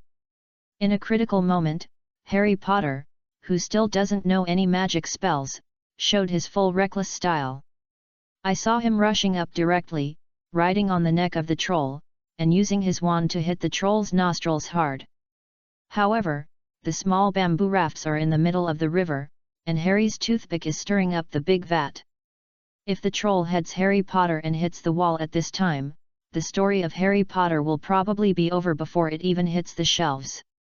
But at this moment, Ron, who originally had trouble using the floating spell, showed enough composure and calmness. Using a beautiful floating spell, he raised the troll's weapon, the useless stick, into the air. The falling stick relied on the acceleration of gravity to knock out the troll and save Harry and Hermione. Having said so much, in fact, the levitation spell is super simple. The spell is Yuga Dim Leviosa. You only need to play a long sound in the middle, and it is basically difficult to fail. As per the old rules, Professor Flitwick still whips the same person to death every year. Don't forget the wizard Belufio, who said the F instead of an S and found himself lying on the floor with a bison on his chest. I thought of the dragon companions, chest claws, 5 flowered toes, and 3 floured toes on the bison. Or neck beef skewers, sirloin, fillet, beef tenderloin, beef head, snowflake beef cubes. There were also beef tendons, beef bones, and braised beef tongue and tail. Li Fei laughed unconsciously. You must learn this buffalo technique. The effect is comparable to the bullhead card of Liu Ming, the president of the Card Creators Association. Professor Flitwick believes that most young wizards still need to accumulate certain theoretical knowledge. However, because of the excellent performance of Li Fei and Little Fatty in the previous course, Professor Flitwick asked Li Fei and Little Fatty to come to the podium and try to cast the levitating spell. He tapped the feather lightly with the wand, then waved it, and the feathers in front of Li Fei floated directly. Just as the little fat man next to Li Fei sneezed, the floating feathers began to spin in the air. It looked like the scene when Li Fei landed on his broomstick. Many Hufflepuff students in the classroom began to cover their mouths and tremble. They have all been specially trained and will not laugh easily unless they can't help it. The Gryffindor lion cubs in the same classroom had no worries.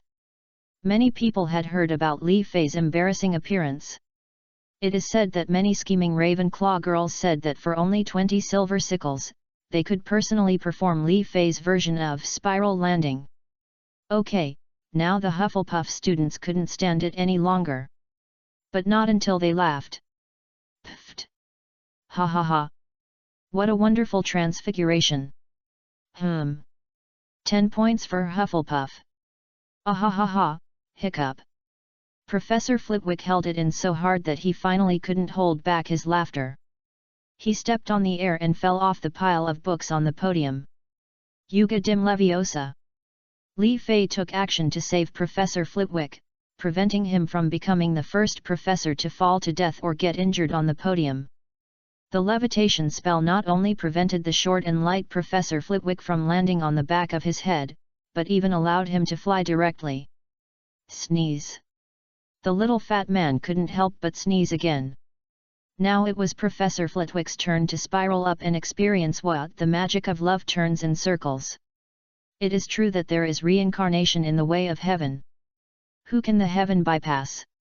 Li Fei suspected that Professor Flitwick had become so miserable recently because of the Holy See attributes of Knight Professor Joseph Griffin, which reflected the curse of the Defense Against the Dark Arts class. P.S. My mentality has been adjusted a lot. Recently, the novel entered the top 30 new light novels signed by newcomers, which makes me happy. I hope you will post more about what this chapter is about. It is very happy to read your comments. Asking for a monthly ticket. Please vote for recommendation. Chapter 45 Charlie is going to play with the dragon. Recently something has attracted the attention of the people in Hogwarts. It is said that there are several 7th-year graduating students in Slytherin College who have applied to graduate early. Moreover, one of the students simply asked for leave and went home after his request to graduate early was rejected by the school because of his poor grades. This incident made Professor Snape seem to have suffered a great humiliation. After all, he is the head of Slytherin House. With such a clear purpose and such a unified way of action, it is obvious that there is something wrong with these 7th-grade Slytherin wizards. Most of these students who applied to graduate early come from prominent families. Their family has enough energy to put pressure on the Ministry of Magic to provide these students with an advanced wizard level exam that starts in advance. Advanced Wizard Level Examination, abbreviation. This is the highest level certificate that students at Hogwarts can obtain. Of course, it can only be obtained while studying at Hogwarts. Most of the more sought-after jobs have strict requirements for the scores of the 5th-year OLS, Ordinary Wizarding Level Examination, and the 7th year, Advanced Wizarding Level Examination. And if you don't take the Advanced Wizarding Level Examination in 7th grade, Hogwarts will still issue you a diploma. But it's basically the same as going to college for 4 years and failing to pass Set 4, or failing the course and only getting a certificate of graduation. Therefore, for these 7th grade Slytherin students, even if their early graduation may be a plan arranged by their families, they cannot give up on the exam.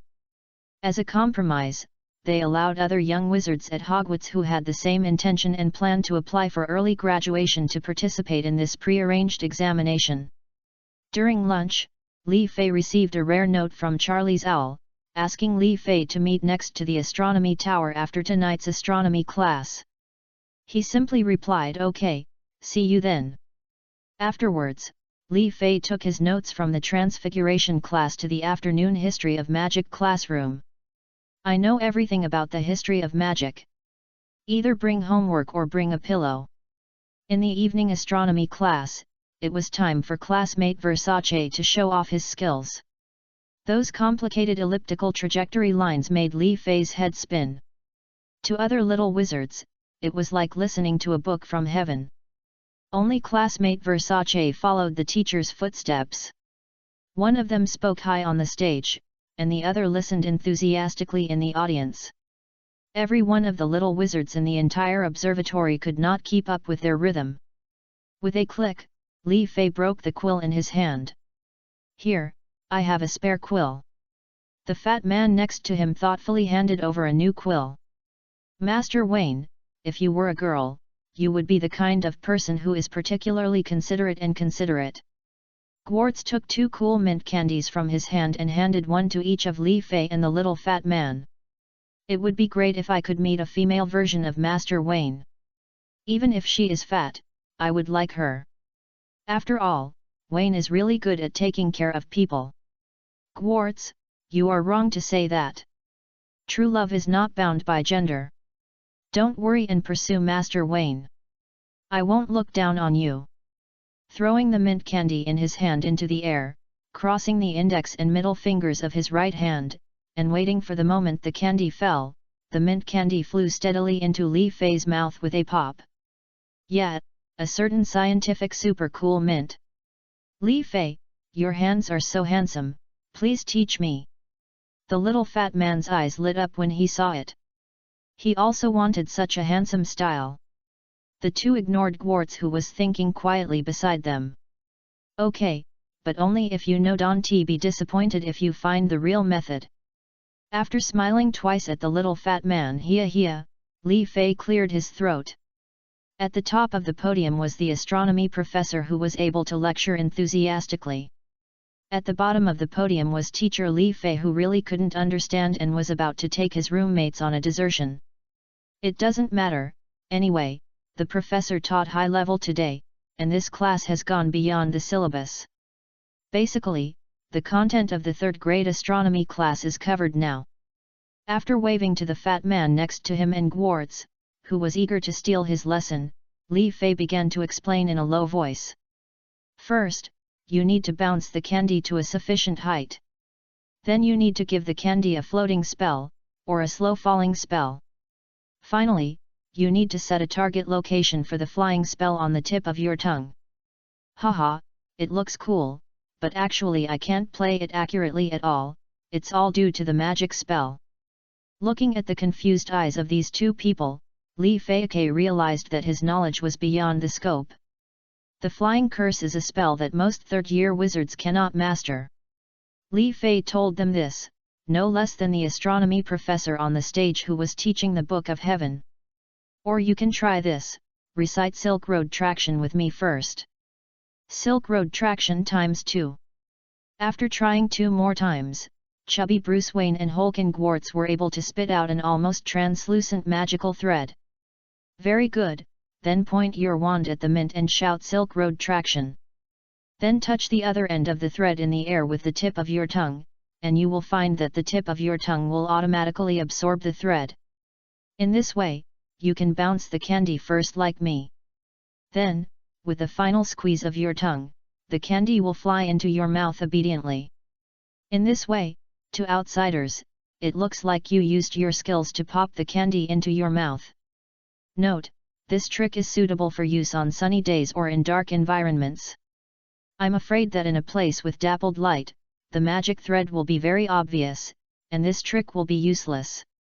The little fat man played endlessly with Gwartz, and the eyes of many Ravenclaw girls around him were drawn to them as they were dazed after listening to the lecture. Many bold little eagles took out their magic wands, levitated their quills, and then flicked them gently. The quills turned into spirits like electric fans, spinning around woohoo in front of Li Fei. There was a girl who was holding a clip and said to Li Fei, "I bought a small windmill, hoo-hoo." Okay, if Professor Sinistra can't detect such a big commotion in the classroom, then all her years of teaching will be in vain. After regaining his composure for a while, Professor Sinistra decisively realized that he had gotten too high and suddenly went beyond the scope. After simply assigning homework, Professor Sinistra announced the end of Get Out of Class 5 minutes early and took away Master Versace, who was reluctant to leave the starry sky. I told my 2 roommates that I would have to talk to someone about something later and asked them to go back to the dormitory first. Li Fei stayed at the top of the astronomy tower alone. After a while, his spiritual sense moved.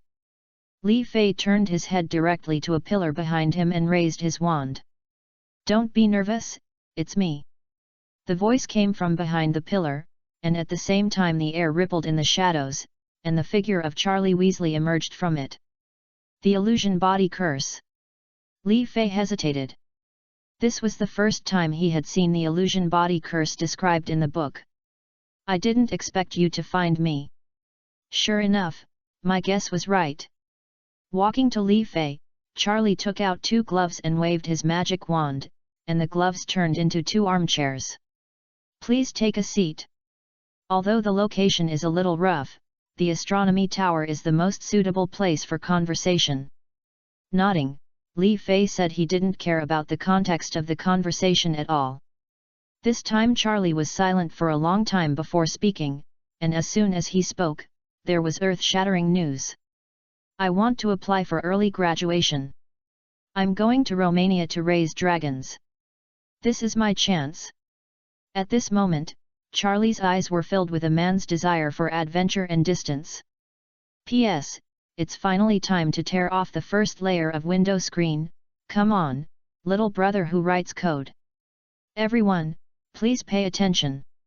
There are some unscrupulous vendors on the street, selling human organs under the guise of selling fruits. You must be vigilant. Just now someone was selling cherries and I tasted them. When I tasted the 100th one, he lowered his voice and asked me, "Do you want to lose face?" How could I want it? If you want me, won't I become a fool? Asking for a monthly ticket. Please vote for recommendation. Please invest in new books. That's it, don't need face. Chapter 46, When I resign, I will go back to my hometown to get married. There is actually very little description of Charlie's appearance in the original work. Whether it is in novels or movies, the description of Charlie is very vague. All we know is that he is very strong and strong. Who asked the savior Harry Potter to enter school that year? Charlie had already graduated and went to Romania to raise dragons. It's not enough if the scene is real. For Li Fei, the Charlie in front of him was more than just his savior. Like Li Fei's grandfather and Professor McGonagall, he is a very important person to Li Fei. There are so many characters in the original work, including Dumbledore and Professor Flitwick, although there may be some slight differences between the characters Li Fei comes into contact with and the descriptions in the novel. But the feeling they gave Li Fei was basically that they were following the same rules. A fixed persona plays oneself. But these 3 people are the most unique. Needless to say, Grandpa is the first person he comes into contact with when he comes to this world. The character Elder Zhang does not exist at all in the Harry Potter stories, and his grandfather's identity as a cultivator made Li Fei once think that it was just a world of urban immortality. Grandpa is greedy, bossy, and has a stubborn temper. He likes to grow flowers and grass. When he has nothing to do, he sends some medicine and sees a doctor at a loss to his neighbors. He spends the rest of his time bragging to Xiao Li Fei about how powerful he was back then. Of course, what he likes most are the dishes cooked by Li Fei and the Guodi Gang crosstalk selection that Li Fei told him. To Li Fei, Grandpa is definitely a real existence, a living old god. He is flesh and blood, has a distinctive personality, is willing to help others, and is detached from mundane things and carefree. Professor McGonagall is the first character in the original work that Li Fei came into contact with. It was also the first British wizard that Li Fei came into contact with. When Li Fei received the letter from the owl that spanned 8 time zones, Li Fei's newly established worldview collapsed.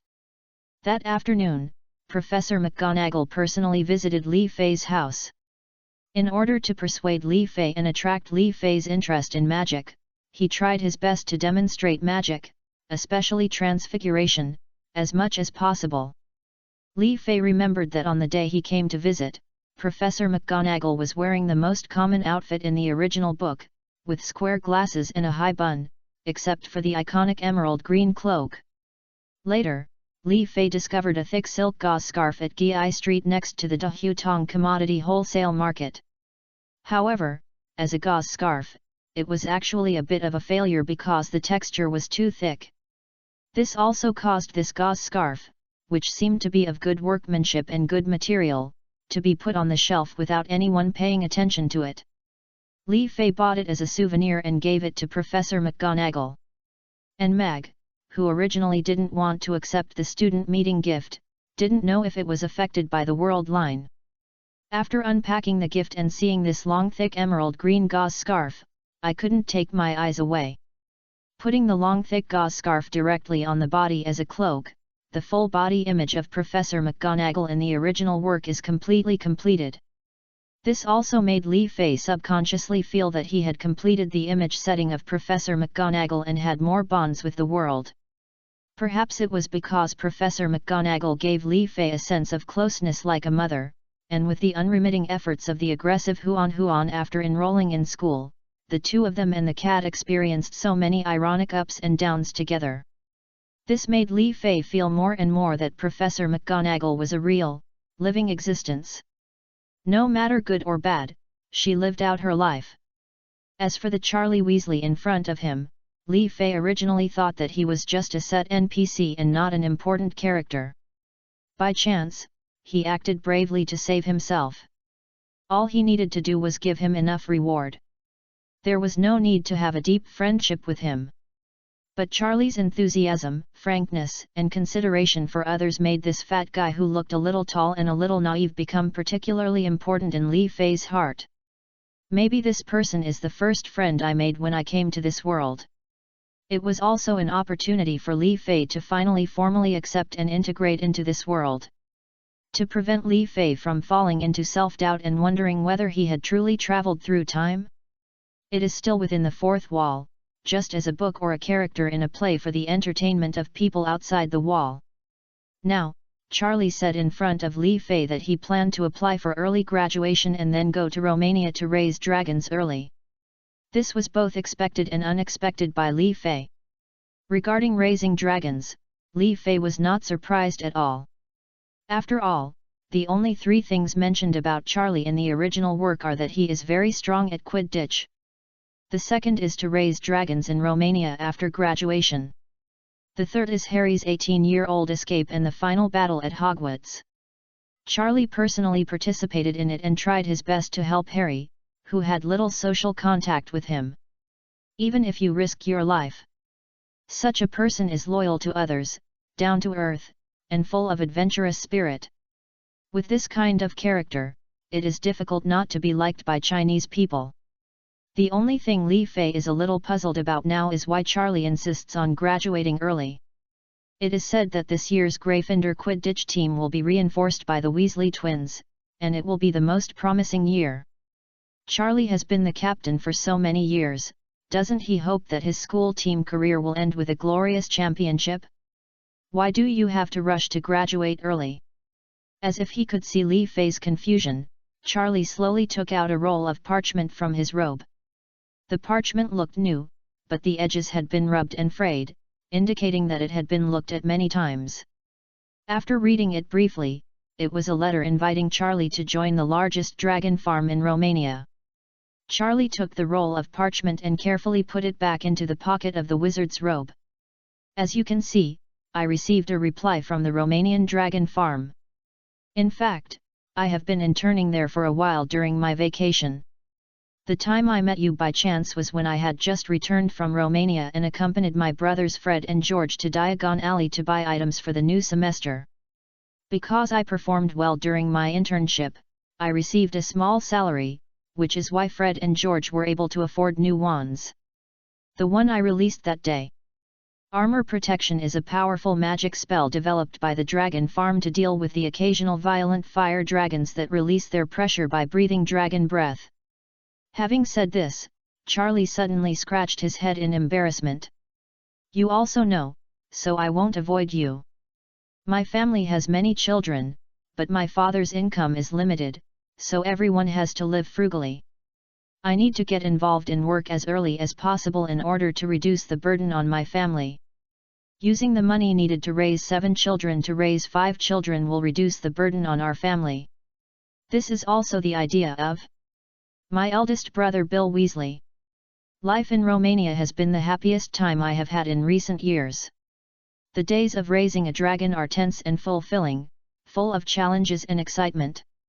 You can actually collide with the dragon head-on and experience the excitement of wrestling with the dragon. And the almost inexhaustible physical strength of the fire dragon made me feel the beauty of primitive power. The people at the dragon farm were also very kind to me. Not only did they teach me powerful spells, but they also promised to provide me with a new wand when I arrive in Romania. To be honest, the last time I was in Diagon Alley, resisting the magic released by the dark wizard had put my wand on the verge of collapse. If it weren't for you, Li Fei, who insisted on dragging me to Mr. Ollivanders for maintenance of the wand, I might even consider asking someone to borrow a wand to complete the 7th grade advanced wizard level exam. I wonder how bad my test scores would be if I couldn't borrow the wand. Thank you, Li Fei. Listening to Charlie's words quietly, Li Fei shook his head firmly. It is always me who needs to say thank you. The grace of saving my life will be unforgettable in this life. Let alone a magic wand, even if I gave you all the galleons I currently have in the Gringotts vault, my heart would not be shaken at all. You know, although it looks like I'm always smiling and friendly to everyone, I actually don't have many friends. Charlie, to me, you are definitely the most important friend. Maybe we didn't have such frequent contact in the past, but I believe that as long as you need help, I will devote all my energy to help you as soon as possible. This is not only a life-saving favor, but also a bond of friendship between us. Li Fei stretched out his hand, and Charlie shook it firmly. At this moment, there were no longer so many polite words, but only the friendship and sympathy between two outstanding young people. An old employee of the dragon farm had applied for resignation just a week ago. Before resigning, as long as he completes his last task, he can return to his hometown to get married with a huge bonus. In Norway, a grumpy ridgeback dragon is about to give birth. He will lead his team to complete the last guardian mission and return to the dragon farm with the female dragon and the eggs she laid. Although the process is a bit complicated, I believe that for seniors who have been dealing with dragons for half their lives, they should be able to successfully complete the task. And when he comes back, during the period of waiting for the final handover before resigning, he will personally guide me so that I can smoothly integrate into the team and become part of the collective.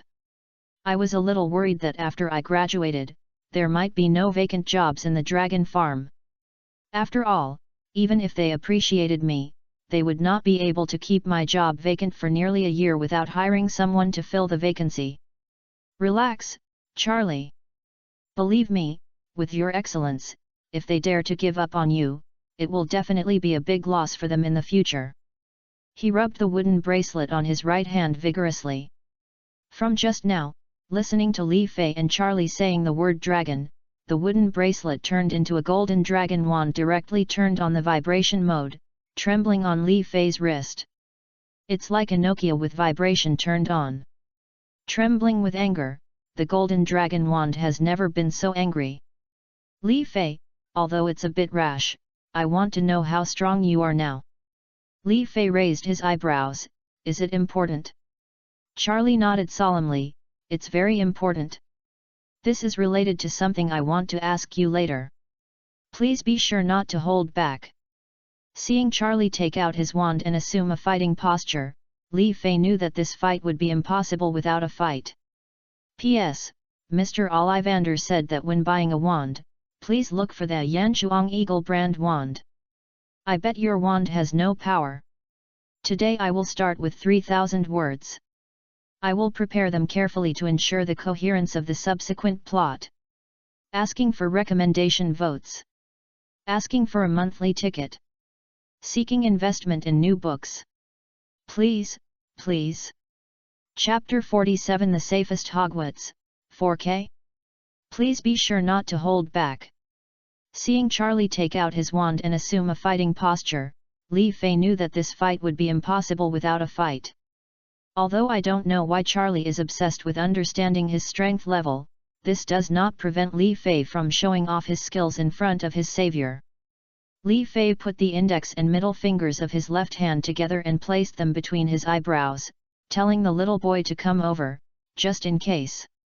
He held his right hand out of thin air, and as the wooden bracelet turned into golden particles in the air, his golden wand appeared in Li Fei's right hand.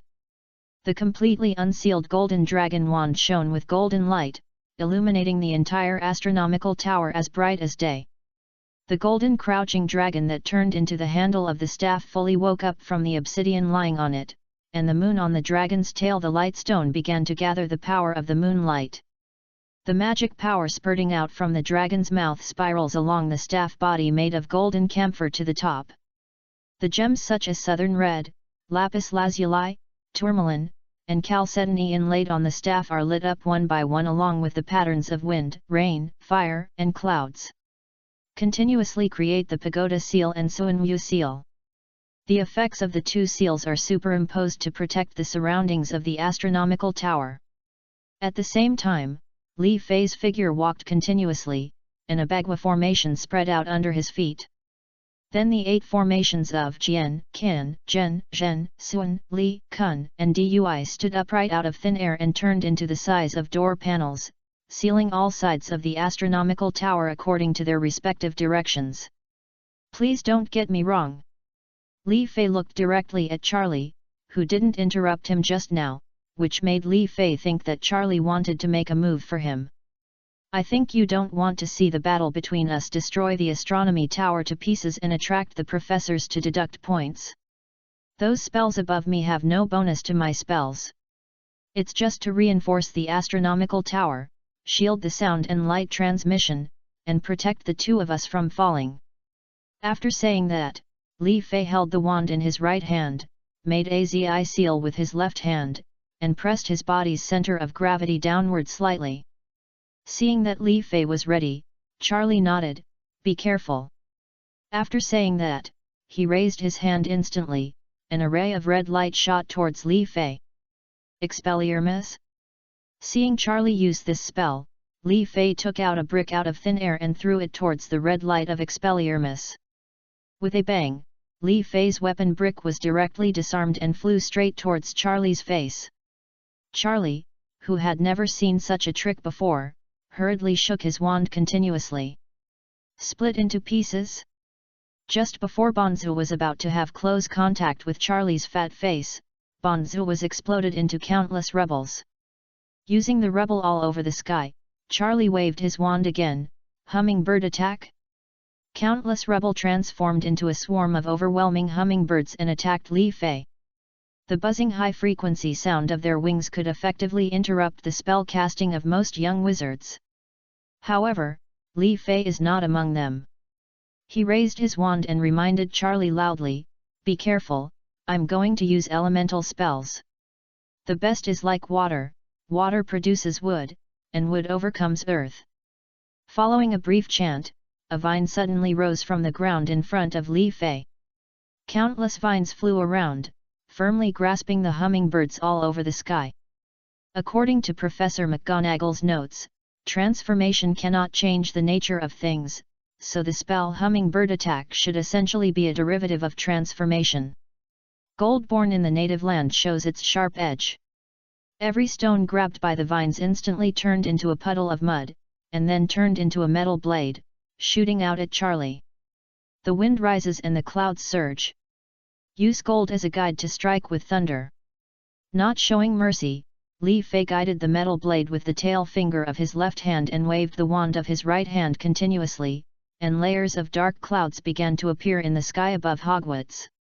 A bolt of lightning suddenly fell from the dark clouds, then passed through the top of the astronomy tower and appeared directly above Charlie. Charlie first used armor protection to resist the metal blade flying in front of him, then took 3 steps back and pointed the wand in his hand vertically at the ground. Stop the curse? Well, Luo Lei, who was as powerful as Li Fei, was still conceptually broken and erased when faced with the extremely mana-consuming stopping spell.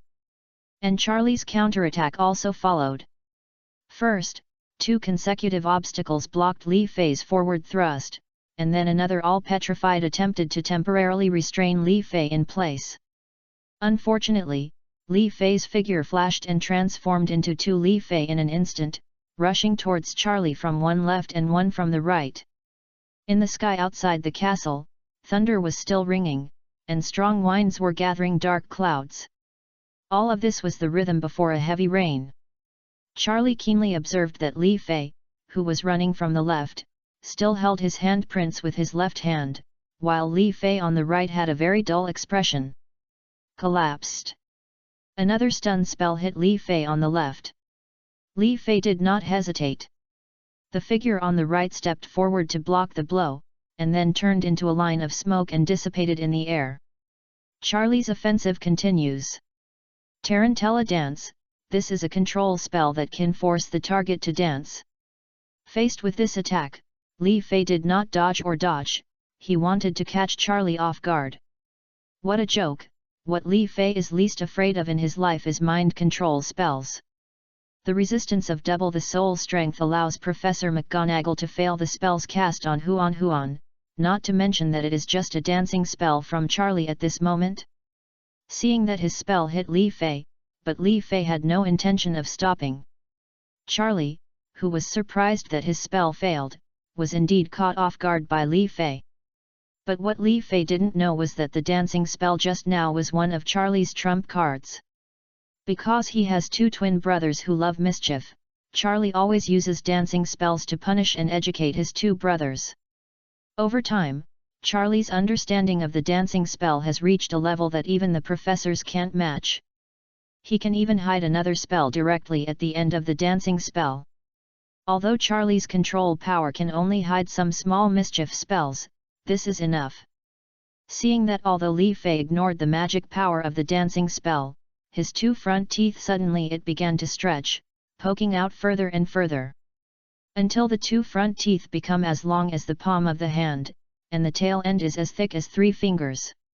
At this moment, Li Fei looked like a squirrel that had become a spirit.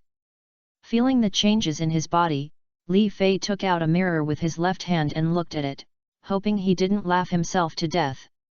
Come on, the effect of this spell is too funny. He placed the wand across his front teeth, and the 2 big teeth fell down instantly. With a click of the magic wand, the 2 big teeth turned into 2 Chinese long swords floating behind Li Fei. Grandpa often said, if you can't beat me with magic, then fight in close combat. With a quick tap on both sides of his body with his wand, Li Fei began to accelerate toward Charlie, and his figure became difficult to catch. As Li Fei moved, a row of afterimages began to appear behind him. The vitality transforms into wings, and the second acceleration occurs. A plain voice appeared in Charlie's ears. When Charlie reacted again, a black sword as huge as a door panel with railings on it was slashing at Charlie with a strong wind that made people blind. There are 2 slender wingmen on both sides of the giant sword. Subconsciously activate the magic power with all his strength, armor protection. Charlie used his biggest trump card of defensive magic. Poof! With a sound, the giant sword in Li Fei's hand and Charlie's powerful armor spell actually produced the sound of gold and iron clashing. The barrier in front of Charlie was also shaken so hard that it flickered and was almost about to break. Even so, Li Fei's offensive was still defeated by Charlie, and Li Fei was about to face a new round of Charlie's curse attack. As Charlie used the armor spell many times, Charlie's movements began to become slower and slower in Li Fei's eyes. Until this time when he cast the powerful armor spell, perhaps because he was not very proficient in mastering the spell, Charlie's movements this time seemed to be in slow motion in Li Fei's eyes. Li Fei keenly discovered that when Charlie raised his wand, he had an obvious wrist-pressing gesture on his hand. Trying to repeat the way Charlie waved the wand, the first time there was only a faint white mist, but the second time, an extremely thick and solid translucent barrier appeared in front of Li Fei. Armor protection? Charlie fired 5 or 6 different spells on the powerful armor spell that Li Feixin had learned. They only caused a wave on the surface of the barrier, and were all blocked. Neither side could do anything to defeat the other. Although Li Fei still had the advantage overall, Li Fei still failed to break through Charlie's defense. Looking directly at Charlie, Li Fei let out a sigh of relief. "What, are you giving up?" "That's right. At your age, your magic power is almost exhausted, right?" Charlie expressed understanding. Li Fei shook his head and spoke slowly. "Grandpa often said, you don't have to be a fool if you have a trick. Although the use of amplifying props is not allowed in duels, now that we are in a real battle, there should be no such restrictions, right?" Wiping the sweat from his face, Charlie motioned to Li Fei to use it as he pleased. "It seems you won't mind my hundreds of millions of buff points." After saying that, Li Fei took the wand with his left hand and grabbed the ice and snow pendant with his right hand. Red, orange, yellow, green, blue and purple, like a gourd baby being born, 7 talismans of 7 colors have been held in Li Fei's hand. 7 stars traveling north, amplification spell, rise.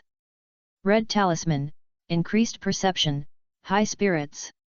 Orange talisman, the magic power surges, and the movement speeds up. Yellow talisman, high-level magic shield. Green talisman, the essence of magic, increases the speed of magic recovery. Green talisman, high-level all attribute enhancement. Blue symbol, the limit movement speed is turned on. Purple talisman, thunder magic is strengthened, 5 thunders strike the top. Strengthening was done. In the eyes of Charlie on the opposite side, Li Fei was so strong that he was no longer human. After image clone. Thousands of changes. Split one's body. The vitality transforms into wings. All kinds of operations showed off that Charlie could no longer keep up with Li Fei's rhythm. Finally, as Li Fei raised his hand, the ink-like dark clouds outside the castle finally couldn't hold back the violent water vapor in the clouds, and heavy rain poured down. A large part of it turned directly into a rolling flood wave and appeared in the astronomical tower. The huge impact knocked Charlie to the ground. As Charlie cast the spell erratically, Li Fei's giant sword chopped into pieces of Charlie's barrier. Charlie fought back desperately, but a red light knocked away the giant sword in Li Fei's hand. Looking at Charlie who was so close, Li Fei's right index finger subconsciously tightened, and then relaxed decisively in an instant. After all, this trick is not for friends. The result is obvious. Although Charlie fought hard, Charlie, who had his magic barrier broken, was no longer a match for Li Fei. In front of Li Fei's stormy magic machine gun, Charlie had almost no power to fight back. This doesn't include Huan Huan and Xiao Guaiguai. Otherwise, Li Fei could let Charlie experience flying swords, physical skills, and a package of cat claws and tiger pointing. He reached out and pulled Charlie up, waved the magic wand, and the two people's images were clean and tidy again. It lived up to the philosophical scene between the two just now. Charlie recognized Li Fei's strength very much. The test results are normalized. Li Fei is basically at the strength of a 5th grader. But if Li Fei is full of buffs like this, graduates are no match for Li Fei. According to Charlie's analysis, if Li Fei is determined to fight hard, he plans to use all his cards. Basically an adult wizard, fighting openly and honestly, Li Fei could replace 5 of them by himself. Charlie, who was slumped on the ground, thought about it again and again. and finally spoke to Li Fei. Li Fei, after I finish the exam, I will go to Romania to raise dragons, but I am a little worried about my younger brothers and sisters. Percy is fine, he is already good enough, he just needs to be careful not to be so annoying that he gets beaten up by others. Fred and George make me a little worried. They like adventure and night walks, and they will definitely look for trouble. Li Fei, you don't know that Hogwarts seems safe, but in fact there are many secret passages. Many of the secret passages require special passwords and knocking methods, otherwise there will be all kinds of trouble. There are many quick and convenient secret passages in Hogwarts, such as the secret passage that leads directly to Hogsmeade Village and the Honeyduke. As far as I know, the two of them should have sneaked out of the castle through secret passages more than once.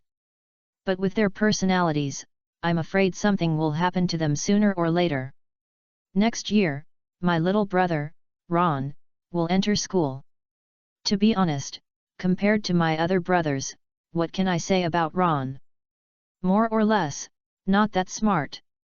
Coupled with the fact that we, as older brothers, had the first few children, our parents were a little too worried. So much so that our parents have adapted to the idea that children should have sufficient consciousness and self-discipline, and have neglected that they should provide adequate character guidance to our younger siblings. Starting from Fred and George, many of their ideas have become extremely dangerous, so dangerous that they risk other people's lives as a prank. As for Ron, he lacks some of the outstanding characteristics of us older brothers. But I believe that under your guidance, maybe he can grow enough. In this regard, Li Fei could only show his hands. Children like Ron, judging from his countless experiences in educating people in his previous life, are actually completely saved. It's just that parents didn't give them the correct education and guidance when they were still a blank sheet of paper and needed guidance. Attributing mistakes to children is more shirkable than attributing mistakes to games. I also have a younger sister who will probably enter school the year after next. She is a little fan of Harry Potter, the Savior. I hope Li Fei can help take care of it in the future. Am I asking for too much? After getting Li Fei's absolutely no problem answer, Charlie finally breathed a sigh of relief. Li Fei is indeed a trustworthy Hufflepuff. Now he can go to Romania to raise dragons with peace of mind. When he becomes a veteran, he can do tasks all over the world. The world is so big, and Charlie wants to see it. But suddenly, a message flashed across Li Fei's mind. Charlie, I can do everything you said, it's not difficult for me. But similarly, I also have my requirements, and you must abide by them. You must promise me that you will not go on missions in the Albanian rainforest for at least this year and next. No, as long as it is a mission in Albania, you would rather give up the job than go. Seeing the trace of unwillingness flashing in Charlie's eyes, Li Fei decided to give him a hard blow. I will make an unbreakable vow with you. I will protect and take care of your family at Hogwarts, and you are prohibited from setting foot in Albania for 2 years. Sorry, Li Fei couldn't tell Charlie the real reason. But Li Fei had to do this. After all, changes have occurred in this world. Who knows whether the remnant soul of Voldemort has possessed Quirrell? Everyone knows that a member of the Weasley family who has always been loyal to Dumbledore is much more valuable than a timid Quirrell. As Li Fei and Charlie left the astronomy tower after the battle, an owl flew out from the darkness of the tower with lingering fear. P.S. Please vote for recommendation. Asking for a monthly ticket. Thank you. Chapter 48 The Melancholy Dumbledore, thanks to the leader of the book Friend Wrong Love Peach. The next day, early morning. Mid-Autumn Festival. When Li Fei was washing up this morning, he was surprised to find that a golden hair appeared in his hair. Don't get me wrong, this is not a mutation of Li Fei. There is actually an ancient legend. This legend has existed since Li Fei's previous life. Every blonde hair of the Chinese people is a lucky hair, similar to Sun Wukong's life-saving hair. But you can't actively use it, you can only passively accept the good luck it brings to you. There is a high probability that when you face some difficulties, or there are almost unsolvable problems in work, study, and life, it will sacrifice itself so that your body can find a glimmer of hope when you are helpless. This is the 50th Avenue and the 49 Tianyan. There is still a glimmer of life left for the world to fight for. This is why in many books, people clearly know that the child cannot be kept, and they establish a dead end objectively, cautiously, and comprehensively. As an important villain of the protagonist or the protagonist's rival, he can always find an opportunity to either escape directly or fake his own death to wait for a comeback. If nothing else happens at this time, readers of those books will probably say a few words. If you cut the weeds without removing the roots, they will grow again with the spring breeze. As everyone knows, not to mention the foreshadowing for the subsequent plot development, just the struggle of the characters in the book's own world is full of endless variables. Do you really think they are just fictitious characters and words? They also have their own world and they struggle within it. The characters and the author are connected across infinite universes and planes. The protagonist will also get stuck in the realm, and the author will also get stuck in the plot. The recommendation votes, monthly votes, and rewards given by readers will become the driving force of the author's writing, supporting the group of characters under the distant starry sky and helping them break through and grow. As for those eunuchs or bad authors, the fate of their protagonists is even more tragic. Most of them will suddenly be stuck in a certain realm and cannot break through. Later, they will become depressed or indulge in sensuality, build up a power, and start to enjoy life. Until one day, a certain unknown boy who just came to the city from the countryside got into trouble with the temporary worker, a newly recruited non-staff person in your power. Then the younger one was beaten and the older one was beaten, and the grudge between the two parties became bigger and bigger. And your only son had a conflict with the young man at the auction house, and spent a lot of money to buy the treasures that the young man needed. The next day, your son's body was found in a dark alley, and fibers from the clothes the boy often wore were found in the gaps between his fingernails. Finally, on a dark and windy night, your power from top to bottom, including you, became the soles of the young man's sword. The young man was afraid of your revenge, so he had no choice but to strike first. A gust of wind blew by, blowing away the dark clouds in the sky. In the gap between the dark clouds, a bright white moonlight shone on the handsome figure of the young man who was slowly sheathing his sword. It's just a shame. So we can't be eunuchs and losers. This cannot be tolerated. In the cafeteria. Today, Li Fei looked at Zhang Qiu with a very unkind look. There is no other reason. Last night, I had a passionate collision with Charlie in a deserted night to vent my excess energy. Later, Li Fei picked up the long-awaited little boy from the stairs of the astronomy tower. As soon as he returned to the dormitory, Li Fei was directly surrounded by beds. As we all know, Li Fei always dreams when he falls asleep, but last night's dream was a bit too intense. Li Fei had a dream again. In the dream, he had superpowers. He could know how many more meetings he could see by the number above the head of the person in front of him. At this moment, Cedric happened to appear in front of Li Fei and hurriedly took Li Fei to wash up. While brushing his teeth, Li Fei suddenly looked at himself in the mirror as if he was lost. I saw the number above my head kept jumping back and forth between 1 and millions. Similarly, the number on Cedric's head frequently flashed back and forth between 1 and hundreds of thousands. But when he turned to look at the others, there was nothing unusual at all. The number above his head was whatever it should be. Does it mean that one of you and Cedric must die today? What happened? At this time, in the Hogwarts kitchen, Zhang Qiu was holding a piece of purple mooncake that was burnt black, and was struggling back and forth. The first mooncake I made, how about giving it to Li Fei? Let Li Fei eat it in front of me. Yes, just do it. As a fellow villager, he must miss the mooncakes from his hometown. After thinking about it again, it seemed inappropriate. Let's give it to Cedric. Although he's usually a bit annoying, he's also pretty good to me. Moreover, I rejected him by some strange coincidence before, so I must be very sad. Give it to him and make him happy.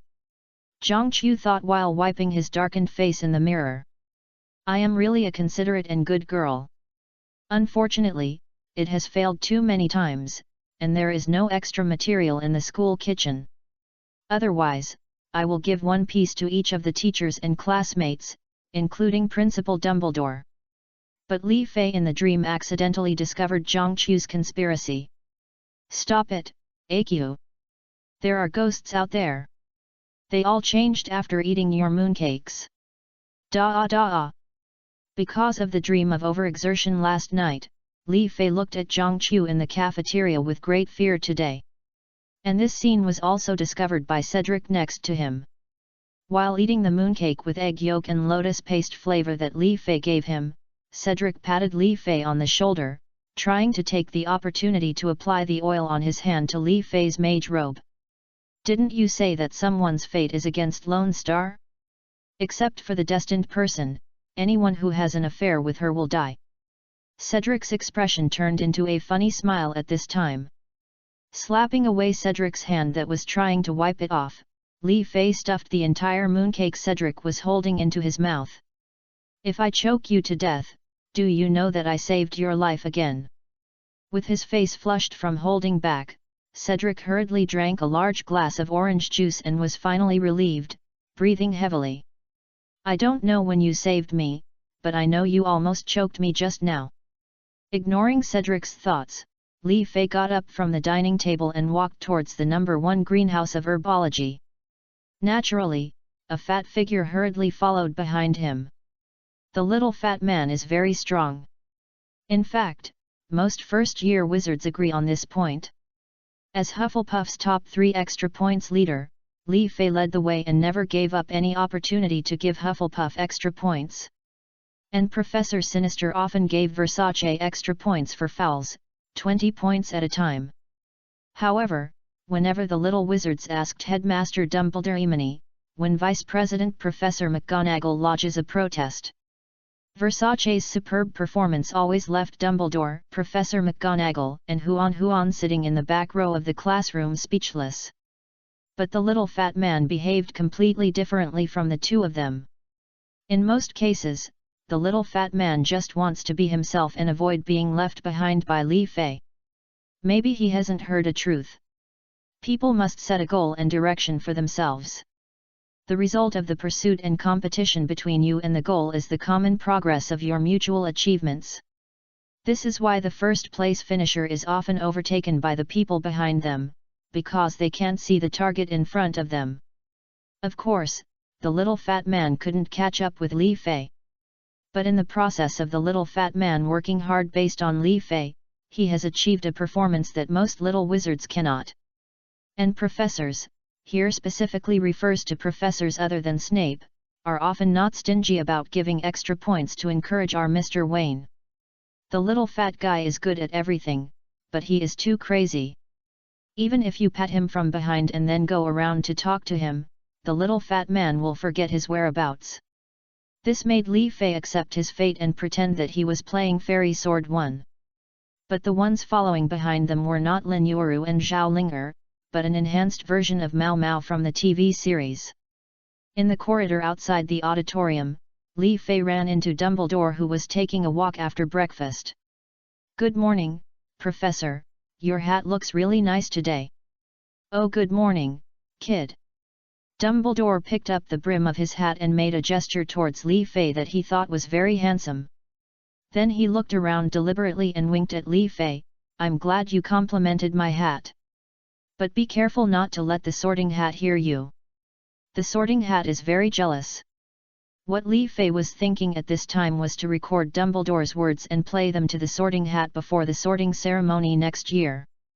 Could it be that the Sorting Hat angrily refused to listen to Dumbledore's arrangements and insisted on sorting Harry Potter into Hufflepuff or Slytherin? That would be great fun. When the time comes, the Hufflepuff savior will be happy. Otherwise, it's better not to ask for it. Harry Potter, who just entered school, is undoubtedly a troublemaker, not to mention having to face Professor Snape's attacks. Li Fei asked himself that the few college points he had worked hard to earn were probably not enough to cause Harry's little ancestor to get into trouble. As for extra points at the end of the semester, forget it, Li Fei was a little worried. Professor Sprout's little heart couldn't bear the surprise of being deducted negative points by Professor Snape. Regardless of next year, Li Fei and Hufflepuff House are determined to win this year's College Cup. When he got back, he told Cedric to keep a high profile and turn on the score-boosting mode in every class. Seeing Li Fei suddenly lost in thought, Dumbledore had a question mark on his face. Did you just say some obscure incantation or thought-provoking truth? Could it be that my education level has improved to the point where children can be inspired and educated by just saying something? Then why didn't the little fat man in front of me react? Good morning, Mr. Bruce Wayne. Dumbledore began to actively try to communicate with the little fat man. Good morning, Professor Dumbledore. The little fat man replied subconsciously. At this time, there was a sentence echoing in his mind. Professor Dumbledore took the initiative to talk to me. Oh, my God. The principal actually remembered my name.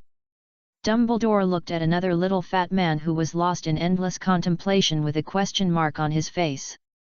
At this moment, Dumbledore deeply doubted in his heart whether he had accidentally developed a new version of the ship's coma spell. P.S. Thank you to the book friend Wrong Love Peach for being the leader. The boss is mighty and domineering. I owe 10 more, so pay it back slowly. Asking for a monthly ticket. Chapter 49. What? Another boy asked me to watch the stars? Recently, the development of Professor Snape's werewolf stabilizing potion has successfully entered the final stage. Professor Snape, who was in a good mood, often gave Li Fei a little break after completing his research tasks. In Professor Snape's words, Li Fei wasted so many potions materials and they were all cut out anyway, so why not just give Li Fei some tutoring on potions lessons? In this regard, Li Fei said that the weight of the raw materials that need to be prepared is all arranged by Sri Lanka. Why are you saying now that I wasted materials? If you want to give me tutoring, just say so. What a arrogant person! In response to this, Snape would usually add in a nonchalant manner, if you don't want to learn, you can go back to the house and play games and wizard chess with those trolls. Okay, you are the professor, you have the final say. According to the analysis of Professor Snape and Principal Dumbledore, the incident of dark wizards openly attacking Diagon Alley just broke out some time ago. In order to prevent the public's uneasiness from being further fermented, the Ministry of Magic is in desperate need of some positive news to cheer people up. For Minister Fudge, who is eager to see good news, the werewolf stabilizing potion that can solve the dangerous danger of werewolves is like seeing the light of dawn in the darkness. According to Professor Snape's analysis, under normal circumstances, werewolf stabilizing potion can help Professor Snape obtain a Merlin Level 2 medal. This is a very high honor in the wizarding world, basically equivalent to the Nobel Prize in the Muggle world. However, in this special period, as long as Dumbledore operates properly, Professor Snape may even use this potion to successfully make a sidestep and obtain a Merlin first-class medal. Even though Li Fei was polite twice, Professor Snape still said that the CO first author of the paper and the second name must be Li Fei.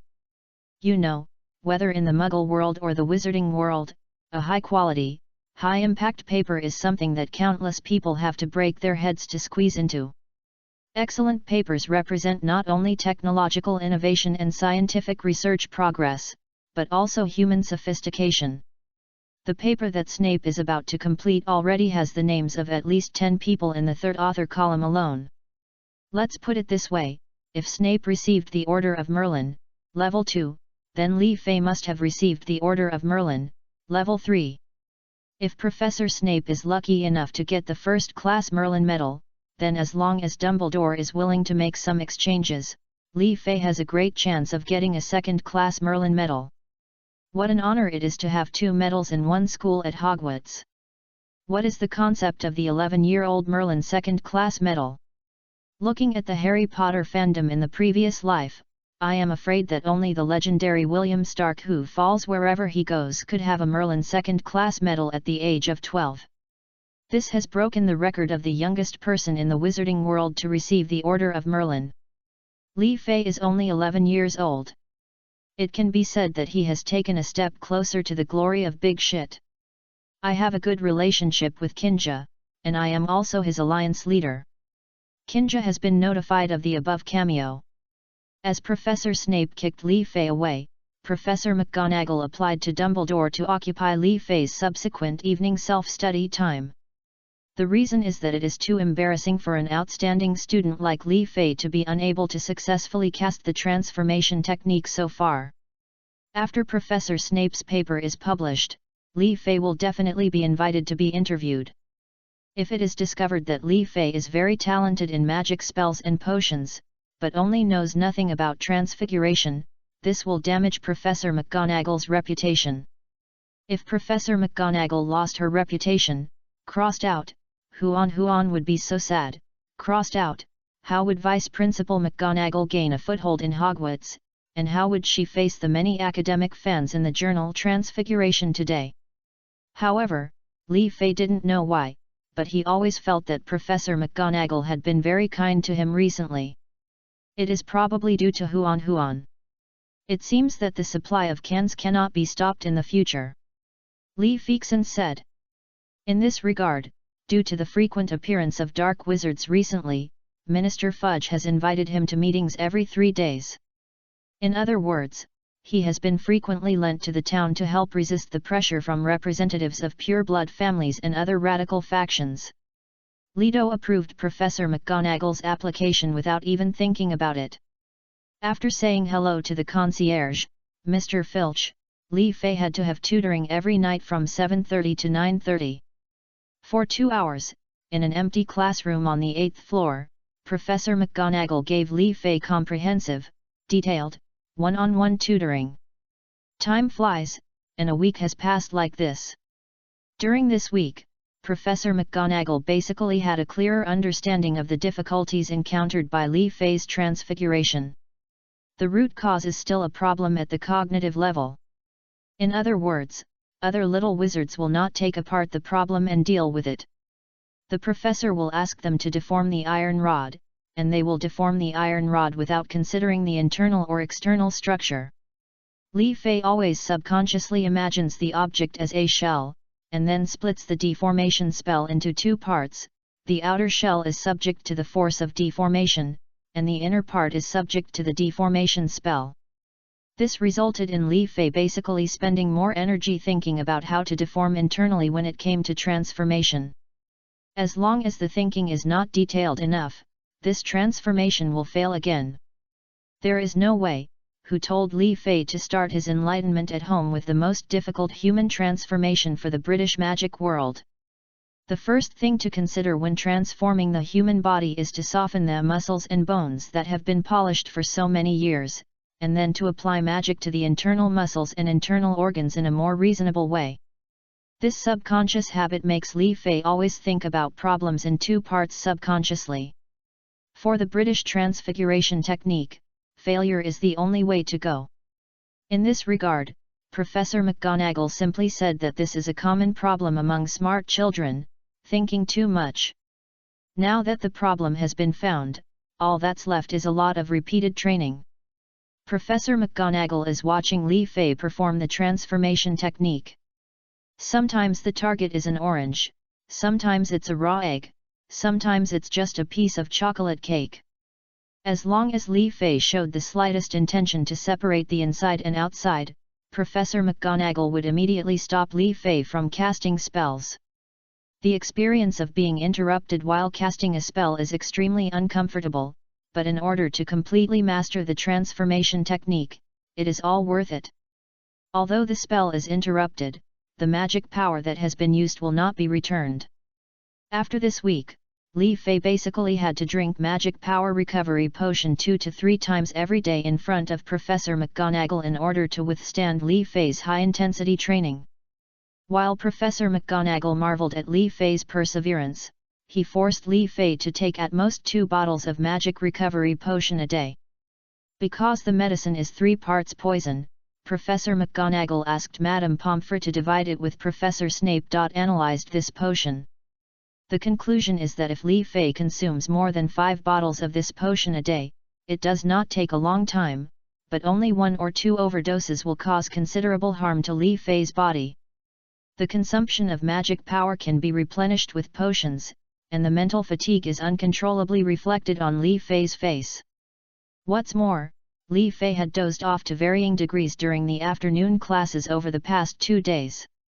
After today's training, Li Fei was ordered by Professor McGonagall to suspend his evening tutoring tomorrow and the day after tomorrow.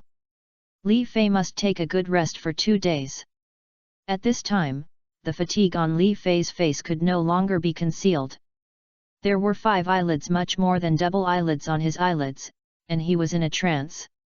Fortunately, Huan and Xiao Guigui came to visit the class today. Li Fei thrust Huan into Professor McGonagall's arms, interrupting Professor McGonagall's chatter. Leaving Huan and Professor McGonagall in the classroom, Li Fei hugged the little boy and wandered toward the stairs. At this time, an owl appeared in front of Li Fei with a note in its mouth. "Please come to the astronomy tower now. I have something urgent to discuss with you." Charlie Weasley. "Well, what can happen? You are so anxious to find me." Li Fei was in a daze, holding the little boy in his arms, and staggered up to the top floor of the astronomical tower. "P.S. It's coming, I've been looking forward to it for a long time. Please give me monthly votes, everyone. In addition, the new investment node for new books is coming soon.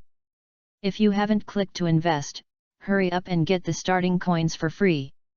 Thanks to the book friends, the road is on my side, and GG edition for their rewards. Grateful." Chapter 50. After class, the warmth with the dark wizard. 10 o'clock in the evening, astronomy tower. No one. Li Fei hugged the little boy and climbed up to the astronomical tower in a daze.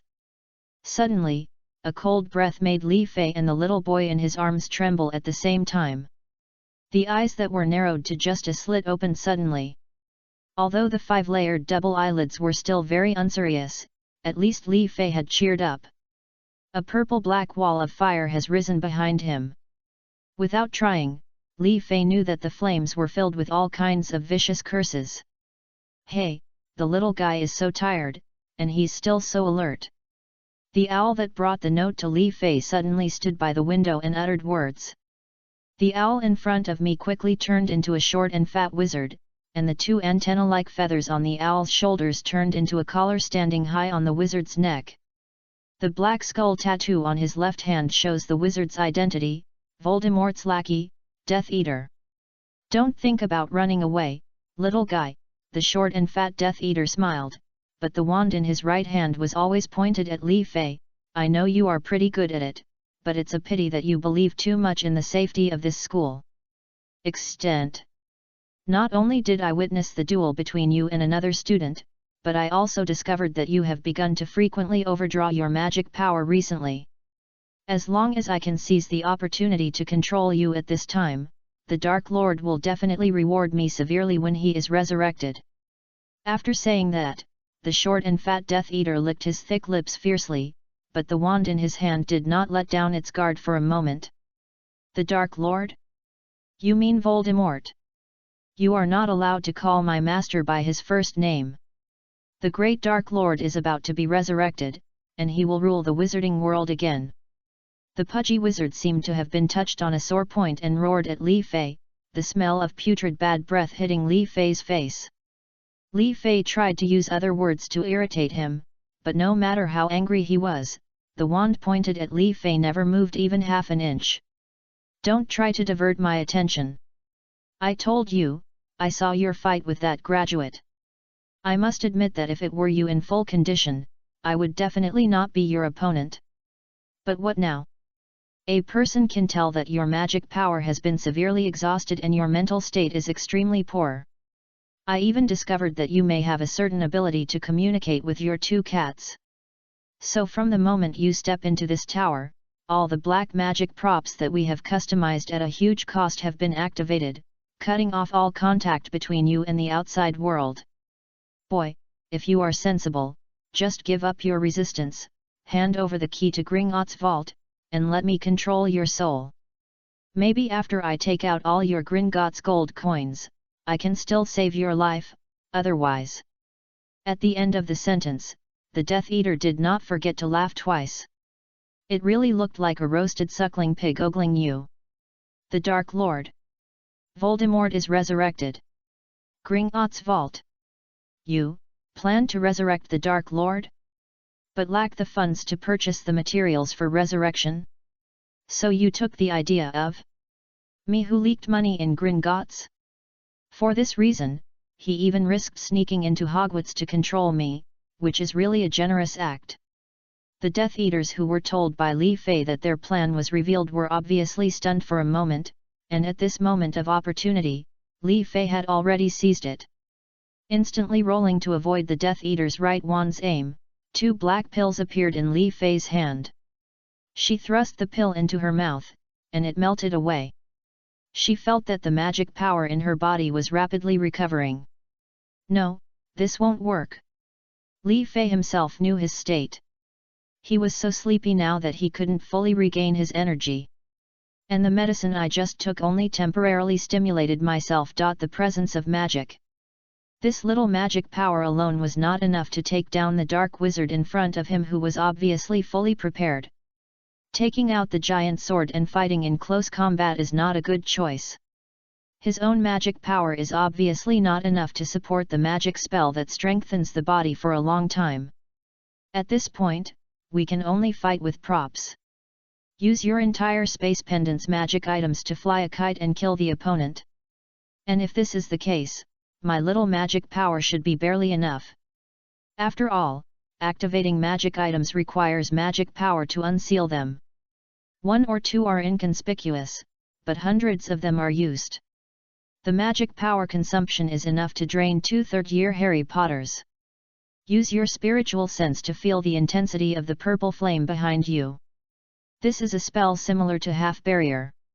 If you rashly bombard the barrier, you should not be able to blast it away for a while. Instead, you will become a living target for the dark wizard in front of you. We can only beat this guy to death or restrain him first, and then think about how to escape. If it doesn't work out, just jump off the astronomical tower. Although it's a bit dangerous, after all, you also have a homemade parachute in your pendant. As if he thought of something, the dark wizard suddenly moved. With a wave of his magic wand, all the windows of the entire astronomy tower were filled with purple flames. Hey, since I saw the scene of you sealing the astronomy tower and fighting, how could we not think of this? It's better to be obedient and be captured without hesitation. After saying that, a red curse suddenly shot towards Li Fei. Heartbreaking and bone-cutting? Good guy, what comes up is a cruciatus curse. Li Fei instantly took out 5 cocky talismans from the pendant and lit them with the magic power of the wand in his right hand. Bang, bang, bang, bang, bang, 5 earthen walls with cat heads printed on them stood between Li Fei and the Death Eaters. Taking this opportunity, Li Fei quickly took out 7 color talismans and blessed himself. Feeling that the magic power was becoming more abundant, Li Fei hurriedly raised the little Guai in his arms. Just now, the 7 talismans were also blessed on the little Guai. Little darling, transform into a cat-fingered tiger. It mainly enhances my body's reaction speed and uses magic power to reduce my physical burden. High-five the little darling little cat with pink pads at a very fast speed. I saw that little Guai, who was originally in the form of a ragdoll cat, transformed directly into a pair of finger tigers with cat claws, attached to the backs of Li Fei's hands. Ordinarily, in the strongest state, Huan and little Guai should be 1 cat incarnate and 1 claw. Huan mainly attacks and Guai mainly defends. However, in the desperate situation at this moment, Li Fei could only rely on the power of a cat to assist Li Fei. Just as he completed his transformation, the stone slab in front of Li Fei exploded. The short and fat Death Eater was breathing heavily, holding a wand in his right hand and a dead branch in his left hand, with bursts of bloody smell exuding from the branch.